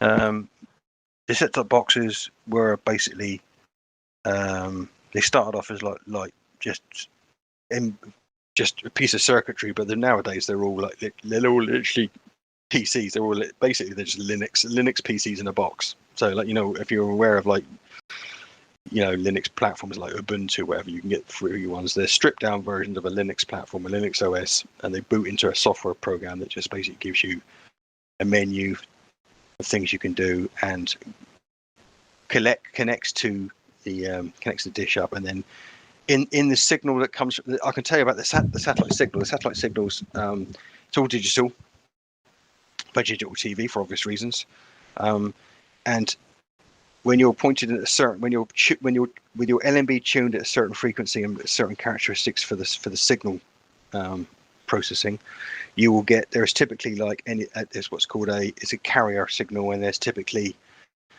anything between on a most satellites there's like between 4 and 12 ish video channels all at once coming off of that. What that means is basically that this is like 4 channels of TV all spliced into the same digital stream. So the set-top box has got this task of literally very quickly stripping out the one you want and then presenting it to a graphics system that or a system that generates audio video for your TV through the HDMI. So if you're changing channels sometimes on a satellite box, you'll find that when you change from one channel to another, it's quite quick, and that's because you're literally just moving from one of those signals in that group to another. Sometimes when you change channel, you get it's a little bit of a delay, and that's because actually what's happening is you're not just moving from in that group, you're having to tell the LNB to tune into a slightly different frequency and to get another group. So, and in that satellite signal, you can have TV channels with multiple languages all together, and then obviously your menu allows you to change them. You can also have data in there. So a lot of places like a lot of commercial entities hire space on that data signal. A good example is betting shops and gambling shops, where they've got horse racing and they've got this sort of thing going on. They will have, because obviously they don't want to it's useful for them to have a cheap way of getting data across simultaneously to all their stores. Well, thank goodness we have a flat Earth to do all this on. Well, they hire space on that signal to send their own data, and there is actually a way you can send internet over satellite, but it's really clunky because actually when you make requests for web pages, they can't go up to the satellite because your dish doesn't do it, so they have to go somewhere in a terrestrial signal, and then something else somewhere else sends the internet content to you. But it's a very clunky and not very cost effective way of doing it. Like channels which are just audio, like radio. So note to self: if I'm ever building a TV network, I'm going to need balloons. Thanks. You're going to need something. Most communication is ground based. So everything that everything effectively that you're doing, we already do ground based, right? Yeah, I mean, it's just a different way of doing things. It's interesting. Sure. The only caveat I would say on that is that if you go to a city, any city where everyone is using the same signal, or across that entire city, their dishes are all pretty much set up to the same angle, and they're pretty much all going to have the same. And I know this is not proving it one way or the other. They're all in terms of the horizontal angle, if you know what I mean. They'll all be pretty much the same, and their vertical tilt will be the same. And if you then move north or south, so you move to a different latitude, then that city will be tilted down to a different angle. The interesting thing is that it's the angle is always seems to be a roughly proportional to your latitude, and that's the thing that gets me, because it means that whatever you are tuned into is a fuck of a long way away. Well, it would have to be, right? Yeah. Because no matter what the Earth is, like, so if it's up there, it's going to be, if it's up wherever it is up there, it's really high. I mean, we're talking. Yeah. But your angle to the thing is going to change as you move to different latitudes, regardless of what the Earth is, right? Yes, I mean if you're on the equator for these, then your dishes are pointing pretty much up, directly up.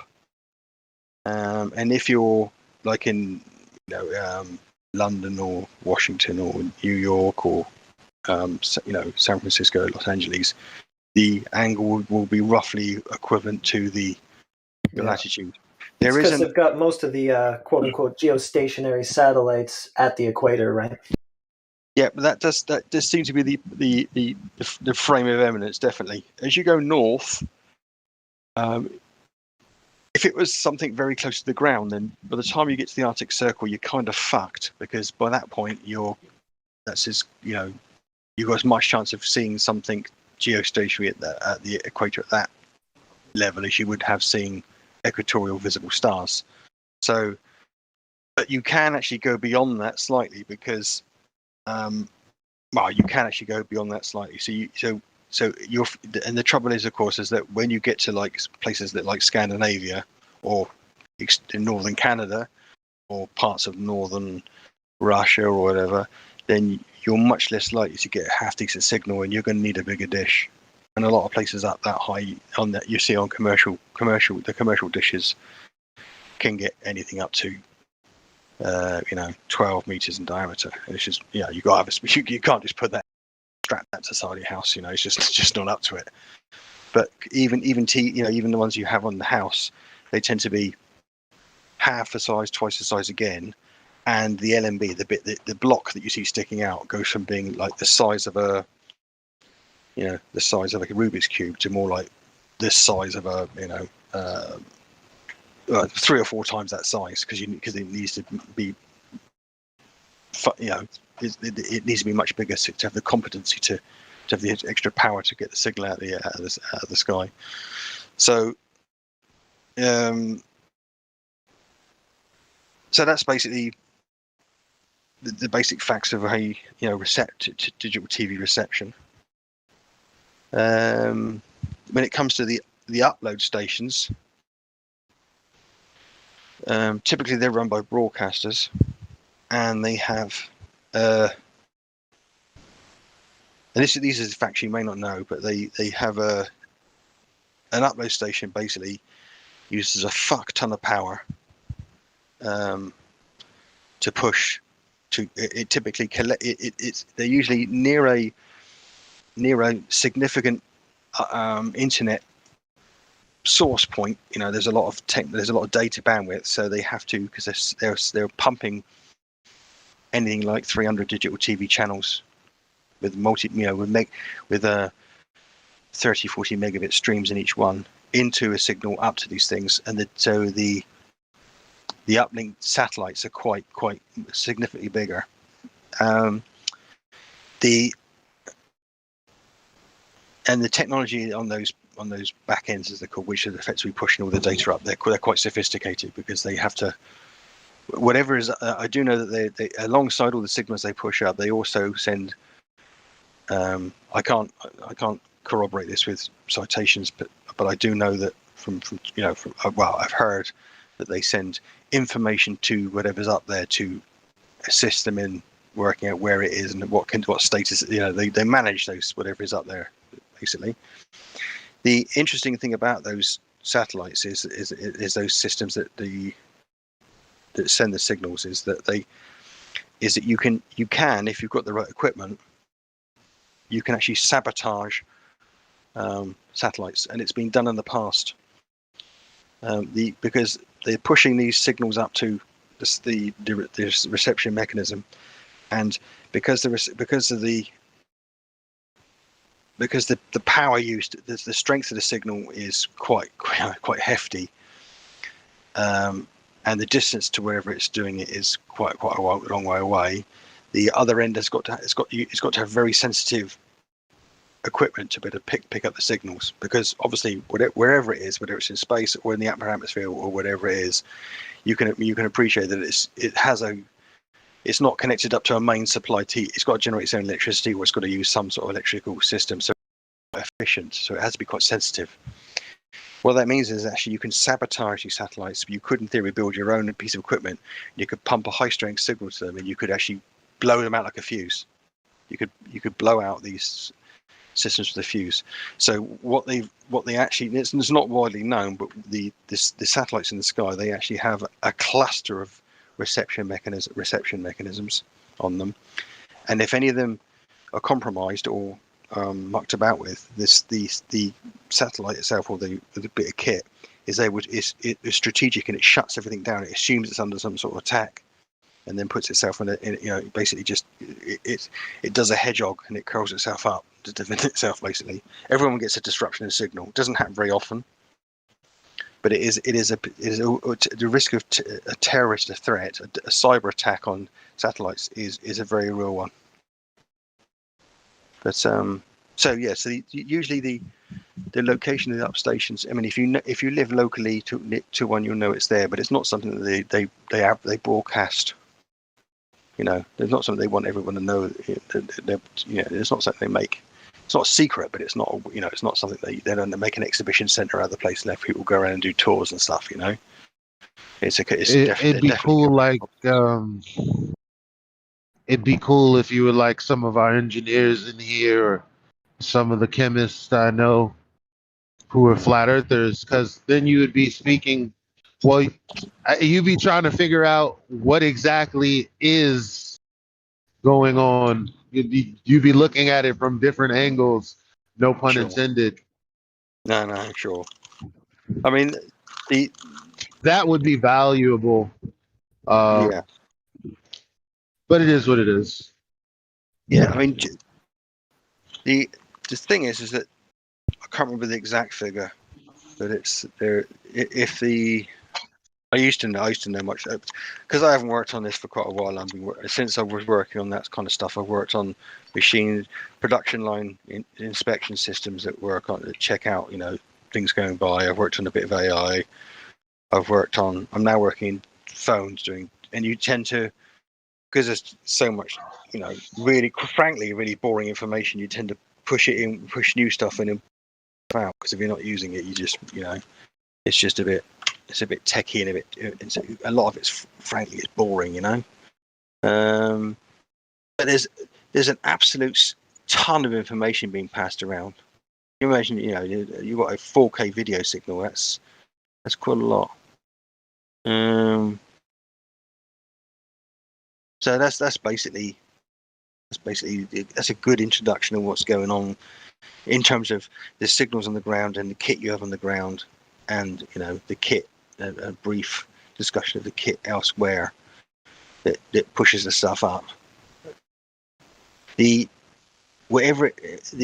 satellite, we'll just call it satellite for the minute. Let's just assume it's something up there that's taking the signal. They have a shelf life. The narrative is that shelf life is based largely upon mean time between failure of all the systems on there, because they're quite sophisticated.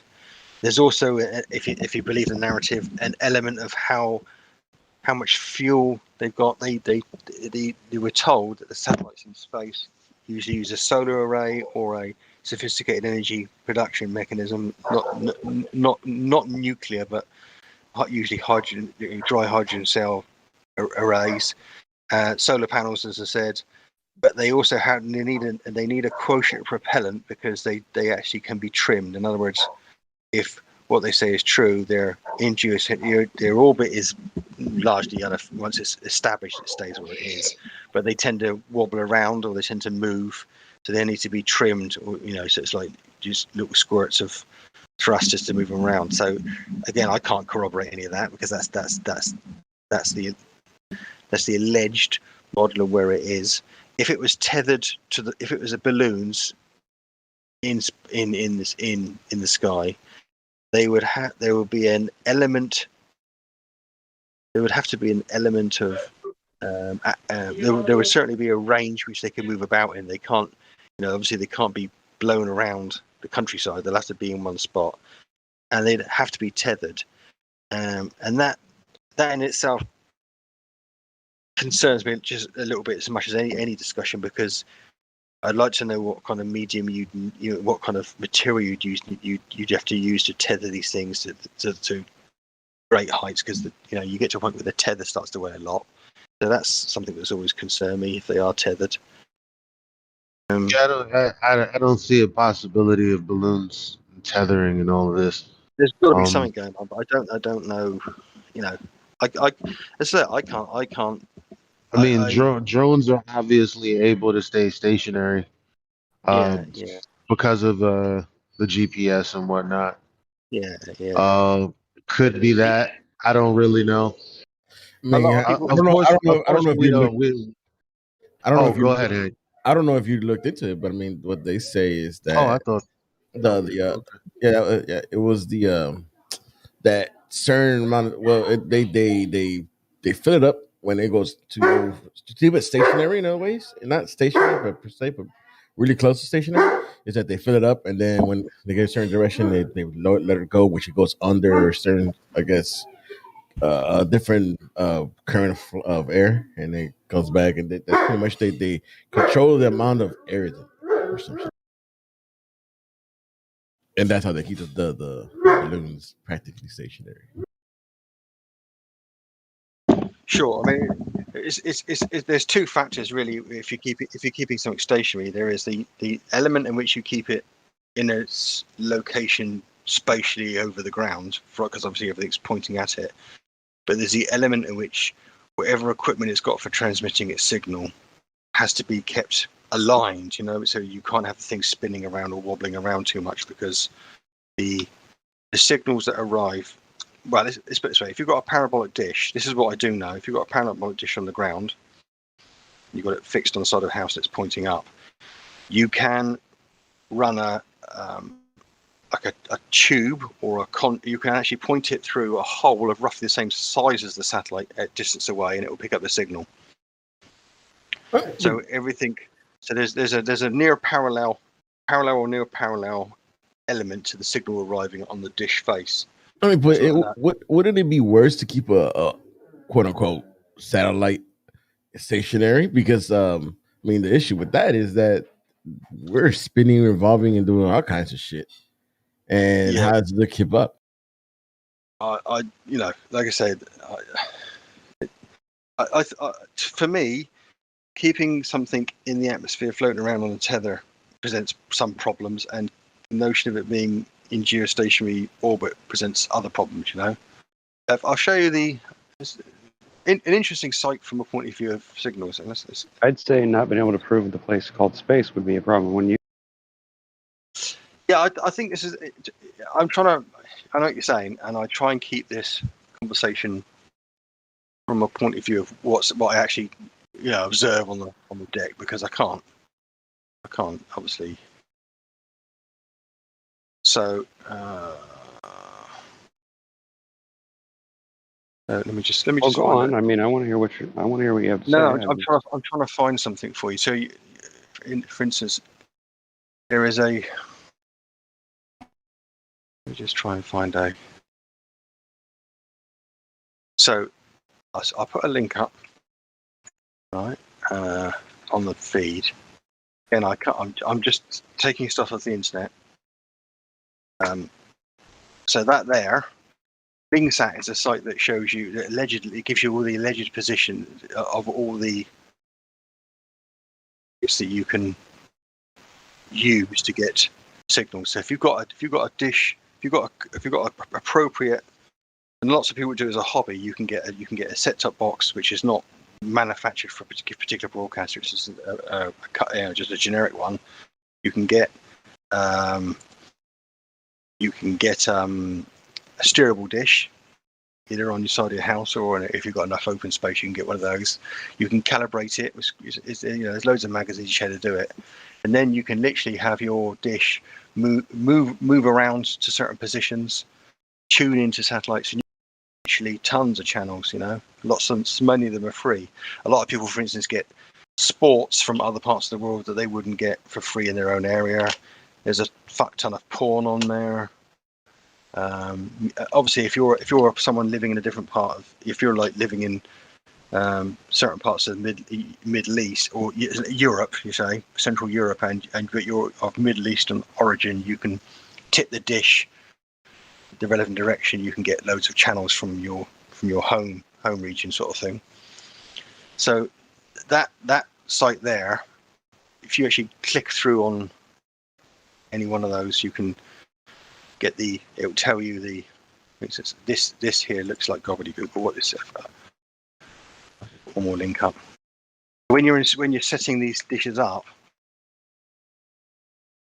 maybe some of you guys want to look at it. This here, that last link I put up, that's just a typical. That's Leosat, which is that's a satellite over Asia, and that list there that you see on that page, that's the channels you can go on it, and you can see that in the first column there's the frequency for the beam, and then there's it looks like it's gobbledygook and everything else, but then the second column tells you the tuning characteristics, then the name of the satellite, and then so you can use that to. It was gobbledygook like 2 or 3 times. I'm curious why do you keep saying it? But you can actually, if you've got a dish and a suitable dish and a suitable set-top box, there's a interface where you can actually plug these numbers in, and it will, if it's a steerable dish, it will steer it and find the relevant satellite, and then it will tune in and actually find the relevant TV signal on the satellite.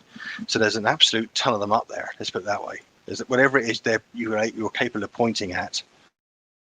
For instance, in Europe, again, this is this link up, and it's just a list of these are the names of whatever those things are. What they allege is see that. Let's just put that link up there for Europe HTML. This isn't whatever. I would tend to kind of want to believe this, except for one thing. It's something that Orion said. It's like, why do we pay for cable then? If we could just do this and save ourselves money, why aren't we still doing it? Why is that technology not even being used anymore? I haven't seen a dish that moves the scales in years, probably in 20, 30 years maybe. Enough of them up there. It's not enough of them to be efficient, more efficient than what we have now. It's the narrative. So did we lose the technology?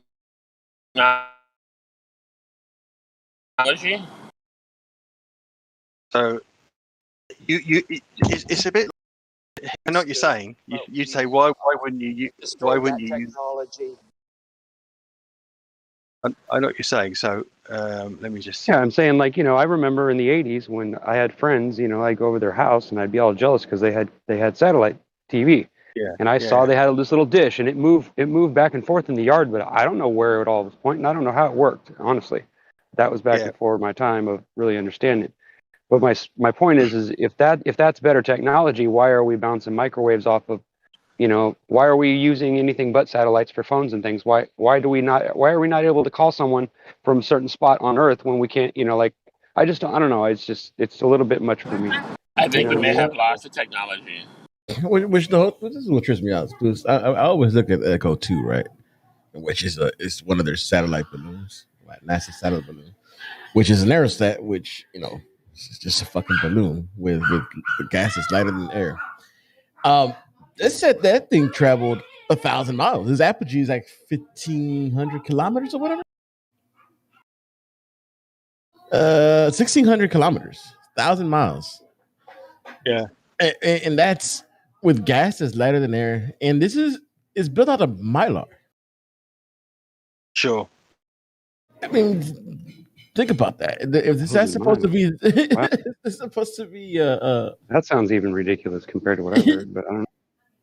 If this is supposed to be a going to quote unquote outer space, meaning a vacuum, wouldn't that shit explode?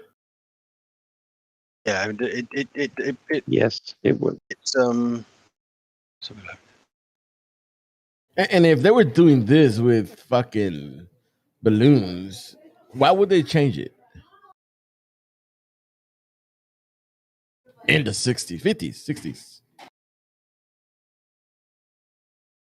Yeah, sure. Right. Would that be cost effective? Those are questions that need to be answered, I suppose. But I mean, think about it. I mean, how much would this balloon cost compared to what they say they spent on satellites? And the shuttles that take them up to the scale. Exactly. I'll tell you this much: whatever's happening, someone's spending a lot of money. Yeah.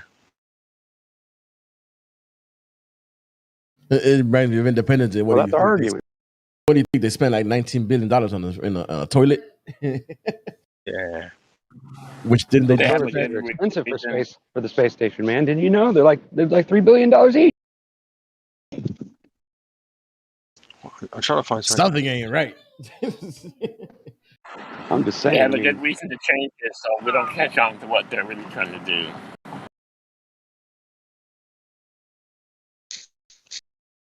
See, another thing as well. They're very, very guarded about telling you if you choose one of these satellites, these reception spots to choose to dish to, you can find out everything you need to know about the signal, which is understandable because you've got to tune to it. But it's very difficult to find specific details about what's there. For example, if you try and find out the physical dimensions or weight or whatever it is of these things, it's much harder to find that kind of information, I find. Exactly. For example, you can't prove you've ever used one satellite ever. No, I'm using when I say in this for the purposes of this conversation. When I said satellite, I was literally just using the word for whatever you're pointing at. Yeah, because satellite doesn't necessarily satellite as a word means something. It's not saying it's in space. I mean, if you use the literal translation of the word satellite, it means something. A distance, staying in a position relative to where you are. Do you know what I mean? It's not. I know it's loaded. I know it's a loaded term. But how do you prove that you've used one satellite? I mean, I've used satellite communication between my RC plane and my remote. Yeah, I'm definitely not using one satellite because on the steerable dishes, you're tipping. Sometimes you're tipping the dish anything up to 30 degrees. So it's patently not using the same satellite because the signal is coming to you can't. When you're pointed to one, if you tip the dish out, if you're tuned into one source, if you tip, there's a tiny amount you can tip the dish, after which you just cannot move that dish to you cannot get a signal from that dish. You just won't get the strength because you have alignment to the signal. You could have a dish 50 times the size, but it's still if it's not aligned to an exact vector, it won't get it. And that's why it's different to radio. You've got a radio area up on your house, even if someone. But it is a radio wave, though. But I mean, it's just a focused radio wave. Is it instant? Pardon? No, is it instant? How long? No, there's typically, if you live in a part of the world where, well, let's put it this way, in the UK, where I was, anybody knows the BBC, obviously we have the BBC, they used to have, they were in transition period when where everyone had a TV area on their roof. And again, TV areas they're not like radio areas, they are focused, they are positioned. It's not an omnidirectional reception mechanism. You have to have your TV area aligned. But since the BBC's been broadcasting since commercial broadcasting began, 1920s or whatever, and BBC One and BBC Two were analog, like they were, much like they were in. You had NTSC in America, we had PAL. But nonetheless, if you're watching, you could actually have a television on in one room, which is on the analog, analog TV aerial signal, and you can have a TV on in, say, another room like the kitchen, which is on the satellite signal, the satellite box, the set-top box, and there is always a 1, 2, sometimes even 2.5 or 3 second delay between what you'd see and hear in one room and the other. So there's always a latency pushing stuff up to whatever we're pushing it and coming back to you, which is greater than it would be for a conventional analog TV aerial signal. But of course, it's a radio wave, right? It's an electromagnetic spectrum. I think a lot of these signals are in the near microwave bandwidth, aren't they? They're not quite the same as they're not in the VHF UHF range, like that. Not in the standard conventional radio signal range. I don't believe. I can't remember now. I can't remember. Oh, well, I can. If you look at one of those charts, it will tell you the frequency of the signal. Where are we?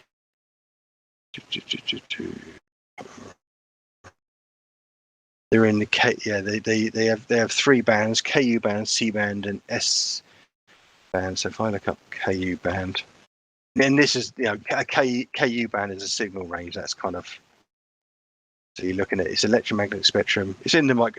So if you look at Wikipedia, KU band transmissions are used in labs and equipment on the ground as well. So it's just bandwidth, but it's in the microwave range in 12 to 18 gigahertz. And what's the other ones? So you got C band. Again, another one just next door to it, up in the so it's all up in the microwave kind of microwave range for. That's for voice and data communication, right? C band. Yeah, well, I'm talking specific. I mean, my expertise, my experience in that was largely in television, TV and audio and entertainment. And like I said, there's some boxes collect data. So, like I say, you can hire data space on these systems. So if you've got some data you want to send out, it's easier to do than it is to obviously have it in a centralized spot. This is, mind you, I'm talking about. I say it's easier. I'm talking about late 80s, early 90s, going through the 2000s when should we say broadband network wasn't as well, the network coverage wasn't as good as it is now. Nowadays it would probably be more tenable to send it from the internet for obvious reasons, but for a long time lots of commercial places were sending information out that way. I think a lot of financial markets were using distributed data that way. I said there was things like I said to you before, there's things like entertainment industry using it, betting shops were using it to make sure that betting was simultaneous or near simultaneous around their area where they were working. So yeah, that's basically a good introduction to what the signals are and the nature of the signals. And that can all be, you can corroborate that with equipment on the ground. That's not that. What comes into question is what's up there, where is it, and what is it, and the nature of it. and that's where the discussion begins, I suppose. That's what we should be. We should be all coming together to ask NASA and the people who work on these things. Yeah. Well, Obviously. if you take, for instance, for instance, in the UK, there is Sky. Sky is Sky B was it was now it's Sky. They're like a supplier of a full. I'm sure you've got an equivalent in America. They've got a full multimedia package to offer people. And someone earlier on asked if you can steer a dish around and get all these signals. Why don't people do it? Well, largely out of inconvenience, and it's also largely the fact that if you subscribe to someone like Sky, you have a very easy. They'll come and set the dish up. People don't know that much about steerable dishes, and they don't want to don't really want to get involved in it. Yeah, and they will give you a full. The quality of it, because they're selling it to you, the quality of the programming you get is better than it is across the wild west of free signaling. Frankly, it's very difficult to get. You for instance, if you had a steerable dish and you were just literally, you weren't using conditional access cards like you can in your boxes plug in cards to get premium services even if you steer the dish. So if you're not paying for those kind of things, you get an awful lot of. There's a fuck ton of channels trying to flog you stuff. There's a load of really regionalized programming, news and stuff, mostly in different languages. But there are gems out there. There are, you can, for instance, in certain parts of the world, steer a dish, pick up a sports event shown wherever they are free. What people typically do is have that on and they stick the radio on, because obviously they don't listen to someone rattling on over their sports in a foreign language. And to a certain extent, even mind you, the internet has kind of made this a bit more of a pointless exercise. There was during the 80s, 90s, and 2000s, there was an awful lot of porn, soft porn and stuff up there if you wanted it, which drove a lot of people. Frankly, it drove as many people got boxes for that reason as if for any other one. When you use a box like that and you steer it, you tend to, when you've tuned it, you tend to have literally hundreds of channels discovered. Most of them have got foreign names. Most of them are timed transmissions, so when you're awake they might not be nothing on it, just be a blue screen or a test card. Yeah, so it's in the enthusiast's realm, because frankly it's a bit clunky and it's not very convenient. When you've got your own paid service locally, the user interface just presents you with exactly what you expect and how you want it, and frankly most people can't be bothered to get a steerable dish. So that's the basic. I mean, you get FTA. FTA, I think it's free to air. Yeah, free to air. Yeah. I used to have one of those. In the UK, there's a legal obligation for them to supply free to air services, because obviously for a good many, we have this quirkiness in the UK that for a long time everyone had to have a license to own a TV, and that's still the case now. You have to pay a license to own a TV. It's in and of itself, it's not a huge amount of money. It's a convenience it's an inconvenience if you haven't got it, and if you deliberately didn't have one in the past, you could get fined. Most people, it's just it's one of those things. It's a cultural thing. You just get used to. You just don't even think about it, But it's like a logo. It's like a nominal tax basically. What it does, the benefit of that is that the BBC services haven't got one single advert on them, and so in some, I would argue that that's worth it, frankly, because when I first time I ever travelled to the States and I was watching a program, I was absolutely stunned how many advert breaks there were. Typically on the commercial channels in the UK, you have an advert break. If you ever look at an hour-long program, you typically have, at most you have a quarter hour between advert breaks. On some of the services around the world, that's sometimes down to 5 minutes or 7 minutes between advert breaks. So a lot of people in the UK are thankful for the lack of adverts of maddening. And people are getting used to nowadays. People are getting used to fucked up the ass by TV suppliers. Some parts of the world, including the UK, you can pay to use satellite TV. You can pay to have a satellite service, right? You then pay to have on top of this. So you've got some channels you pay for monthly, which is a standard range of channels. You can then pay to get sports channels on top of that.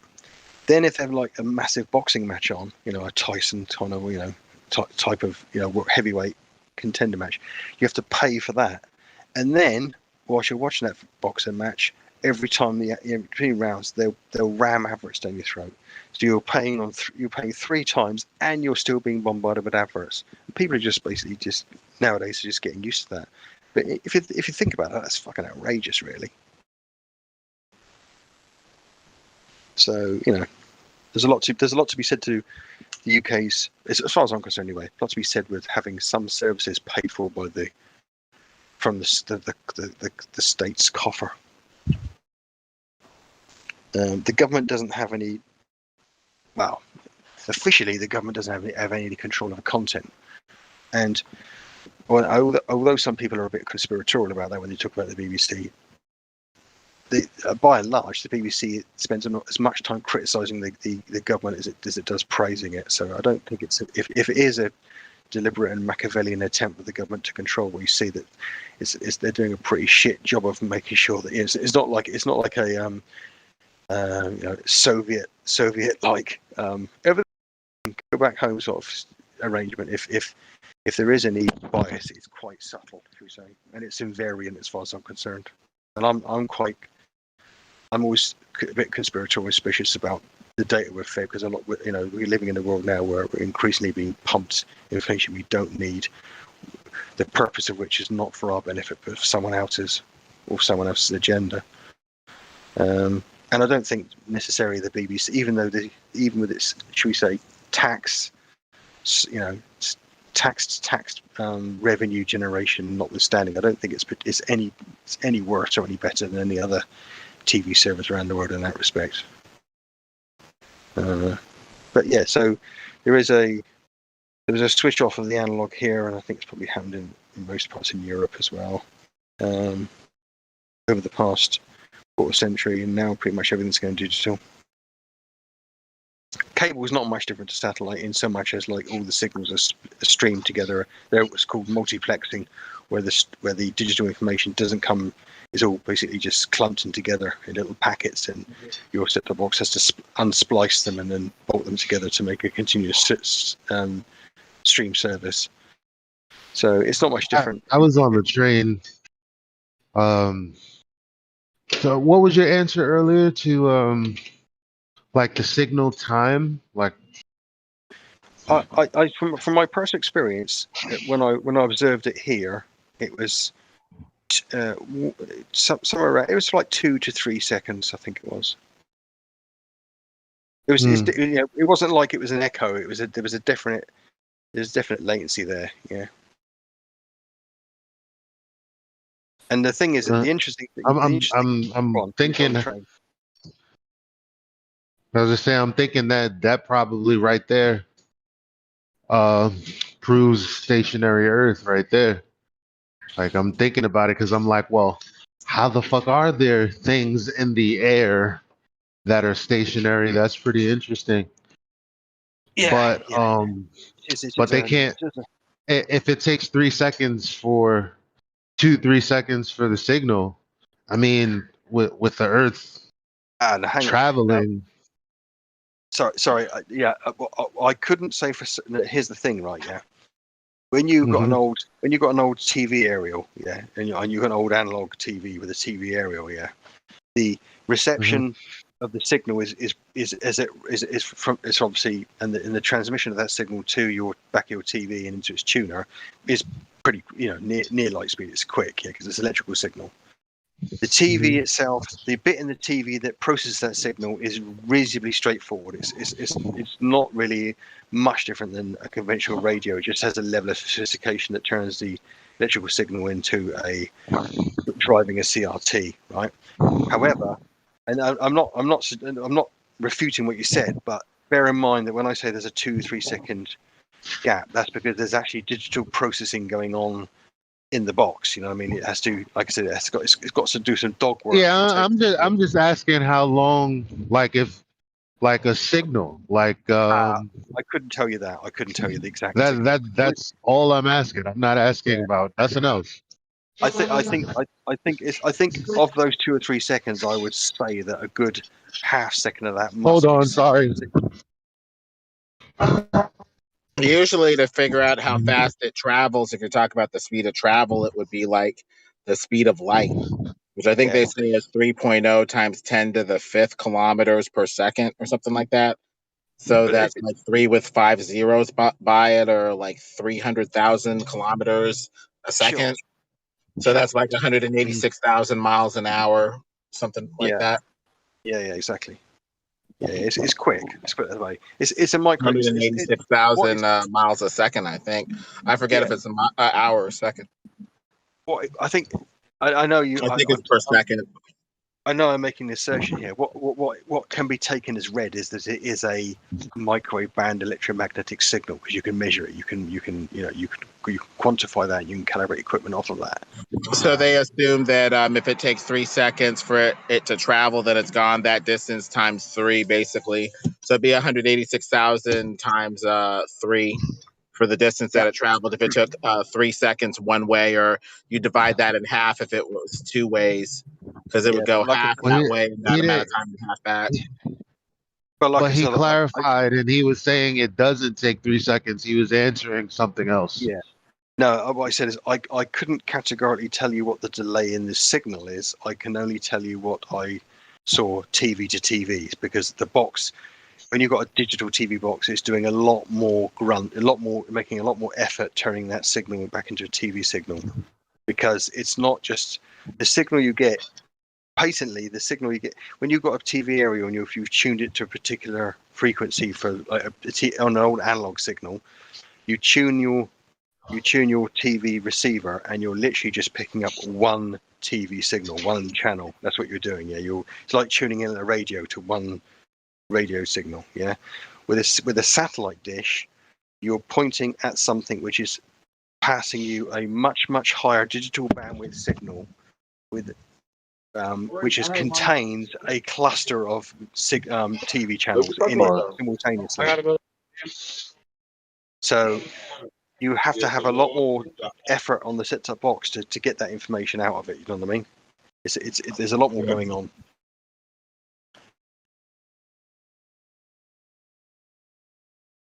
It wouldn't be at all. They for obvious reasons, the cost of this means they can't just send one TV signal on one frequency. It doesn't make any sense. Yeah,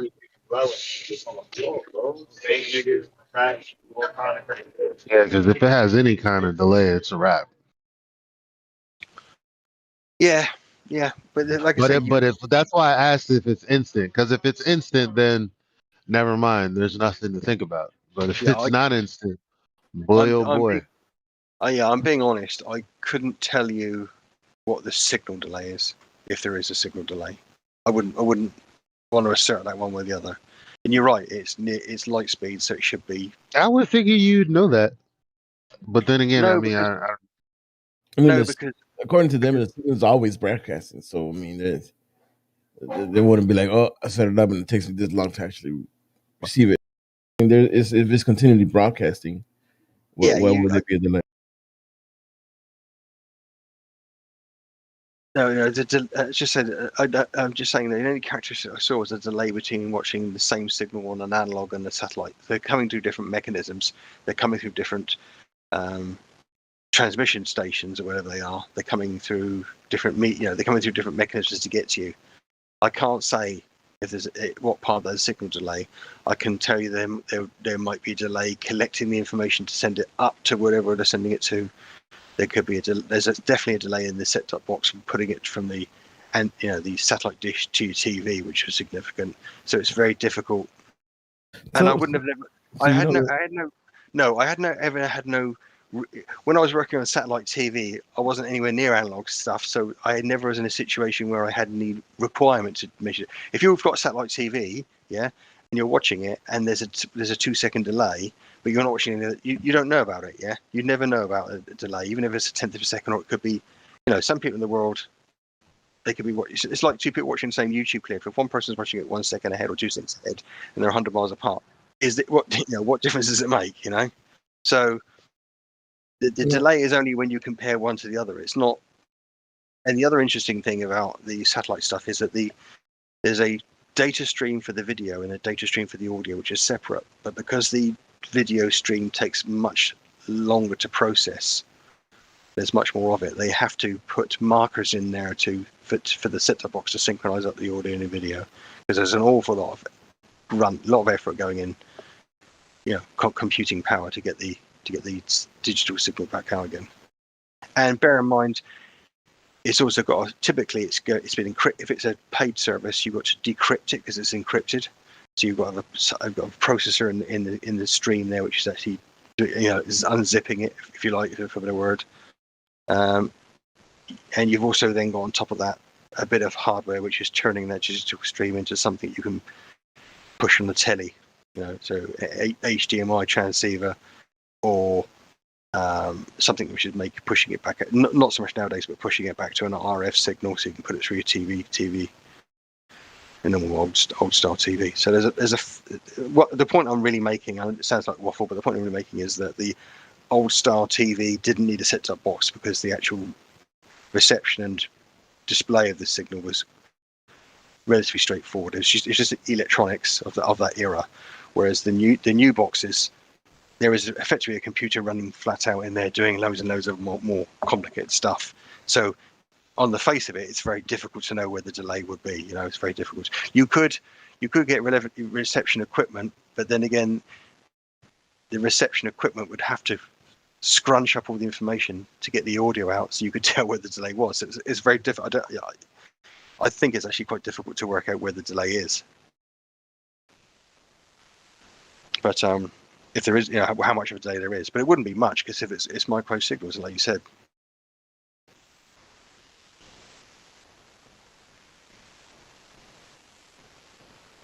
But yeah, that's about pretty much all I've got to say on that, really.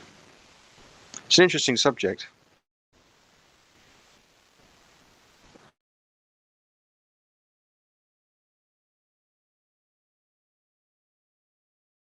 Another really interesting thing about it as well is that on the latest versions of the technology, the set-top boxes are capable, and they're going to start utilizing it more and more in the future. They're capable of actually having adverts transmitted in the background. So you're watching your TV program, and then there's a data stream in the background, which is transmitting a load of adverts. And the set-top box can evaluate what adverts you're actually not fast forwarding through, or what adverts, the theme of the adverts that are not making you turn over, or just adverts that are matched to your demographic or your viewing preferences, so that we're going to get to a point when everyone has an advert break in the middle of a program. The adverts that you get and the adverts your neighbor get might be different, which is quite a weird thing to think about. But it's kind of it's equivalent to the adverts you get down the side of a web page. They're kind of probing your internet cookies to see what you've been browsing. That kind of tuned, customized advertising and data ramming data down your throats is going on is slowly coming to TV, just like the internet. But yeah, another way they're trying to shaft us over with information. But on the face of it, you can see why they do that. It makes much more sense. If they're showing you 10 adverts you're far more likely to respond to, it means that they can sell the advert space far more effectively if they're not just pushing out an advert. They're pushing out an advert for skiing, and a third of their audience is geriatrics. It's a waste of their broadcast time, isn't it? So you can see why they would do it. I pay for Netflix, so I don't have to watch commercials. No, exactly. No, not in the moment. You don't. Not with Netflix. I wouldn't. But if your program's free, all the free programs, compound you with all these advertisements. Yeah. You at the moment, Netflix and Amazon. I watch things for absolutely free. There have always been things to pirate this kind of stuff, and it makes me think. It's interesting. Maybe there's a level where maybe there is no way to make illegal the pirating of this kind of stuff, because they always put that warning, the FBI warning, when you used to watch like old, and the cable company used to send me letters saying if I didn't stop it, I would be punished. And nothing ever happened. Not to me, not to my friends. It's all a big bluff. And I'm like, this world kind of is a big bluff to intimidate you to make a decision. Plenty of people. And then we make them. I mean, you're right. You're actually not much happened. There was a period of time. Remember, we're going back to the Napster the dawn of MP3, and we all, if anybody of us are old enough, we know exactly what happened there. Now that pretty much decimated the old music industry, and led us to where we are now. But throughout that entire period, and like you say, when you talk about poaching signals or hacking signals or downloading films through torrents, there's always most of the warnings are just aimed at scaring Joe Public into not doing it. Even though by and large Joe Public will download a film, watch it himself, might give his neighbours to watch, might give his mates to watch. The distribution leak of that is quite small. Yeah. So in reality, yes, you're getting something illegal, but your cost to the copyright owner is not that significant. The people running the torrent sites and the people that ran Napster or Sound Audio Galaxy and all those kind of internet services which provided people with the ability to host or to upload content for others to take, they got serious. Some of those people got seriously shafted because they literally cost billions to the industry, and the industry, no multi-million I don't care what it says, no multi-billion pound corporation ever turns a blind eye for too long, for obvious reasons. But that's still happening right now. What, people stealing stuff? Yeah, they can't stop it. Yeah, no, they're torrenting and stealing, ripped CDs and MP3s and DVDs. It's still going on. It's petered off. It's come off a long way. Some people just can't be bothered with it anymore. A lot more people are using Netflix or Amazon Prime for their audio. They're using like Spotify for their. A lot of people are just happy to do that now. These services are like multi-million pound subscriptions. Multi-million user subscriptions, I should say, around the world. They're profitable corporations. They're not stumbling along trying to make a living. Netflix's expenditure on new programs and films is getting to the near comparable to the spending power of Hollywood. So they're obviously making a fuck ton of money. So there's obviously an awful lot of people who just can't be bothered anymore to just rip stuff off or to download on torrents or have the computer on overnight where they go to ropey sites or whatever, or use. By and large, people when it comes to watching free movies and free TV, there's a limit to, like with most things. Most people there's a limit to how much they can actually be bothered to do it if there's an alternative they can get for what they consider to be a nominal price. And that's the lesson that that's absolutely true. That's the lesson the Because music industry does. You know. That's yeah, why. yeah. I mean, Well, you have if you're when if you're my, I mean, I'm 50 something, so I remember a time when you'd have to go to a music store, you have to, and you'd think you'd pour through these LPs or cassettes or CDs, and they were bloody expensive for what you could earn at the time. And you think, God, I wish I could listen to some of this stuff. So, you would sometimes be a bit hit and miss. You'd spend your good earned money on a record, you get it home, and think, okay, that's not nowhere near as good. Then where were you? So it's completely understandable how you get to a point nowadays. Kids nowadays, they can listen to any. They can find out what they like. If they want to choose to spend the money on or a subscription to that, when they've found out what they like and what gives them a kick, then they do, and that's a much better system than it used to be. It was a right old fucking racket. The music industry from 1910, 1920, right through to 1919, 2000 was an absolute. It was a racket basically. You can tell it is because we've moved to a world where the best, the highest paid or the richest music artists. They went from a time when they made all their money on singles and LPs and they couldn't be bothered to tour, to nowadays where they make fuck all on music and they have to make their money touring. That's how much of a sea shift that people downloading and the internet revolution disrupted the industry. Hey, puppy. So,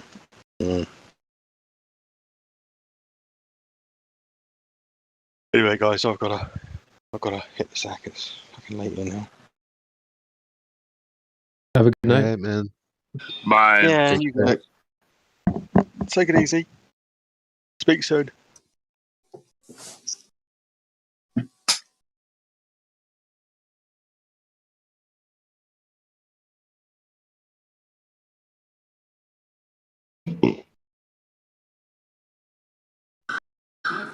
That guy was going on and on. Honestly, I didn't know what he was talking about. But I heard him say Napster and BitTorrent, and I got that part. I think he wore himself out talking. He's got to go to bed now. Something about satellites, and they could be up there. Hard to prove it.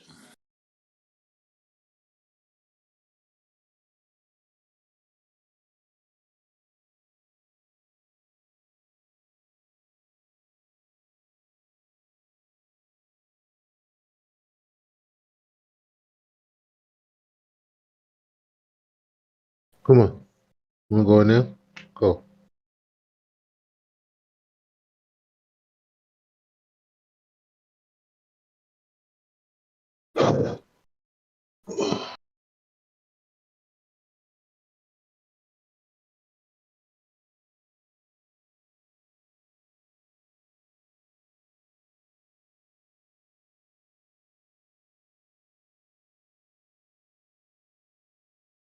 Hey, baby. Hey, boo boo. You're hot, Mike and Elijah. That's my cat playing the piano. How talented is she?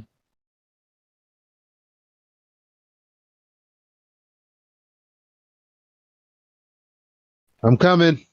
Sorry, guys. Yeah, these whippersnappers don't realize how good they have it with music. It's very true. You buy an album back in the day and you'd be like, oh yeah, this song is fire. I'm going to buy the album. And it's like, shit, I just spent $25 for one song. The rest is crap. Bro, forget that. Like, they got games on the tip of the fingers. I mean, every kind of game they want. Dude, we used to have to stick around. We used to have to stick around buying one game for like freaking 30 days. Well, probably even more. Mario Bros. Was like the only game you had. They don't even know the struggle of blowing in the cartridge to get that motherfucker to work. For real. And like they get bored really easily. Oh, I'm bored of this game. Like bruh. Do you know how good you have it? For real.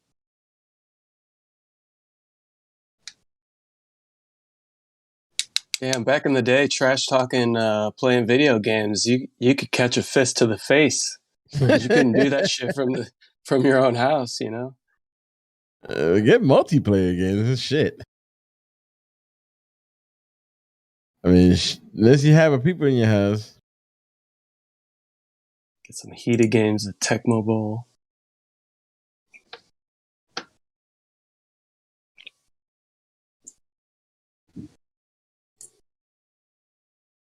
I like that we got to go through all that stuff.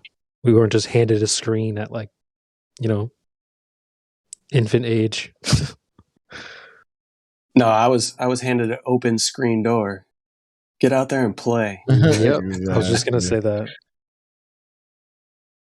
Get out there and don't come home till the street light comes on. Ding ding ding. Man, the good old days.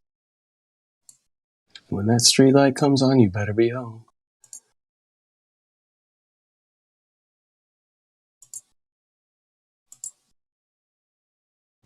Man, if things have changed. For sure.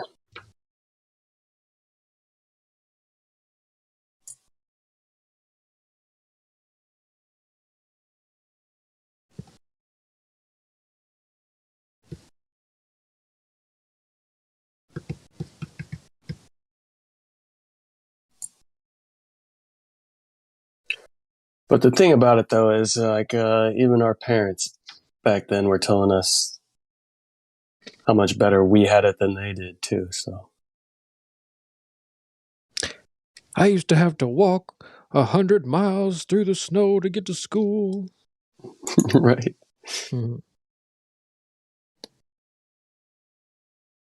Uphill both ways. Yeah.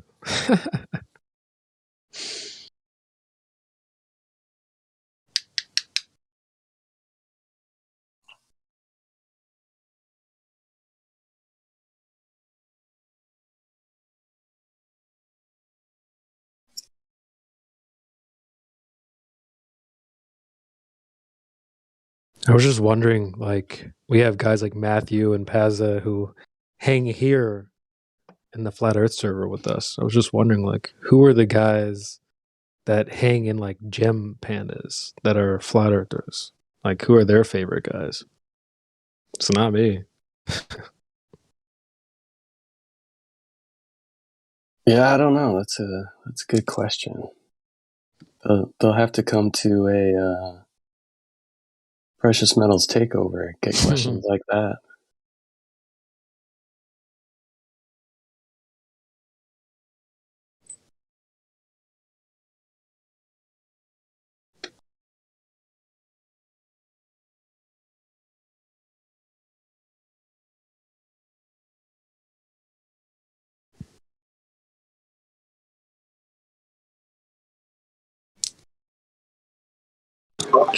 What's the question?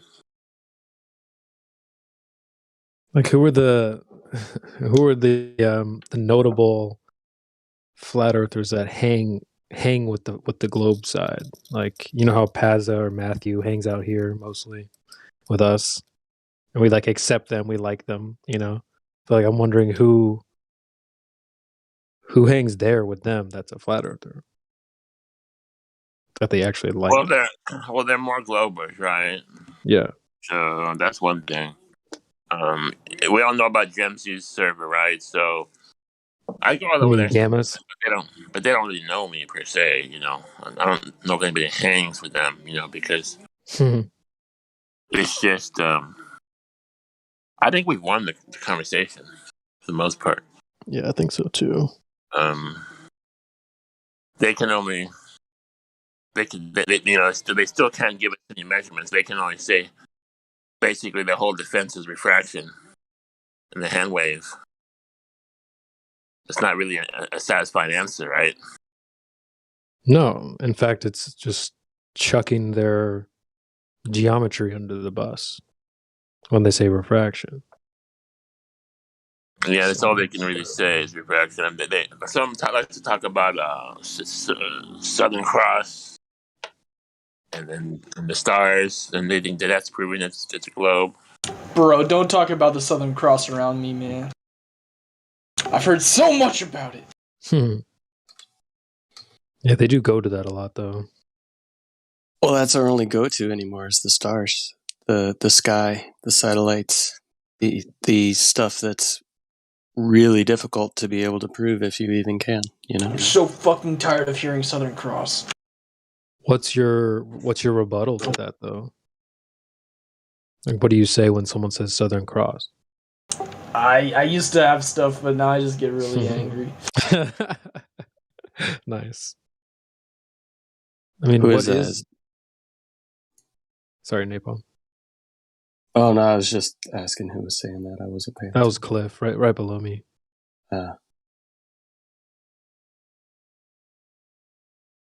So you don't have an answer for the Southern Cross? I mean, typically it's brought up in a way where it's stated that you can't see the Southern Cross from the Northern Hemisphere, or you can't see the North Star from the Southern Hemisphere, right? Is that what you're getting?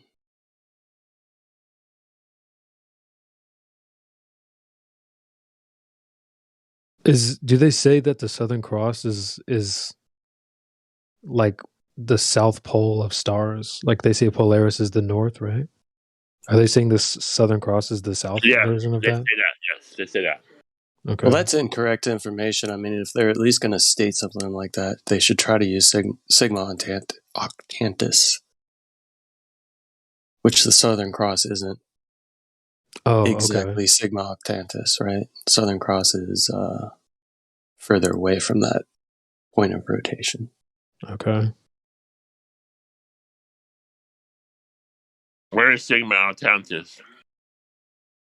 That would be close to the center of the southern celestial rotation. But does it look the same like from Chile and from Australia and from Cape Cod? There's no real good definitive evidence that I've seen. It's something that's very difficult to search and hard to compare between the different spots. To be honest with you, you know, I've tried to do some, you know, research about the topic, trying to find images. There's just not a lot out there, to be honest with you. And if you're not in one of those locations or haven't been in both and done a lot of observation and keen study, I don't know if you could say. I've had a look for it. Sigma Octantis is supposed to be when you look at the Southern Cross, there's these two stars at the bottom of the cross. They are the pointer stars, and they point to Sigma Octantis. Follow it, you're gonna see a tiny little light. Right, it's supposed to be. That's where the south is supposed to be. But that light moves. It moves a lot. So that has to be Sigma Octantis. What they're talking about. Because there's nothing down there. I've been in Australia for I've been in for like 10 years, 15 years, and we've been looking into this for 6 years. And it's not there. There's no southern pole star. The thing Right. moves. There's no star, but there is a point of rotation. I guess the hard part would be trying to see if multiple locations at the same time from like Australia to the southern tip of Africa and the southern tip of South America can all see these same stars in similar positions at the same time. And Australia and New Zealand and on the actual Arctic shelf, the Antarctic shelf. So they have to show that they can see this star cluster basically at the same time. And how do you really even verify that? Right. And it's weird because when you look at time and date and stuff like that, there's not a lot of times where all three of those kind of main locations, you know, the southern tip of South America, the southern tip of Africa, and Australia and New Zealand can really have nighttime at the same time. But it seems pretty easy in the north for a lot of people in the northern hemisphere to see a lot of these constellations at the same time in varied positions within their sky. So I don't know. There's weird shit going on down there, but once again, the However, stars don't prove the. some globers use stellarium, and they claim that it's accurate and it proves a ball. Well, I mean, it's a model. Software. Like it's software. Yeah, there was a bunch of discrepancies during one of the most recent eclipses, right back in 2017 or 2018, 2019, whenever it was. And all they did was they put a patch into the program so that it matched what people were observing, right? So it's it's just a model.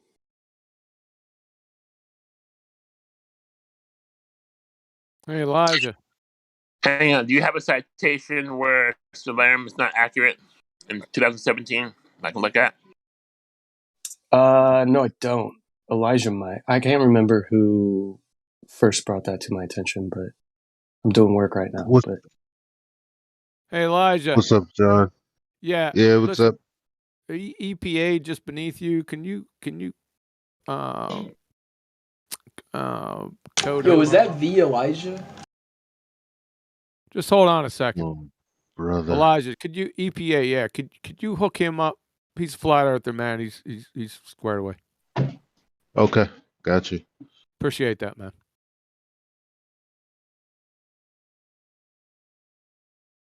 Yeah, that's the EPA.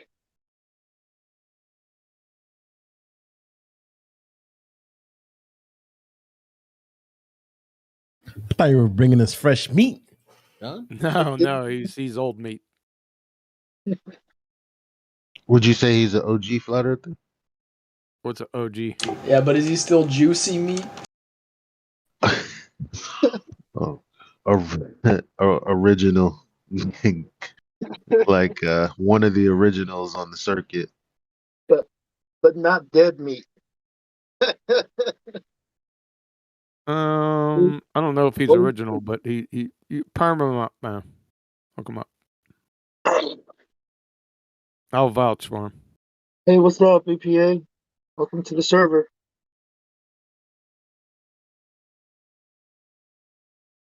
Well,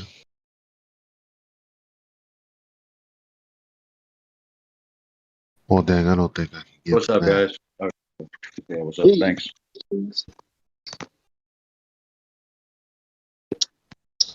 Do we got him? Yep, he's good to rules go. around here. Rule 1, there's flat. Oh, I thought you had Achilles.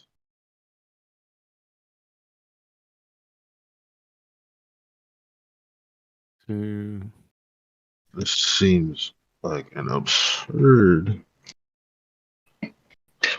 Oh, I'm hot micing. Jesus. speaking of Globers, Precept, you want to tell us about the ball you think you live on? Yeah, fucking Precept. What you got about that? Easy, Cliff. Easy. My bad. I don't know if I've seen you around. Are you new to the server? Precept? Oh, he doesn't have a VC. Can he talk?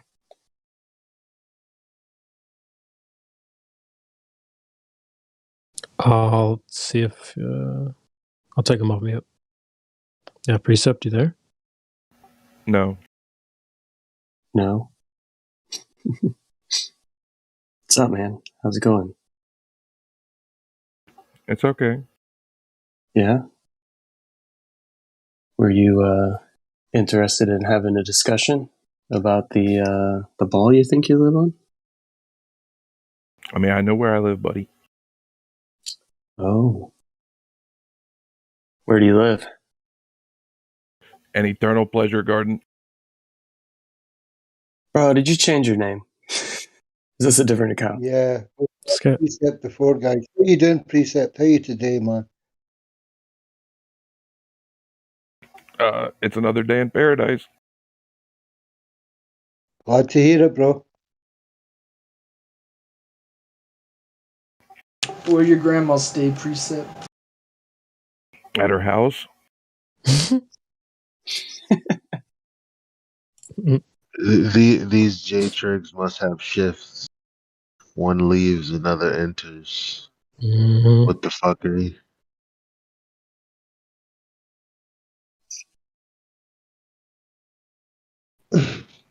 What do you got for us tonight?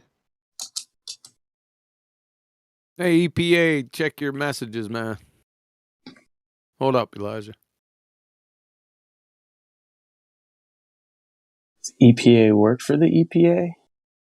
No, it's Eagle Plane and Anchor. It's not as fun. He's an ex-Marine. I figured with the profile pic.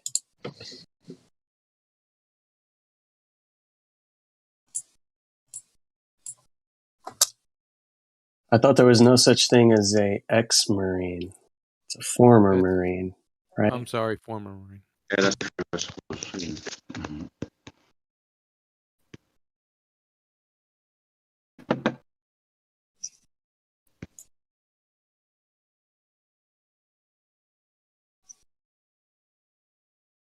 How you doing, QE? Yeah, I'm trying to conversate with EPA somewhere. Can he get in 24/7 Flat Earth Arena?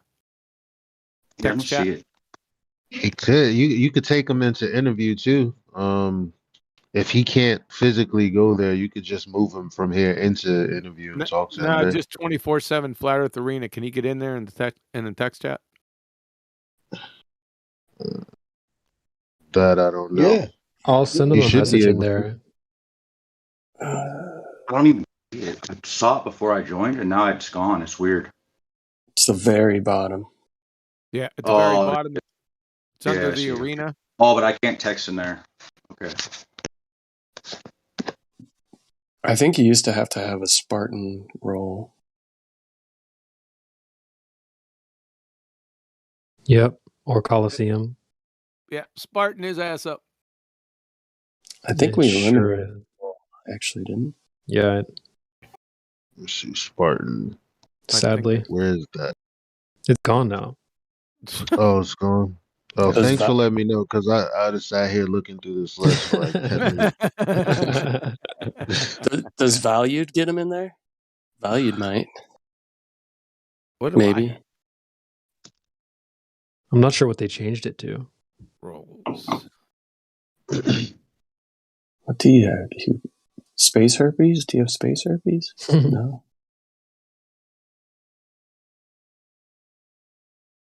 Well, with the moderator role, QE, you can pretty much see and do Yeah, I everything. know. That's why I'm looking at mine and said, yeah.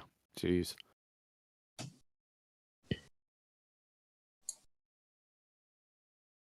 Hey, EPA, can you see it? Yeah, but I can't chat in there or text in there. You do not have permission. Right, that's okay. Are you in there now? Yeah.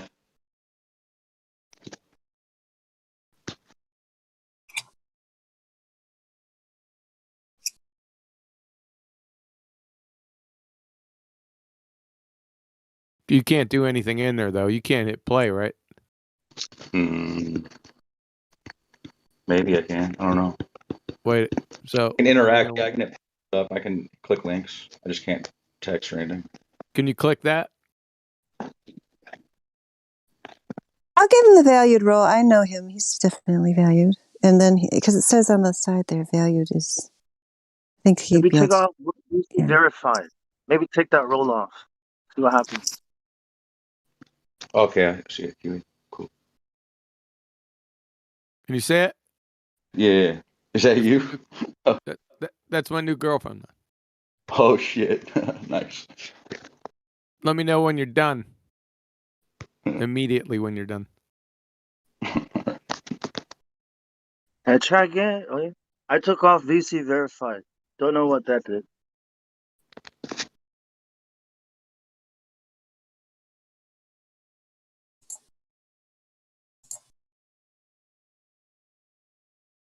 Nice, dude. You done? Yeah. Good shit. Her name's Evelyn. Evelyn the Okay. Javelin. Yeah. She's cute. Not as good as mine though, but you know. I beg to differ. I don't know, man. All right. Sorry to hold you guys up. Go ahead. Welcome, EPA. Yeah, thanks, guys. The only thing she's hot because she's flat Earth. Yeah, that's right. I forgot to ask you, is she flat earther? Oh, we were having some of those conversations last night. We'll get there. She's Okay. young, man. Young. Yeah. Okay, cool. She'll get there.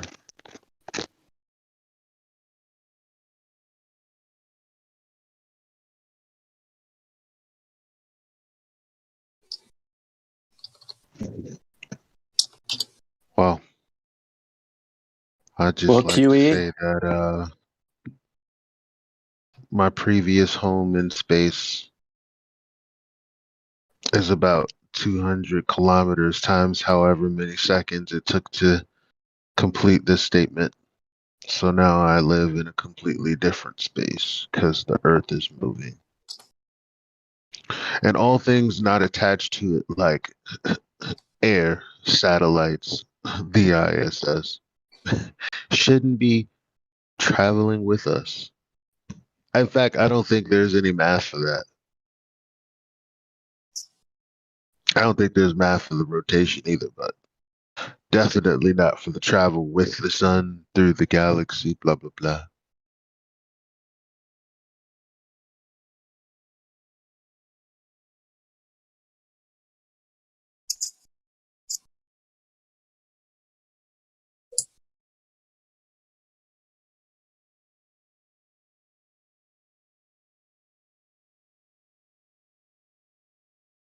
You sure about that, Elijah? You got a citation, please?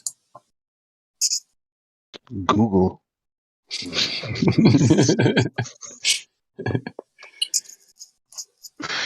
Space.com. That's how fast we're moving. 200 kilometers per second.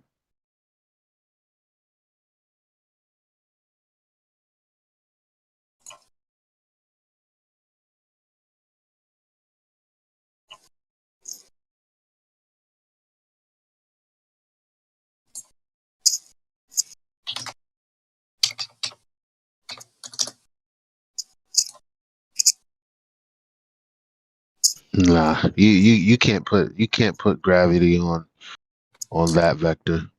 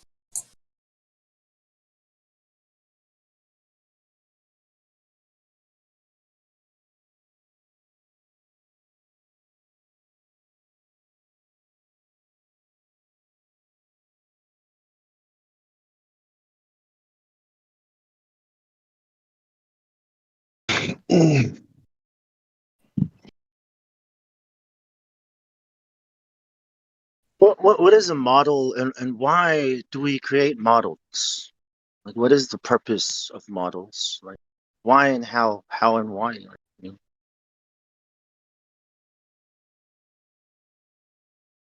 Sell clothing, I think. But doesn't the model have to be right in order for it to be useful? Right? We build the model based on reality, right? On what we're trying to we observe in the real world, and then we use the model to make predictions, right? And if it's wrong, then the model is wrong, right? That's how we use models, right? Is it? So then why we make them? So we can test things and see if we're right. And if it's right, then we use it, right? If it works, then we use it. Just trying to figure out, what kind of model can we compare the the globe model to? Like, is there a model like that we build and just stare at and totally useless to anything we do in the world, in the real world? But there it is. There's the model. There's the model. That's what Yoda looks like. Here's a model of Yoda. Yeah, what am I going to do with that? Yeah, I don't know. There he is. Maybe you can use it in like one of my movies. That's a great idea. Maybe we can do that, right? Because we can't use it in the real world. I'm just wondering, like, are there any models similar to the globe that we don't use for anything in the real world, but we say, hey, look, there it is.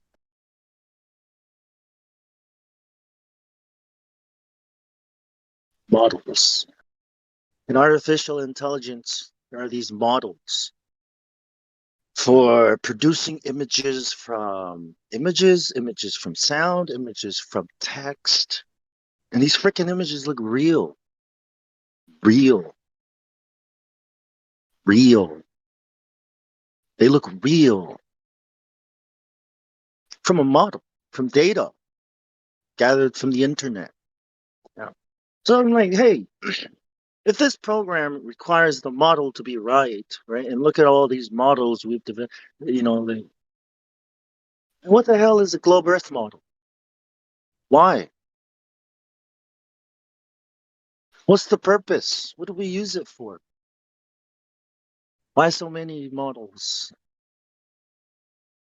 It's a model for this, a model for that. But there's no one model, right? It's like all these different models that do not ever work together. And I was just wondering, what is this globe model people keep bringing up? The radius. What are you talking about? I don't know. What You could radius? ask Crazy Narwhal. Crazy Narwhal came to Ladies' Night. He believes in the globe. Maybe he In the knows about model? that. I think Is he he believes here? in the model, right? Crazy Narwhal? Do you believe in the model? Can you tell us about it? Narwhal, you know everything about everything, so tell us. Narwhal. Maybe he can't talk right now, but he could be the globe's, last best hope. So if you feel like speaking up, let us know, Crazy Narwhal. I'm just thinking about models, and I thought, what do you guys think about models? They're toys. Yeah. All You the mean like reason. not for educational purposes? Exactly. Which one is, which one isn't? What's a toy? What's not? What is the globe? Is it a toy? It's not a toy. How do we Yeah, use it? models are for emotional Hey, purposes, obviously. Dandelion. Is For Dandelion political? still? Yes, I'm here. What happened? Oh, well, I have a breakfast date with someone tomorrow who happens to not believe we went to the moon. That's Oh, hot. cool. I know. So I sent him. We talked a little bit, and the first thing he said was, we only had a few minutes till he had to go, but so the first thing he said, I said, "What's your favorite?" He said he goes on Facebook and kind of pays attention to alternative type news and stuff like that. And I said, "Well, what's your favorite conspiracy?" And he said, "I don't believe we went to the moon." And I threw my head back, and I'm like, That's great. That's so, very promising. Yes. This is a date like a romantic date or a yes, potentially romantic date. Oh, wow. yes. Great. Wow. Mm-hmm. Yeah, that's a good start. Doesn't believe in the I moon landings. So then I said, "Well, have you heard about the conspiracy that the earth is flat?" And he said, "Yeah, I've heard about it." And I said, "So what do you think about it?" And then he started going in with ships over the horizon. And then I started saying some stuff, and then he kind of ran out of time, but he didn't want to go because he wanted to hear more. And I told him that I'd send him some videos, so I sent him my FE starter pack. I kind of didn't want to. I kind of wanted to be selfish and have share the experience and the look on his face, but He might be lying to fuck you. what? Yeah, there ain't gonna be none of that business going on. So it's gonna be a while before something happens like that. Cause I can handle myself. So that's not my motivation for going on this date. It would be for a long-term relationship, a mature relationship, not just some fly-by-night kind of thing. But I don't get any indications like that at all whatsoever that that's what he's after. I think I'm fairly good at reading people for the most part. Yeah, well, being Especially here has after being- probably helped you with that. So yeah, I hope it goes well. You'll have to keep us updated. Well, if you feel maybe like I'll it. save it for ladies' night. To be honest Yeah. with you, Dandelion, I bet you $100 he'll be on this Discord. I bet you. I don't want to take that bet because yeah, if he already has figured out the moon landings, I feel like yeah, I might lose. So No, I are you mean going to like invite him? no. Oh, No, you I mean he mean like might as a already flat be earther. That dude's a here? flat earther. He just Yeah. doesn't know it yet. Okay. Yeah. Okay. Yeah. Because he's on his profile, he's I don't want to quote him, but he said something about that he's always questioning everything. I'm like, ooh, that's right up my alley. And then just kind of, yeah, we had a conversation yesterday and then today, and that's when it happened. So I'm pretty psyched. Psyched. So, like the boats going over the horizon, that's due to perspective, correct, you guys? The limitations of our eyesight. Yes. Yeah. So there's some convergence going on, like with how you look down a hallway. Nothing is going over the horizon. That things are going into the convergence point. Into the convergence, you said form or line? Point. Point, okay. Because Convergence point. Okay. it's not like a geometric place, so nothing's traveling over it, or it's just going linearly away from you. But what we perceive Is an apparent is a horizon. convergence. Yeah. I mean, I'm not like as proficient as you guys talking about Black Swan, but I think I can pull it off. No, you know what, you just do your thing and say it how you say it, and that'll be pretty much good enough. You know. So yeah, maybe the next time I talk to him, he might say, yeah, I'm thinking the earth might be flat.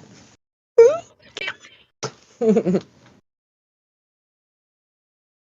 don't know if you guys have ever looked at my FE starter pack, but that's got a lot of really super good stuff, I think.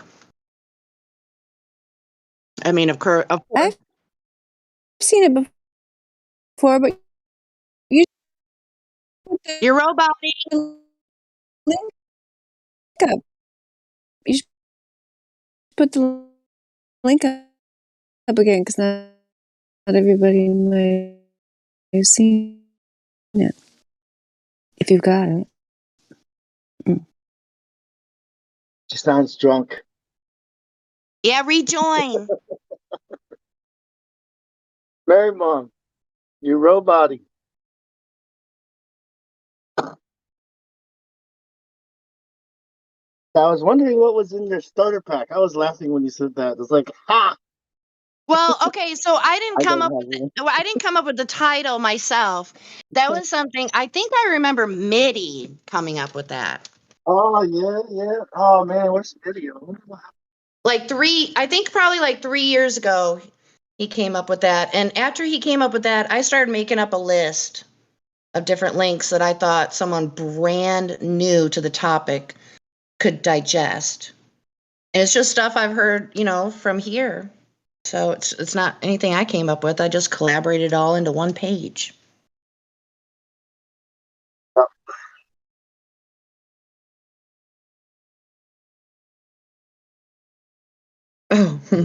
thank you, Dandelion. I have one on the Black Swan too, but I mean it's good enough to present, I think. But Have you seen the new one?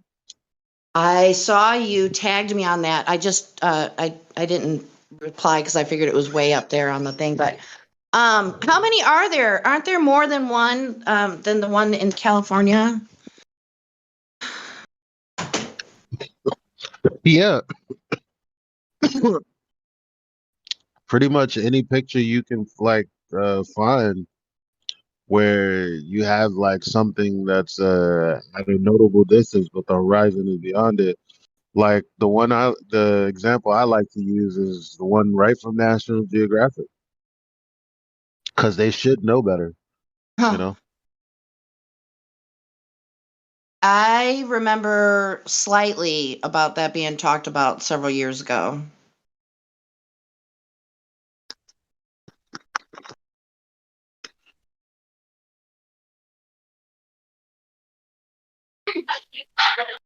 That National Geographic one, it's so good to use, Elijah, because not So only can you good. use it for a black swan, but you can use it to show Globers how, like, if you're claiming the curvature is causing obstruction, explain why there's stripes missing on this canvas, right? Like, think Exactly. about it. What are they gonna say? Like, it's obviously not the fucking curvature because it's way in front of the boat. So then they either have to snake away or they have to admit, like, okay, obstruction can be caused by other things besides earth curve, because it's something that they never concede. Like, to this day, I debate, like, on Facebook. Anytime there's obstruction, that means it's curvature to them, and that's the proof. That's all the proof they need. So when you break it down with that one, like how the curve is up there according to your to what you guys claim that the horizon is, right? We know what the horizon is, but what they claim the horizon is, it's where the curvature, right? Curvature starts to obstruct things. That just breaks it apart for them right then and there. Hey, Jose, can we add Jen's starter pack to the links or the links list? Sorry, can you repeat that, Bon? Can we add Jen's starter pack to the links list? You know, Yeah, you of got the video. course. Yeah, Yeah, you no already have. question. I'm not ready to do that for the Black Swan one yet though, because that still has some work to it. I mean, I think it's okay for now, but yeah, that'd be great, you guys, because I mean, it's a whole bunch of stuff in one page. Can I use it? Yeah, it's good. Like Mhm. start. Yeah. It should be on our list.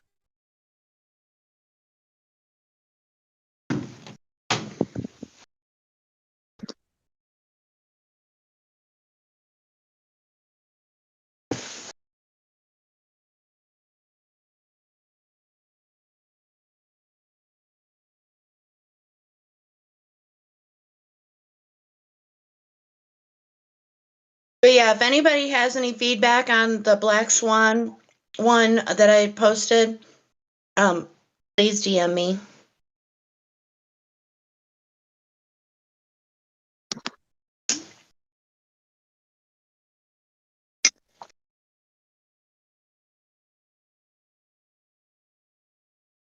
It's just never enough hours in the day to do all what you want.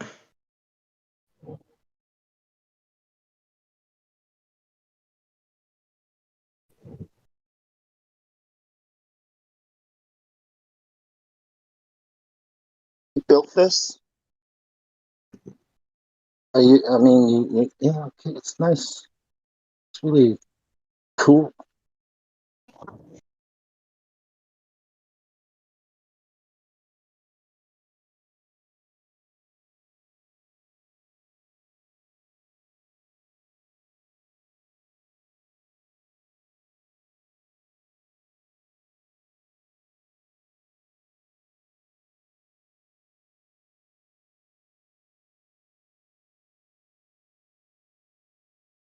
Crickets brought to you by Jen L.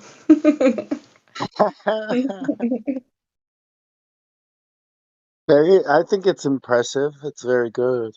I like Well, it. it's not like I did it from scratch or anything, you know what I'm saying? But I No, I appreciate like the way you it. organize the information and the look of the thing. Yes, it's easy to navigate and to pick what you want to look at. It's good. I like it a lot.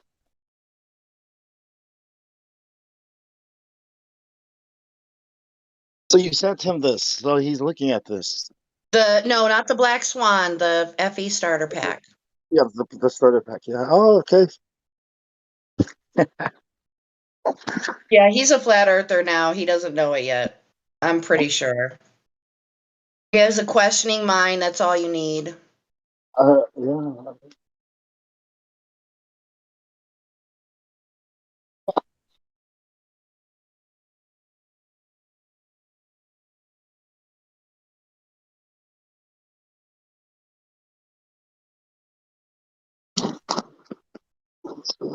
Excellent. Get 1,000 points.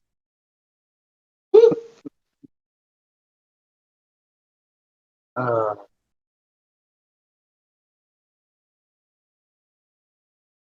So yeah, I was totally taken off guard that that went so well.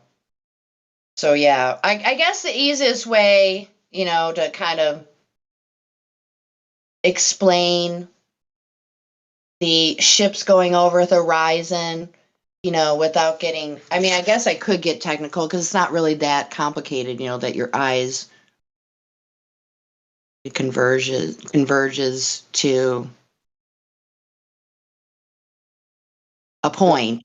And so, but the easier, simpler way to explain it, ships going over the horizon is if it's going over the horizon, then how can you zoom in with a camera and it comes back into view?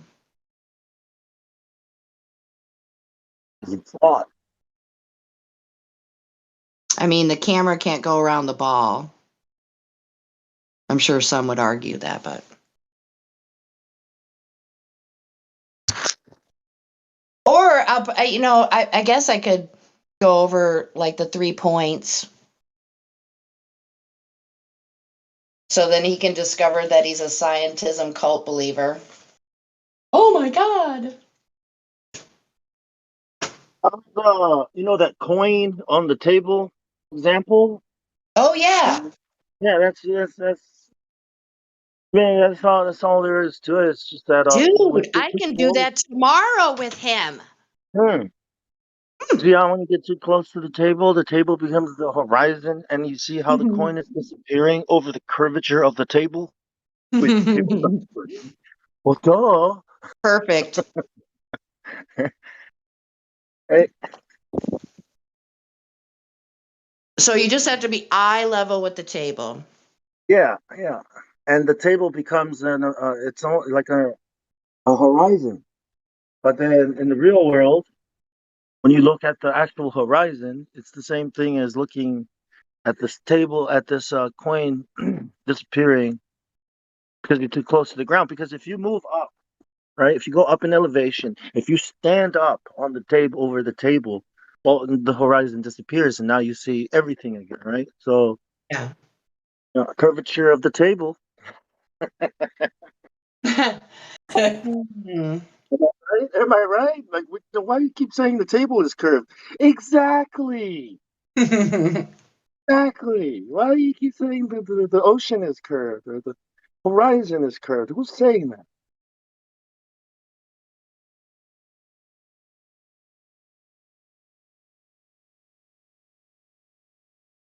Wait, but the table is not curved. I know, right? I know, right? But then how is it disappearing over the curvature of the table? I know, right?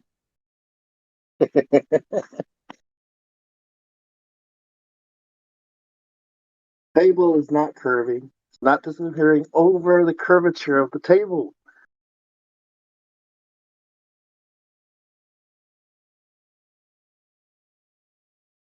I would almost be willing to wager that, he'd probably he probably can get more of the technical concepts than I can. I don't know. I just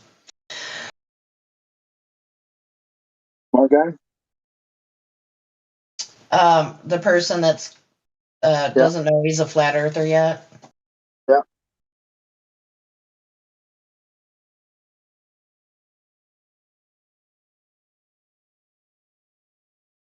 It doesn't matter about the technicalities. What matters is curvature isn't there. All those words are just, you know, confuses people. You know this word, curvature? Does the Earth curve to the left or the right?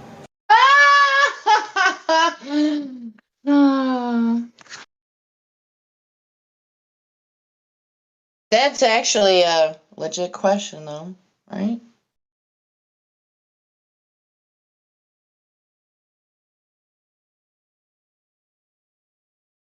To the right.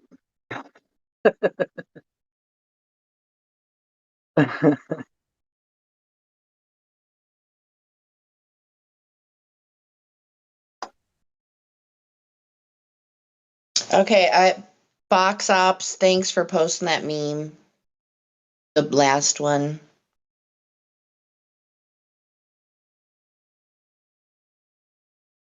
Yeah, I might have some other ones. I got like a whole folder of this stuff. Is it on like a Google Drive or something? I have a page on Jiffy. It has like over 100 flat Earth GIFs. There's Nice. tons of content here. Posted it. I got you. Thank you.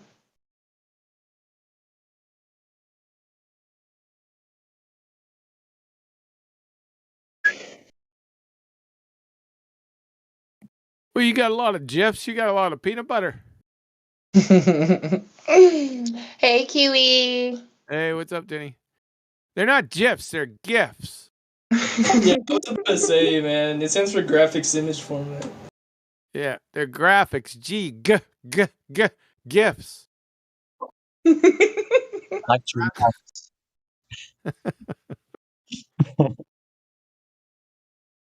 It's like saying Ptolemy and pneumonia. Psychology. Psychology. Hey, don't make fun of me, QE. I still say Ptolemy. Ptolemy.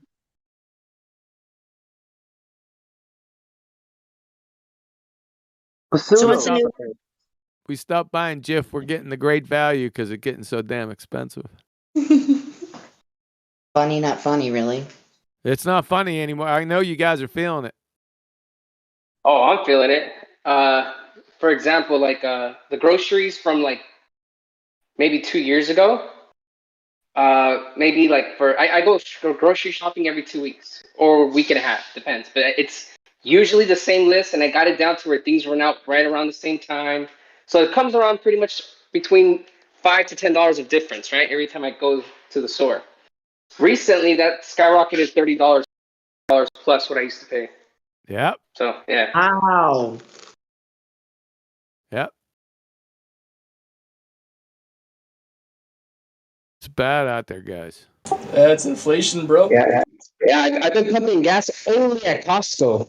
Today in California and every other place, it's between $5 or $4.75. It's $4.75, but if you pay with cash, if you're using a credit card or something else like that, it's more expensive. It's $5. You know. But at Costco it was $4.19 today. So I only pump gas at Costco now just because it's like 75 cents cheaper with a credit card.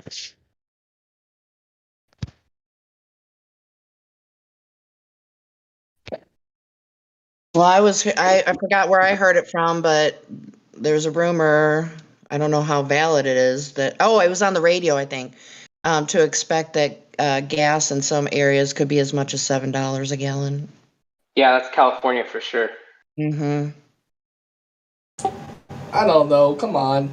We don't even buy gas from Russia. I don't know. Well, It takes me 20 the issue minutes. is this. I think the issue is that like we're getting overseas now. We're paying for gas overseas when before we were gonna be getting it a little bit more easier. Like I don't know if you guys know about the Keystone pipeline ship, but if that ship through Canada would have came through, it would have been a lot cheaper.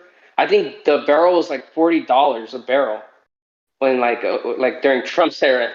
Right now it's I think it's like 150. Like it's gonna skyrocket. It's like around. It's between 100 and 150. It's like people are projecting it, but what it is right now, I think it's about 100, but it's projected to go up more than 150 a barrel. You know. But hey, did you see those videos of everybody dumping their Smirnoffs?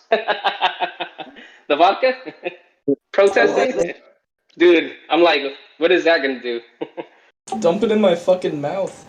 Is it cheaper to not own a car yet? Is it cheaper to use the services yet, like the driving services yet? Because I think that's probably what they're trying to do is own nothing. You can't like owning a car eventually becomes too expensive, right? They want self-driving vehicles and all these things to happen. Well, I'll tell you what, man. California is the worst place for all that, and I've lived here all my life, but they passed all these bills recently where they're trying to end, you from using like a lawnmower that's gas powered. Like, and these laws will go into effect. I forget what year. I think they have it projected for like 2030, 2035. But they're trying to get rid of gas emissions in California. They're trying to bring it to like almost like zero, which is freaking impossible. But they're trying to get it to where like you're not using cars that are run on gas. They want to go everything electrical, which I think is the dumbest thing ever because half of our electricity is powered through coal and gas, natural gas. So it's like that makes no fucking sense to me, you know. But they're not trying to get that to happen, really. They just want to get more control and tear Of you course, down. these guys are the way I see it. They already have all the money they need. Like it's more of a like limiting things and making things more difficult. I think at this point, It's probably more like tearing down the American economy and building up the Chinese economy. Yeah, I don't really like talking politics on here, but dude, I've gotten very political. Like, I honestly think that both parties are bullshit. But like, the thing is that even though both parties are bullshit, their bullshit still impacts me. You know, it's gone to that point where I'm like, I have to pay attention to what these motherfuckers are talking about. You know, like, even though I know that everything's probably bought on, paid on, they're probably on the same team. Yeah, You know, I've they're been all there, buddies. done that, brother. Yeah, That's how I I got still here. pay. I'm telling I you. still pay attention though. I still pay attention to what those motherfuckers talk about because all this shit they be deciding does impact us to some point. So then I'll send you a channel to watch, and I guarantee your head is gonna spin.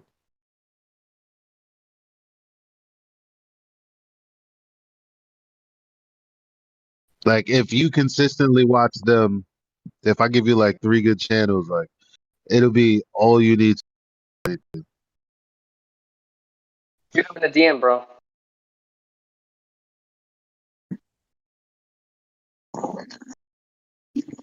Yo, low key, thermite is the wave.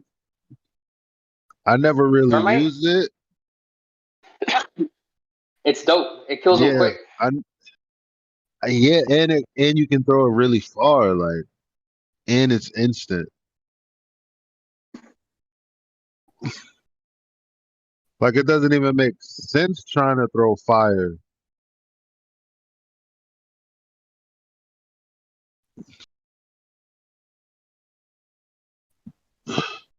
He's just sitting there.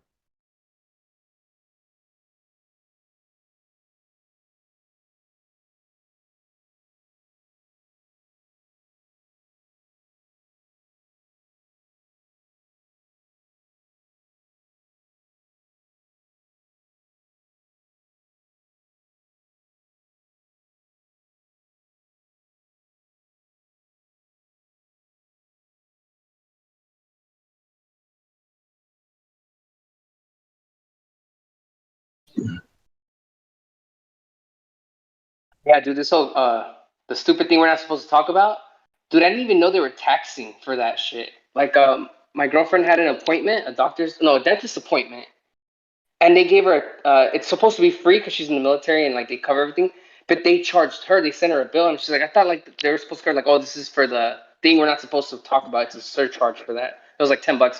It's not much, but still, it's like, what the fuck? Just how many people do just think about it. It starts to rack up, dude. Think of how many, like, it's like adding an extra $10 to a client, literally, just because of the shit that's supposedly happening right now. It's ridiculous, man.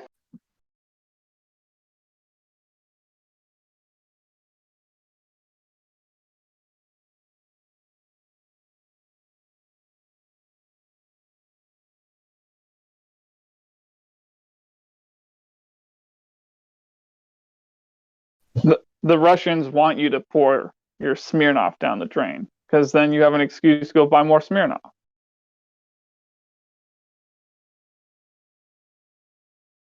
Yeah, I have my interesting thoughts on that whole thing. I think I think it's all like to some extent bullshit, but to some extent I do think shit's happening over there. But at the same time, I'm like, I feel like we're trying to escalate it. Like we're trying to get involved, and we're trying to like. I feel like we're trying to push those people. I swear to God, I think there's like a depopulation agenda. I think I think that when the world gets to a certain point, this has to happen by the leaders. Like I swear to God, they're all working together. This is my crazy mind. I think these motherfuckers are like, all right, it's gotten too big. They're out of control. They're starting to question shit.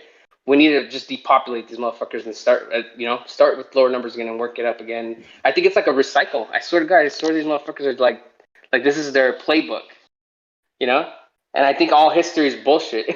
Most of it. Never let a good crisis go to waste. Opportunity knocks, right? Man, but here's the thing: it's like they start the crisis. It's not even like it's usually never a natural crisis, right? Yeah. Like that's the thing that makes it crazy, bro. Is that they've put it in our mind that these crises that happen randomly, like from wars to diseases, like they've made it so that we think they're normal and they happen throughout history. But in reality, bro, I think they're being perpetrated from it's like a playbook that these motherfuckers have. I swear, all the people that own all this shit are not even living in this same same landmass as we are. They're somewhere else, man. I swear, they're not even here, but they rule it.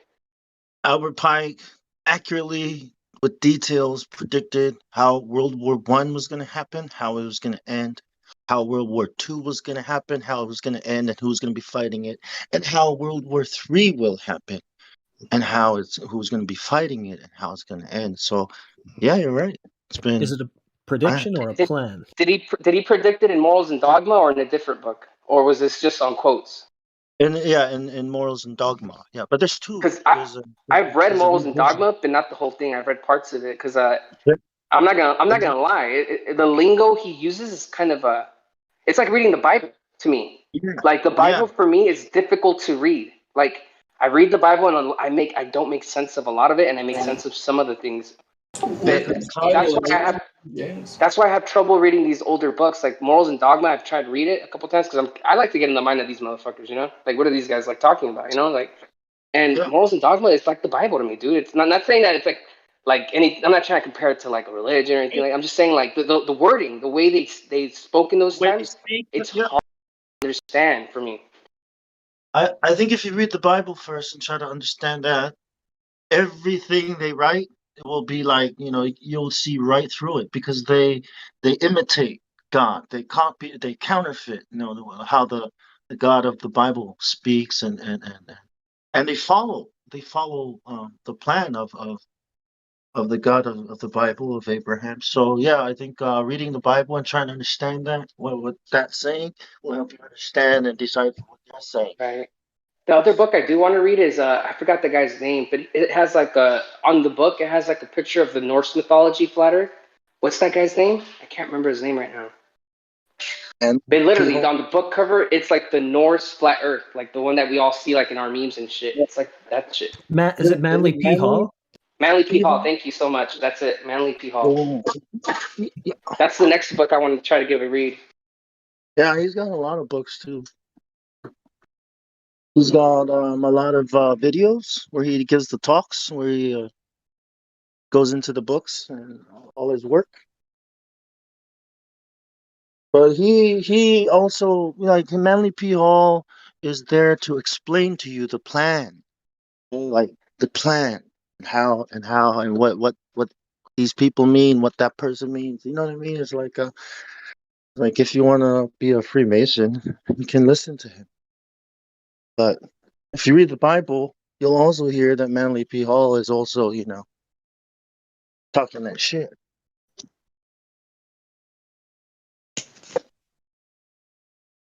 They're all false teachers, though. That's why, I recommend reading the Bible first and then read their books because, they like to play mind games like that with people. Yeah. With Yeah, their I've own actually I won't read anything. I have to listen to an audiobook of it because I have this issue where I'll be reading a book and I'll be thinking about something completely different at the same time, I and hate that. and I conflate my thoughts with the book at times. It's weird. Yeah. Context. I think it's because of context. So if you have the right context, if you right? Yeah, that's why reading the Bible, I had to understand like what is this? Oh, these are people that live all the way up there. This is how they do things. This is what this means because this is how they do that. So it's the context that you read it and the time, and the people that were living at that time. Like if you read it today, you gotta try to pretend you're living back in those days, or how does this apply if it was today? You know what I mean? What would this mean today? Because we don't know things, that happened before, right? So that's why it seems so mysterious to us because you got science telling us all this other stuff that's totally opposite. There's no such thing as spirit. All these anti spiritual anti God. But yeah, there's another book. There's two Morals and Dogmas. The other one is a reformation of the actual. So he reformed the whole thing. The doctrine of the Masons, and yeah, that's where he talks about it. He talks about force. He talks about using your force. Man's force is wasted, and we have to harness this force, and then we have to put it to work. And it's like he laid it all out. How it was going to happen, and it happened exactly the way he laid it out. And coincidence? It's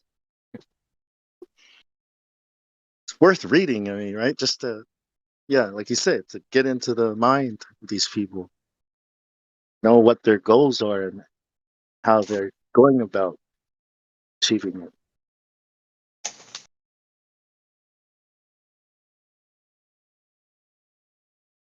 But what would it take for you to not want to own your car anymore because it costs too much? Like what? You know what I mean? Like think about it like that. Like is it Living close to your job. Like I could totally do without my vehicle. I live 20 minutes away walking.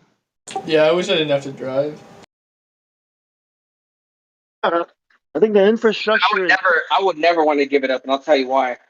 Because it's just one of the most convenient things to have at this day. You know how many times something bad has happened in my house, like where someone gets hurt or some crazy thing, and we have to get like going in the car right away. Like to me, it's just like too convenient to give up. It's not even about distance or saving time or if things are close. To me, it's more of a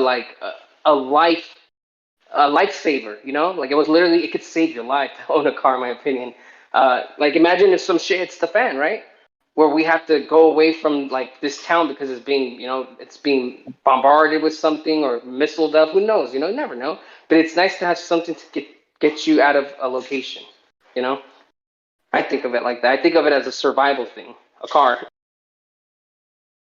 And you could even live in it. If you lose your house, dude, you go live in your damn car.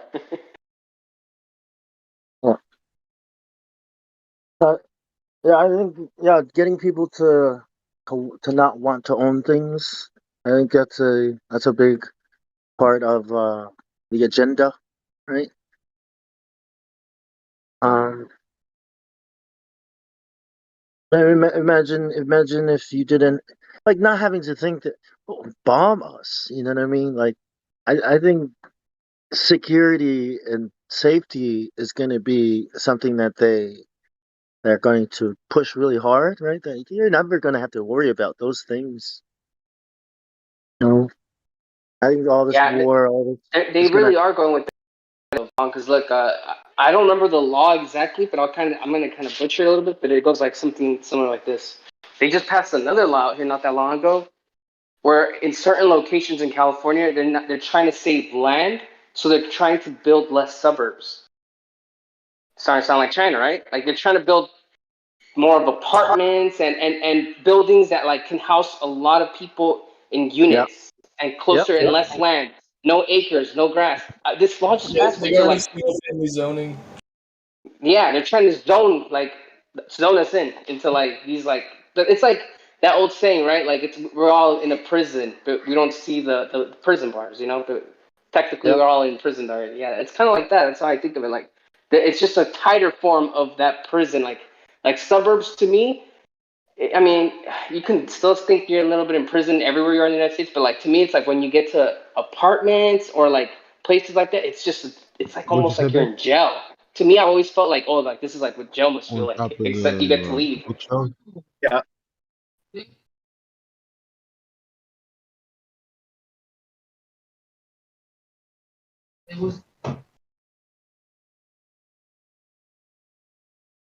Yeah, Yeah.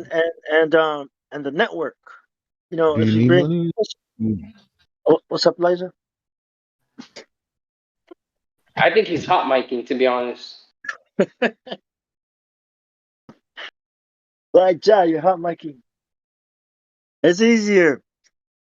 It's easier to control people if you can bring them into a smaller space, right? Like build up. Yeah, you build up. Well, now, I mean, signals, right? Networks, the infrastructure that was built, right, to control you. The internet of things and metaverses and you know what I mean? Like bringing people in and building up. You know, it's easier to. I forget. There's an agenda behind that too. Building like like sky cities and shit. You know, launching, yeah, launching pads, right? Towers. Instead of you going to watch some rocket take off, you know, that's not good. We're gonna have towers where we launch from, right? In the clouds. I mean, yeah, they got this whole plan I looked at. I don't know if it's real, you know, but yeah. Space, yeah, is now going to be farther away from us. You know, like how do you know that? Like, have you ever seen a space launch? Well, no, they're too high up in the clouds. Duh. I don't know if that's, but it's all for surveillance. It's all for monitoring. It's all for the prison. You know what I mean? To keep everyone easily tracked and control. I mean, where are you going to go? Like building out. You know, it's so hard. You know, to connect and provide services, but building up so easy, right? So easy to contain them. Yeah.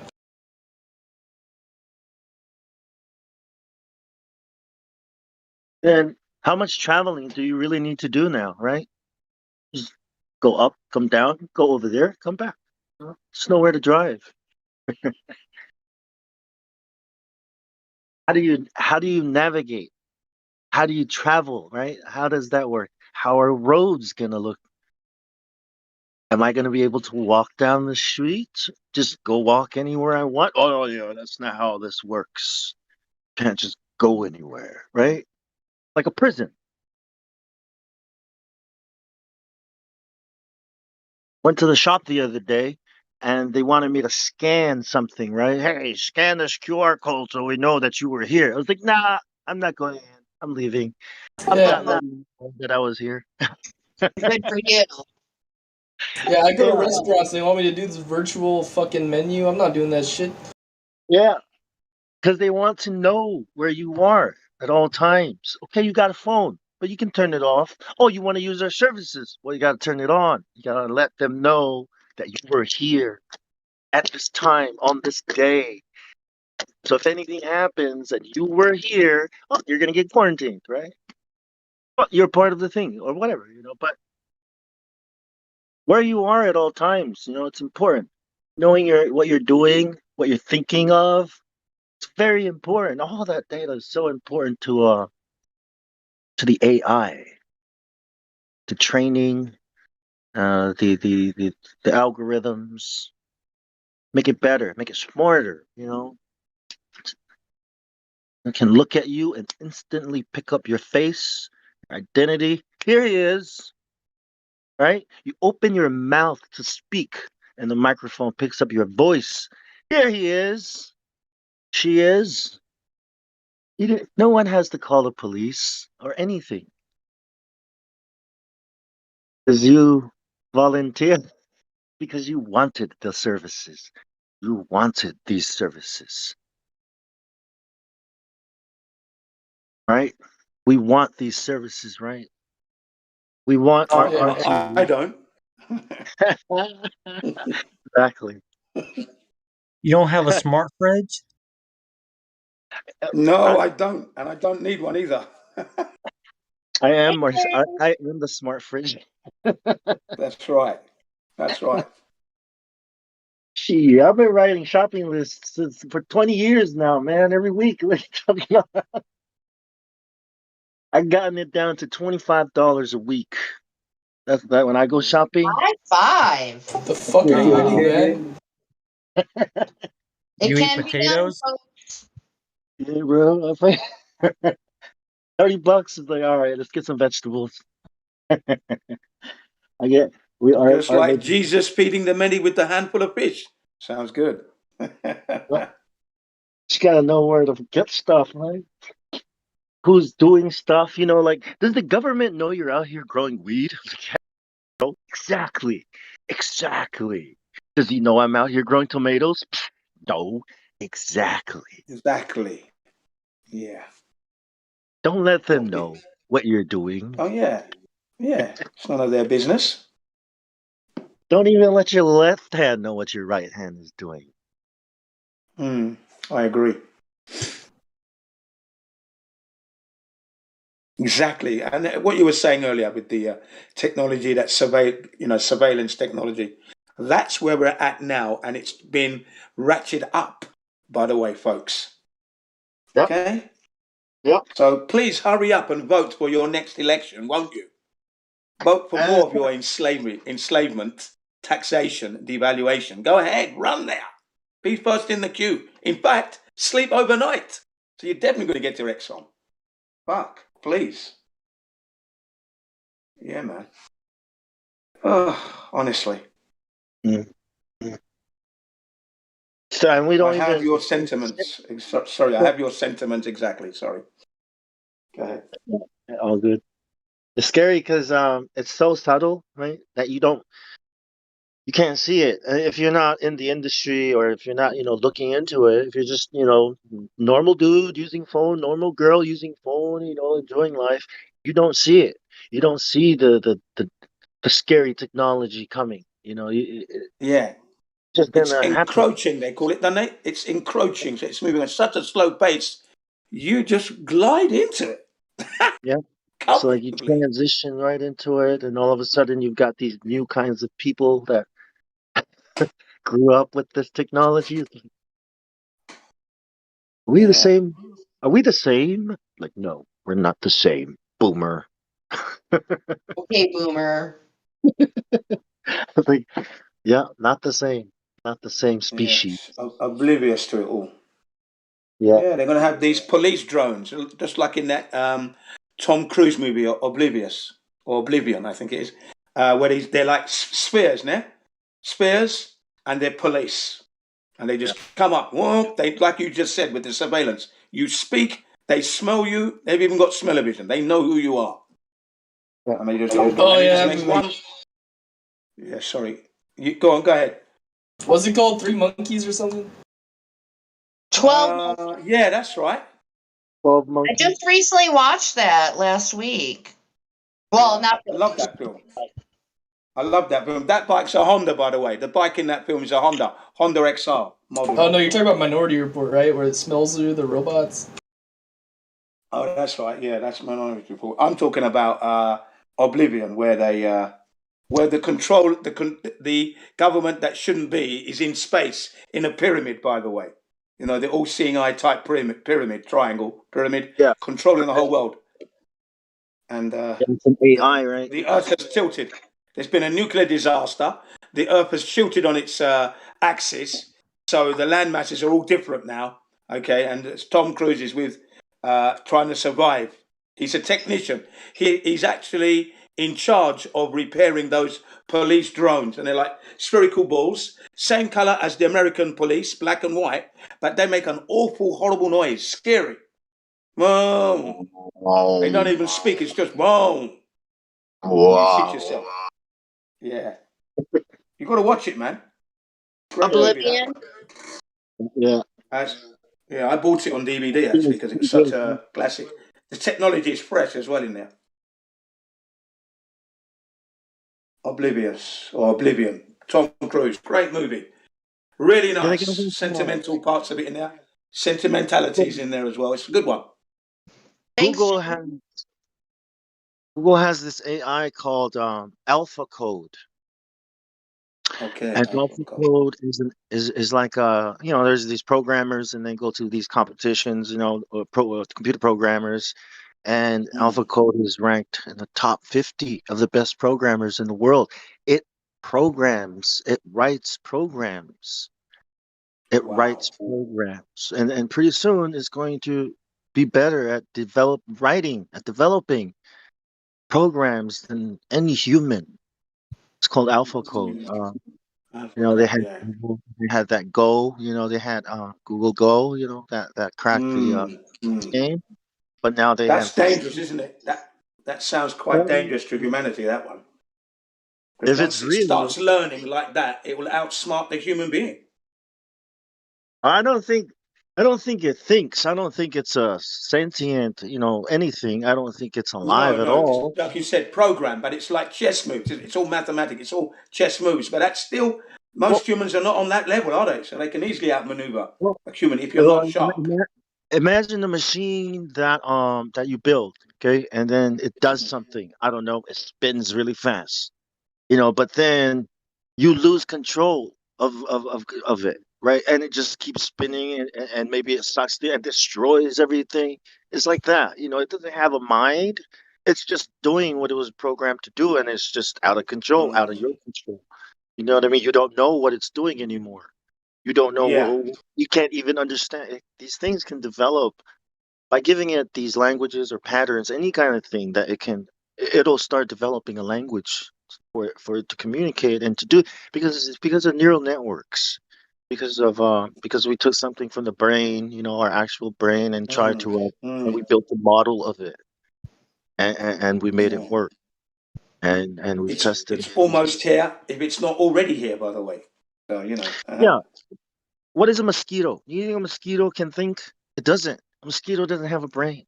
It's just doing what it was programmed to do, right? Programmed to do, yeah. Does it have feelings? I don't know. I mean, does a fly have a brain? Does it have the capacity to think? I think they do have brains. Yeah, but it processes things the way it was programming. Like it doesn't have like a. Well, what I'm saying is it doesn't have the brain to do to do things. Like it has one thing to do. It does this and that's it. Its whole life. Like certain. It does certain, sense danger, doesn't it? It senses danger and reacts, doesn't it? Yes. Yeah, it does all that. People, if you look at people are already acting like that. They're already acting like just an algorithm that's being programmed. People aren't thinking. You know what I mean? Like if you look at people, they're already doing that. Like they may as well be an AI. They're ready to be controlled. All right.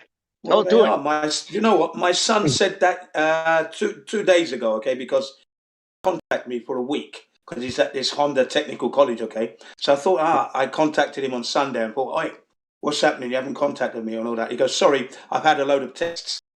So then I started cracking jokes, right? Like he's going to fail his test, right? And I was pretending to be his Japanese teacher, so I was putting on the accent and everything else. And then when I said to him, "Did I sound like your teacher?" He said, "No."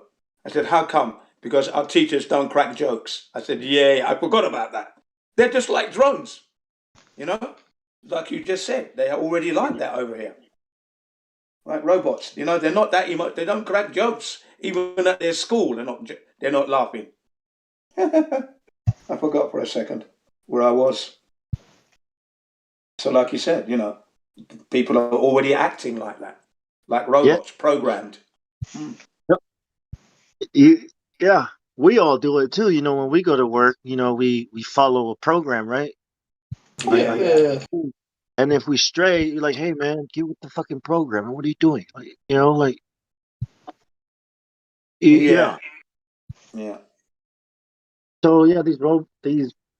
I don't know. I'm just saying I'm quite lucky that I can change my program myself. I've got that opportunity. So like where people are like, I start work at 10 o'clock. So I've got let's say from 7, I've got 3 hours to get an exercise routine in there, right? So when people are rushing to work, Gin's doing the opposite way. I'm actually exercising.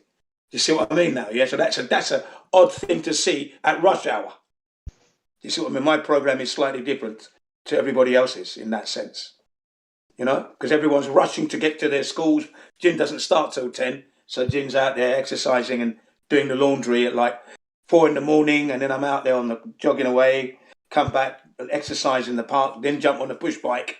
Everyone's rushing to work as I'm cycling, you know, on an exercise one. So yeah, I get to change my program a little bit. I can say that. Hey, Jen, guess what? What up? What up, babe? I am going on a date tomorrow with someone who happens to not believe that we went to the moon. He doesn't believe we went to the moon. Fantastic. I know, right? So yeah. tonight was our second conversation over the phone. And so I started it off, you know, kind of casual. He said he was kind of interested in different Facebook groups and YouTube for his news, which means that's alternative, you know, quote unquote, whatever, for lack of a better word, news. Yeah, so I asked him, I said,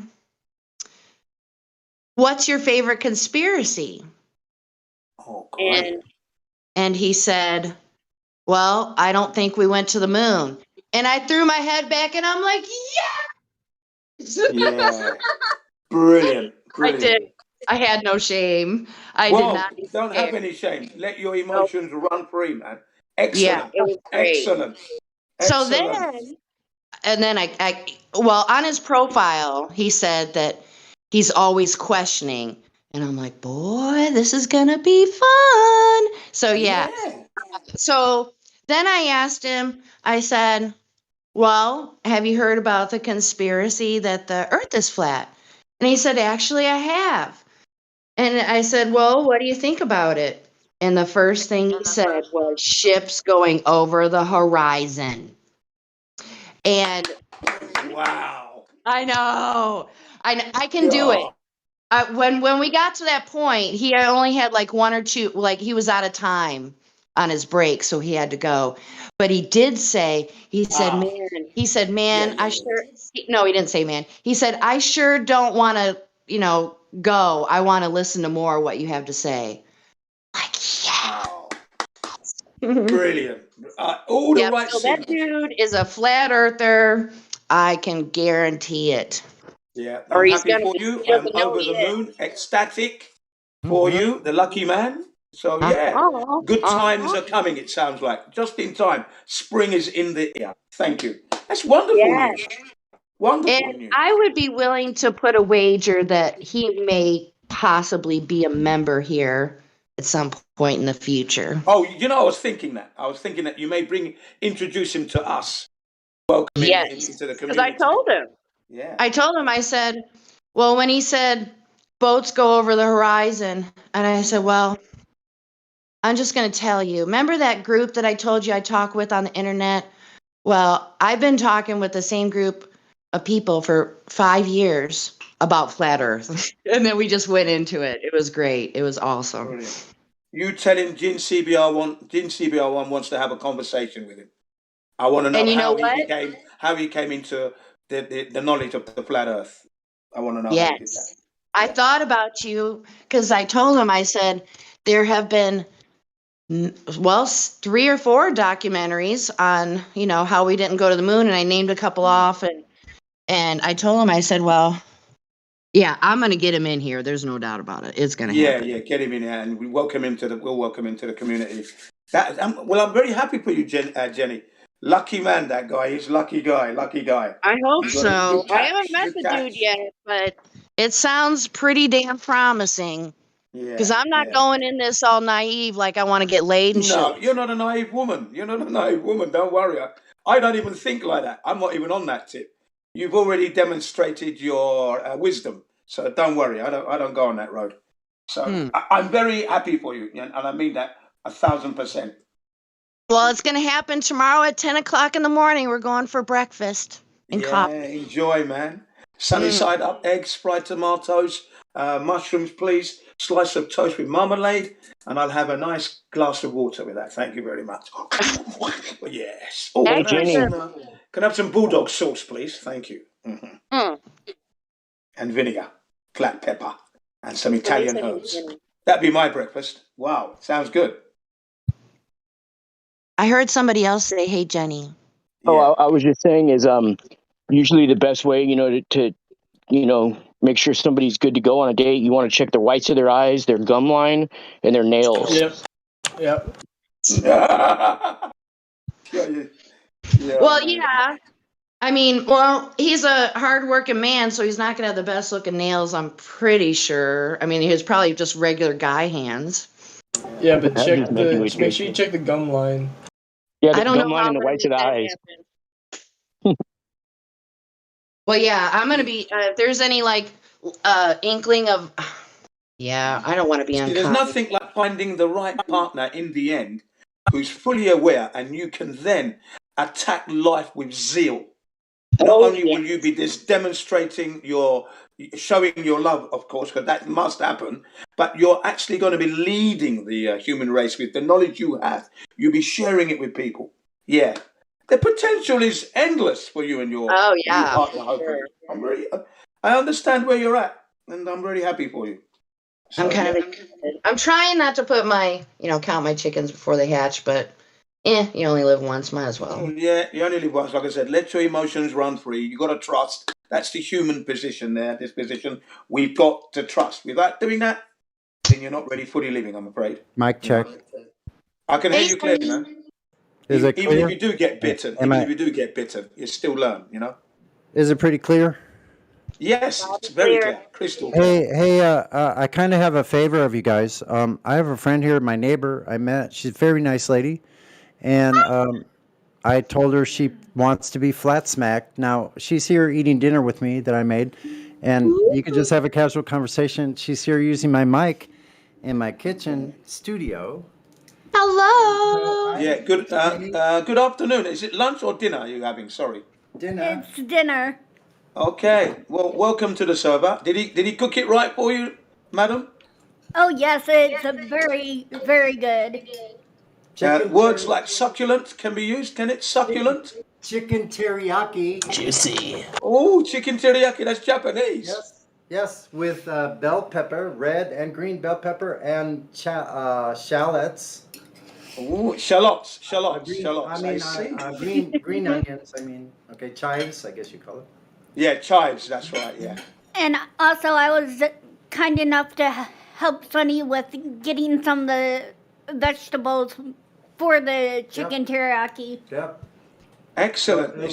So let me just give you congratulations in Japanese. Hang on a second. それはすごくできましたのでおめでとうね。おめでとう。Sorry, Ra, ne gusto. I forgot that. I just said that what you've done there was brilliant. Congratulations, wonderful. Yeah. Thank you. Right, now, so you'd like to learn about the flat earth truth, yeah? There we go. I mean, how do you feel when you hear those words, flat earth?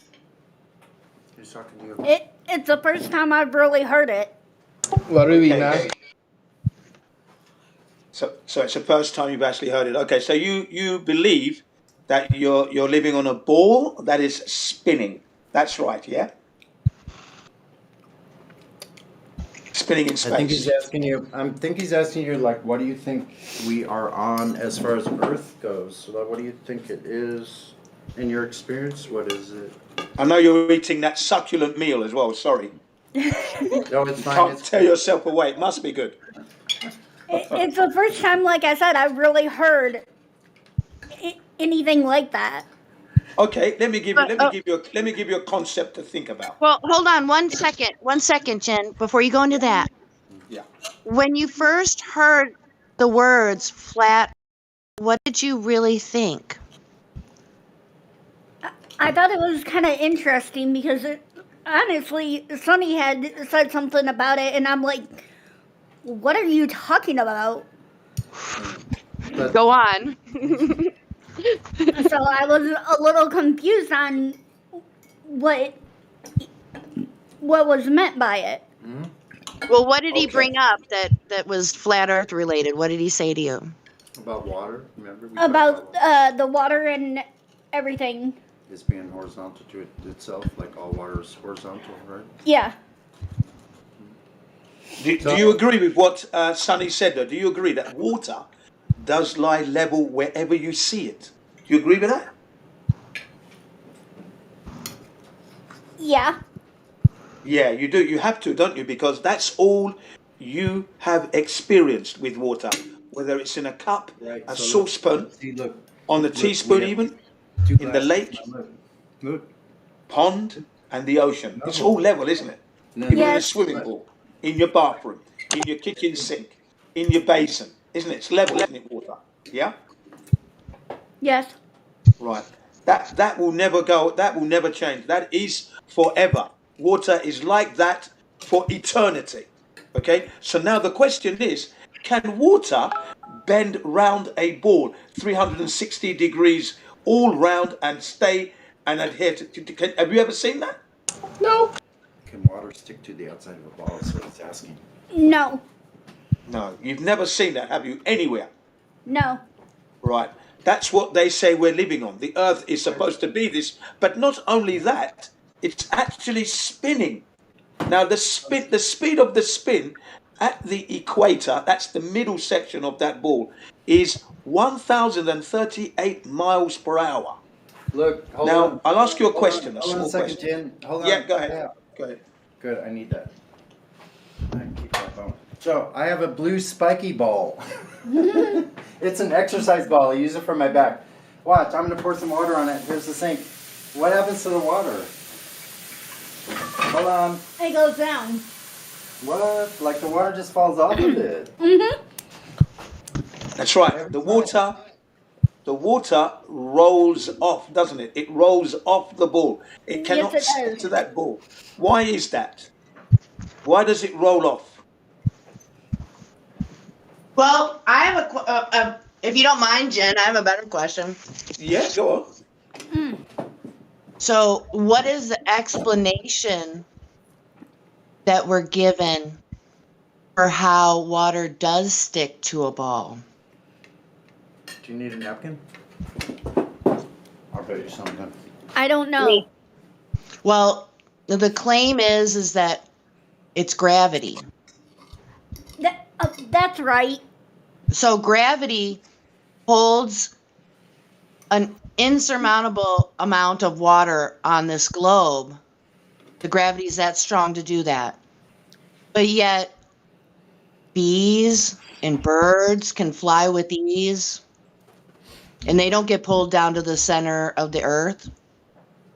They tell us that there's a core to the middle of the earth, the ball.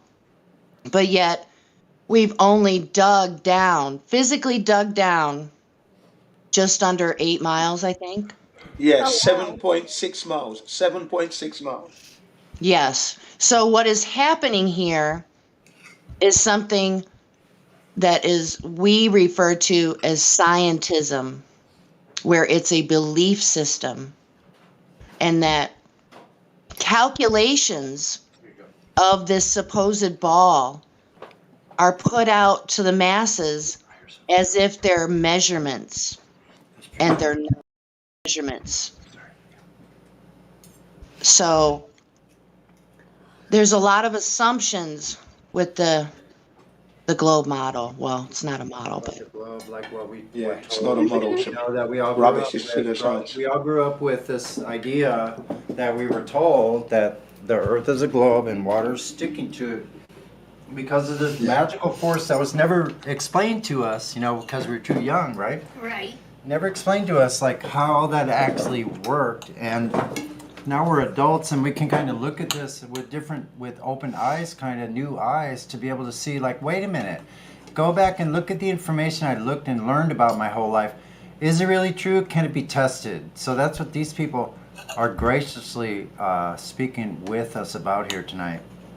you know what I find, when you mentioned school a moment ago, Sonny, it made me think about what should have probably happened, like in geometry class, where we would use the Earth curvature to calculate that from scratch, you know what I'm saying, and showing our work and all of that. Yeah. And that would be a perfect real world example to apply math to everyday life. But for some reason, we never did. And I remember us always hating math. Well, we're never going to use this in real life. Right. No, Exactly. for real. That's what we all used to say. Oh, I know. Yeah. So it's just kind of funny how we never learned that in school. That should be something we should have learned. Yeah. Yeah, I agree with that. Now, I just wanted to go back to the ball and ask you, why is it that the water doesn't stick to the ball that you had there? It just rolled off. Why did it roll off?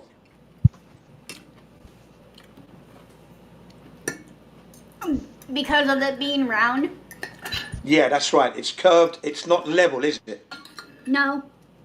Water likes leveled surfaces, does it not? Yeah. And what does water need to be so it's not flowing to achieve its level? What is it that you think is the only thing that really could keep liquids? Is what? They have to be contained, right? Mm-hmm. Yeah. Yeah. Contained, and then they maintain their level. Okay, so a ball isn't level. That's why the water rolls off. But not only that, in the case of the Earth, supposedly we are spinning at 1,038 miles an hour. So now, when you spin the ball now and you throw water on that ball, what happens to the water? It falls off. Yeah, it does more than that. It flies off, doesn't it? Does it not fly off? Yeah. Right, it flies off. When the ball is stationary, it rolls off. When it's spinning, it gets thrown off. So if the water can be thrown off, it means that we human beings, by rights, should be thrown off of this spinning Earth. But, like Jenny said, they used the word gravity. But did you know that gravity is an unproven theory? It's not been proven that it exists. Yeah. Gravity. Did you know that? Did you know it's never been proven? Yeah. No. Right, that's a fact. It's a 1,000% fact that gravity hasn't been proven, and there are two gravities that you need to think about now. There's Sir Isaac Newton's gravity, which is the mass attracting mass, things clumping together to create these balls, okay? And he disagreed with that, by the way. Sir Isaac Newton did not agree with mass things clumping together in space to form spherical ball. He didn't believe in that. Okay, Sir Isaac Newton. Then there's Einstein, 106 years later, replaced Newton's gravity with the bending and the warping of space-time. It sounds confusing. It is confusing because it's a load of rubbish and it's not been proven. So there are two gravities that we need to consider. One's been obsolete, one's been superseded, but they are both unproven theories. No proof at all. No scientific proof, by the way. Do you understand that now? Yeah. Right. So my last point that I'll ask you is this. In your travels in your life, have you ever seen the Earth's curvature? In reality, not from a picture, not from any of the pictures you've seen in the magazines or the school textbook or on TV, in the movie, on a poster. In reality, for real, have you ever noticed any curvature of the Earth anywhere? No. No. Okay, so far your answers have been no, all the way. But yet, you're being told you're living on a spinning ball, but you haven't noticed any part of that. And now you hear the words flat Earth. And what we mean by that is the surface of the Earth that we see is level everywhere. Of course, you've got hills and valleys, but when you take an overview at a distance, like from an aircraft or you're on a mountain, the horizon is level, and it shouldn't be. There should be detectable curvature 360 degrees around you. You should notice this. That's what we mean by flat Earth. Sorry, go ahead. Oh, that was wonderful, Jen. Thank you. Yeah. So, a lot of people who are trying to understand the whole concept that it's not a ball is that we don't know. There's a lot of questions that we cannot verify. Like, is there, something underneath? Is there something underneath the earth? And then the really cringy question, well, where's the edge? And, all we know is that it's a level topographical plane. So there's topography, there's mountains and valleys, and the oceans are quite deep. In fact, the bottom of the ocean, I don't have the the facts right in front of me, but the bottom of the ocean is really flat, just like Yes, it's flat. top of the It's earth flat. is. It's flat. I think it's like something like 70% flat on the ocean Yeah. floor, if you remember. That's right. So that's a little bit curious. Nobody can find this curve. So we've thrown a lot at you. What do you think so far? What are you thinking? Great timing, Jenny. That was what I was going to say. Very good. Sorry, I didn't catch your name, madam, because I don't like calling you madam. Sonny didn't give my name. I'm sorry. I didn't. You don't have to. You don't have to. It's Christina. Oh, okay. Nice name, Christina. Nice name. And it's actually spelled with a K. Oh, okay. You have to be special then. You have to be special. I thought C. And I'm okay with that. But what do you think so far, Christina? What are your thoughts? Anything. Doesn't have to be anything, but whatever you're thinking. Very interesting. What we're trying to do here is to make you realize that the earth, as it's been told to you, you have not experienced it, or nor have you seen it, and that should mean something when you hear the words flat earth. Okay? Oh, like I said, very interesting, and I'm surprised that it isn't actually round and that it is flat. Yeah, and so listen, so what's going to happen next year is Christina and I are friends now, and so what we'll be doing is taking walks and walking down by the water, and we'll be using my telescope here. And we'll be looking over distances together. We can go discuss these things, go down by the water there, and we'll see if the water's flat indeed or not, and we'll be able to tell right away. Now, whilst you're doing that, the creator is going to be absolutely marvelous, because you're not throwing bombs and bullets and destroying the earth. You're actually presenting someone who wasn't aware the truth, because we were all being deceived and waylaid. So you're going to have a good day. Wow. Yeah. Christina, I have to tell you that I'm very happily jealous for you. It sounds like a fabulous time. Yeah. It sounds like it's probably going to change your life and how you see things from this point forward. I'm so excited for you. You will become lightheaded like a helium balloon. You're going to become very light. Once you realize that the earth is indeed leveled, flat, plain, motionless, the beauty of earth will hit you, and it's breathtaking. I'll tell you that. Yeah. Well done. That realization. Oh! Yeah. Also, did you tell her about Ladies' Night, Sonny? There's a ladies' night on here, and if you're not able to connect with your own device, you could come over here and you could do ladies' night, because all the men have to shut up anyway. We can make you a new account on Discord yourself, so you could have your own account. You could log into my place in here on my PC with your own account and talk with the ladies on Friday night. Is it 5 p.m. Eastern? Yeah. Yeah, it was. Yeah, 5 p.m. Eastern. So that means 2 p.m. on Friday nights. 2 p.m. Come over here at 2 p.m. and we'll get you started. 2 p.m. Western. Yeah, that's right. You're talking about California side, eh? And I'm so only the ladies. excited. So you'll be right at home. This is going to be very interesting. You know what, Sonny? Maybe you should be on hand for our first ladies' night, and then you can help her along. That'd be great, I think. Well, she'll be on my computer here, so like she'll be logged in, but I'll be in the background. Like I could be tech support. Yeah, that's what I mean. That's what I mean. I get you. Sonny is a very, very good cook. Yeah, I mean, he made something Japanese, so he's got to be good. Yeah. I use the special sauce. The Asian secret is the oyster teriyaki sauce. sauce, Oyster sauce. With I the love that teriyaki sauce. and oyster I sauce. love that sauce, mate. Yeah. Man. I have that like 3 times a week, that sauce, actually. But I know things don't happen by accident, so I know there's a reason why.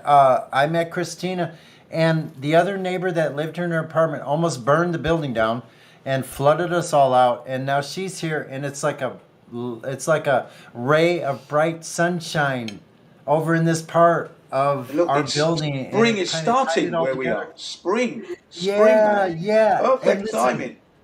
And listen, I told her she can come over here anytime and knock on the door if you want to come over here and just talk because you want to be around somebody. And she told me likewise. And we're just friends. Listen, this is a platonic friendship and nothing happens by accident. So that's right. God directed us to be together, and it probably has something to do with our paths, how they intersect, and none of that is by accident. No. It's all fated, you're saying. Yeah, nice. Yeah, so Christina is a wonderful breath of fresh air of honesty, and just like it brings tears to my eyes right now because That's so awesome. because listen, she's such a beautiful person, and she is going to discover so many beautiful things, and like I just can't wait to see her grow and develop, and I'm so pleased at how honest and genuine you are here with all my friends, and I'm getting emotional, but no mind that. You know what? It just washes my eyes. That's what life's about. If life's not emotional, you're not living, man.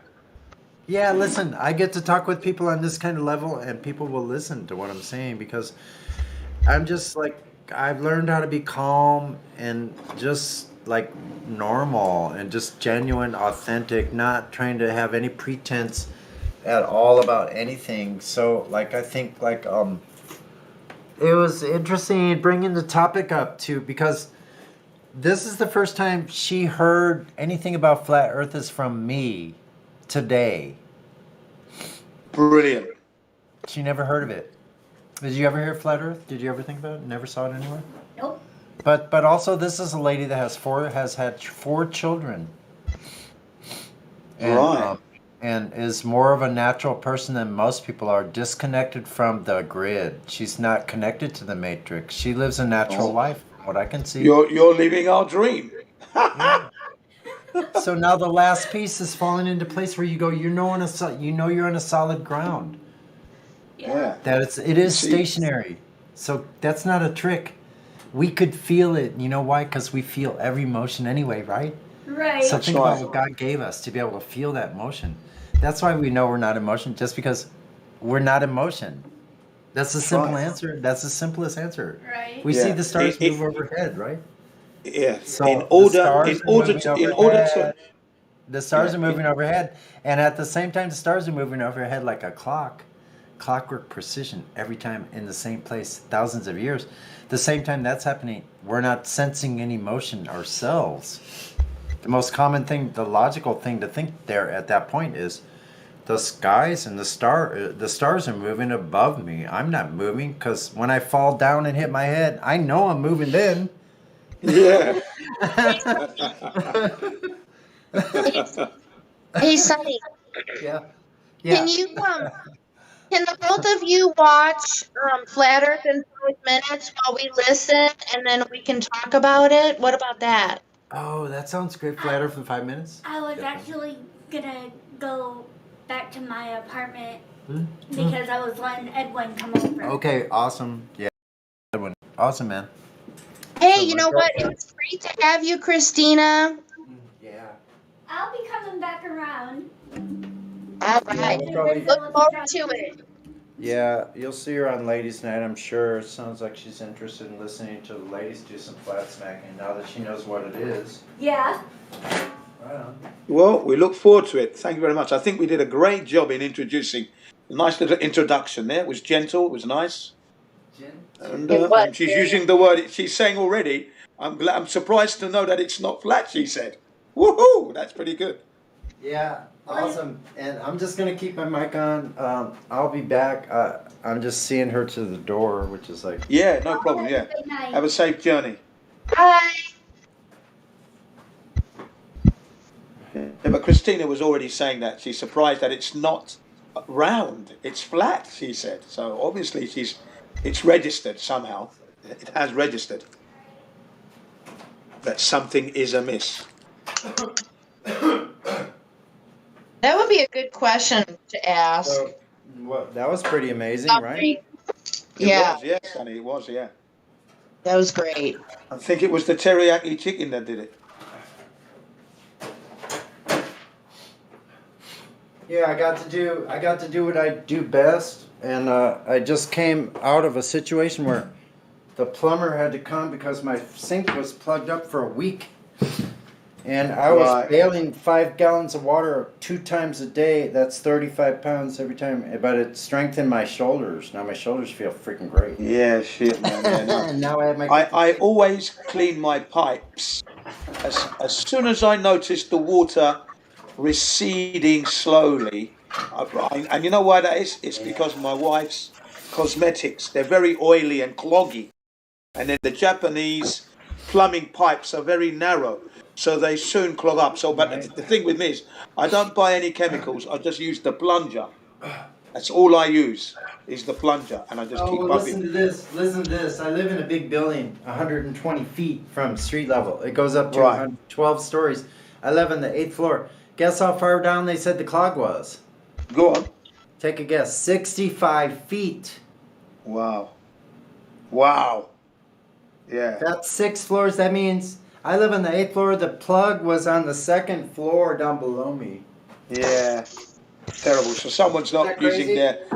That is just crazy because it was stopped completely. Like, it was so weird. Well, someone stuffed something down there. Who knows what it was, but yeah, I can imagine. Anyway, listen, when you do without plumbing for a week and a half or whatever, and you're washing dishes in your kitchen, in your tub, bathroom, yeah.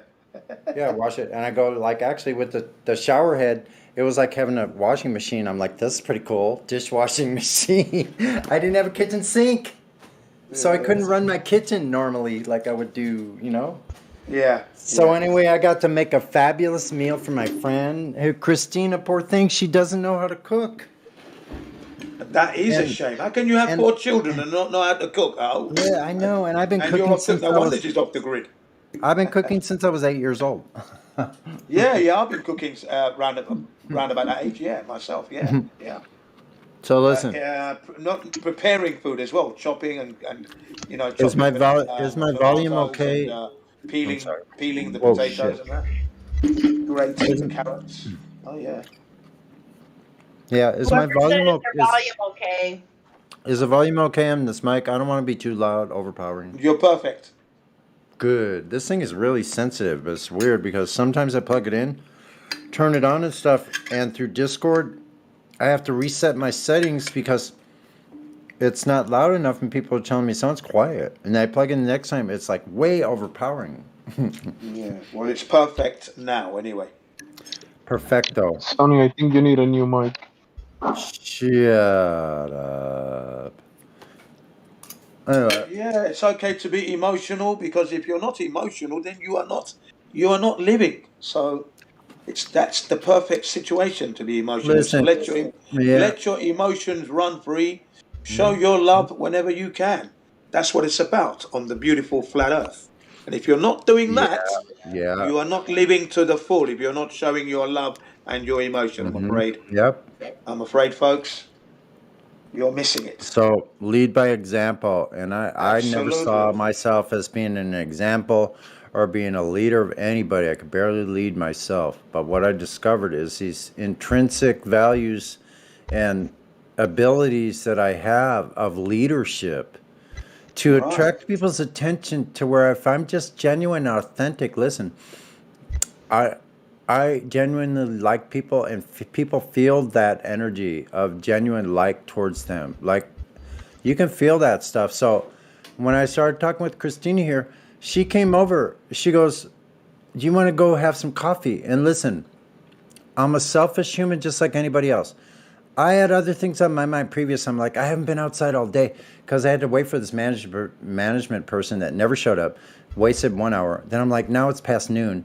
Then I'm like, then my plumbing. I saw the maintenance person in the elevator. I go, can you check? He goes, I could come after 3. But before 3, I got busy and Christina came over. So we went and talked. And we had a kind of a long walk to the 7-Eleven and got coffee together and came back and drank the coffee. And I said a few things, but because I'm just being genuine and honestly, she needs some companionship and so do I. And it's not anything other than a friendship where I get to contribute to someone's life where maybe I was negligent before, where I couldn't. Where I think the creator will put things in your path where you need to review and redo them over so you have another chance to do better the It's next brilliant. time. Absolutely perfect timing. That's all I got to say. All happening on spring, right on the beginning of March. Yes, so Christina has a boyfriend and I met him today too. And I'm just honest and I said listen, I think it's great. Honestly, we could come over to my place. I have almost a media center. So you guys could lay on my couch here. You could have the full living room by yourself, and I could just sit back here over in the corner, whatever, and play my guitar and serenade you guys and get you in the mood. I don't care. Whatever, So yeah. I'm honestly listen, I do much better with someone around me that I can cook for. I don't know why that that's is. what they do. That's what they do in Greek restaurants. Look, that's what the Greeks do, right? And the Italians, don't they? You go to the restaurant, you're a couple, right? And then you're there, and they are serenading you with their music. Look, when I took my wife to Italy, it was in Easter. Okay, now we went to this cafe, sat down, and as soon as I sat down, the man is already playing serenade music. As soon as we sat down. He looked at me and he never stopped playing all the best tracks. I offered him a drink. He said, no, tea. I said, okay, can you give this man a tea, please? Whilst he was playing the piano, because it was in the afternoon. And then we went there 3 times, twice in the afternoon and once in the evening. In the evening, he took a whiskey in the evening. Well, cheers to that. As soon as we walked in, the music changed, okay? As soon as I walked in. Cheers to that. Here we go. Cheers to all of you. Nice. I'm going to raise my glass. Cheers to all of you. Crazy motherfuckers. Yeah, I'll raise the bottle. On the flat earth, you globe deniers are a bunch of nutcases. Just They're like me. nutty. I'm proud to be amongst you. We're going to keep moving this thing forward one person at a time. Flat smacking. Listen, my neighbor, I told my other neighbor who grew up in St. Louis that his tribe of people, he thought he was African American. I told him in a really calm demeanor that his people probably lived in St. Louis. You were the original Americans. There were brown, black, yellow, and red tribes living in America all at the same time. Yeah. That's right. So he grew up in St. Louis. He was probably from the people that built the Cahokia Mounds, which I grew up in the suburbs of St. Louis and never even heard about. All my whole life growing up in St. Louis, in grade school, never heard of Cahokia Mounds. That these people built these huge mounds that were incredible. And you know what? The Smithsonian hid the bones, bro. They hid all the bones. They hide everything, those Smithsonian. 10 foot. I will be going there for 10 foot tall, white, red-haired giants with armor, copper, iron helmets, plates. Native Americans in America don't dress like that. Plus, they don't have Proto-Hebrew cuneiform text in tablets like Chief Joseph did, that he said was passed on to them through generations. So there. I've been to Cahokia Mounds. Fuck yeah. I passed by there like many times in my life on the I've train passed and in by there cars. I don't know how many times, and I hated it every time. I want to go there. I'm going to go back there with all of you guys and see these places, man. We miss so much. What a bunch of hoaxers That's one lying of to us about all that shit. that's where one of the famous Selenion videos that's online was taken at the Kokia Mounds, top of Kokia Mounds.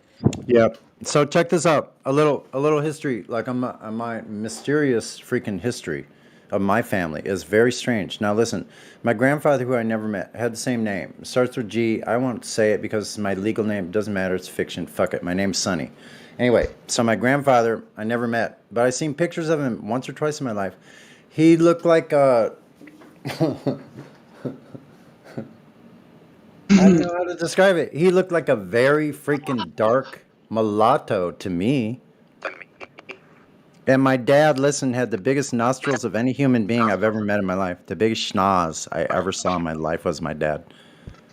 I didn't know you had that video, Helio. Anyway, so what I wanted to say about that is I think I could have either come from, well, we know there's French fur trappers up around Nova Scotia. That's where our name is. That's where they say like, and I found 1500s references to the 1500s in New England with the same last name, and in Illinois going back to about 1800, and marriage certificates in Lansing, Michigan in 1855 with the same last name. But anyway, I digress. But my grandfather, so I think that could be part Indian or even black that I don't know about, that was hidden because there's a bunch of secrets about that person in 1942 that left my family when my father was 9 years old, had enough time to have another whole family. So they're up there in Iron Mountain, Michigan, somewhere still to this day. Like he was in the First World War, but he changed his name and lied about his age to get in World War I. Fighting on the side against the Germans in World War I. That's my grandfather. Amazing. So he was 15 years old, American from Michigan or Illinois. No, Michigan, Iron Mountain in the north. Big Battle Mod knows about Iron Mountain. So in some ways we're related, and there's probably my family still living up there. Sorry, Sonny. Yeah? You said Iron Mountain. That's in Missouri too, isn't it? No, Michigan. Oh. Yeah. I'm thinking of Ironton, Missouri. Iron Mountain, Michigan, where all the copper mines were in the northern peninsula. Iron Mountain up there in the north. Yeah, that's where my family and his family's from. That's all lost history to me. I never knew about my family. Before that, apparently people with my last name, the same last name, and landed in Somerset after fighting with William the Conqueror in 1066 in the Battle of Hastings, where they conquered Britain. And all of British history started at 1066. Everything else was wiped out. All of ancient Welsh history about Arthur, William the Conqueror, who traveled to America in 563, somewhere abouts there. And supposedly Arthur II died in America, came back to England in 563, and they said Britain was demolished by something, destroyed. Not a tree standing, a desolate place. That's Welsh history. But there's a place in Somerset right now, actually, that has my last name. The ancient spelling was the same way my name is spelled now, and I don't give that away. I've told Crackfelling because. So we have ancestry that are connecting with each other, and it goes way back. I haven't been able to connect all the dots. So it's a lifelong journey to figure that out. I'd like to know who I really am.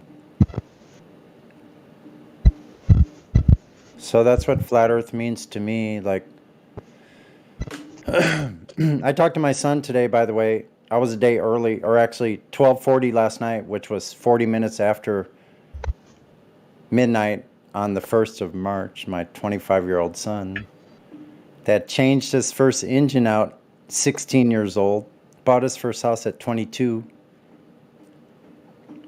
and just got at 25 today, just got a journeyman position recently.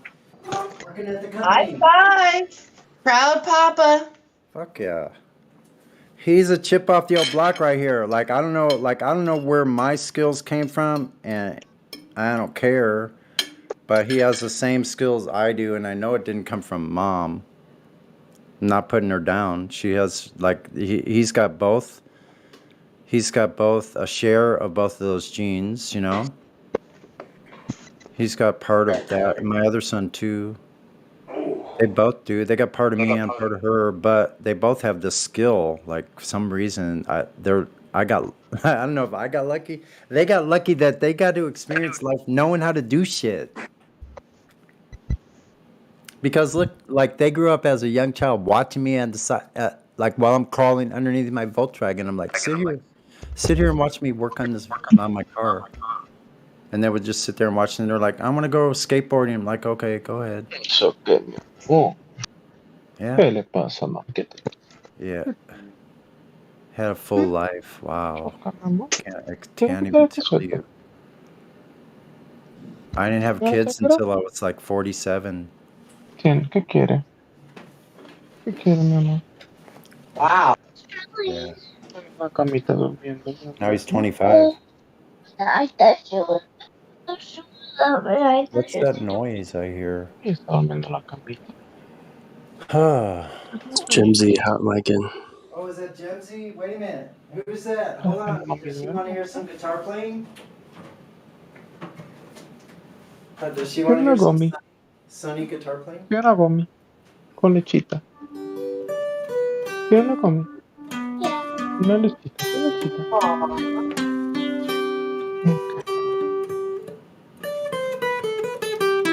Oye, ese minuto la come. Estoy dormido. I'm hot, Mike. Hey, Sonny. This is a little random, but earlier today, were you singing Pink Floyd? Yeah, I was. It was. Do you remember which song or a couple songs? Yeah, I was trying to sing Time. I got some of the words off. Time. Okay. Mm-hmm. Bitter and waste the hours.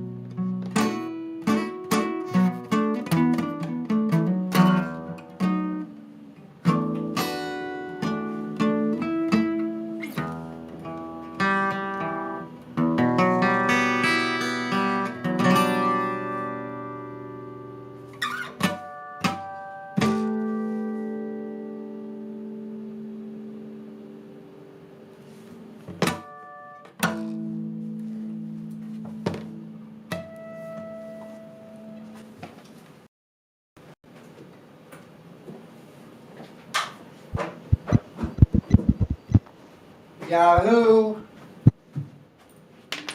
Best days of her life are right now, today. Well,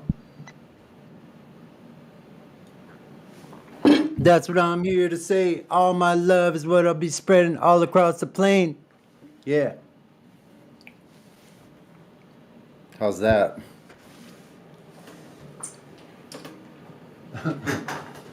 You guys Sounds are mighty fine, come on, Sonny. man. Speak up. I said sounds mighty fine. Cool. I like to play music for people. It's what I do best. Excuse me. Oh, that's rude. Sorry. Well, it's not like you're on stage. It's all good. just trying to keep it real, yo.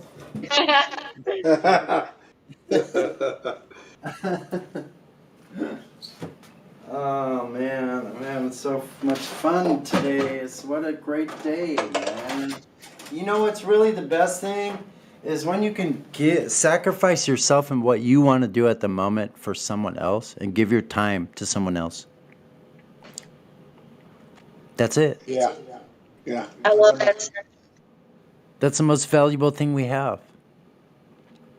To give that to somebody else, yeah. And so we should be here passing out hope like it's candy.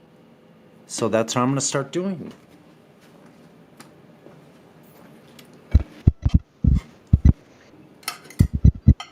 That's how we change the world. One day at a time. That's right.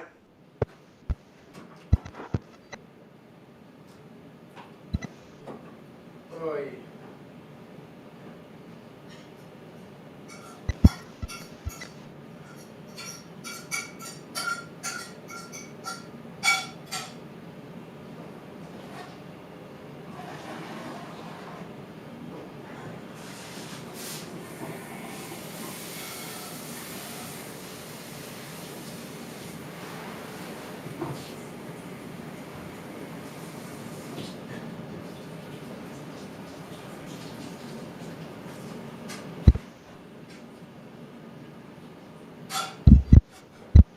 Oh yeah. Oh boy. I can't wait to get that flat earth sailboat going. I'm gonna fucking buy me a sailboat. Well, and a car. So when you don't show up to go sailing with me, I can ride all the way to your fucking place in Missouri or wherever it may be. And come and say, Bring it on, brother. What the fuck, bro? Why don't you show up? It's not like you don't know how to get here. Missouri. No, what do you gotta do? Get on the I-70. Shit, go west. Oh yeah. You mean go east? No, if you're in Missouri, you gotta come up. Gotta come Oh, I thought you meant west if you you're were coming to coming California. to Missouri. Well, I can go that way too. Shit, the highway goes both ways, right? Hey, you never know. Me and the new boyfriend could buy a van and go across the United States talking about flat Earth. You never know. Yeah, come over and visit me. I should have a closet full of weed. Woohoo! We all good. Check this out, guys. I'm not sure if you know this. Somebody in the live stream in the YouTube chat posted that Democ is about to be debating MC Toon on his channel. What? In like 3 minutes. I want to listen. Let's do it. Let's do it here. Watch party. Well, listen party. Yeah, but you know what? We don't need to all abandon the live stream. No, I'm not saying that, but I'm just saying I didn't know that was going to happen. I mean, I can already imagine how how it's going to go. But anyway, Where's it happening? I know Democ. Where's it happening? Where's it happening? On McToon's channel. I'll post the link. Cool, man. And this is insane. I didn't know. I mean, it's like a lot of us refuse to even talk to that motherfucker, but Democ, fucking go. What a loser. Do Wait what a you minute. Hold on. Hey, isn't he offering $10,000? I want that money. Yeah, I can win it. I could win that money. Here comes the link. This is Unless he's about to saying happen some like in stupid 3 shit. minutes. It's top of the hour. It's about to happen. No, I'll win that money on the sextant. I want that $10,000. I could win it. He Timing, ain't gonna give man. you no money, man. Have you posted it? Is that the link? Yeah. Hey, look, I Yeah, was saying that unless I fucking about to go almost live. starved the About to go last live. 2 weeks of last month, I had fucking no money and no food, nothing. Fucking dying of starvation in America. Fucked up. Well, what the fuck is money anyway, right, Sonny? It's nothing. Doesn't matter because you know why?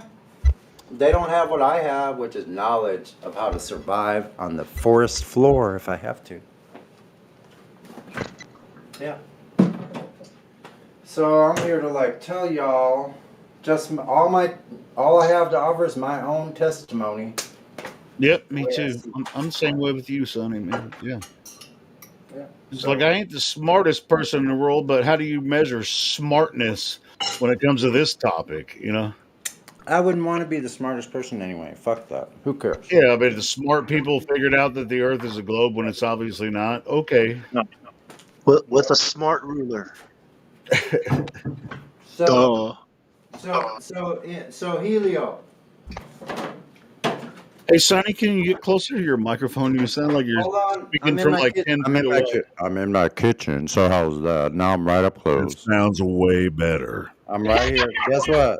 There's what I'm going to tell you. Cheers, Helio. I'm pouring myself the last of this cherry Coca-Cola, and hold on.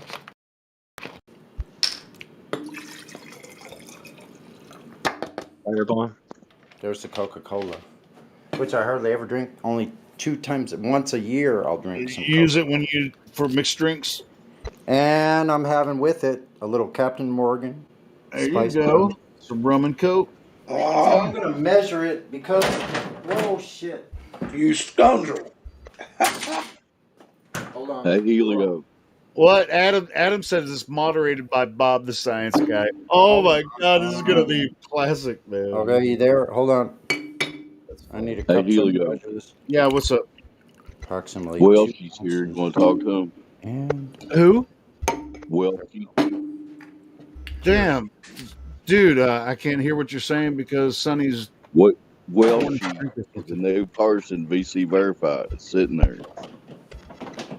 Hey, Sonny, you're hot micing, bro. You're not... All right, I'm going to shut... Hold on. Let me shut my mic. Sorry. One moment. What were you saying, Dave? Who's here? A new person? We have a new person named Welchie. Oh, Wilsey. Oh, I see Wilsey. Yeah. Awesome. Welcome, Welchie. Do you want to talk? Feel free to open your mic. What's up, Flat Earth? Hello, welcome to the server. Cool, man. Just listening to you guys chat away. What brings you by tonight? I'm just listening to you guys. I come back across the Discord server and I'm just listening, seeing what other people say. How did you find out about Flat Earth? How did I find out? How That's did the you question. find us? I mean, have you ever talked to anyone about this before?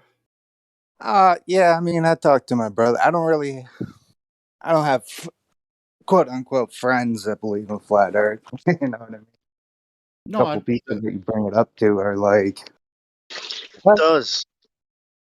but no, Well, I how got did in. you find out about it, though? What's that? How did you find out about that people are talking about that the Earth's flat? So like a year ago, I kept getting like the same Facebook video of like this dude that was like debunking flat Earth, and he was like doing all this stuff, going on airplanes and stuff with level, and he had little clips of people that were like flat Earth people in it, right? And I was like, these dudes don't seem like retarded. Like, who are What did these the flat person Earth look like in the video? He's like a skinny dude with blonde hair. It's not like Professor Dave or anything. I forget his name. But that video kept coming up on my news feed, and like I said, it was like a debunking video. I don't know who the dude was. I couldn't tell you.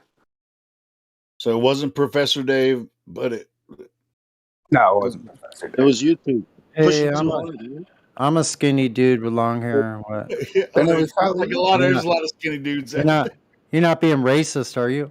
there. You racist again. Against my blonde hair. Are you Skinny Why is white boy. Facebook, Skinny white boyness. why white is boy? Facebook putting debunking video? Why is Facebook recommending that stuff to your? Oh, dude, I was trying to yeah. find Here, I'll find you the video right now. If you give me- I Like, was trying like to where you? find something. What happened? Go ahead.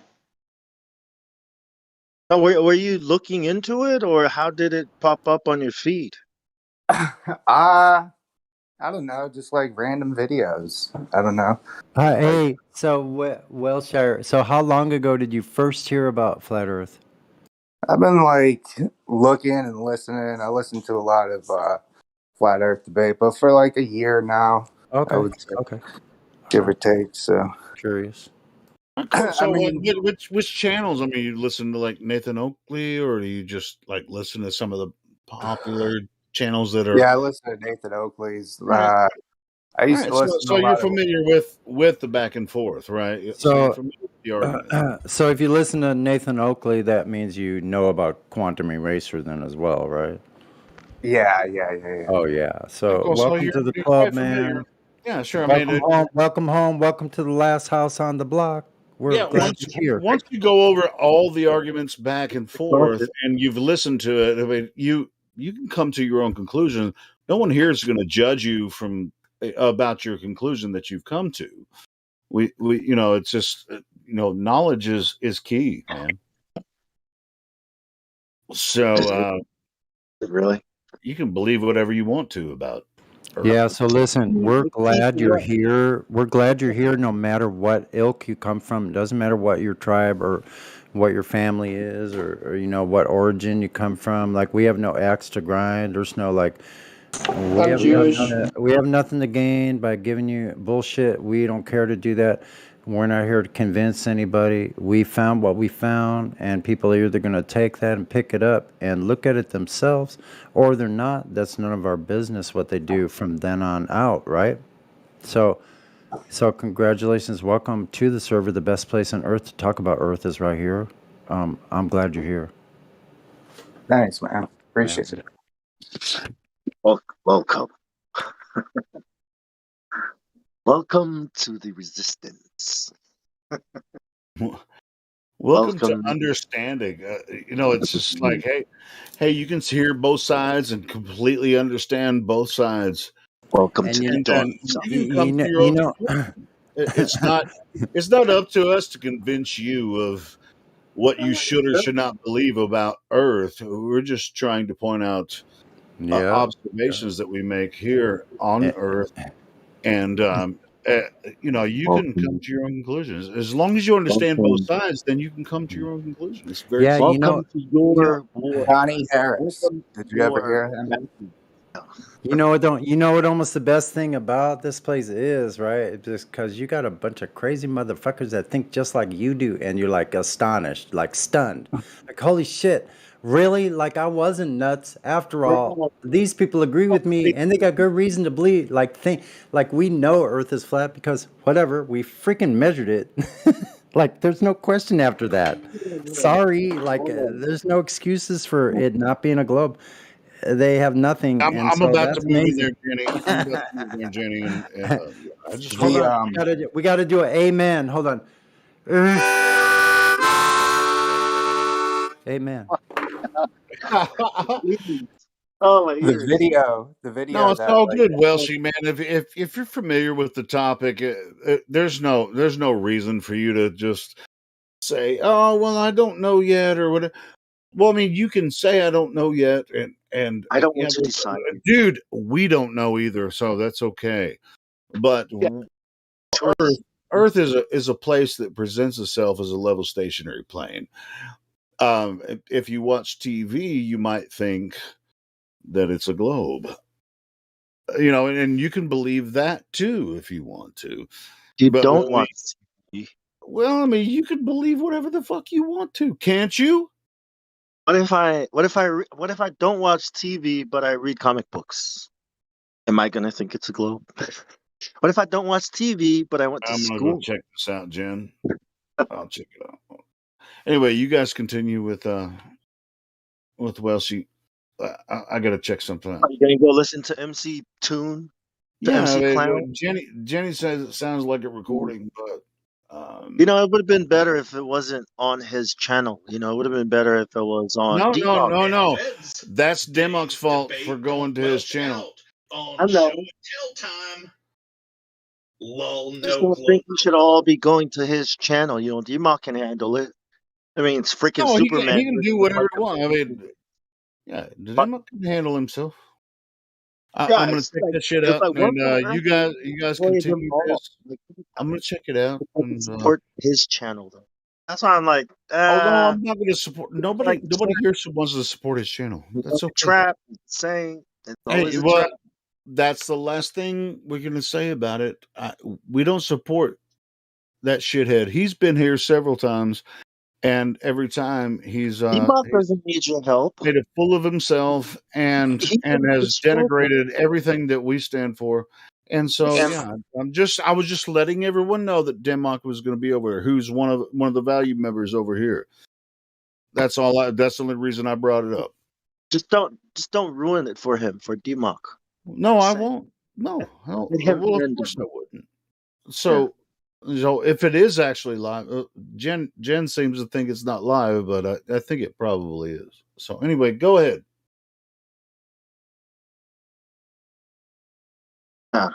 Go ahead. Go ahead.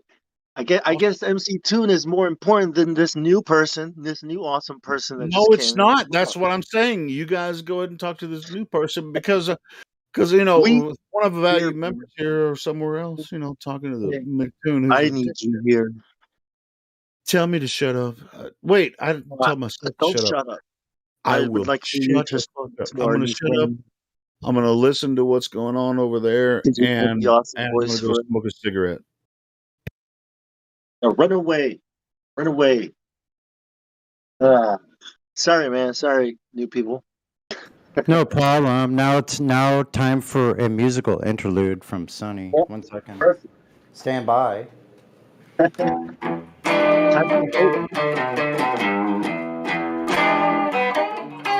Wait a minute. Messed up that part. Hold on. Take 2.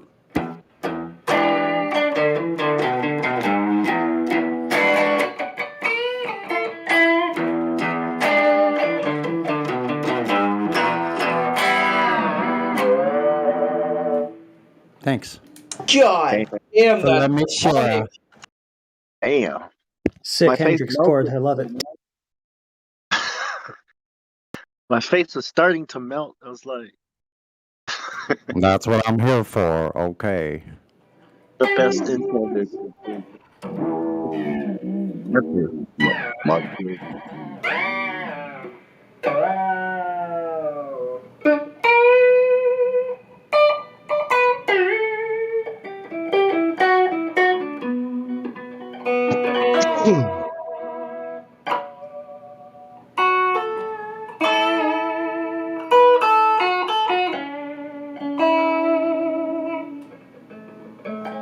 Hey man, you should tune your guitar. It's a little flat.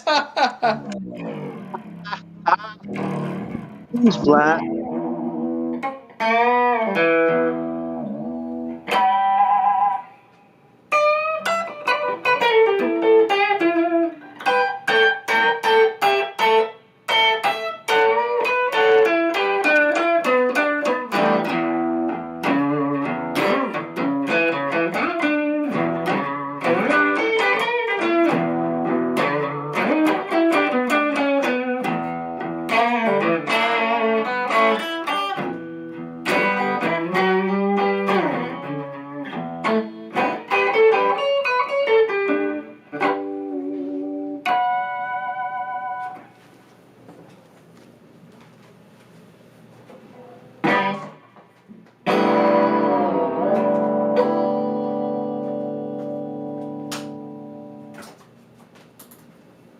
Shut that. Turn that shit down. Are you fucking hippie? Anyway, I digress. Thanks for letting me share, y'all. Play Grateful Dead. Well, it's way better than it's way Gotta better get- than anything Bill Nye tries to put on. Have you seen that cringe? Sugar Magnolia is about like one of my favorite, but actually Grateful Dead is not my favorite. I saw them in 1974 at the Hollywood Bowl. Damn word. Nice. Drinking Southern Comfort with my high school friends. Yeah. But there, I digress again.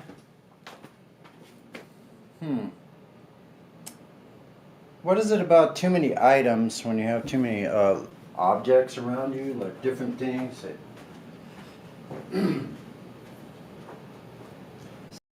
Try the shit. Whoa. Mic check, does it work? You're good. Let me Yep. turn the mic off so I don't want to be hot micing. Loud and clear. How did that sound with my guitar as far as levels go? You audio files? Yeah, it's coming coming through pretty good. Not too loud. Not too loud. Not clipping or anything.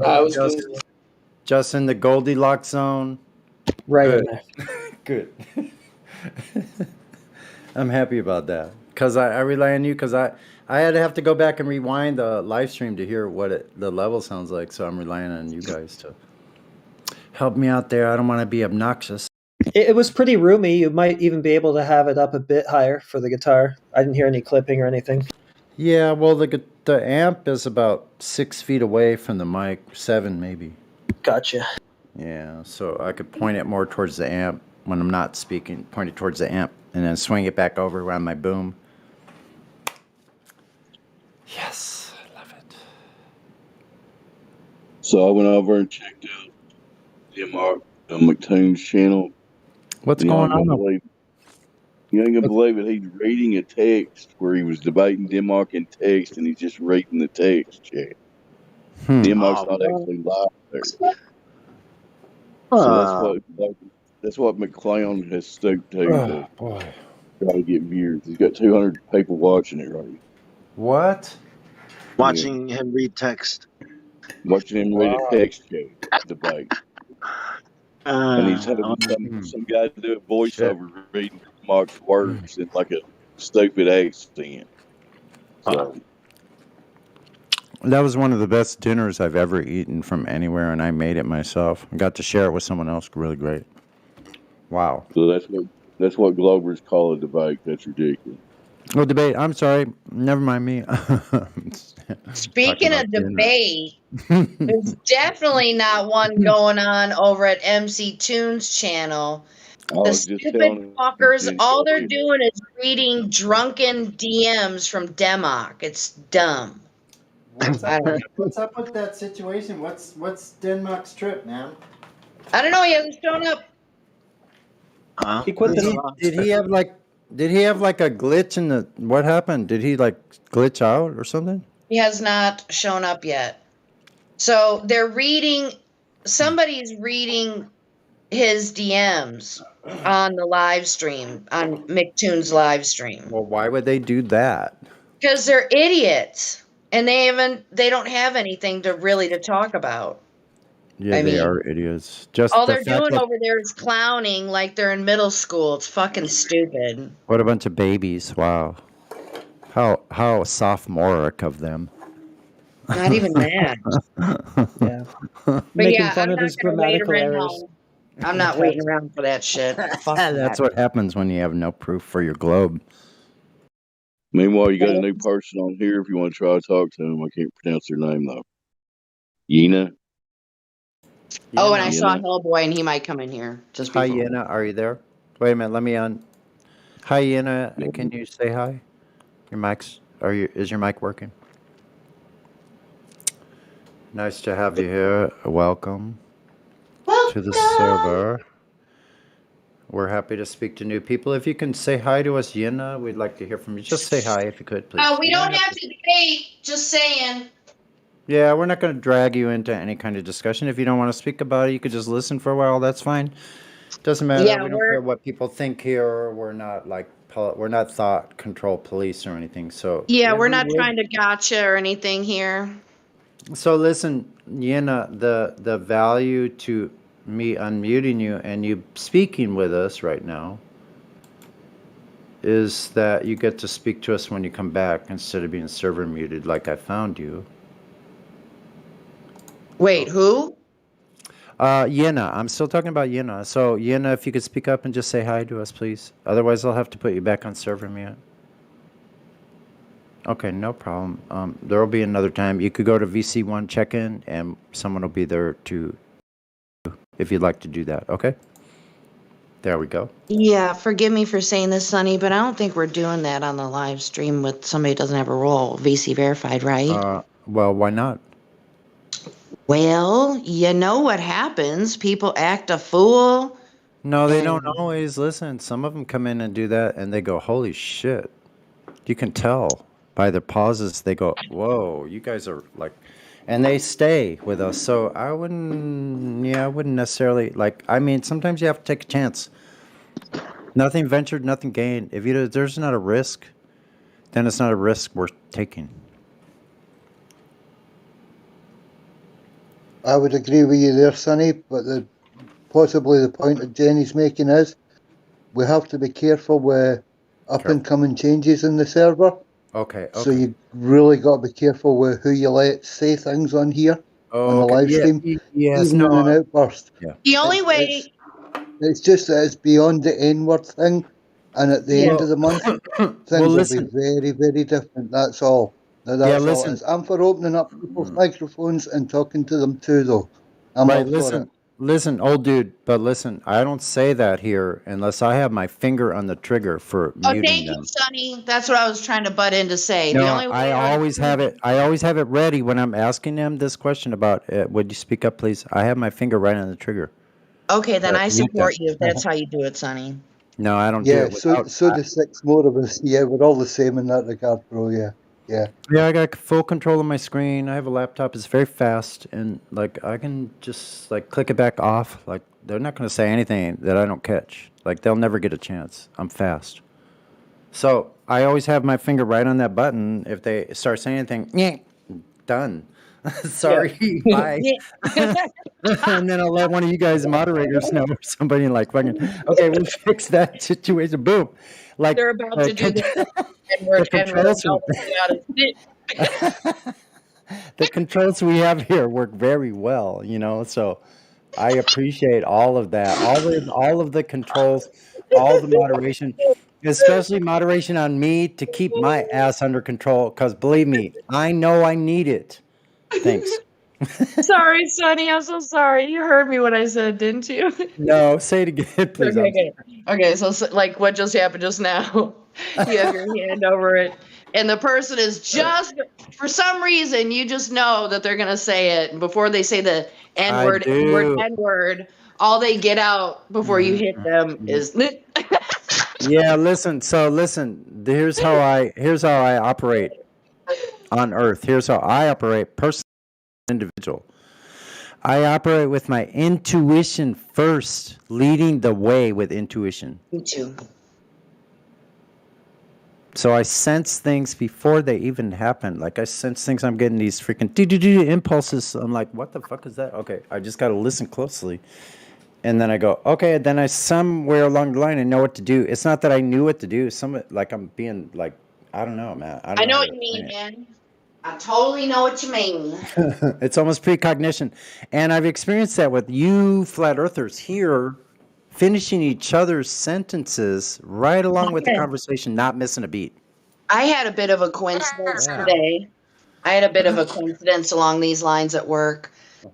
I was checking out a customer, and I forget what it was. I thought something in my head, and then a second later, the person asked me what I was asking them in my head. It was really cool. Yeah. It's like, nice.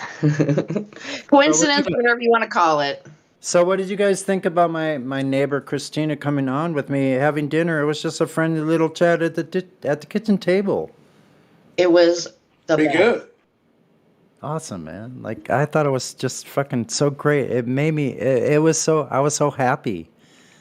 I like started crying. You could tell she was enjoying the meal because she wasn't answering the questions. She couldn't, because that shit was so good, bro. It's cold. Yeah. It's sitting here on my plate still, and I'm still eating it. That's how good it is. It's cold and it's still delicious. Like, Oh yeah, no, it's still every got that little flavour. piece of it. It's Because you know what? It's probably at room temperature and not stone cold, is it? So it's No, okay. it's cold. Believe me, this plate is cold, but it's not room temperature. It's cold. I live in a I concrete just building. want to take the opportunity. Big shout out to old dude. How you doing, Old old dude, dude. man? Old dude, thank you, Wicked. old Hello, dude. Jim. Listen, old dude. I want to personally thank old dude, and I don't want to detract from what Jin was just saying either. But thank you, old dude. And honestly, you know what? Like, I don't take anything personally here. I'm gonna take things with a grain of salt. I try the best I can to like let stuff roll off me. I don't try to roll anything on anybody else's back. You know, like so. Like, I love you, man. Yeah, man. The love is there from my side as well. Fuck off, you pair of puss. I don't love Fuck anybody off, you around bunch here. of pussies. Fuck off. You're trying to get all sensitive with me. I'm gonna fucking punch you in the noggin. Some kind of shit, whatever we do up there. And the Scotland Hill. You know, my dad used to teach me all these songs, like German songs and Scottish songs, and like all kinds of weird shit. My dad was a sailor. He was a weird character. Wow. The one with the big nose. Yeah. I'm just a little concerned. I overheard you say there's some new regulations coming in on Discord. Was that? Yeah, what's happening? What's happening? There's some big changes at the end of the month. Basically, if it's not to do with Flat Earth, we'll not be covering it here. Okay. Discord, YouTube are shutting down on anyone broadcasting anything to do with health matters. Now, that can be anything from food to medicine to just personal advice. Cool. So, shutters are coming down, and it's going to be different from the end of the month, because if we're reported on it, we can get taken down instantly. Well, that's so pretty things cool, are though. going to be Okay, well, we're just going to keep it. Can we that's talk pretty about cool. moon landings? Moon landings, okay? yeah. It's flat Earth, right? Right. Yeah. So listen, thanks, because listen, honestly, I think we can keep it to that topic, because listen, that's where we exist every day, right? So I appreciate old dude's concerted effort to keep us on track, and we do get, like, I know this, like, I'm not trying to be belligerent, like, really, I'm not. I'm just like a child at heart. Like, I can't help it. Like, I'm learning to be adult. It's taken a long time, you know? So, Hey, like, hey, what's up? I've never learned that. How do you do that? Smurf, what? Smurf, I just saw you in the asylum. I got banned from the asylum. How do I learn to be an adult? Wait a minute, Smurf. Did you just say, how do you learn how to become an adult? Yeah. Hello, Smurfy. Okay, wait a minute. Let me Oh, answer. gang Hold is on. here. Let me answer. I don't know. Next question. Neil deGrasse. Good to see you, Jen. Love you, bro. Nice to hear your voice, Smurf. Smurf. Nice to hear your voice. Don't worry, I'm going to be going into Gem Pandas later on, and I'm going to give them. I'll be right there with you, brother. Psychological barrage, man. But it's going to be about 9/11. Listen, it's going to be about 9/11 and building number 7. I'm going to Freeport. That's what's going to happen later on. I'll be right there behind you, buddy. Did I already say cheers? Because remember, 3,000 people died, yeah? 3,000 cheers. people died, and 1,000 bodies was never recovered. Don't have compassion for that. I'm going to bring down your server. He's right. Well, we don't have to talk about that on the live stream, so that's cool.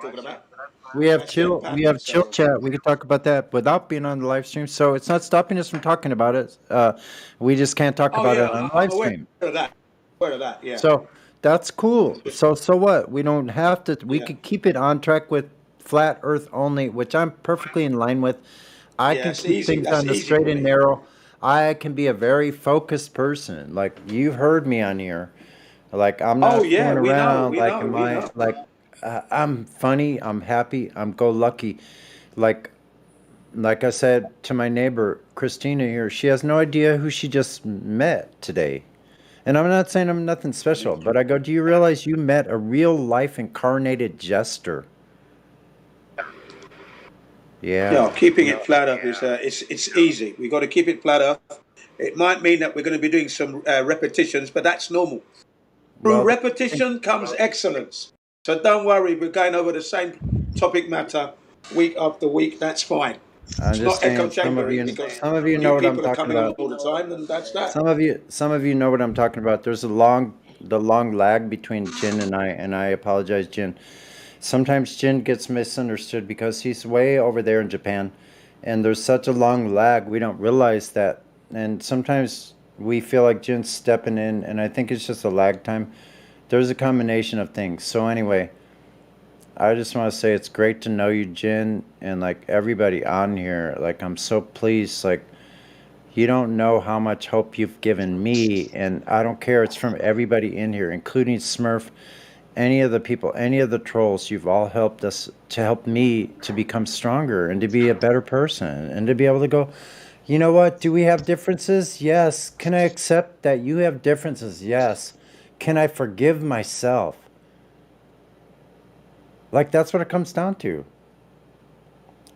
Can I just be honest with myself and just go, okay, be a real human being, and like this is another human being. Like we're not pieces of shit here. Anyway, I'm feeling very emotional today. It's my son's 25th birthday, and I'm just like,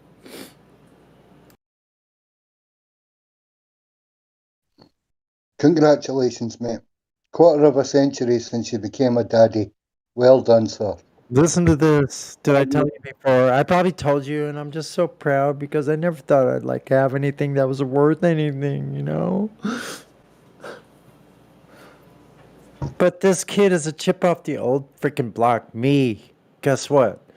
At 16, he changed his engine in his Honda. He put an Acura engine in his Honda at 16. He bought his own house at 22 years old within the last 2 years.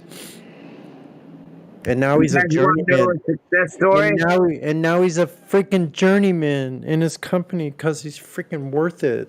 Like he's smarter than Hey, he you can want to get know a shit success working. story? He's like me. He knows how to get things done. Like I know how to get things done. I can direct 12 different things at the same time. Yes, it seems scattered. People don't understand me. Personalities do not understand me. You know why? Because I take a long time to digest information. But once I make a decision, I can be a focused individual. Yeah, buddy. Let's see if Like a you can understand like a this. laser beam. Like a laser beam. Hey, So, Laser Boy, I put $80,000 in Bitcoin in 2011. Can you grasp that? 80,000? Yes, sir. Is that how much you put in or how much you made? That's how much I put in initially in 2011. And now Smurf's what a do you gajillionaire. have left out of that much? I've got it. So you should have like billions of dollars, right? I don't talk about it. I'm just saying I did that way back. 2011. Okay, so listen. Did you do better incrementally from the time you put 80,000 in from that time or less? Did you go up or No, down? I did. That was my best move I ever made. Okay, like I'm not going to dispute that, and like I wouldn't mind getting involved in something because you know why? Because at the end of last month, because I did do some spending here to get this equipment that I'm speaking to you, that's going to help me create music to reach the rest of the people, the world out there, the earth, about this flat earth thing through music. Anyway, I digress. I do that a lot, but You where bought was I going? Bitcoin, didn't you? So listen, if I don't have to starve the last 2 weeks of the month like I did last month, literally almost run out of food, money. I couldn't buy water. No money, no food. Only surviving on what I had left, which I can do because I'm a freaking survivalist. And actually, if I have to, I can go out to the street. I can go out to the park in the forest and I can eat clover all day long. And look, I'll be satisfied. Like I can survive. Nothing's gonna stop me. I'll tell you that I'm much. just saying that I get picked on. I get picked on all the time, but I put 80K in Bitcoin in 2011. So go ahead and keep on picking on me, dude. It's cool. No, I'm not picking on you. I'm saying like I wish I I'm had some talking about the money, world, man. man. Like, Whole not world. money. Like I wish I just could live better because look, I worked my whole life since I was like 12 years old, like in the system, you know, and I'm 63 years old now, and I have nothing left other than what I have around me that I love, and I'm fine with that because I'm very simple-minded. Not simple, I'm in stupid. my early 30s. Simple-minded, like simple, like natural. That's simple, natural. That's what I mean. You Like don't my sound like favorite. that. You don't sound that old. You're probably very healthy. No, I'm healthier than most people around me. Yeah, Way buddy. healthier. I'm healthier than most people half my age. I'll tell you that much. I believe it. I believe it. Yeah. Yeah, yeah, I am.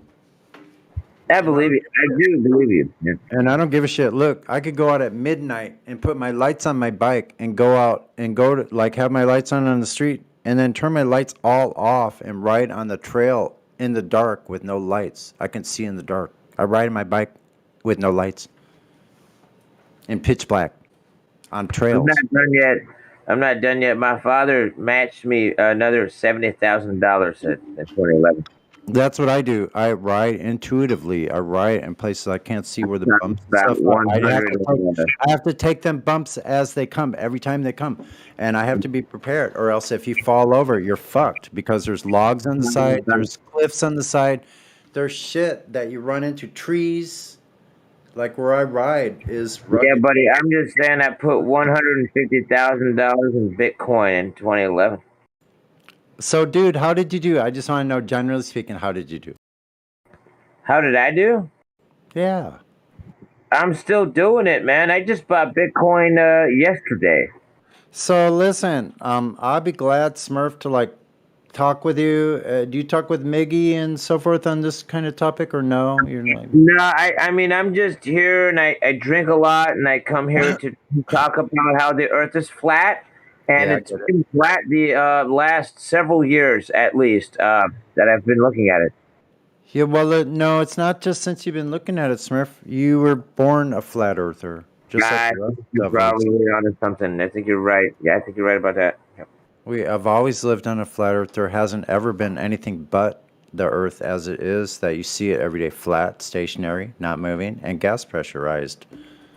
I wanted you to know that Bitcoin only works in a flat plane.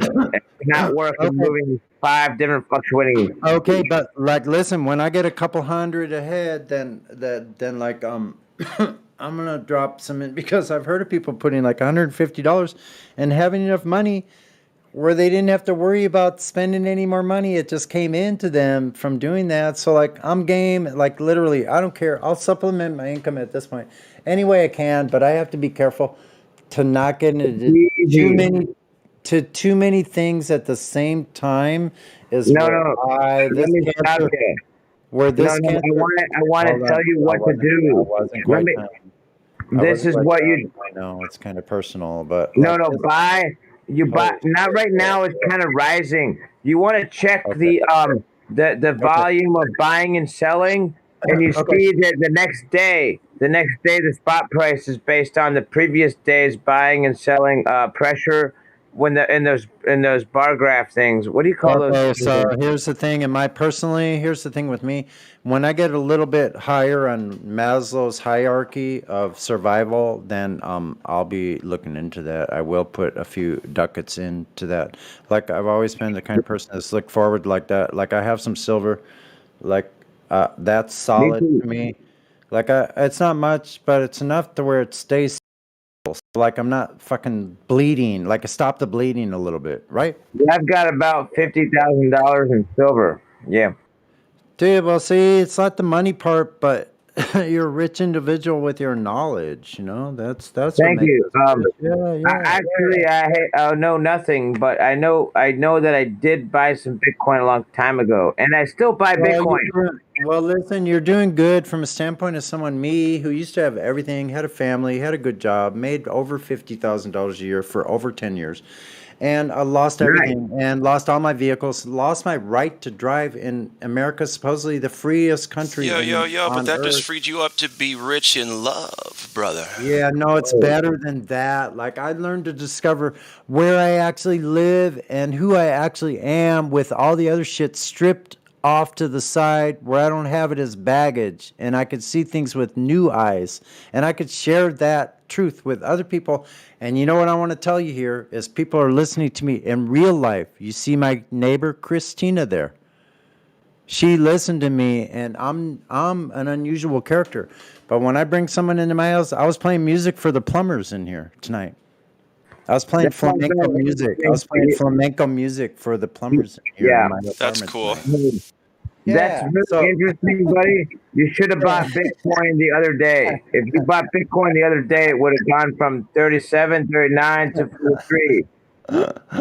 listen, man, I'm lucky if I have $50 to spare. Listen, that $50 at the end, if I spent it, I might have no food. So right now, I just got to be That's the careful. whole Like, point. okay, Is to stop eating food. I'm gorging myself now because I just got paid and I had no food for 2 weeks. So I got to buy a bunch of food and cook good food for my neighbor. Stop And me and my eating neighbor can food. take a walk and go Remember have that? coffee together. What a fucking great life. And flat smacker here, live Hey, stream. Woo! do what Buddha does and just meditate. Stop eating food. So all that alone time with Flat Earth and you guys alone, myself and just you guys really paid off, man, because now I can go out and I can rejoice and I can be happy and joyous in the world and like show people there's nothing to be afraid of. And they're starting to listen. They'll listen to me. They will. People Hey, do. Yeah, that happy food is must just a taste state of so good. mind. They do. Every And I'm going to morsel. spread this shit far and wide all across the What's up, Jen?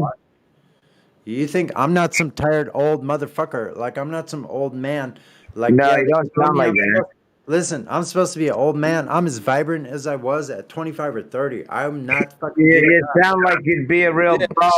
Sonny, Yeah, I'm a fighter. Sonny, look at the image I posted just a few minutes ago. Yeah, I'm a little behind. Let me see. No, That's my latest. That's my exercise jungle gym. Hold on, Can you see it? I'm in the wrong place. 1 second.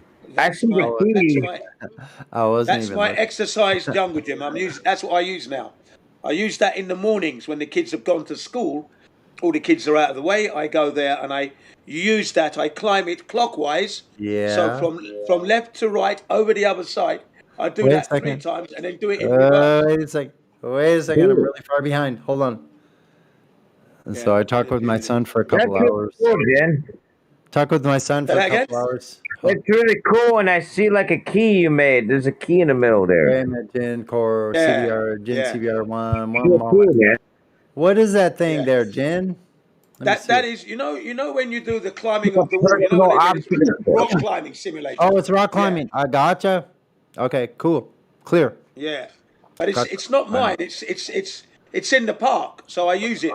I've started using it now. I used to get my kids to use it when as punishment if they did something wrong. Wow. I'd send my kid in the park 10 laps and the jungle gym. Oh, So that now looks I use it now. rad. That looks rad. I'd rather climb Mount Fuji with you, though. Honestly, man. Oh yeah, you'd be able to. Yeah, no problem, man. I want That's- to go that's- up there, places like that, man. I'm willing to Yeah. still go as long as I'm still breathing. All right, I could keep going. Like I'm like This would go a long way to prepare you for that journey. You I'm a climb. You do stubborn- this as exercise in the morning. Stretch, arm swings, and then do Yeah, that. I need someone to. I It's need someone to amazing. beat me into shape. I need someone that can beat me into shape because I have some neurological damage in my leg. Listen, I'll hit you with a stick, but what you really need is lion's mane. It's on. It's like it's sold for zeolite clay and Amazon. You go to type in lion's mane. But I can't beat you with the stick. But I you heard should of eat that, lion's actually. mane. It's a thing. Like, and I'm not talking about a lion. It's the name of a mushroom or something. It's a plant. And it's I a know. supplement. Yeah, I gotcha, old dude. Yeah, I'm Yeah. listening. I'm listening to everybody. I'll hit you with a stick though. Hold on. Pin messages and. Oh, okay, hold on. I'm behind, old dude. Thank you for the message. Never mind, everybody else. Listen, dude. Did you just talk about nerve regeneration? You're talking about lion's mane. No, I have a problem with a muscle that snapped in my leg at my knee, and it like recoiled inside my leg. I felt it, like it popped. And so what happens is I have this upper inner thigh that's connected to my leg that goes to my pelvis. And what it does is it spasms and it keeps me from being able to stand up straight. And it starts spasming. It hurts so bad. It's the worst pain. It makes me cry in the middle of the Sounds like you might need acupuncture. You might need acupuncture. It's so fucked up, man. Dude, And I'm like, acupuncture, dude. Acupuncture. Oh no, it's no problem. Listen, like I'm freaking hardcore. Listen, I know how to fix it. I just have to do what it takes. No, dude, did you take some acupuncture? No, I did for a year and a half on my back because I have a contorted spine. I have scoliosis. I have a curvature of the spine between my shoulder blades, and I've had problems in my back my whole entire life. Neck and back. And when I worked in the Navy, I used to lift 120-pound chucks up 5 feet up to lathes as a young person, Yeah, 26-year-old. there are simple, Sonny, there's simple remedies that I'm sure you're probably aware of, like having a broom handle. You know the broom handle on your back? Around the room for about an hour. That straightens your back out. Well, maybe yes and no, possibly. You don't quite understand. Like this thing in my back, if it starts spasming because I've moved and somewhere structurally it hits this nerve, it's out of my control, and it feels like I'm being stabbed in the back with a spear. Right. Involuntary Have contraction. you tried cutting the nerve? So it hurts so bad, it's right in my heart chakra in my back, and I can't reach it. I have to like push my back up against corners to try to just push this. It's called the oblique in your back. It's called the obliques. Can you like move the oblique muscles, And I know all about it because I was in massage therapy. I have 120 hours of hands-on massage therapy.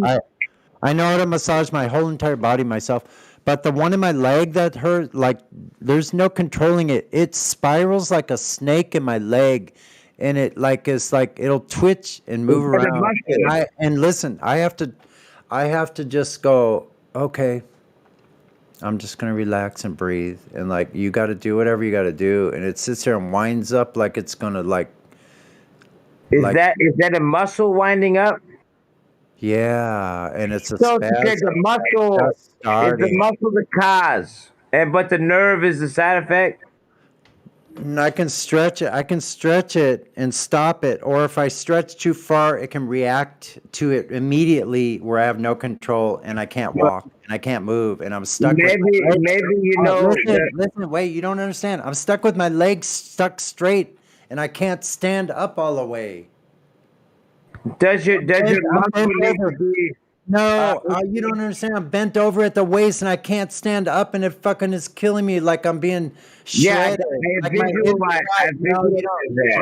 No, wait, shut up. Hold on. You don't understand. It's like someone's taking a knife and straightening my inner thigh with a sharp knife. Well, I visualized what you said. I'm asking you if your muscle can be modified to not hit your nerve. Yeah, what I have to do is reprogram it, and I know how to do it because I've been in martial arts for many years since I was a little kid. Like, I know what to do. I have to do side lunges, and back lunges, and calf stretches. Are you talking about strengthening your muscle? Calf stretching. I know what to do. It's just I don't do it enough. Like, because I'm so fucking busy. From the time I wake up, I'm on. It's on. Like the day is ticking. Like I'm moving. Son, you don't need to explain yourself, man. You know what to do, bro. Don't repeat yourself. It's okay. Are you talking about strengthening your muscles and making them bigger? No, not at all, bro. Looking, I'm a lean, mean fighting machine. I ride a bicycle. I'm a pilot on a bicycle. Like I'm lean. Yeah, like I'm like a runner, swimmer.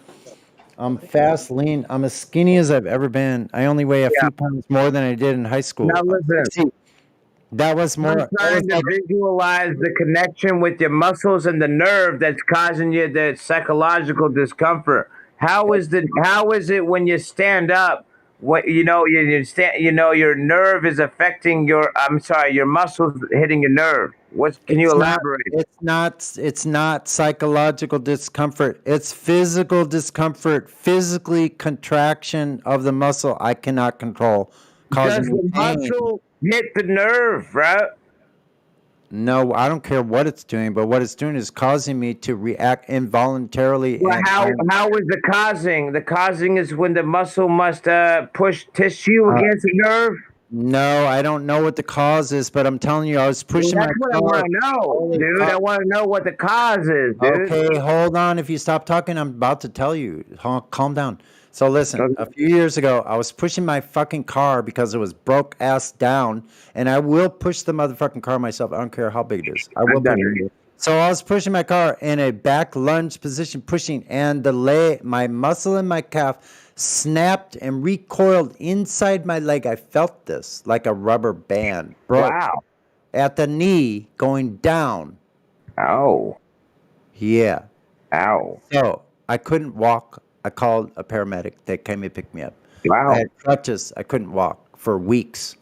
Kind of weird. I thought I was going to be paralyzed. I thought I was going to be crippled because I couldn't fucking walk. So then finally, after a while, I was able to walk again. And everything kind of healed, and I got back on my bike, and I kept riding 1,000 miles a year, like I've been doing for like it didn't heal in the right formation, like the right geometry. No, listen. So what happened is, I think that's the leg where I was doing that, and it snapped going lower. That part healed up, but the upper part is something broken still there, where the muscle detached is causing this reaction in the upper thigh. Plus, like, I had other problems, like I don't want to talk about. All Okay, that. so does that like your muscle is It doesn't matter. Holy shit! Hold on, wait, listen. your muscle's attached. It's not in the exact spot it should be at.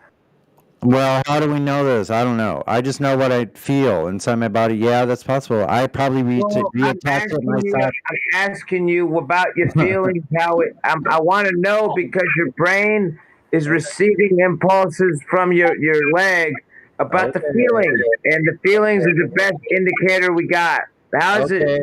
Does it feel like your muscle is detached? Not where it detached before, but it feels detached going upward to the inner thigh.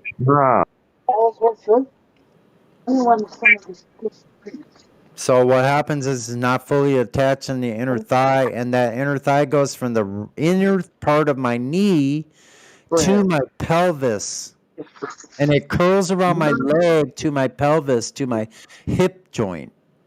Okay, I think there's a solution for this. I think. Wait! You don't know listen, Smurf. You don't know what you're talking about, unless you can go to the illustrated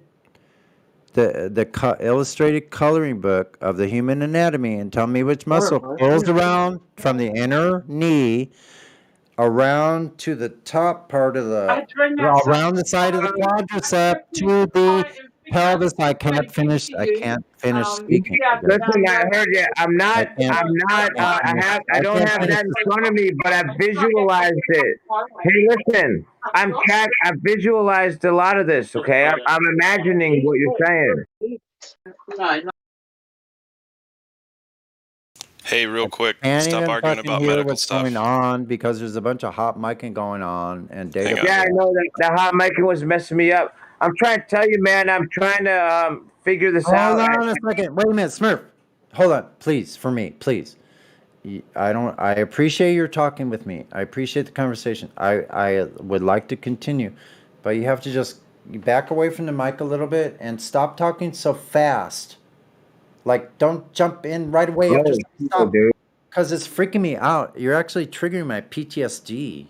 You guys should change the subject then. Just my suggestion. So I'm saying I don't mind having this conversation, but you just gotta I've been deployed rat twice. You got like, listen, like, see, I was talking and you walked right over what I was saying. I was talking. You got PTSD, man. You just did it. You just did it again. I just started and you start talking. I want to know about this PTSD. You don't need to know about it. You know what PTSD is, right?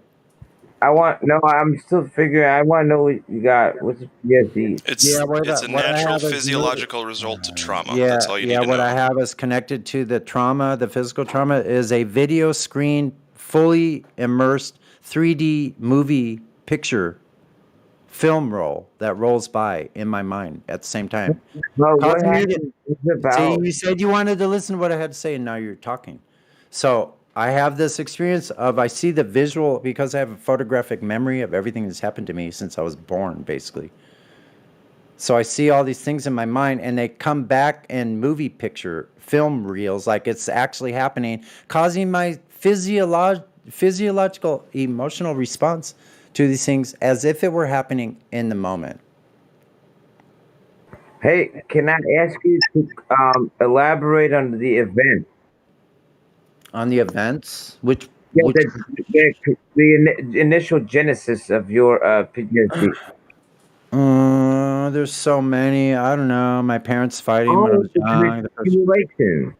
My parents fighting. I remember that memory as if it were yesterday. I see the water from the cop's hat when he was coming in to break my parents up, having a fist fight. I was looking through my crib. Would you blame your the accumulation of circumstances and events, or would you think it's a biological reaction to normal events, or what you know? Did this happen to you like unfairly, or which is normal? Are you normal, or the circumstances abnormal? No, I'm a normal person that has abnormal events occur in my life. I believe you. Yeah. Okay, so when did these events begin to accumulate and get a bit out of a lot to handle? At what age for you did this begin to accumulate? Right out the fucking gate.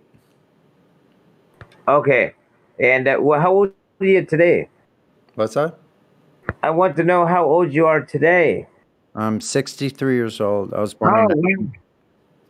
I was You born in sound like you sound like you're 30 or 20, 28. because I've traveled through time here to be here with you. It's so A cool, man. special. You know, Trump. I'm here by special appearance. Like I'm here because I was like anointed to be here. It wasn't anything of my own effort at all. Like I don't know how Yeah, I I don't know probably how I'm pushed here, him to why I'm here. I don't know why this shit happened. Like I don't put any subjectivity to like the things that happened to me. Yeah, bad shit happened to me. Did I do bad shit myself? Yes. Was I hedonistic? Yes. Did I suffer from all the seven deadly sins? Yes. Like I'm a human being. That's what those like we're the only ones that can experience those. Like yes. So like I'm not apologetic about like that I've experienced things that most human beings haven't experienced the range of things I've experienced.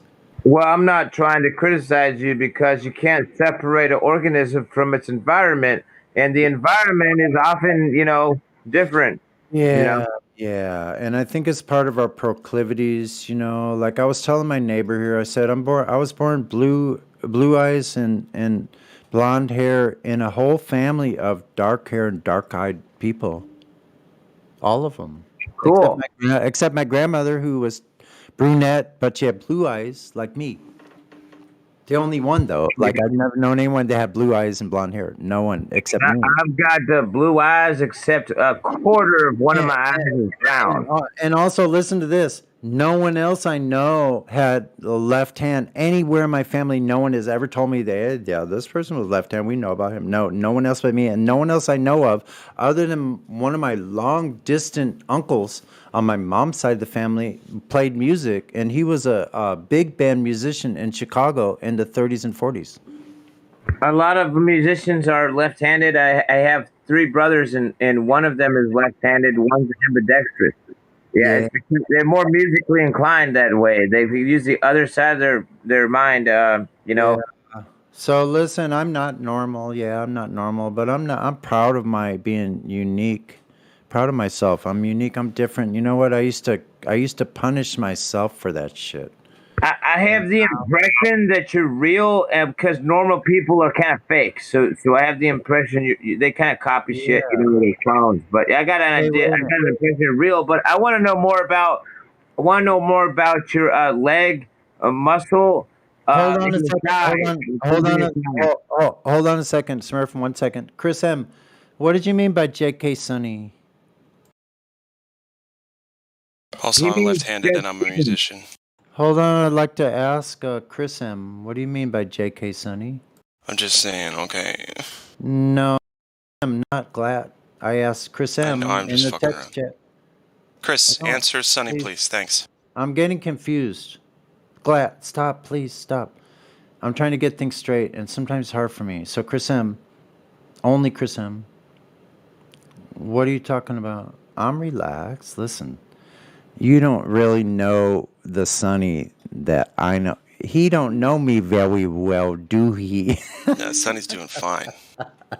I'm doing really Sonny's bright well. and sunny, shining. God, I feel so. Look, I don't shut care. up. Like, Go even ahead, if go you ahead, told me, Smurf and look, Sonny. listen, here's the thing. Even if you told me, shit, we know who you really are. We know all your online activity. Like, that's cool. Like, good. Is that helping you? In my imagination, I believe you can heal by stretching, patiently for like a long time, like a lot of stretching, like every day. That's my imagination. I could be like totally far off of that shit. No, you're right. You're not wrong, Smurf. But guess what? I want to tell you this part. Listen, I'm a cyclist. I told you I ride my bike every day, right? That's badass. You think I just go cruising along in the park? Let me tell you how far I've ridden. So I had a what was it called? I had a Mongoose mountain bike in when did I get that? Hold on. 2015 to 2017. Cool, man. In 2 years. This is a dirt bike, full suspension, right? It's kind of a cheap Walmart bike though, so fuck it. So who cares? I had this bike. I ran that bike. Guess how far I drove that bicycle in 2 years? Oh, I'm gonna take a guess. 1,500 miles. 3,500 miles. Wow, dude, that was close, man. Come on. In 2.5, 3 years. So onto my Mongoose. So look, the bike I have now, I put the motor on it last December. I rode my bicycle 1,752 miles in 13 months. Hey, dude, I got a good guess, didn't I? Now listen, I have 1,842 miles. I ride 5 to 10 miles every single day. Wow, that's fucking impressive. Now I'm trying to. That's really nice. But I really think when you wake up in the Listen, morning, Smurf, hold on, Smurf. That's with my leg the way it is. Now, if I push myself too hard, like let's say I ride 10 miles, which is a normal ride for me. I've ridden up to 18 in one day, easily, even 40 miles in one day.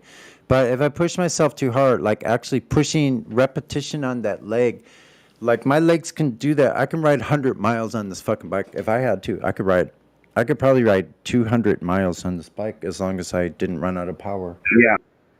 Sonny, I got a combination question. Smurf, shut up for a second. Yeah, so hi, Chris. Sonny, it's Chris. I was just joking. Smurf was saying something like, was asking you if you're normal or whatever. I was just saying, no, he's not normal. I was just kidding. You were just saying, Smurf, would you shut the hell up for a second? Hold on, Smurf. I'm gonna hold on, Smurf. I have to server mute you for just a second, Smurf. I got it. Right. So I had to stop him for a second. Thanks, Chris. No, because when you said I didn't understand joke, because numbers and letters mean things to me, and I'm very suspicious minded, and like I don't know who's watching me, but I know like I'm revolutionary, and they're fucking watching me probably. Like, and I don't give a shit. Like I don't give a flying fuck, because you know what? They will never get on boots on the ground where I am, because I think they know who I am too, and they're like no one. That's why I never get bothered. You know, JK means just kidding, right? Is that what you were asking? Yeah, because I don't know, because that matches up with something in my name, so I don't want to like. No. Yeah. I was just fooling around. Don't mind me. I'm just fooling around. I want to share something out public here so everybody can hear it online and publicly. Like I shared some private information with certain very well-known flat earthers, and there's other people that are very well known that I respect, and actually I love these people dearly. And I'm not mentioning names, but you know who you are if you're listening, and whoever is out there, the people that are out there really moving and shaking things and living their lives and being young adults and fucking living freedom and liberty, you know?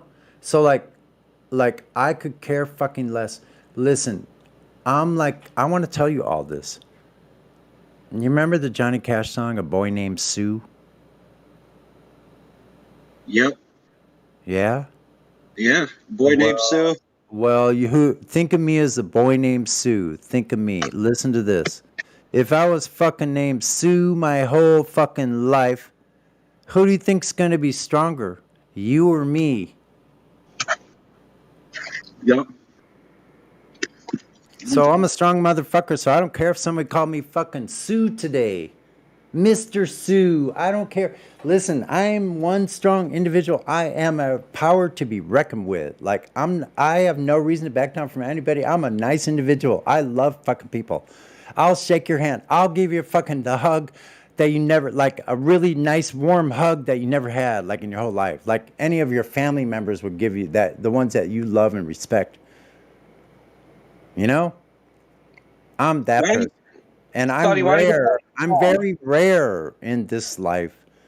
And like, I'm not going away because you guys, what I said about earlier is you guys give me enough hope to keep going to see what's fucking going to happen next.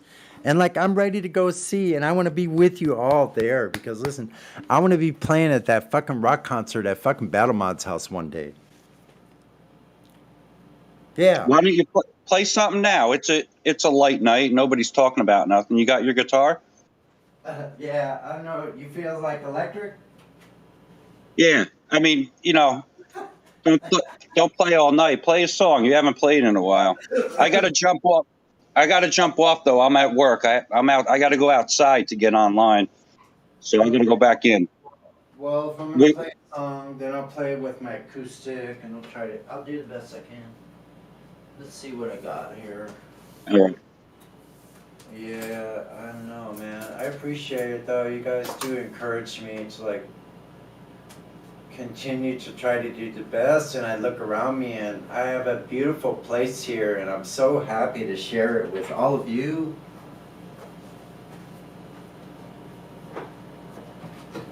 Couldn't have asked for anything better.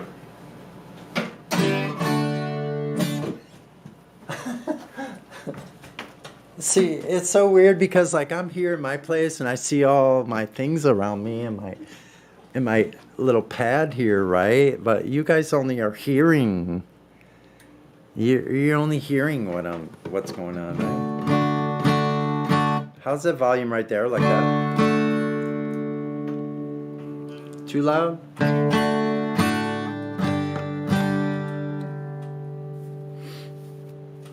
Can you hear that all right? Hello?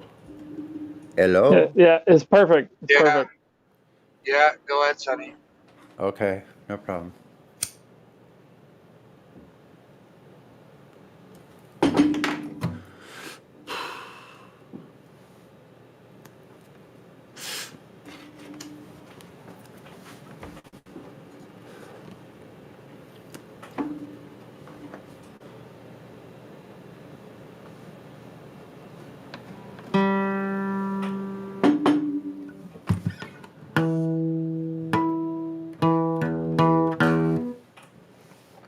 One moment, please.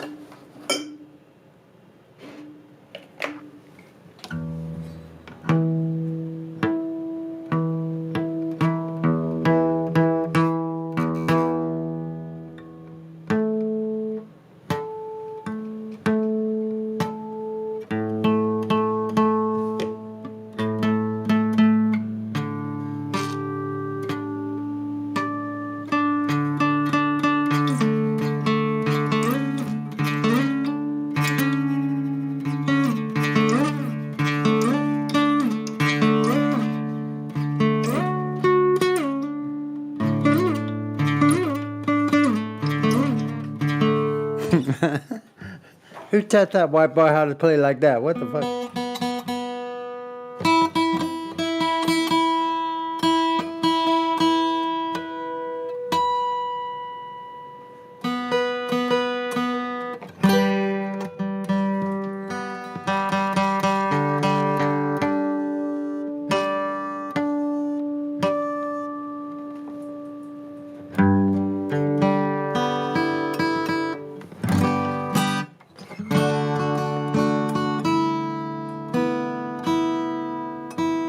I know this is painful maybe, but it's just a process. It's about equilibrium.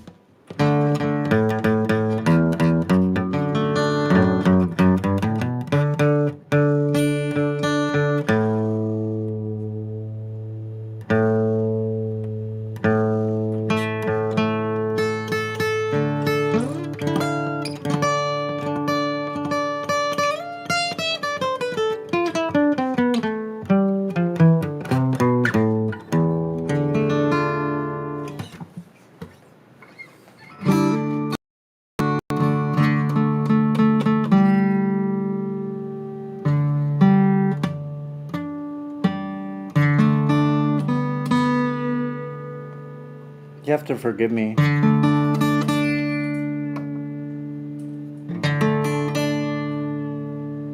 It's gotta be just right.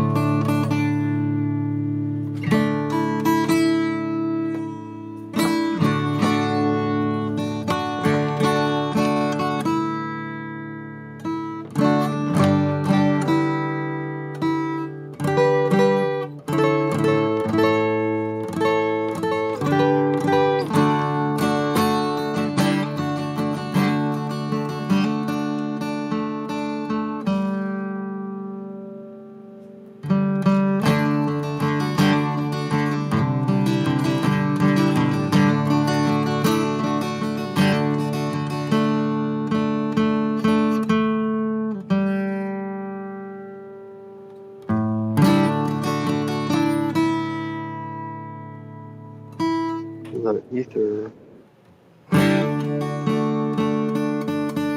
It'll be worth it, I promise you.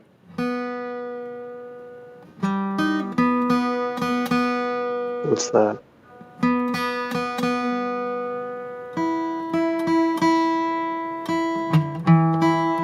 Well, I'm all fucked up. Hold on. Hold on a second. I'll be back in less than 3 minutes. Hold on.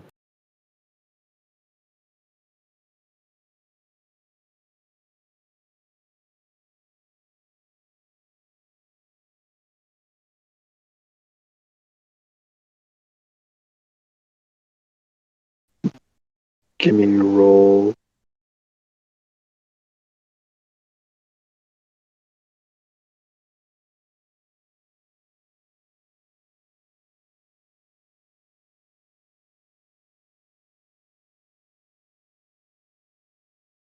You could meditate to that. What's that mean?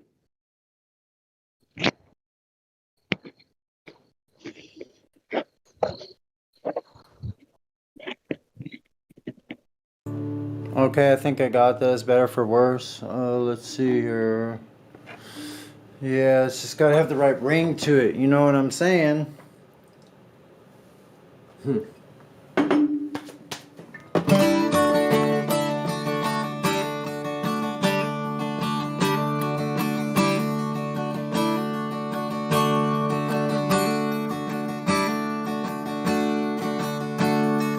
Seagull, you fly across the horizon into the misty morning sun.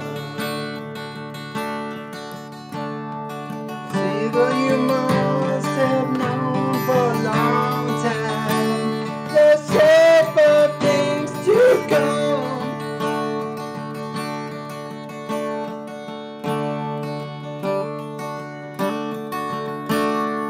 There is a man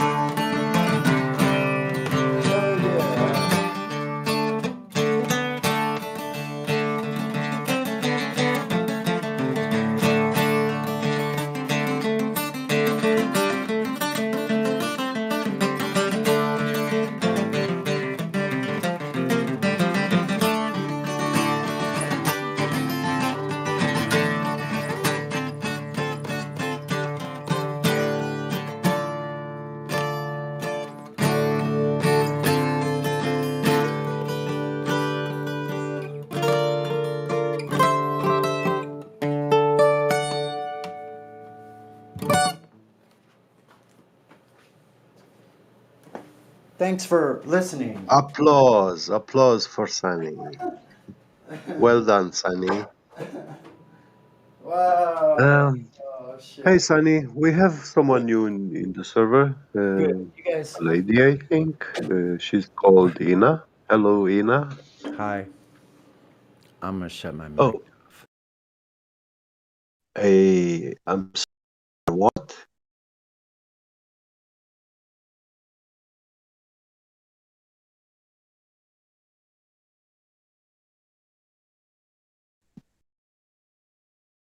Mic check. Hi, sorry.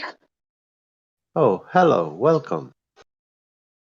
Thank you. So, what would you like to ask us? I don't really have questions right now. I just was listening because I've been a flat earther for 5 years, so I kind of know the basics and everything already. You know what I have to say about that? Oh. Woohoo! Nice. Here comes the ladies' night.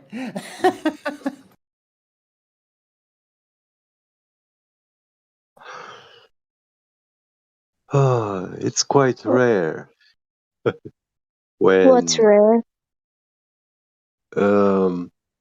globe-believing ladies Globe nowadays. ladies? Yeah, we don't get many of them. I think she said she's a flat earther, Jet. Yeah, she said, yeah, I know. Yeah, I said I was a flat earther. 5 years, just like me, since 2017. Yeah. Oh, but he's still making a good point though. That is kind of interesting. Like there aren't very many Glober women that come in through here. Yeah, that's true. Okay, yeah. I was thinking he was calling me a glober, and I was like, wait, that's not. Oh, I no. didn't say I was a glober. Yeah. I love that. Wow. At first, Yes. I thought so because I've seen you have no roles except the VC verified role, and yeah, so Oh, okay.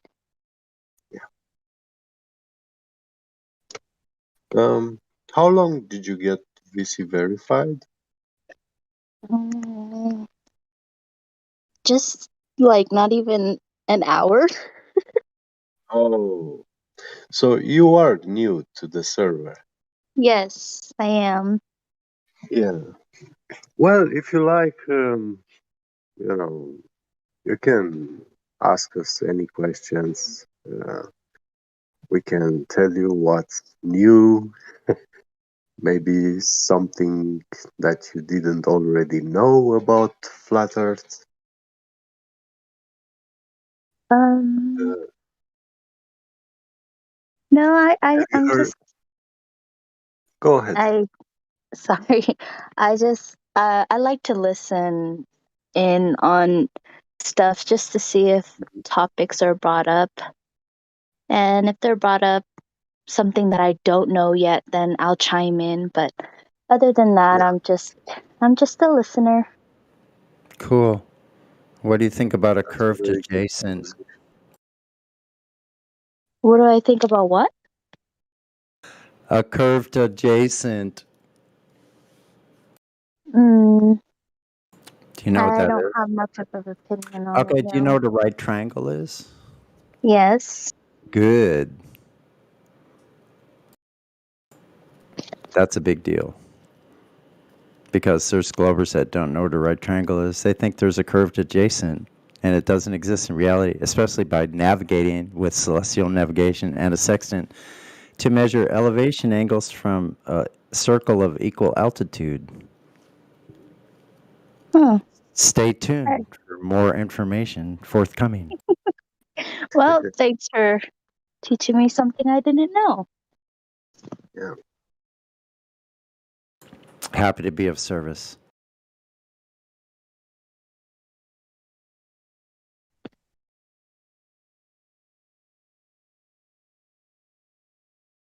All right, guys, you can get back to playing the You guitar know, or whatever. I'm just gonna start getting comfortable because I just got home from work. Yeah, don't mind me. I'm just kind of silly, so don't mind me at all. Like I'm just being like jovial. So I'm here with all my friends. I love all these people so much. Oh my god, and it's so good to have you with the server. I like to say, like honestly, from the bottom of my heart, it it makes me feel so joyous inside of myself, like to see all people come in and people like you that are younger than me, way younger than me, and know about Earth the way it actually is. Like just, I'm it sorry. makes me How feel so old do you great. think I am? Well, I That think you're younger than me. That's all I know is you're I younger than know me. I'm younger than you, but how old do you think I am? I think you're like 35. Oh, that's pretty old. Oh, I'm No, sorry. I was just I'm trying to. 30. You're what? 30? I wasn't far off. Yeah, I'm 30. I made a big mistake though right there then, didn't I? Because it was over what you actually are. So I screwed up. I may never I be usually forgiven. get like, oh, you look like you're 19 or 21 or something like that. Well, see, because I didn't see you. I'm only going by your voice, and you sound very mature. So, like, that's what I'm going by. That's all I have to go by. So, Oh, you don't anyway, see my picture? well, maybe, okay, sure. Send me DM, and I'll friend you. Awesome, man. No, I meant like next to my name. You should be able to Uh, see my picture. I do see it. I know. Okay, very good. That's you, actually. Awesome. Okay. That picture was made when you were like 25, 26. Actually, no, I took that like 2 weeks ago. Oh Wow. my. Yeah, I That was going that out to go eat at Korean barbecue and I got all dressed up, so I took a picture. Really? Do you like teriyaki chicken? Yeah, I do. Really? I just made the bomb teriyaki chicken. Now, I don't know if you would approve, Yeah. but I'm just saying. I heard. I was listening. You were talking about your neighbor eating, and he wasn't really replying much because the food was that good, and it was cold, and you were still eating it. Yeah, so listen, like this girl next door is a flat earther. She just didn't know it. So it's cool, man. It's great. Okay. Now she found out first time today she ever heard of it, and she came on here and and answered honestly, which was astonishing for all of us, right? I mean, most of us. You don't see somebody that just heard about it today and is like perfectly willing to like listen to you and go, well, what Sonny said was perfectly logical to me. Like, what a smart girl. Wow. I'm not saying a girl, I'm not trying to be sexist, honestly. I'm just old fashioned. So, what a smart human being, what a smart woman. Like, I appreciate that. And people like that can hear things. And I found it was all about in my method of transmission, how I'm discussing things with people. I can't transmit if I'm transmitting something neurotically, people perceive that. If I'm calm and genuine and authentic and happy, people go, maybe there's a reason to listen to this person. He seems to know something I don't know. So like I was so happy today that like I met a new neighbor, made new connections with people that are like real, could be lasting connections with actual other human beings, which I've avoided for 2.5 years. Honestly, and like, so I'm so happy today. Thank you for coming to the server. Welcome to the server, man. I hope you enjoy your time here and ask me any questions you would like. Thanks. You're welcome, and thank you for being so welcoming. Are you following any YouTube channel about flat Earth or other things?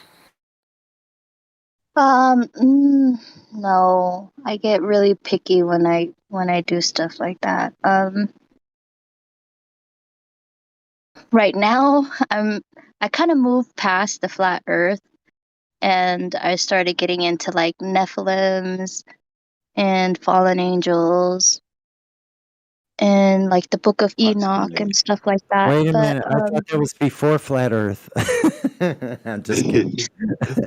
actually, no. The reason why I got into flat Earth to begin with was because of the first page of the Bible, where it said that there was a firmament dividing the waters above from Yeah. below. And see, okay, I was trying to get closer to God, so I opened up the Bible, and that was the first thing that popped out to me. I read the first page of the Bible like I don't know how many times, but like I just read it so many times, but it never like popped out to me until I was 25. And then when I noticed that, I was like, wait a minute, is that why they can't breathe in space? Like, what? And so I started looking up firmament, and I asked one of my friends that she was a flat earther, but I didn't know at the time because she doesn't really tell people about it. So when I asked her, I was like, what the heck does the firmament mean in the Bible? And she was all like, I think you're ready. So let's have this conversation over dinner. I said, what? Ready for what? Whoa, what's going on here? And we were eating pho, and she told me she's like, so what is your opinion on flat earth? And I was like, oh no, don't tell me. She goes, listen, just hear me out. Do you even know what we believe? And I was like, not really. She's all like, okay, so just hear what I have to say. And then she went on about Antarctica and how NASA means deceiver in Hebrew. And yeah.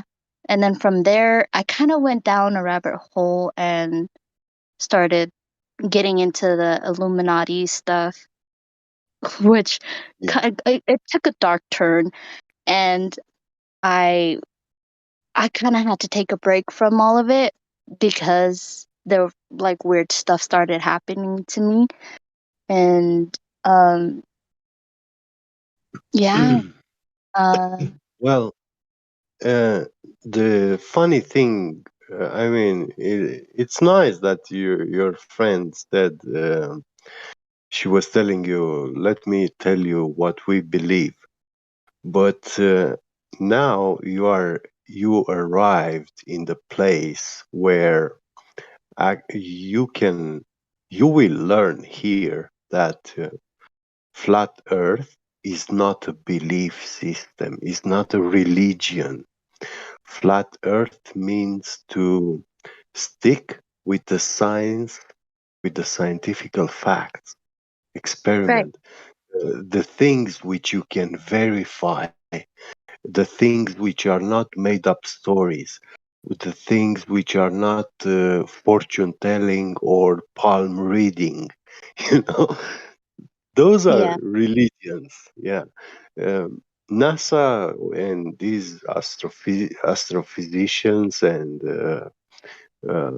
astronomers, they look at the sky and they make wild guesses, wild fortune telling. They tell us like they have been there and touched them. They have walked all that way up there.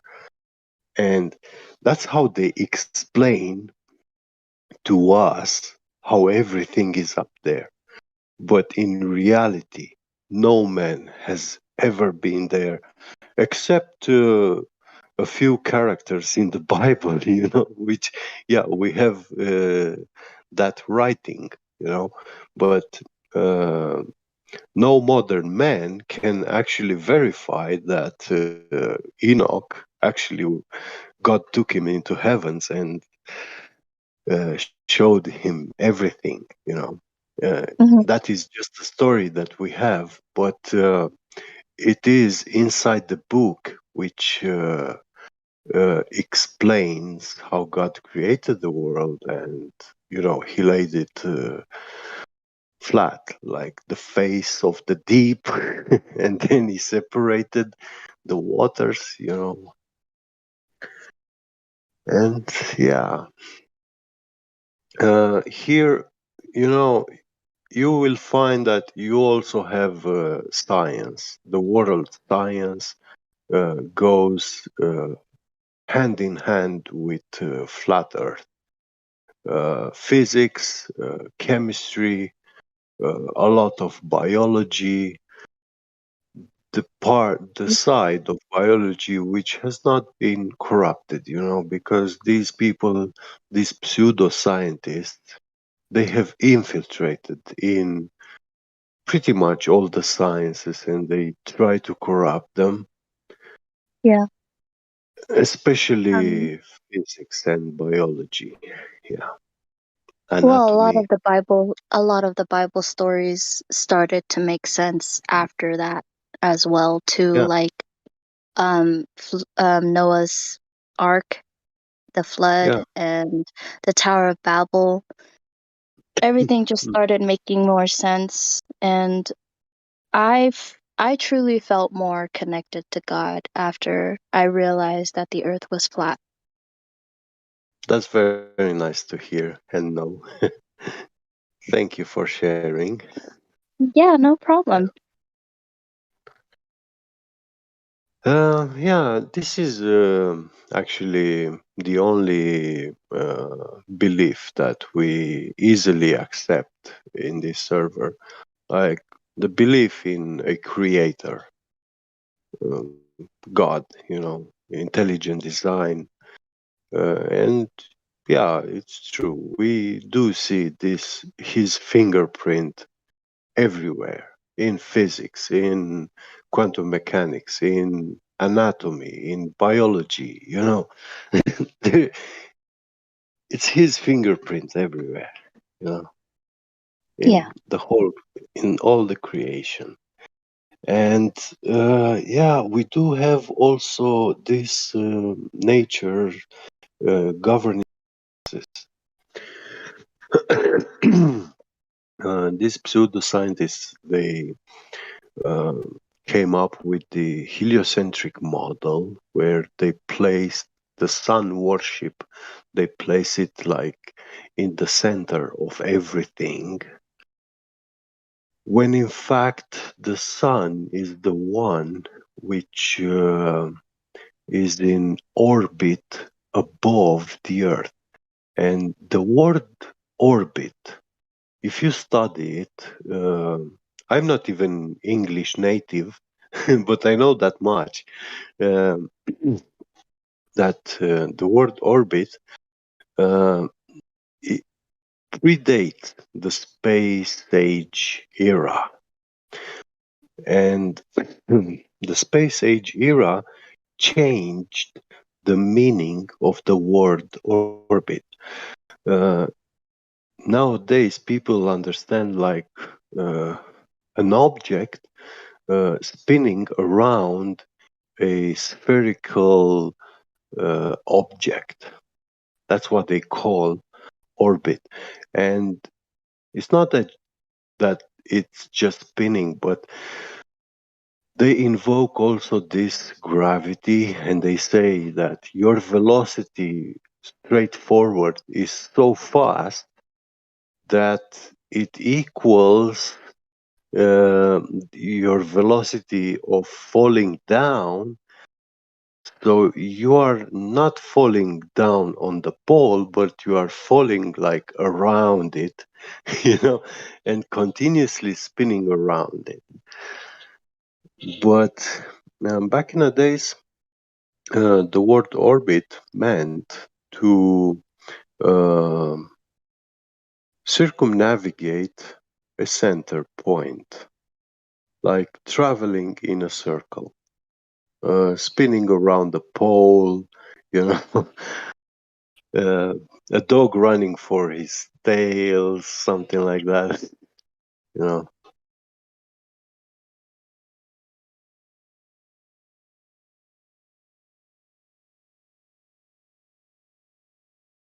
Yeah, I've been on galloping.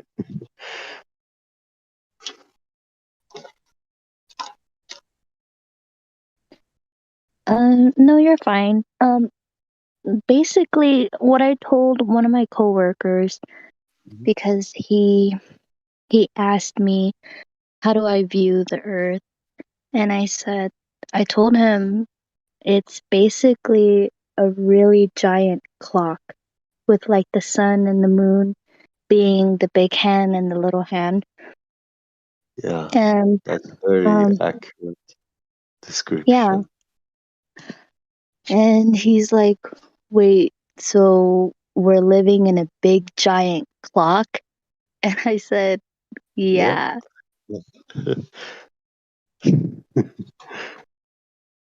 And yeah, they can't believe it, but then they tell you, oh, but NASA predicts to us all these celestial phenomena and events like lunar eclipses, solar eclipses.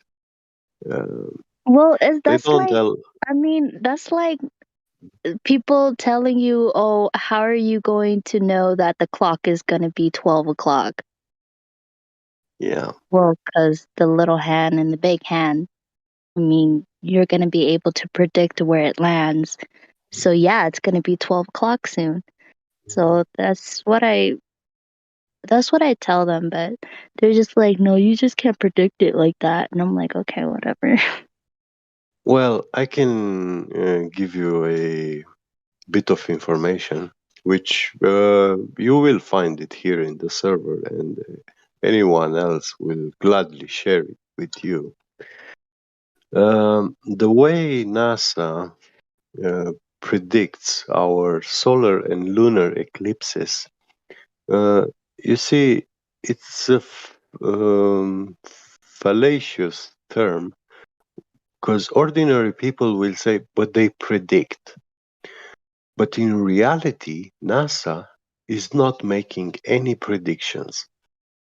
These events, celestial events, they have been observed for many ages by mankind, and they saw that they repeat themselves like clockwork, you know, Right.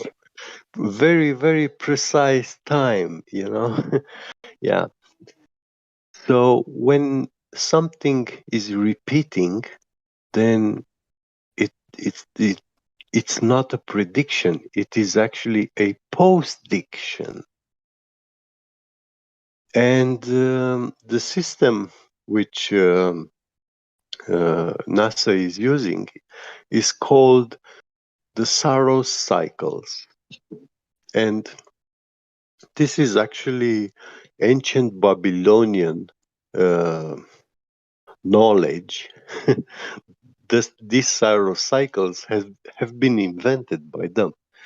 They have observed the sky.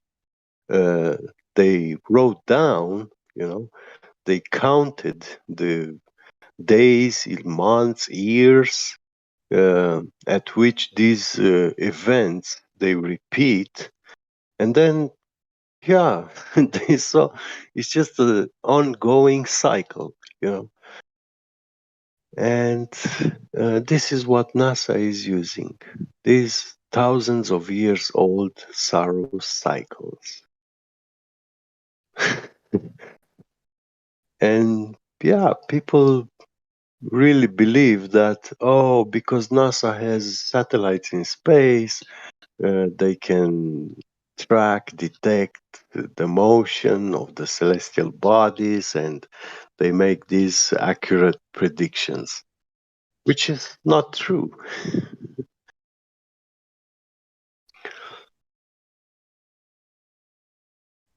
And when you look into the Saros cycles, you will find also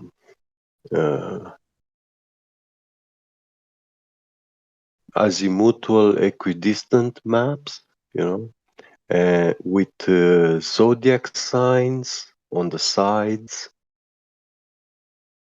Yeah. Okay.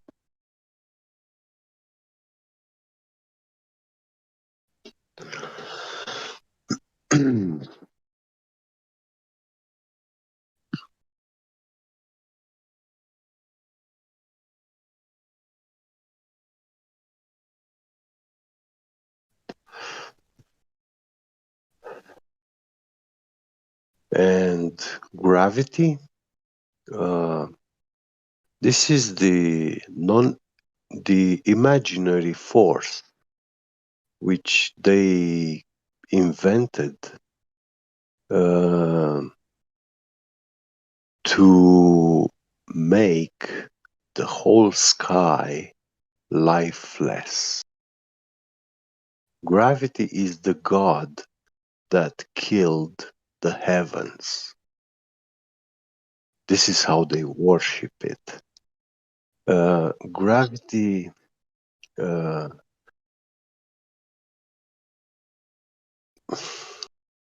makes all this story of that infinite cosmos, uh, giant clouds of gases, and something lights them up suddenly and they become a burning star. You know, it's a ball of fire which is burning forever, never ending. uh, Totally against everything that we experience in everyday life. I mean, if Yeah. you were to have a house, a cabin in the mountains, and you have a fireplace, in the evening you put some wood, you make a fire, you warm yourself, you warm the whole house, you know, and it's gonna be warm almost throughout all the night. And you will be sleeping very well, but at 3 a.m., 4 a.m., that fire is gonna go off because all the wood in it will be burnt, you know. And when you wake up in the morning, yeah, under your blanket, you don't feel it. It's comfortable, you know, but yeah, when you wake up in the room, it's chill. And you run fast, make fire again to warm. Well, the stars, they say they don't have this. They don't need energy input, fuel, you know. And we don't see any such thing in reality. A fire that doesn't need any fuel, which just constantly burns. Yeah. They try to invoke it with nuclear physics, nuclear fission, but we have gigantic experiments, like very big reactors. They built them since the 70s, 80s, 90s, and the cost were billions of dollars. And they said, oh, it's worth building this machine because this machine little sun down here on Earth, and we will have a endless source of energy. Well, they build them, they power them up, they supply them a vast amount of energy, but they never took out of it more than they put in. Never. And they are just a waste of money. Nowadays, they are struggling to find new uses for these machines because they exhausted everything, like they did all they could and they're not working. Yeah.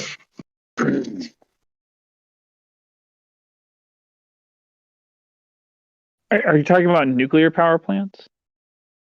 Yeah. So yeah, I think I've heard about this before. You're saying they're so expensive that, regardless of any other factors, they're so expensive that it's not even worth it, right? Yeah. The tokamak nuclear fusion reactor, they built it under the claim that they will achieve nuclear fission, and they did not. And now they are saying, oh, it's a big oven, it's a very hot oven. Yeah, I can believe that. When you put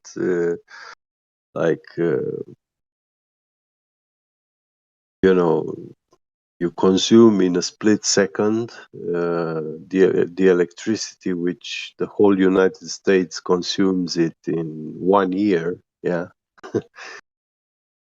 You burn all that in a split second, in that reactor. And what do you achieve? Nothing. Just a hot fire. That's all. Yeah. Well, maybe they can turn them into food processing plants and use those as giant ovens. Yeah. That's funny. Yeah. But I know in the 90s I was teen, young. I was looking into this sort of stuff. I know that this tokamak fusion reactor, it was like in the science community, science talk. It was everyday talk, we were like so excited. Oh my God, in the year 2000, we're gonna have nuclear fission reactors, we're gonna have flying cars and everything, and bullshit. Nothing came out of it. On the contrary, electricity got more expensive every month, every year, and it's not going the other way around. It's not getting cheaper.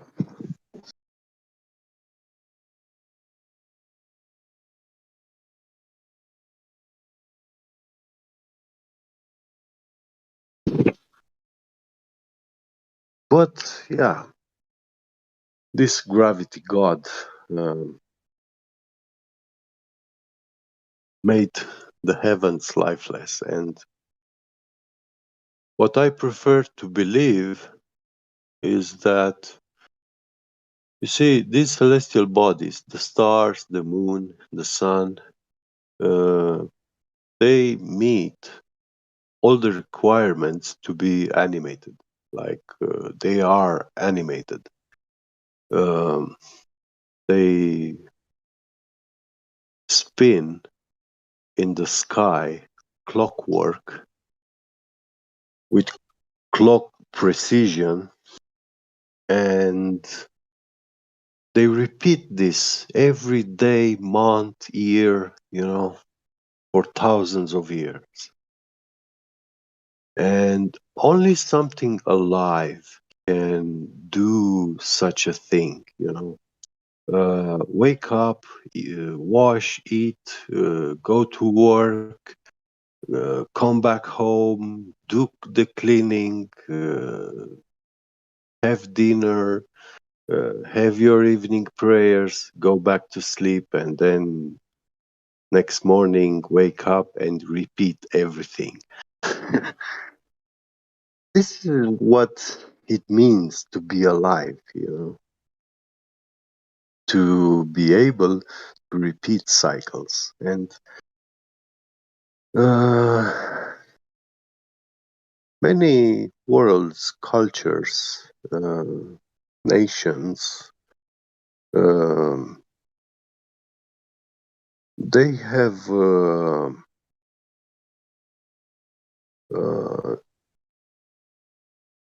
something like recreating what the celestial bodies are doing. And they have these tradition, folkloric circle dances. People gather together, they give hands, and they dance in a circle on a rhythm, because that's how we dance. We need to have a rhythm. A few steps left, a few steps right, and keep repeating it. So everybody is perfectly synchronized, and it's exactly what the stars, sun, and moon are in the heavens too. you know?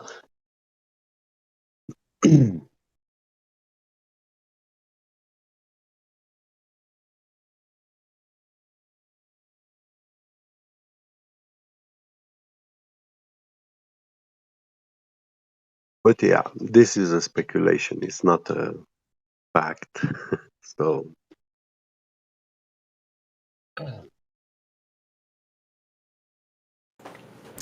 But for me, it's more plausible than what Discovery Channel is telling me. Go ahead, Sonny. Oh, you guys mind if I have a short musical interlude here for a few minutes?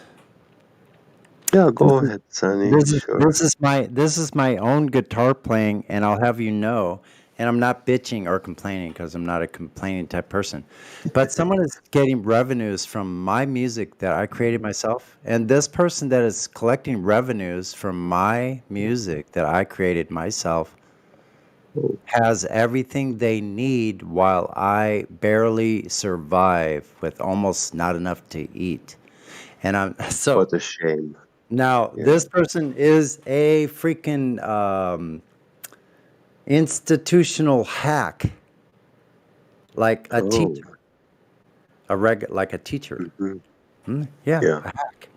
Stealing my intellectual property, my own playing that I created myself, and stealing from me while I get nothing from it. That is wicked. Isn't that that just sucks. Yeah. Anyway, here's some of my music that I made myself. This is me playing. So hold on. Here we go. Hope you like it.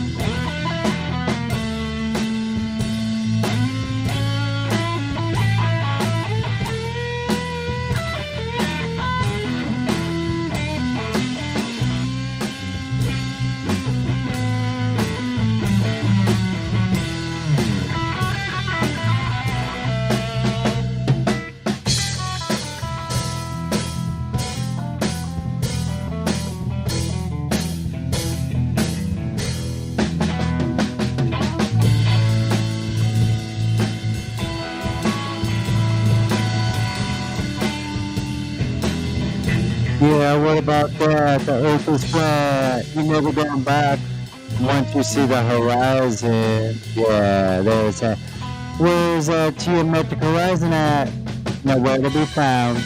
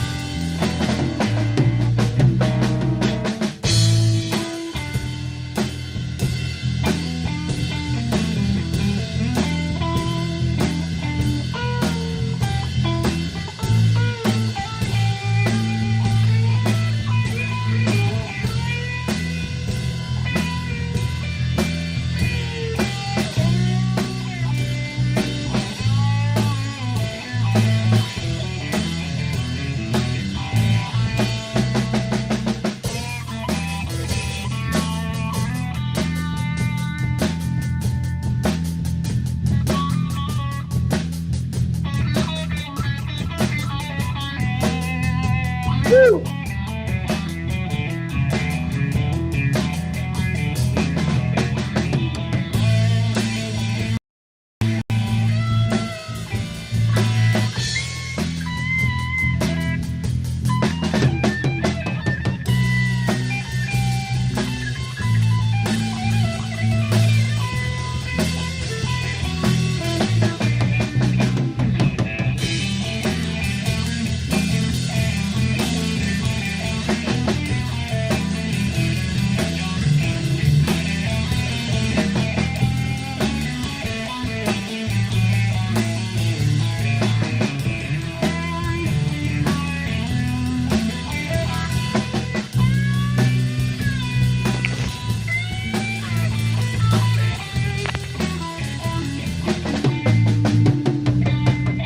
What's going on, guys?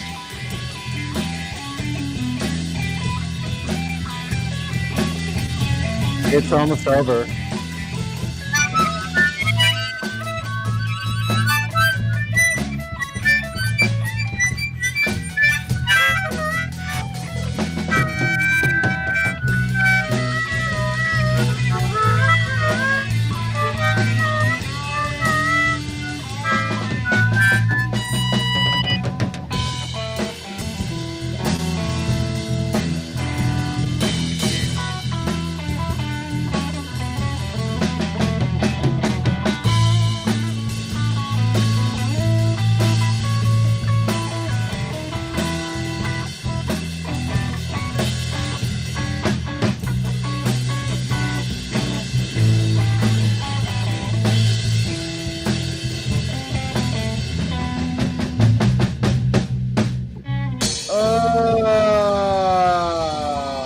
Yeah, that's what I'm talking about.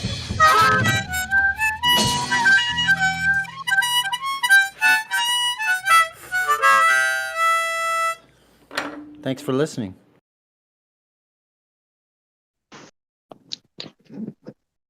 Very good tune, Sunny. Very nice. Love it.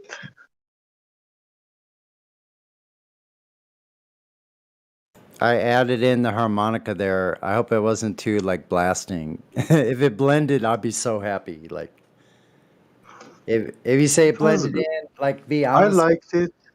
If it I didn't don't know blend what in, you mean. or listen, if you told me that no, the harmonica was fucking screeching, that shit sounded ragged, son, then I would go, okay, then I'll switch it up. I'll do something else. You know, actually, I am not a very perfectionist. I mean, music has to have that rhythm, you know. It has to be pleasing to carry you. And yeah, some of them are with sudden changes of rhythm, some are smooth, you know. Yeah, so I hope you guys listen to my SoundCloud. I posted it in the hold on, did I I have to go outside pretty soon. Oh, thanks everybody. Oh, yeah. Let's see which one. This is the kind of music which I would say I could listen to chill, you know. Yeah, it's really good. Actually, listen, Yeah. I played this 3 to 4 years ago in a band I was with before the fake, whatever you want to call it, Kool-Aid scare. I'm over that now because it's freaking done. I'm done. But anyway, we were about to play out, and we were getting really tight as a band. Like we were a good three-piece band. Like damn, we were good. And we played the first gig. We were getting ready to play out in town at regular gigs, like at bars and party scenes and shit. Like we were ready to go, man. And then right after that, as soon as that, boom, shut down.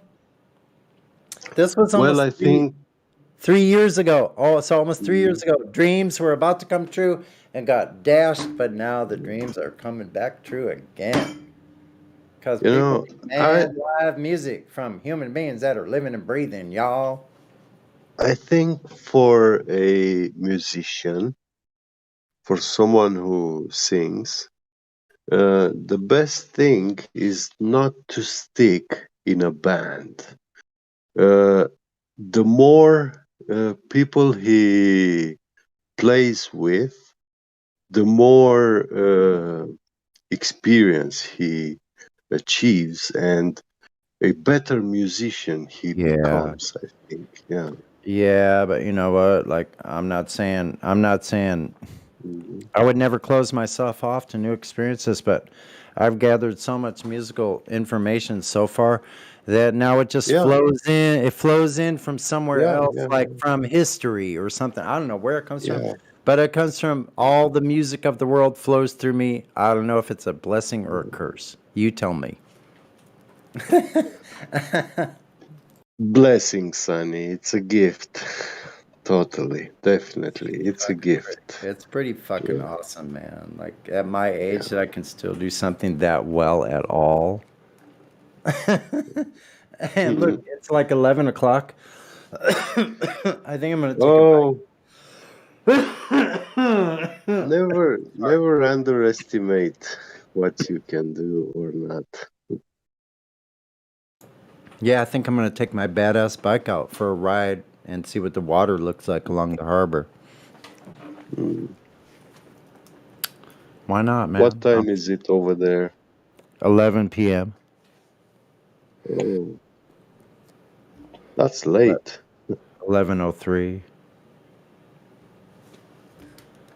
And it's not late. It's not late for this one. Listen, it's not late. If I ask you how's the weather, yeah, you will tell me in Fahrenheit. And I'll tell you in Celsius. Yeah. So hold on here.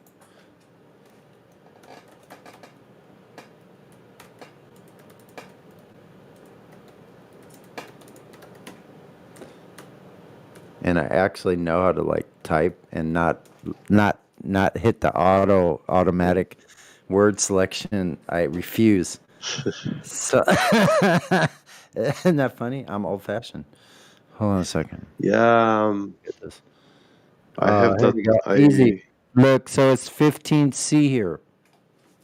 Oh, that's warm. That's like Yeah, springtime. Yeah, 60 degrees. that's Yes, very beautiful. pleasing. Yeah. It's beautiful here. And earlier in the day, it was. I'm really old fashioned. So let's see. Hold on. Well, in Germany, it was -1 degree at night. It was freezing. Yeah. Sometimes I forget how to type shit. Sometimes does it all of a sudden feel like you look at a word and you go, damn, I can't tell if that's right or not. Like it looks weird to me. Doesn't it? Like some stuff like freaks me out still. Like I'm this old. Wait a minute. Why am I wondering why this word is spelled this way? It looks different. What the hell? So hold on a second. Today it was 23C. 75 Wow. degrees Fahrenheit, nice and freaking warm here, man. That's warm, yeah. Oh, beautiful. I can ride on my bicycle with shorts, t-shirt. Well, no, I wear You don't need the jacket anymore. yeah, I still wear a jacket because I'm riding and I'm going up to 20 miles an hour. So I wear a light windbreaker. That's it in that kind of temperature. But listen, I've been in the canyons recently when it's been 45 degrees. Wow. We're in the canyons down there. I'm riding down there. I have to have full weather gear on because that moisture will creep into my body. I'm telling you, I'll cramp up right fucking there. I'll freeze up. It'll be so cold. That type of temperature. Because listen, it's the cold in the canyon. What happens at nighttime is here, all the cold settles downward. It goes all into these canyons. And if you're down in the canyon at night, that cold and moisture settles down in that place. It gets so cold, bro. I'm telling you. If you don't have shelter and a sleeping bag, you could get hypothermia in a matter of about 30 minutes. Like me, I'm an old dude. So if I cramp up, I can't do anything. I could survive it, but I would be laying there all fucking like gnarly. So I got to make sure that doesn't happen to me. So like if I get to a place, now if you were a Native American, an Indian somewhere living in these canyons, you would know this was happening at sunset. You would get everything down out of the air because as soon as that moisture drops, it settles down on everything. Yeah. Sonny, the American natives, the Indians, back in the days, in these weather conditions, they were like making a break. They were making a big fire. They had a big fire in their teepee and they were making everything warm because you had to warm everything out because everybody's going to freeze and be shivering and not be functional. They learned this a long time ago. But now they make it so like if you're a human being, you can't be in open area because they'll have these F-troop assholes in helicopters that pretend to be cops. Idiots. Like they can't get boots on the ground where I am. They can piss off up in the helicopter. You know what I do? I stand there and they can look at me with infrared, me giving them the finger and taking a piss. Because if they're not down on the ground, here, boots on the ground.